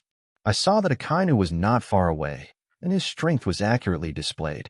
Male individual, combat power level 9, level 4. Akainu's combat power makes Ran extremely cautious. Compared with Igra, the strength of the mid-level 9th level is only stronger, not weaker. If you wait, you might get overturned. Arnold set sail immediately and turn on a flight mode. Hancock and Yamato will protect the ship. Hayashi and Robin, the four of you will go to the cabin to help start the ship. And meet Akainu. Ryan jumped off the future and waited for Akainu's attack. Hancock and others set out to carry out Ryan's mission. Although they would joke around at ordinary times, in important situations, the captain's orders were the most important. The hull of the future was shaking, the power unit was turned on, and it was slowly moving away from the dock. The flying device on the hull was also being deployed. Akainu, wearing a dark red suit and a navy cap on his head, looked at the reactions of Ryan and his gang with deep eyes. A powerful aura burst out, and his arm slowly turned into a huge lava fist. Ryan Odinson, today I will put an end to your evil. Meteor volcano. The lava fist was launched out like a volcanic eruption. Countless volcanic bombs flew high into the sky and covered the future like meteors. Each volcanic bomb contained powerful power and could easily destroy a medium-sized warship. Chapter 60. Hunter and Prey. Thousands of thunder. Faced with hundreds of volcanic lava bombs that were like meteors, Ryan did not dare to be careless. He used all his strength to launch countless thunders to intercept the lava. In an instant, a curtain of thunder filled the space between the two of them. However, it often took several thunders to destroy a lava bomb. Due to the difference in fruit power between the two sides, a few lava bombs still passed over Ryan and hit the future behind him. Frost, ringing arrow. Kiss the gun. Faced with the remaining lava bombs, Hancock and Yamato intercepted them in time. The petrification and frost energies destroyed all the lava bombs that they could reach, but a few that escaped were still hit by the stern. Fortunately, the steel hull was not seriously damaged, but it would be very dangerous if it continued to be hit. He created a clone to continue the brief thunder curtain, and Ren went straight to Akainu. With a flash of lightning, he appeared in front of Akainu. The inscription was activated, the domineering color was entangled, and Thor's hammer swept towards Akainu. One strike for all. Facing the incoming Thor's hammer, Akainu's eyes remained calm. He believed that this level of strength was nothing to be afraid of. Dog bites red lotus. Akainu turned his lava-filled arm into a dog head, and the dog head-shaped lava bit towards Thor's hammer. Boom! The collision between the two sides exploded a lot of lava liquid and thunder, and they separated as soon as they touched. After a few more moves, the two sides were temporarily evenly matched. After several battles, the dock was left in ruins. At this time, Ryan already felt that he was at a disadvantage. Akainu was more suitable for head-on combat than the other two admirals. The creepy lava was obviously powerful at first glance. Thor's hammer and lava fist clashed again, but strangely this time, Ryan had the upper hand. Akainu used his other hand to hit at an extremely fast speed, and the rapidly extended lava fist hit Ryan's head. The dark dog. The lava fist slowly enlarged in Ryan's eyes as if frozen. He used his reaction ability to the extreme to barely avoid the attack, but his shoulder was still grazed by the lava, causing the skin to burn and crack, and suffering minor skin injuries. Electromagnetic gun. Ryan also seized the opportunity and used a huge electromagnetic cannon to push Akainu away. As the smoke and dust dissipated, it was seen that Akainu's clothes on the chest were torn, a little blood seeped out, and he also suffered minor skin injuries. Akainu's fighting style at this time made Ryan look solemn. They were madly exchanging injuries for each other. In the end, Ryan would definitely be the first to be defeated. This fighting maniac was not easy to deal with. Rumbling behind, the future had risen dozens of meters into the air, gradually moving away from the dock. The high-tech silver-white main gun stretched out from the hull, aimed at the place where the two people were fighting, constantly charging and accumulating power, and finally fired a huge laser cannon. With the help of the power of the fruit, Ryan had already noticed the firing of the electromagnetic cannon. He instantly stepped back, leaving Akainu alone under the electromagnetic cannon. Big Spitfire. Facing the electromagnetic cannon that was coming at him instantly, Akainu transformed his arm into a huge lava fist made of lava and instantly struck out, actually blocking the electromagnetic cannon that could destroy a super-large battleship. However, he was constantly pushed backwards by the force and finally slid back hundreds of meters before offsetting the impact. At this time, Ryan had returned to the future. The moment he stepped onto the deck, he activated his new ability to block Akainu's possible pursuit. Ryan's eyes were flashing with lightning, and water vapor was surrounding his body. Tornado rain strike. God's punishment. The sky was suddenly covered with dark clouds. Heavy rain fell and strong wind howled. The originally calm sea surface became turbulent. A water tornado that stretched from the sky to the ground appeared out of nowhere, blocking the two people with countless lightning snakes in it. Even such a harsh environment cannot stop Akainu, and this little wind and rain cannot stop his determination to eliminate the criminals. The moment he stepped into the air, he suddenly stopped moving and looked up at the sky. He didn't know when a sky eye appeared and was brewing thunder. A huge pillar of lightning fell in an instant and submerged Akainu, who had no time to dodge. This time, the huge lightning column completely destroyed the dock, leaving behind a deep pit thousands of meters wide, which was filled with seawater, slowly healing the scars caused by the heavenly punishment. The rubble fell, and Akainu appeared again. Even facing the divine punishment from Ryan, Akainu was still unharmed, but his clothes were ragged and he no longer looked like the suit he had at the beginning.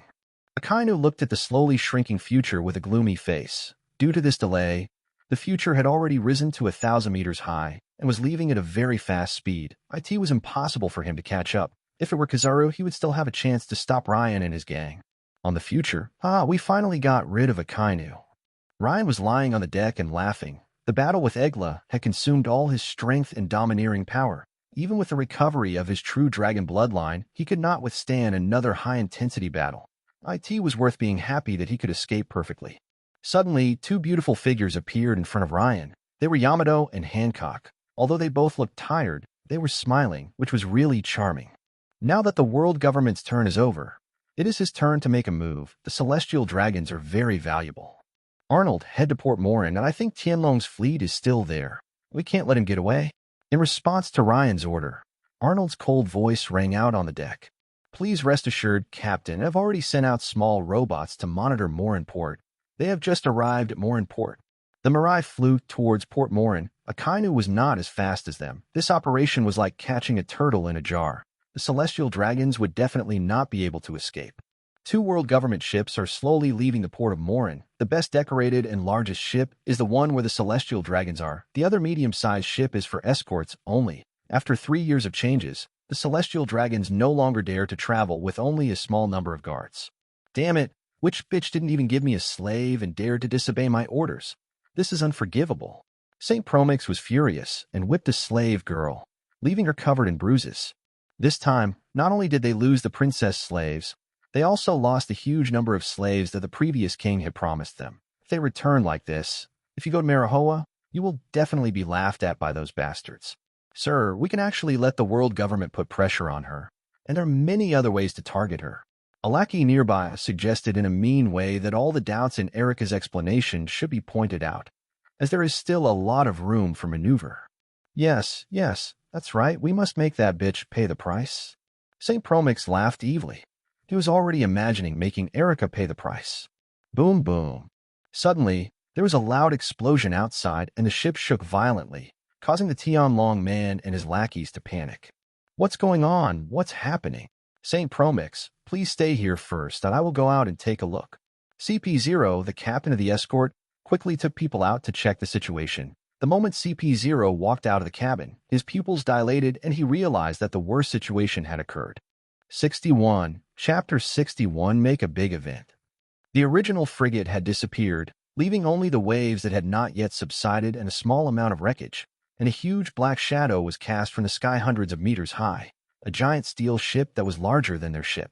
Before CP0 and the others could calm down, a huge bolt of lightning instantly pierced through the deck, leaving a hole more than 10 meters wide in the hull. Seawater quickly poured in, causing the hull to begin to sink. Protect St. Promix to retreat. Those great sinners are here to attack. CP0, who has undergone brutal training, is making emergency arrangements without panicking. If the celestial dragons he is protecting are harmed, he will be held responsible. Suddenly, there was a flash of lightning, and Ryan's figure was standing behind him. The powerful thunder exploded instantly, blasting CP0 to the stern, and the pierced bow also exploded completely. Ryan Odinson quickly sends someone to notify Admiral Akainu. After the injured CP0 shouted, he took a posture of being ready for battle. He didn't know how long he could hold on, and he didn't intend to threaten Ryan. The number one criminal could not be threatened, and he was obviously coming for the celestial dragons. Lei Guang approached again, and the two exchanged a few moves before ending the brief battle. Ryan dragged the half-dead CP-0 into the Celestial Dragon's room, just blocking the Celestial Dragons who wanted to leave. Facing the panicked Celestial Dragons, Ryan showed a friendly expression, which was like a devilish smile to the Celestial Dragons. Master Tianlong, I want to take you to my house to play for a few days. A female agent stood in front of the Celestial Dragon. She is now the highest-ranking person on the ship. All the ships of the world government have sunk, leaving only one small boat carrying former slaves to escape to the kingdom of Jarlinko. All the people on the boat were in tears as they met the legendary man and were granted freedom by him. At this time, Ryan carried the Celestial Dragons back to the future. Except for Arnold, everyone else gathered together, regardless of whether they were curious about the Celestial Dragons or hated them. The Celestial Dragon Promix Saint was thrown onto the deck, groaning in pain. His calves were burnt by lightning, and he looked so ugly as he suffered his first serious injury. Is this the Celestial Dragon? He's just a rookie, and I will fight more Celestial Dragons than that bastard Ryan in the future. I want to fight more Celestial Dragons too. After satisfying their curiosity, the Runty siblings were no longer interested in the Celestial Dragons. Having been brainwashed by Ryan, they had no fear of the world government at all, and were very much looking forward to bringing terrible losses to the world government. New member Nico Robin looked at the two children speaking, not knowing what to feel. They were undoubtedly the inheritors of Ryan's terrible thoughts, and would definitely receive special attention from the world government in the future. She even had the idea of getting off the ship, but she knew it was impossible. Ryan walked up to Hancock, who had a grim look on her face, took her hand, and said that he would always be with her. The Celestial Dragons were Hancock's eternal pain, and she would become emotional every time she met them. I'm fine. You should proceed with your plan as soon as possible. I'm looking forward to the world government's response. Ryan met Hancock's gaze, then moved his eyes down to those plump and attractive lips, as if after that time, neither of them had any thoughts of going any further.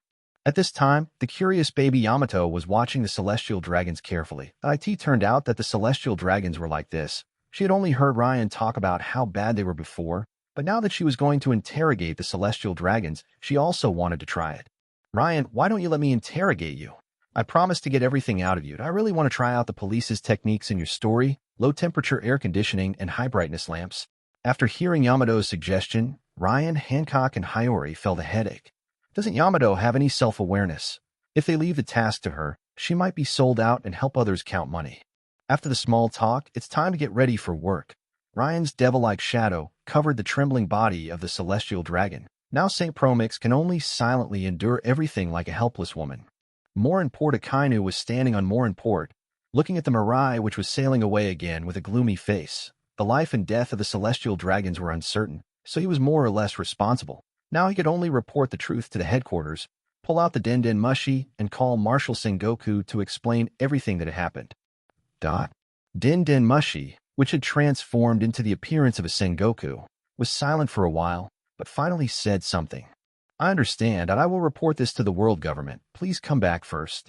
In the office of Marshal Marin Fandu of the Navy headquarters, only Sengoku was in deep thought this time. He had received bad news again today, which made him suspect that Ryan Odinson was his nemesis. The world government team, which Akiji cooperated with, fell into a trap set by the enemy due to carelessness and was defeated by the Revolutionary Army and the Great Sinners. Even though only a small number of low-level personnel were lost, it seems that the plan to encircle and suppress the Revolutionary Army has to be discussed again. He also couldn't imagine that the Revolutionary Army would join forces with those big criminals, especially the one with top strength. If that was the case, at most they would gather the troops and reorganize for a while before launching another encirclement and suppression mission. However, Ryan Odinson has left the Tianlong people in danger of life and death at this time, and he will definitely be targeted again. In this way, their disadvantage of insufficient manpower will be magnified again. Perhaps they should give up the goal of the Revolutionary Army first and focus on capturing Ryan and his gang. However, Ryan and his crew have a flying pirate ship, so Kizaru must be the one giving chase, and only one admiral may not be able to capture Ryan. After much thought, Sengoku was in a bit of a headache and decided to leave the decision to the world government. The latest world news came out the day after the incident, reporting the fake news that Akainu had killed the great pirate Igra, and that Ryan had once again attacked the Celestial Dragons. As for the failure of the encirclement and suppression of the Revolutionary Army, there was no news at all mention a little bit of information. Continuous reporting of serious bad news is absolutely not allowed, as it will greatly reduce the authority of the world government. Even Morgans had to give in to the pressure and release the false news that Akainu killed Igra, even though Ryan had already informed him. There was not much reaction after the newspaper was published. Although Igra was once a top fighter, he is now an old man, and it is not surprising that he was defeated by the general. As for Ryan's suspected killing of the celestial dragons, it will only make most people sigh that Ryan Odinson is worthy of being a madman, still madly challenging the bottom line of the world government. However, this ComC boiled again a day later, because the second issue of the Gossip News newspaper was issued again. 200 million newspapers were distributed without any economic benefits, and the content inside was shocking. Ryan Odinson defeated the great pirate Igra. Why did the world government lie? The hidden information of the celestial dragons was exposed. The relatives of the former admiral were suspected to have been killed by the celestial dragons. How many bad things have the celestial dragons done? Chapter 62. Divorcing the world government and the Navy. The colorful template of the Legend newspaper is still eye-catching, and the only two reports are eye-catching. The first article is a completely different report from the world news. The great pirate Igra controls the former king of the kingdom of Jarlinko and cooperates with the world government in the slave trade, intending to send tens of thousands of high-quality citizens to the celestial dragons as slaves. That's why the celestial dragon promised Saint visited Jarlinko, and Admiral Akainu followed him. The Hammer God pirates, who were passing through the kingdom of Jarlink, could not bear to see the tragedy happen, so they clashed with the Egla pirates. In the end, Egla was defeated by Ryan and his gang, allowing the imprisoned princess to succeed as queen. In the end, Ryan and his group left calmly under the pursuit of Akainu, and also kidnapped the celestial dragon Prometheus Saint. The article also contains criticisms of the world government at the end. The world government actually cooperated with the great pirate Igra in the slave trade and shamelessly harmed its own member states. It is so foolish.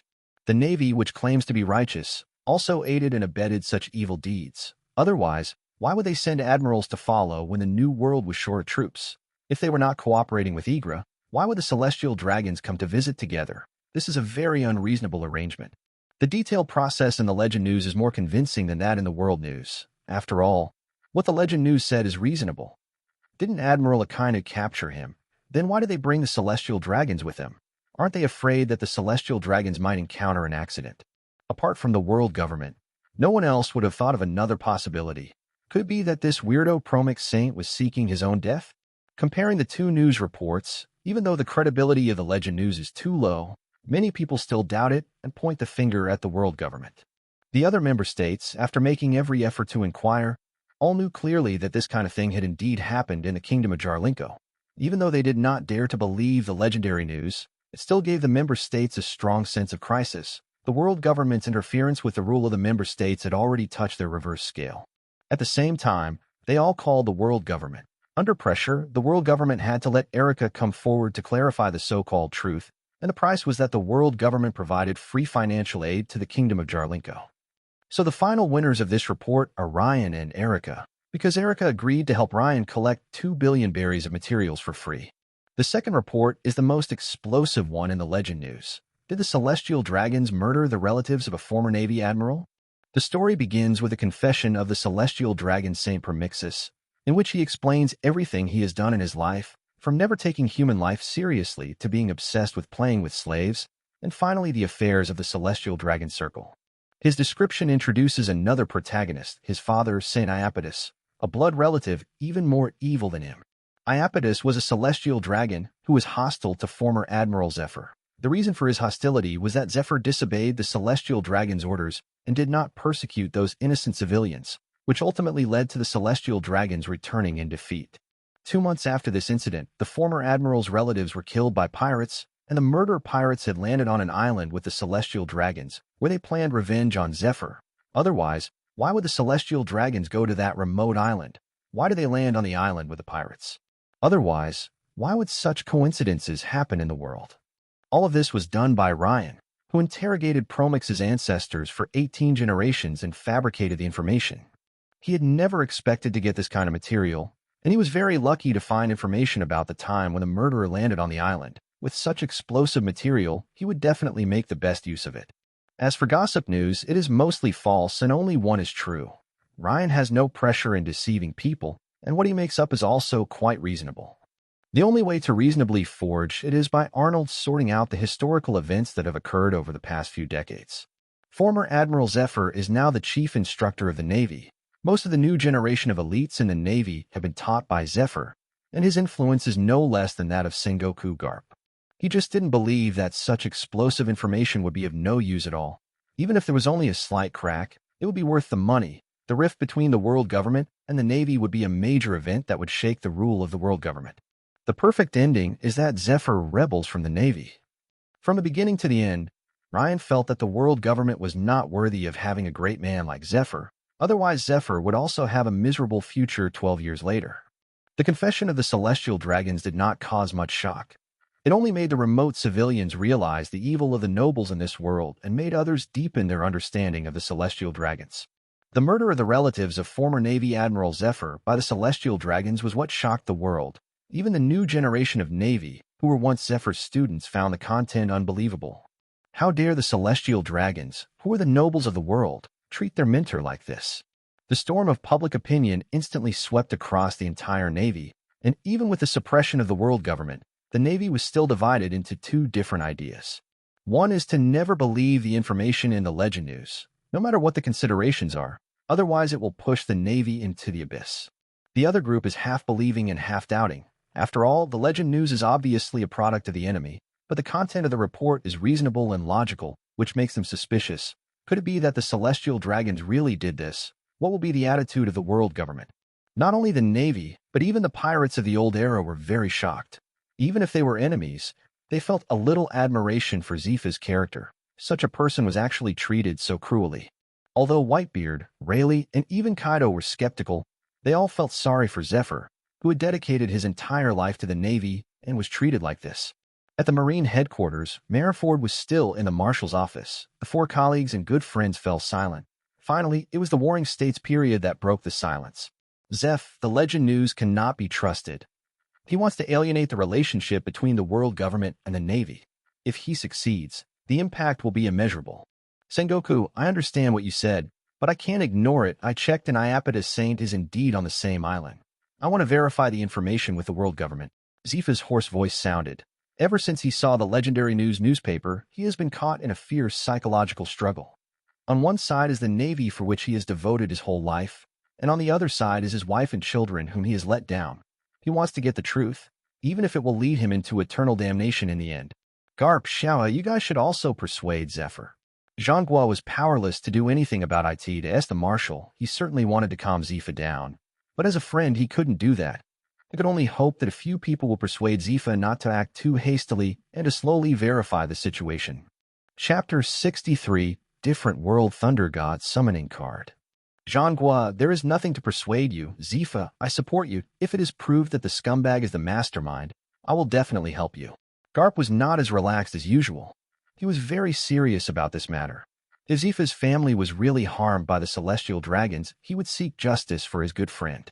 If it was false news, he would never let the owner of the legend newspaper go, daring to use his good friend's wound as a tool. The meeting ended in a bad mood. With Garp's support, Sengoku could not stop Zephyr's adventure, even though he knew that the world government would never make concessions no matter what the truth was. Don't think too much, Sengoku. The Navy owes Zephyr too much. We can only let him be willful this once. His words were like the final conclusion, making Zhonghua accept the fact. Wah. A month later, seagulls were flying in the sky over the sea. Ryan was sitting cross-legged on the bow of the boat, looking at the mirage in the distance. The future has left the West Sea and entered the North Sea. During this month, Ryan and his companions traveled to many countries in the West Sea, experiencing the customs and cultures of different places and tasting their delicious food. The sightseeing-like journey has allowed Robin to completely integrate into the pirate group. She treats everyone as a real partner and gets along very well with Hancock and Yamato, two of her peers, to the point where they can talk about anything. Apart from having a bit of subjective prejudice toward her captain, she also very much agrees with Ryan as a partner, and it would be better if he wasn't so harsh on her during training. During this month, the strength of all the pirates has improved a lot, and the fastest improving ones are the Runny siblings, because they have the help of several kinds of elixirs. Robin and Hiyori have always been taught by Ryan. Due to Ryan's professional education, they have suffered a lot, but their strength has also increased a lot as they expected. Hancock and Yamato are already very close to the level of the 7 warlords of the sea. Runty's combat power is level 2, level 4 late stage. Page 1's combat power is level 1, grade 6, midterm.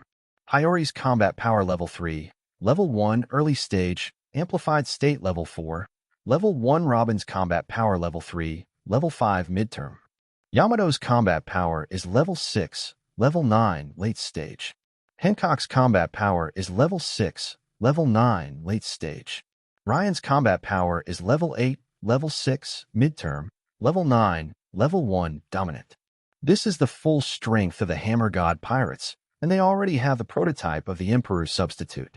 During this month, Ryan published 2 more legendary newsletters. One of them was about the White Town for Vans, which explained the sorrow of this country from the beginning, including the betrayal of the upper ruling class, the shamelessness of the world government, and the lead disease that destroyed Vans. Of course, Ryan still tried to attract traffic by saying that he had visited a white town on the verge of destruction and saw a hellish scene, to talk about how his thoughts had been elevated and criticize the evil of the world government as usual. The second time I published the news, I wrote my autobiography, Shamelessly Again, which disgusted a lot of people. Because of the first time, fewer people believed it this time.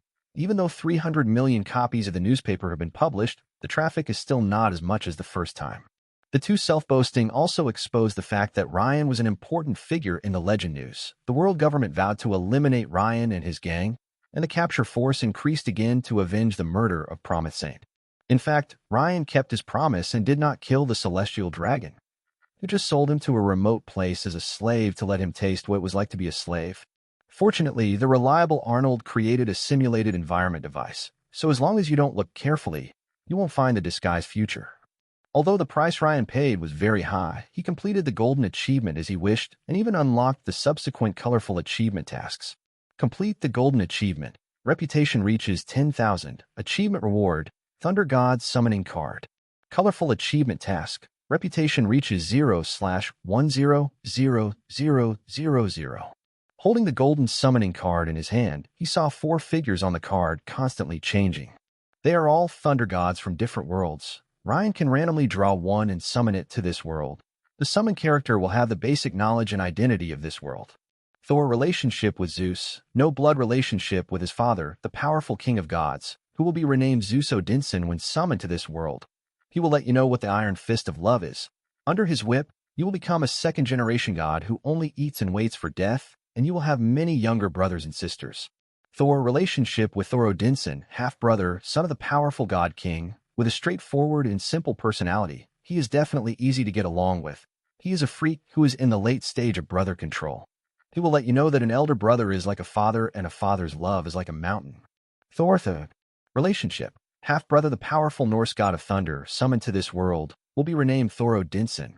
He is enthusiastic, steady, reliable, and a strong man who puts honor first. If you are his brother and are unwilling to fight for the glory of the northern gods together, he will kill you because you are not worthy of being a northern god. Thor Beelzebub Thor movie. Relationship, your half-sister, thunder god, one of the 7 gods, honored as General Thunder, is conservative, stubborn, and simple warrior. Due to the laws, she hates the thunder god fruit very much, so you who possess the thunder god fruit are just a stinky little brother in her eyes. Ryan has nothing to say about this thunder god summoning card. The 4 candidates are all so weird. Zeus should be the most powerful, the king of gods, but he is a high-quality stud and will have many younger brothers and sisters, which Ryan cannot accept. He also couldn't accept Thor the dog. He didn't want to be the dog's brother, or the kind that might stab him in the back. After all, Ryan didn't care about the glory of the northern god at all. The Thunder General in the original god is the best choice, with high appearance and strength. Unfortunately, she hates the thunder god fruit very much, which means she hates him, Ryan. So it is best to summon Thor Odinson. Although brother control is a bit scary in the late stage, it is also good to be protected by someone. When you're no match for others, just say, "Big brother, come on, big brother," and it will be okay. He silently used the summoning card and saw the card body turn into golden light and dissipate into the air. Then, there was a thunderbolt from the clear sky, and a bolt of lightning struck the deck, allowing Ryan to see the appearance of the summoned character clearly. When the thunder dissipated, a familiar woman appeared. Her dark purple long hair was braided and hung down behind her. There was a teardrop mole in the corner of her purple right eye. She wore a gentian flower folding fan on her head. She was wearing a purple kimono with a gentian flower tattoo on it. The main collar of the kimono is not tied tightly, but is open towards the shoulders at the same time. The hem is shortened, only reaching the thighs. The kimono is fixed with a red belt, and the legs are wearing black stockings and brown herringbone high heels. The person who came was obviously a stunning beauty. Chapter 64, General Thunder. From the moment Beelzebub stepped into this world, her tribute panel appeared in Ryan's mind.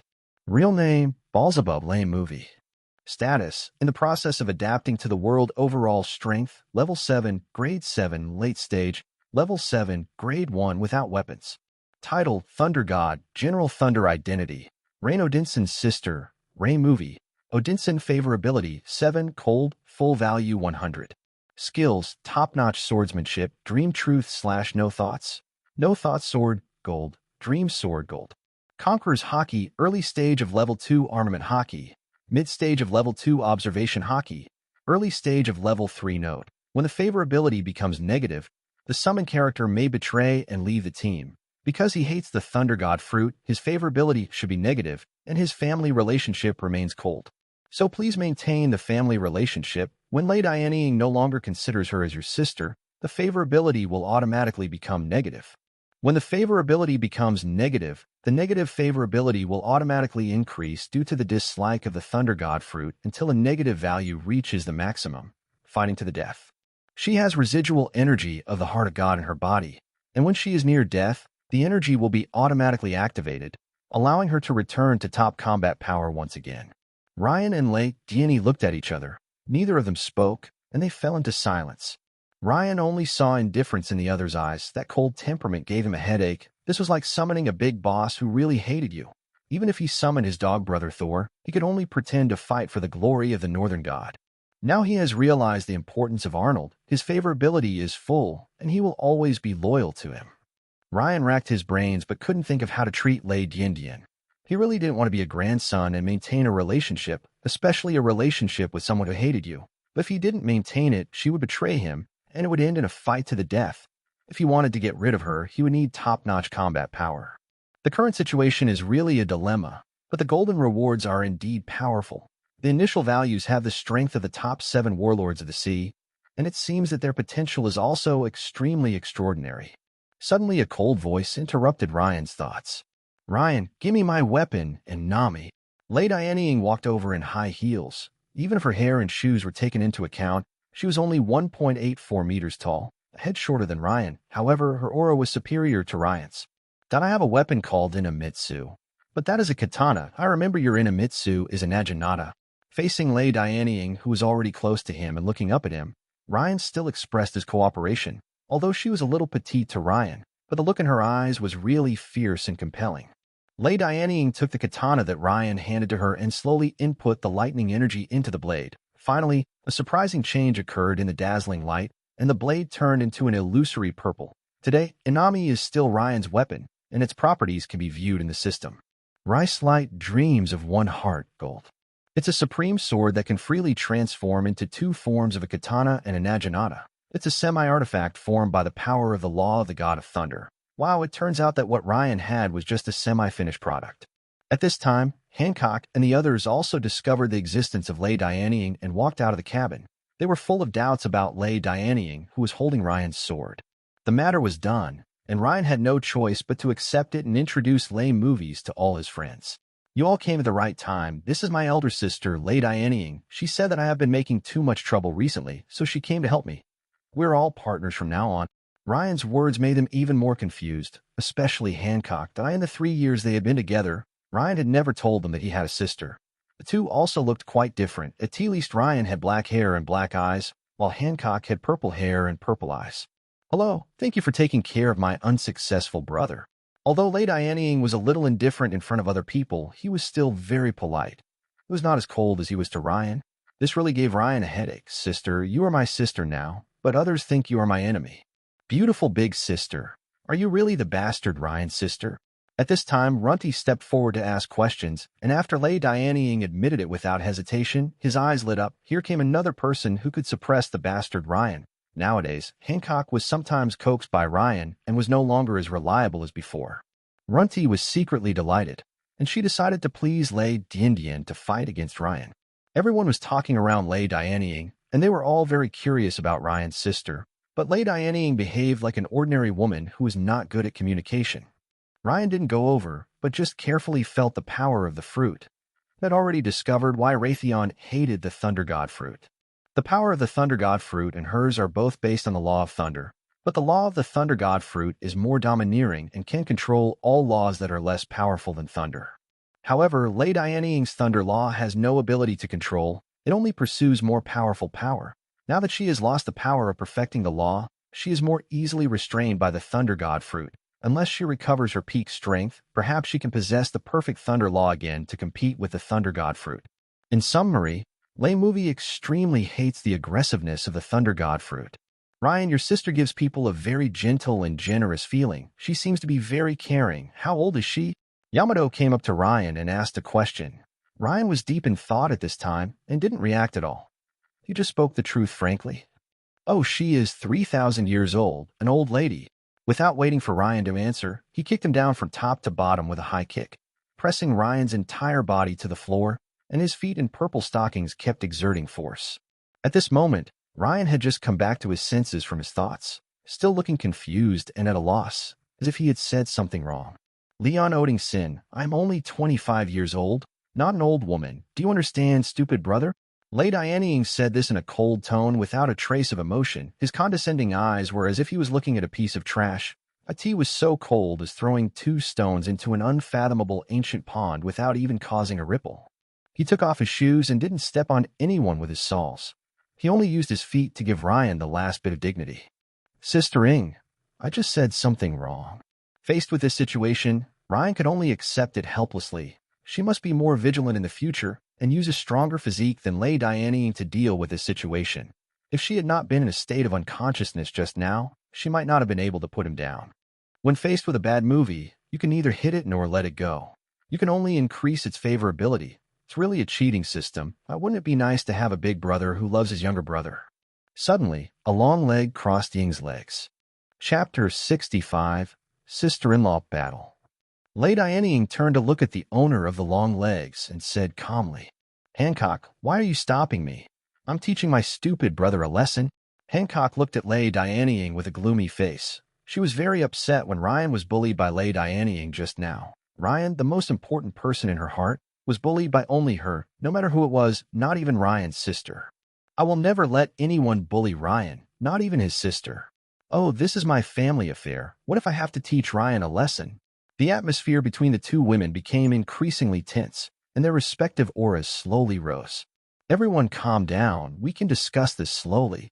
Ryan tried to act as a peacemaker, mainly because Hancock was no match for Lei Dianying. If they had a conflict, Ryan would definitely support Hancock, which might reduce Lei Dianying's favorability.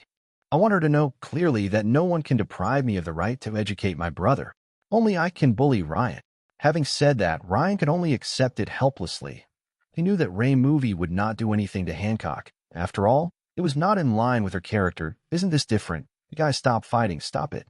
At this time, Yamato patted Ryan on the shoulder, gave him a thumbs up, and looked like everything was fine, which made Ryan very confused. What was this stupid Yamato trying to do? Suddenly, all the wooden decks on the ship sank and were replaced by more sturdy steel decks. Ryan looked towards the captain's room and saw Arnold standing in front of the window and giving Ryan a thumbs up. As expected, Arnold was the most reliable one, who worked hard and never complained, and always tried his best to complete the tasks. Suddenly, the two men rushed towards each other at the same time. Lei Dianying's sword chopped on the long legs that kicked towards him. The aftermath of the collision between domineering aura and lightning kept hitting the steel plate, making echoes. However, after a brief stalemate, Hancock was pushed away by the sword. She was still not as strong as Lei Dianying, and the two of them immediately engaged in close combat again. Hancock became more and more frightened as the fight went on. The lightning wrapped around the katana was extremely sharp, and her armament color was slowly unable to defend against the penetration of the lightning. 1 minute later, the two women separated again. Lei Dianying's momentum was still as strong as ever, but there was a faint red mark on Hancock's long leg. Her defense was broken. If she continued, she would be on the verge of failure, but she would never give up. This was her determination. Lei Dianying attacked Hancock's side again and slashed at the blind spot with his knife. Suddenly, a white-haired figure stopped her, and Yamato successfully intercepted Anami's blade with his mace. facing the dullness of a lame movie with a smile. Sister Ing, I also think you shouldn't treat Ryan like this, he's the captain. Lady Ing pointed the rice light at Hancock and Yamato. She didn't hate these two young people, but if they wanted to change her mind, it would depend on whether she had the qualifications. Then convince me with your determination. The two Hancock girls didn't look at each other, but just switched positions and attacked in tacit understanding. The three girls officially started the battle. The chaotic aftermath damaged the steel deck. Finally, Hiyori used the ability of her fruit to freeze a piece of sea to serve the battlefield. Hiyori looked towards the battlefield weakly. Even with the primary amplifier, such a large frozen battlefield almost exhausted her strength. Will Sister Hancock and Yamato be okay? Ryan stood by without any worries. The cooperation between Hancock and Hancock was no weaker than that of Ray in a movie. However, this was the first time Ryan saw Hiyori wearing the student uniform of the Republic of China. These were designed for Hancock when Ryan was bored. In fact, they were quite suitable for Hiyori to wear. The constant gaze made Hiyori blush slightly, feeling very uncomfortable. Don't look at me, you bastard Ryan. What Robin said is right. You are just a pervert. Hiyori glared at Ryan angrily. She thought the costume was cute, but she felt a little ashamed to be wearing it because of the bastard Ryan. You are just a bean sprout with no figure. I am not interested in you. If I want to see you, I will only see Hancock. He didn't intend to hide his feelings for Hancock from his partners. After all, they had been together for so long that even Peggy 1 knew that he liked Hancock, except for the stupid Yamato. However, he could not tolerate Robin's daring to slander him as a pervert. Ryan glared at Robin fiercely and even ruffled Hiyori's hair for making up rumors, which made Hiyori dissatisfied again, and she told him another secret. Not only Hancock, you like Yamato too. Ryan was stunned on the spot. Was his usual behavior so obvious? He even knew that he liked the stupid Yamato. Until now, Ryan still doesn't know all this information. It was Robin who told it to Hiyori. After observing for more than a month, Robin was very clear about Ryan's feelings towards Hancock and Yamato, and even had some thoughts about herself, even if it was just her own opinion. At this time, the battlefield was coming to an end. After 30 minutes of fierce fighting, the three players on both sides were evenly matched, and it was unknown who would win. They were preparing for the final contest. No thought knife. 100 flowers in disarray. Lei Dianying placed the rice light vertically in front of his chest, and the powerful and terrifying thunder sword energy continued to condense. Even Hancock and the other person on the opposite side felt a creepy chill, and even their combination skills were slowed down by a beat. This is her most powerful move as the god of thunder, and it is top-notch swordsmanship even in this world. Suddenly a bolt of lightning fell between the two sides, and Ryan's figure appeared in front of the three people. Then his domineering aura shocked the whole audience. The strength of his domineering aura was not far from the Emperor-level domineering aura. Hancock, Yamato, Sister Ing, please stop. Although I am very touched and a little happy that you three are fighting for me, let's stop here. I'm not worthy of you doing this. Originally, Ryan's obstruction had successfully stopped the three women, but his subsequent words made the two women's faces instantly gloomy. Even Yamato could hear something was wrong, which made people very unhappy feeling. Finally, the ice broke, and the three women returned to the future. While Ryan himself was floating on the usse user of the devil fruit, he could still swim for a short time, all thanks to his true dragon bloodline. In fact, Ryan said all this on purpose. Although his method was clumsy, it was also a way for him to give the three women a way out. For various reasons, he didn't want their relationship to become strained, and they should be partners who support each other in the future. After Lei Dianying returned to the boat, he touched Runny's head. She liked this little girl very much. She was competitive and stubborn, just like her already very vague childhood. Moreover, Runny's hair felt really good to touch. Faced with Lei Dianying's touch, Runny could only endure it silently with her body stiff. Although she didn't like others touching her hair, the scene where Lei Dianying stepped on Ryan did scare her. His cold and indifferent expression was still vivid in her mind. Although Ryan is indeed a bastard, he is actually the brother in the eyes of his siblings, a strong and reliable big brother. Even Ryan is like this and is stepped on by his sister. What a scary elder sister. Chapter 66, A Happy Ending with Hancock. The sunset has turned golden, and the future is sailing slowly on the calm sea. At this time, Ryan and his group were enjoying dinner in the hall. The warm dining table was very lively. Ryan and Yamato were wolfing down the food in front of them. Peggy 1 tried to keep up with them, while the others were slowly savoring the food. Arnold was the only one cooking in the kitchen. He was hardworking and successfully took over Hancock's part-time chef. His high-tech cooking methods surprised everyone. IT was quick and convenient. Arnold is definitely the best partner. Suddenly, Lady Dianying and Hancock picked up the dish in front of Ryan at the same time. There was only a meatball left on the dish. The two looked at each other for a moment, and it seemed like sparks flew. Ryan, help me get it over here. Ryan, I want to eat that dish. You won't let me down, will you? Facing the gazes from the two women, Ryan unknowingly shed a drop of sweat. What was going on? Why did the war spread to me? Hancock's sharp eyes made Ryan realize that if he didn't give it to her, he would suffer the consequences. Although Lady Dianying's eyes were cold, if he didn't give it to her, the 2 points of favorability that he had worked so hard to increase would probably drop again. While Ryan was still hesitating whether to give it directly to Hancock, eating it himself was also a good idea. Suddenly, a fat hand took the meatball away, and Yamato's round face was filled with it. Why don't you eat it? It's delicious. Ryan showed a grateful look to Yamato, which confused Yamato.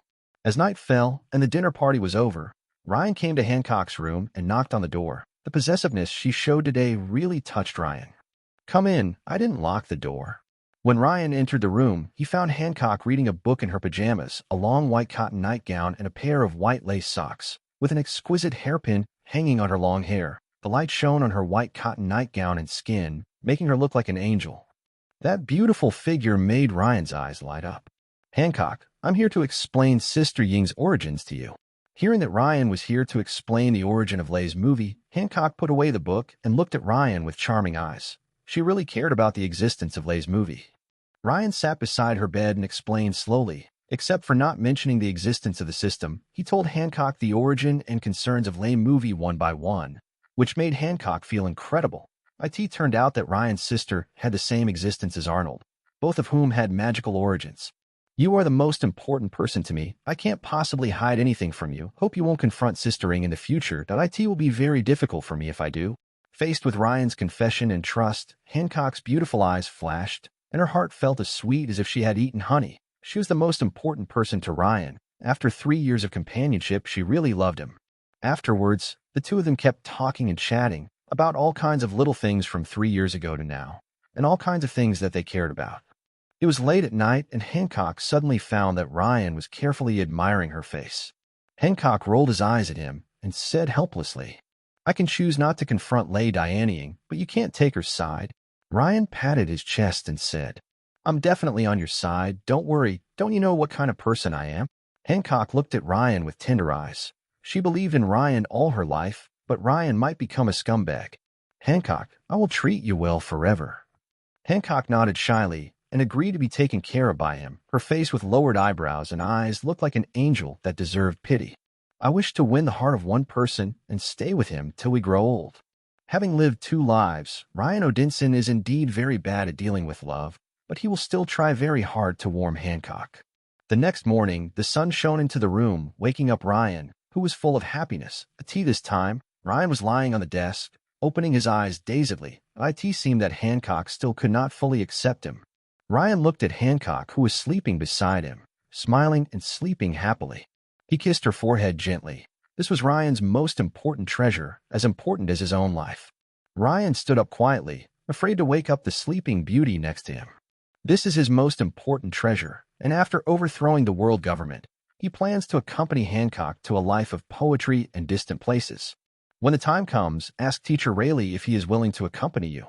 After all, we are all old masters, so he must do his duty as a filial son. The same goes for important partners.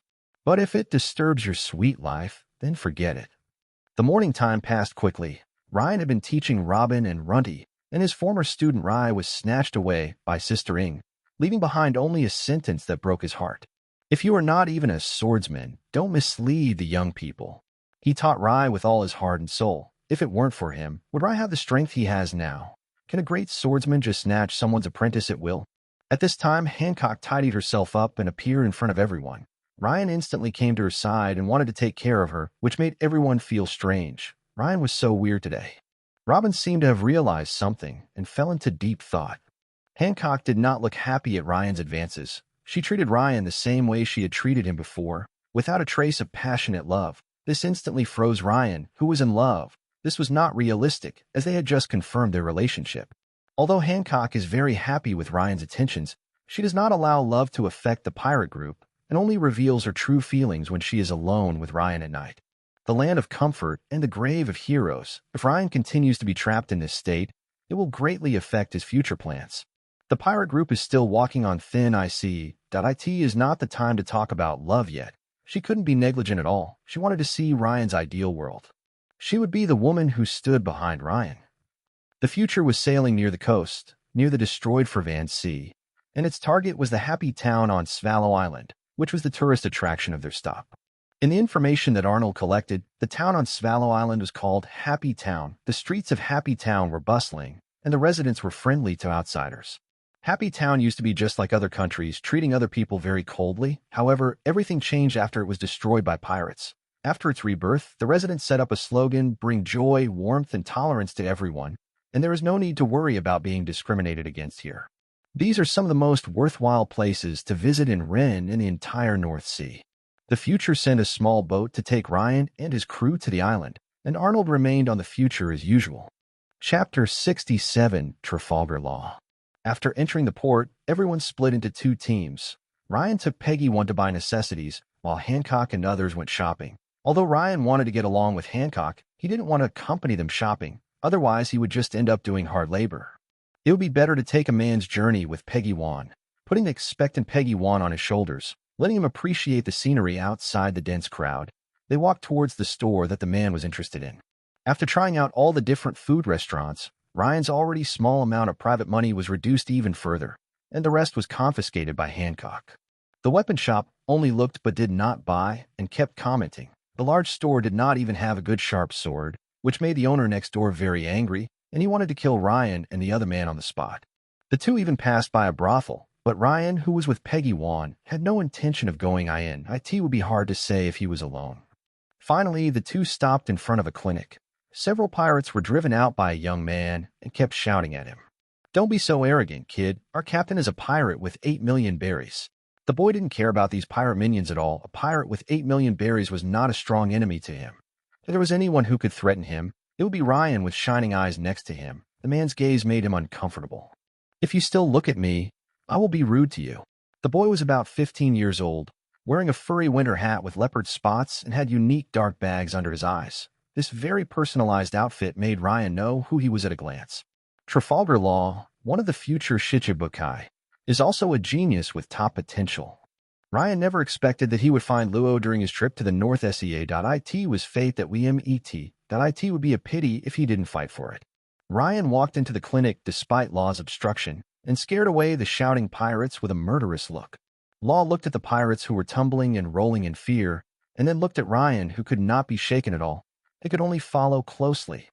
If Wolf wanted to hurt him, he would never allow it, even if it meant sacrificing his own life. In this world, apart from his original family, only Corazon and Wolf are his family.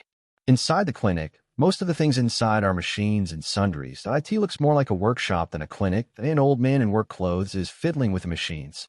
The old man was also curious about Ryan's arrival, but he couldn't stop Luo and took the initiative to come over to greet the visitor.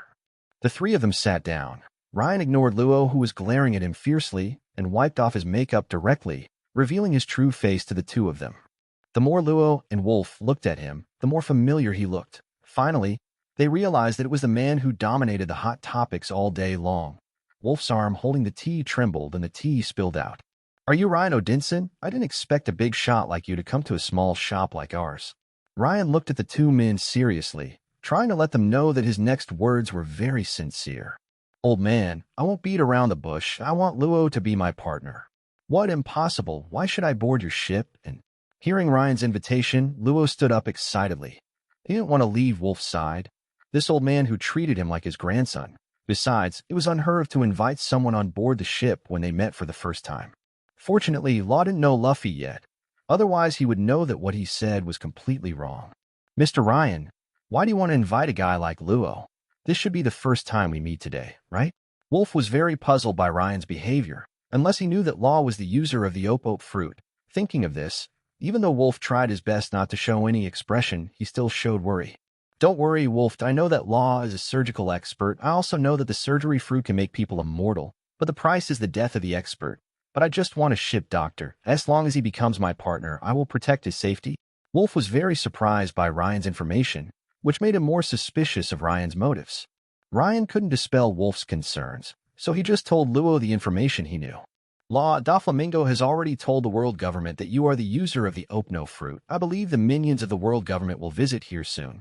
I will not only protect you, as long as you become my partner, I will train you to become a truly strong man. Believe me, I am a professional teacher. I will also help you get revenge, and I will hand Doflamingo over to you. When he heard that the world government already knew about it and had sent minions to track down his whereabouts, he did hesitate. He didn't want to implicate Wolf and a few of his friends. The power of the world government was not something they could contend with now. Hearing about Ryan's personal teaching and revenge also made him excited. Becoming a strong man and avenging Corazon were extremely attractive to him, but he still raised the most confusing question. Why me? With your strength and reputation, you should be able to find a better ship doctor. I'm not worth making an enemy of the world government and Doflamingo, am I? Ryan looked directly at Luo's doubts seriously and expressed his meaning in a sonorous and powerful voice. I have learned about your relationship with Corazon in detail. I admire you very much and believe that you will have a bright future. You have the potential to become the best. Ryan's evaluation stunned the two of them. Why was he so confident in Law? Even Peggy Wan next to him looked at Law curiously. Brother Ryan's evaluation of Law was comparable to that of his two sisters Hancock and Yamato. Only Ryan knew very well about Luo's future achievements. After all, he had read the original work. Then the four of them talked about many things in the house, and Ryan showed off his knowledge. The two men's eyes lit up, but in the end Luo did not agree immediately, saying that he needed to consider the time, and Ryan said that he would stay in the town for the next 2 days. In the evening, Ryan took Peggy Wan back to the future. At this time, Hancock and her friends also returned to the ship and bought a lot of items, including several exquisite and beautiful fur coats per person. Ryan told everyone about Luo's situation. Ryan's evaluation of Luo aroused Rai's competitive spirit. Although they were of similar age, Ryan praised her so much. Even she had never been praised like this by Ryan. When it was dark and everyone was resting, Ryan came to Hancock's room again, but Hancock turned him down, which was hard for him to accept as he was in love. In the end, Hancock confessed to him that they could only be intimate once a week. This decision was a torment for the two young people who had just tasted the forbidden fruit. Chapter 68, Daily Life of Two People in Love. 2 months later, the Mirai had left the North Sea and entered the East China Sea. Law became Ryan's partner as Ryan wished. Under the threat of the world government, he had to make a choice. The early morning sun awoke Ryan from his deep sleep, and before his eyes was a beautiful scene. Hancock was lying on her back with her pretty face resting on his arm, a little saliva flowing from the corner of her mouth, looking beautiful and adorable. Hancock looked sleepy, and her charming look made Ryan unable to extricate himself. The beauty was still as beautiful as a painting, and the shy Hancock was also pitiful. Pushing Ryan away with her delicate arms, Hancock lowered her head with a seductive look. Ryan, turn around first, or you'll be in trouble, you guy.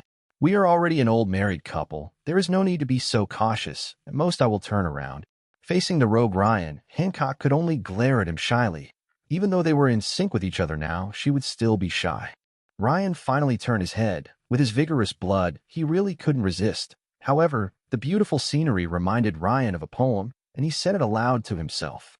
Ryan, what do you mean? I don't understand. After putting on her clothes, Hancock turned back into the proud empress. Only when Ryan admired her with a fiery gaze for a long time did she show a little shyness.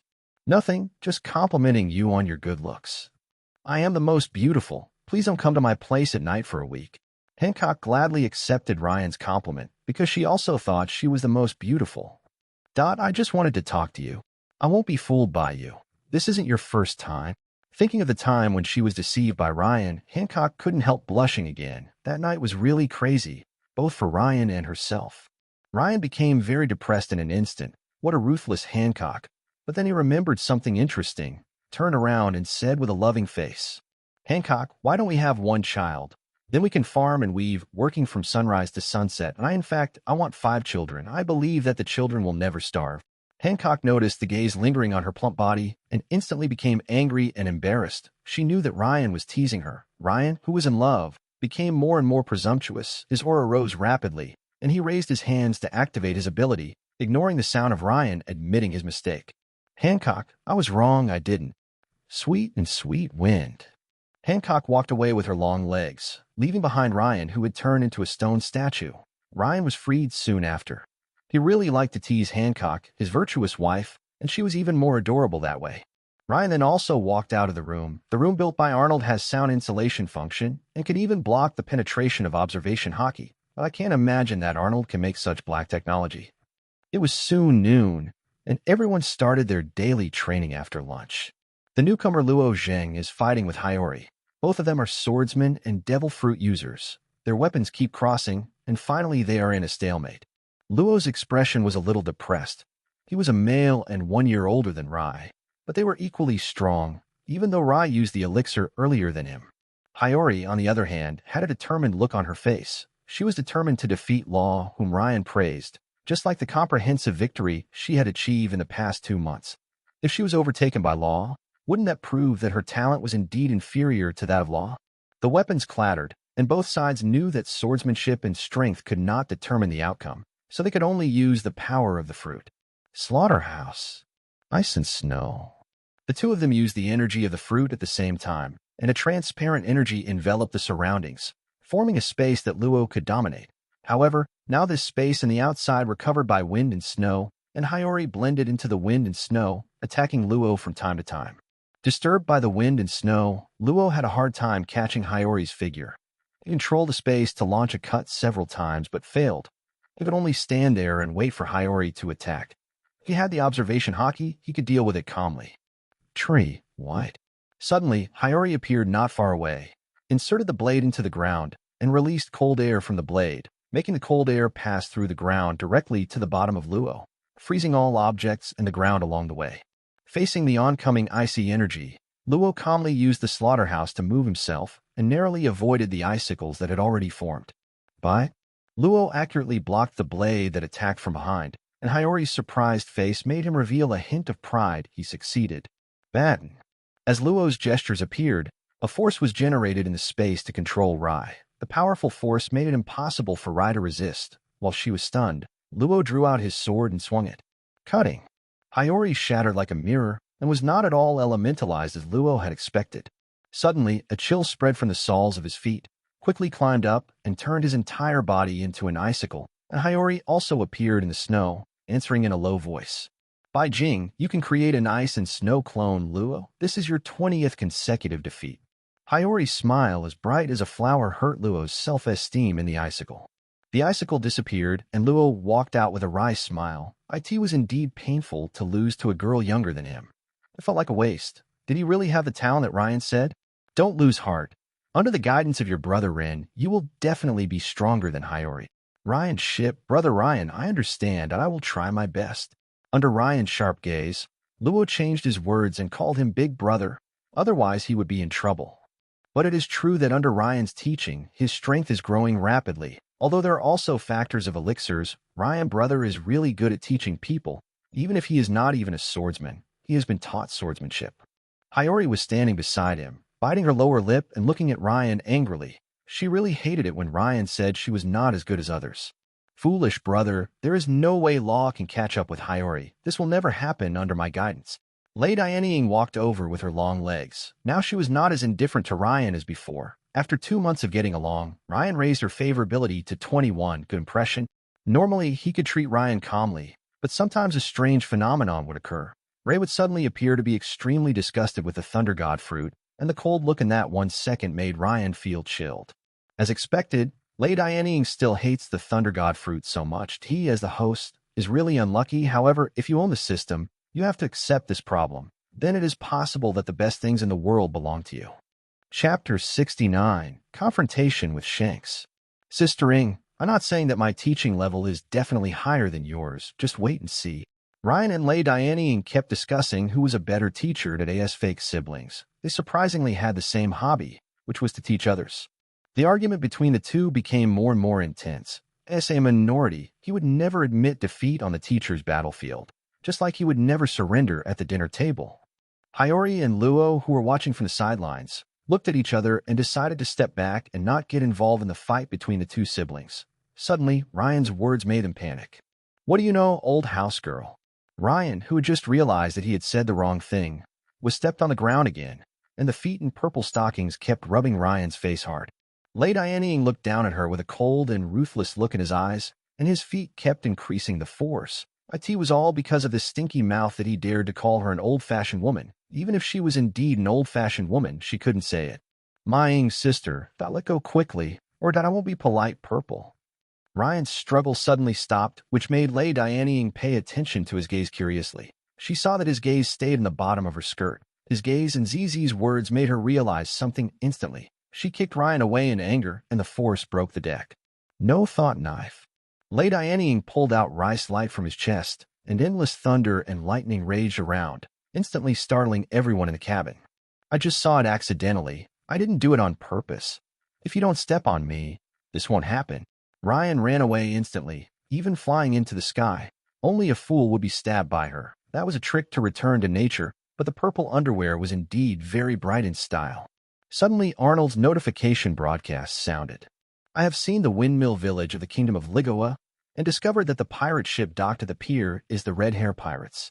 The sudden news interrupted their chase. Ryan stood at the bow and watched with a sharp look in his eyes, and also asked Arnold to stop pretending. When talking to Rayleigh on the phone, he let him know that Shanks had left the New World. He never thought that he would actually find him in Windmill Village. He had long wanted to meet the Shanks that Rayleigh mentioned. Ryan turned and looked at his gathered companions. Their company gave Ryan confidence. Now they were not much weaker than the Four Queens. Ryan's combat power, level 8, level 7, level 9, level 1. Lei Ying's combat power, level 7, level 8. Hancock's combat power, level 7, level 1. Yamato's combat power, level 7, level 1. Robin's combat power, level 3, level 7. Hiyori's combat power, level 3, level 3. Sailor Moon State is level 4, level 2. Law's combat power, level 3, level 1. The Runny siblings are too few to be included. With 3 Shichibukai level warriors, plus Ryan, a pseudo-top fighter, I believe that in the near future, they will be able to compete with Shanks for the position of the 4 emperors. Captain, that pirate ship is the Hammer God Pirates, right? The voice of the fat man, Lakiru, interrupted the red-haired man's sadness and Luffy's blame. At this time, they had just returned to Windmill Village. This time, Shanks had to leave his adopted daughter Yuta and Gordon behind in Elegy. Although there were unavoidable reasons for this, it was also a very painful thing for him. However, he was looking forward to the arrival of Ryan and his gang. Regardless of Ryan's purpose, Shanks really wanted to meet this younger generation. Luffy, who was crying, also sucked back his snot. He had also heard about the Hammer God Pirates from Shanks. Shanks jumped onto the bow and saw Ryan, who was also standing on the bow. Their eyes met and their auras instantly became fierce. This was the aura that Ryan first exuded, and he also put on a combat power detector to read Shanks' combat power. Male individual combat power, level 9, grade 1.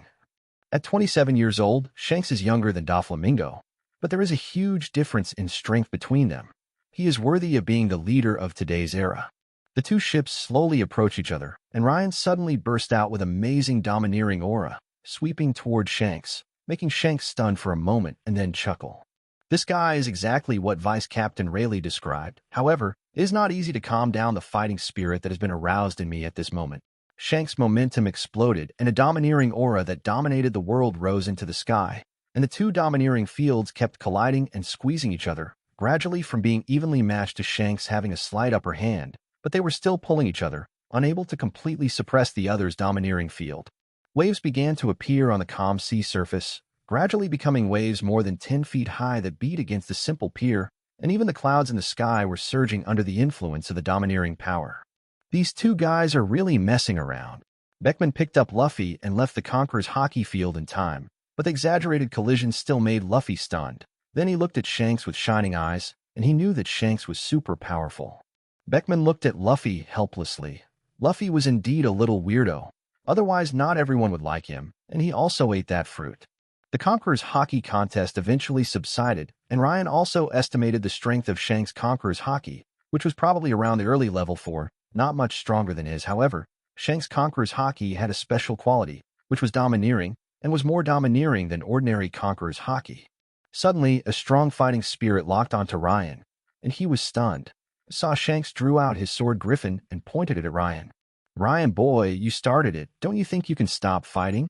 Ryan gave a bitter smile. This kind of behavior could easily lead to a fight. However, he also felt an endless desire to fight. They were from the same era as Shanks. It would be a shame if they didn't compete with each other to decide who would be the son of the era. Okay, wait a minute. I want to build a battlefield first. Ryan turned around and asked Yamato and Hiyori to create a nice battlefield on the sea. With the combined efforts of the two, they quickly froze thousands of meters of sea surface, causing the watching members of the Red Hair Pirates to become solemn. What a powerful fruit ability. Can you beat him, Ren? You said Shanks is not much weaker than his father. Yamato, the look of "I'm really worried about you" made Ryan not know whether to be angry or touched. He could only rub Yamato's forehead to express his gratitude, leaving Yamato complaining with a red and swollen forehead. The two men stepped onto the ice, took out their weapons, and prepared for battle. Ryan, why did you come to Windmill Village? I've already been to the West Sea and the North Sea, just for fun. The two men chatted for a while, which aroused strong dissatisfaction from the audience, and both sides shouted for a quick fight. They can't wait. Let's get started. The two of them simultaneously wrapped their weapons in dark red domineering aura, activating all the inscriptions on Thor's hammer, causing the dark red hammer to burst out with golden thunder.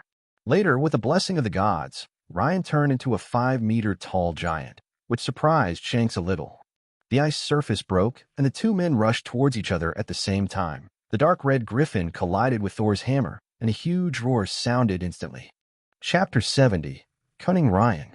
The collision between the two tyrants exploded into a blanket of dark red lightning. The ice layer was cracked a lot, but could still serve as a battlefield. A powerful energy storm covered an area of 1,000 meters in an instant, and continued to expand with the output of Ryan and Shanks' domineering power until it finally soared into the sky. A huge gully was created between the clouds by the domineering force, which was as shocking as if the sky was torn apart. The violent storm-like impact affected everyone, and the surging waves made the two large ships sway constantly. Every time you see the collision of the two ships, you will be fascinated by the power involved. This is the common effect of a domineering confrontation. Thunder dance. The sky had already turned into dark clouds, and countless thunders struck in an instant, as densely as a thunder curtain. Suddenly, a dark red slash tore open the thunder curtain, and even a corner of the black cloud of lightning snakes in the sky was cut off. Shanks turned around just in time to block Ren's sneak attack, and Thor's hammer slowly pushed Griffin down until the tip of the sword touched Shanks' shoulder. But Shanks took the temporary disadvantage in stride and even had time to chat. Aren't you afraid of breaking the ice by doing this? I remember you are a devil fruit user, right? I can fly. Even if I break into pieces, you will fall into the water. Ryan exerted force again, but this time Shanks turned in time to avoid the force point, and his fist gathered to attack Ryan. Ryan also threw out a domineering fist, and the two domineering fists collided violently again. The two then continued to exchange several moves, with dark red lightning exploding continuously. The ice collapsed and seawater surged out. There was not much foothold on the ice. Ryan rose into the air and condensed the power of thunder. The dark red and gold thunder on Thor's hammer kept interweaving, and he aimed at Shanks and threw it out instantly. Ba-chan thunder. The powerful feeling of oppression made Shanks feel threatened, and Griffin once again wrapped himself in domineering power and swung at the flying hammer. God avoids. The powerful blow deflected Thor's hammer, which just missed Shanks, and created a huge gap in the sea like a nuclear bomb, with a backflow of seawater forming waves tens of meters high that hit the surroundings. Shanks leapt just in time, jumping in front of Ren before the wave destroyed his footing, a smile still on his face, as if to say, "You are now weaponless." The fist collided with the blade, and as the two had expected, Ryan was knocked away and fell towards the sea. The moment he touched the sea water, Thor's hammer returned to his hand again and soared into the sky with Ryan. Even if Ryan has the blood of a true dragon, he will lose the battle if he falls into the sea and triggers the devil fruit curse. Tornado rain strike. The weather suddenly turned into a violent storm, making the broken ice under Shanks' feet become shaky. Several water tornadoes surrounded him in the middle and collided with each other with devastating force, forming a huge water tornado that reached the sky and the earth. Countless thunder forces were integrated into it, making a disaster far more terrifying than a natural disaster appear before everyone's eyes. Hey, isn't Ryan Odinson a thunder and lightning player? How come he has this ability? At this time, Beckman was a little stunned and didn't even react when the cigarette fell to the ground. After all, Ryan's ability was indeed astonishing. Seawater is the nemesis of devil fruits. You, a devil fruit user, can actually control seawater. This ability is a disaster for ordinary users. However, as Shanks is not a user of special abilities, he is not much of a threat facing such a natural disaster. As Beckman expected, a dark red slash cut through the waterspout, breaking the slowly growing natural disaster in half. Shanks himself also rushed out of the tornado and stepped on a broken wood to quickly rush toward the nearby land. Ryan has this ability, and only a fool would fight him repeatedly on the sea. Now Shanks realizes Ryan's sinister intentions. He originally thought that he didn't want to destroy the land, but now he finds out that he is just a bitch. With a flash of lightning, Ryan instantly appeared beside Shanks. As Shanks' pupil shrank slightly, he knocked him hundreds of meters away again, causing layers of splashes of water. Tornado rain strike. Thunder dance. A huge water tornado formed again, and its powerful pulling force sucked Shanks into it, and countless thunders bombarded the water tornado. Ryan, you bastard, if you dare, come to land and fight me. Shanks tore the waterspout apart again and dived to the bottom of the sea before Ryan chased him, trying to stay away from the pulling force of the waterspout and hiding from Ryan's observation hockey. There's no point in discussing a fight, come out and fight me. Ryan continued to blast down thunder, and Thor's hammer shot into the sea from time to time, trying to scare Shanks out. The rapidly changing battle situation affected the emotions of the pirate groups on both sides. The members of the Red Hair Pirates were all surprised that their captain had fallen into a disadvantage, even though some smart people knew that Shanks had fallen into a trap prepared by Ryan. Ryan is so mean, so that's why he asked me for help, don't you agree, Hancock? Yamato was furious about Ryan's rogue behavior. How could a fair fight be so insidious? Well, Ryan is too mean. I really want to say that I don't know this person. Yamato, give me the strawberry flavor. Hancock took the fries handed over by Yamato and watched the fun with everyone else. Only the Runny siblings and Luo were more excited. It was the first time for Luo to see the clash of top combat forces, and he yearned for the terrifying power.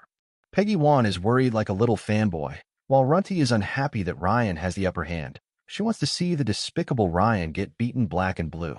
Ryan paused while searching. He found Shanks had already stepped onto the land.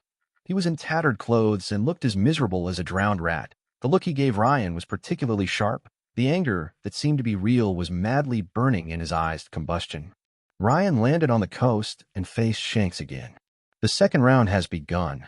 Ryan boy, I'm not holding back. Or go change your clothes and continue fighting. Roll. The two men started a close combat again, and the thunder still struck as the battlefield moved. Ryan no longer used his water control ability. The tornado rain attack had little effect on the land and would only waste Ryan's physical strength. The shift of the battlefield also attracted the spectators to follow. The earth-shaking momentum caused a commotion in the distant windmill village. The bandit King Sig, who was not far from the battlefield, was trembling in a cave with his companions. An hour later, in the Rays Valley, Ryan and Shanks confronted each other again, but they did not continue fighting. Now both of them have some breathing disorder. The high-intensity battle has consumed a lot of their physical strength, although their recovery speed is also very fast. On the surface, they seem to be evenly matched, but both of them know that Shanks has a greater chance of winning if the fight continues. Although their physical strength is similar, Shanks still has some domineering aura remaining, while Ryan's domineering aura has been exhausted.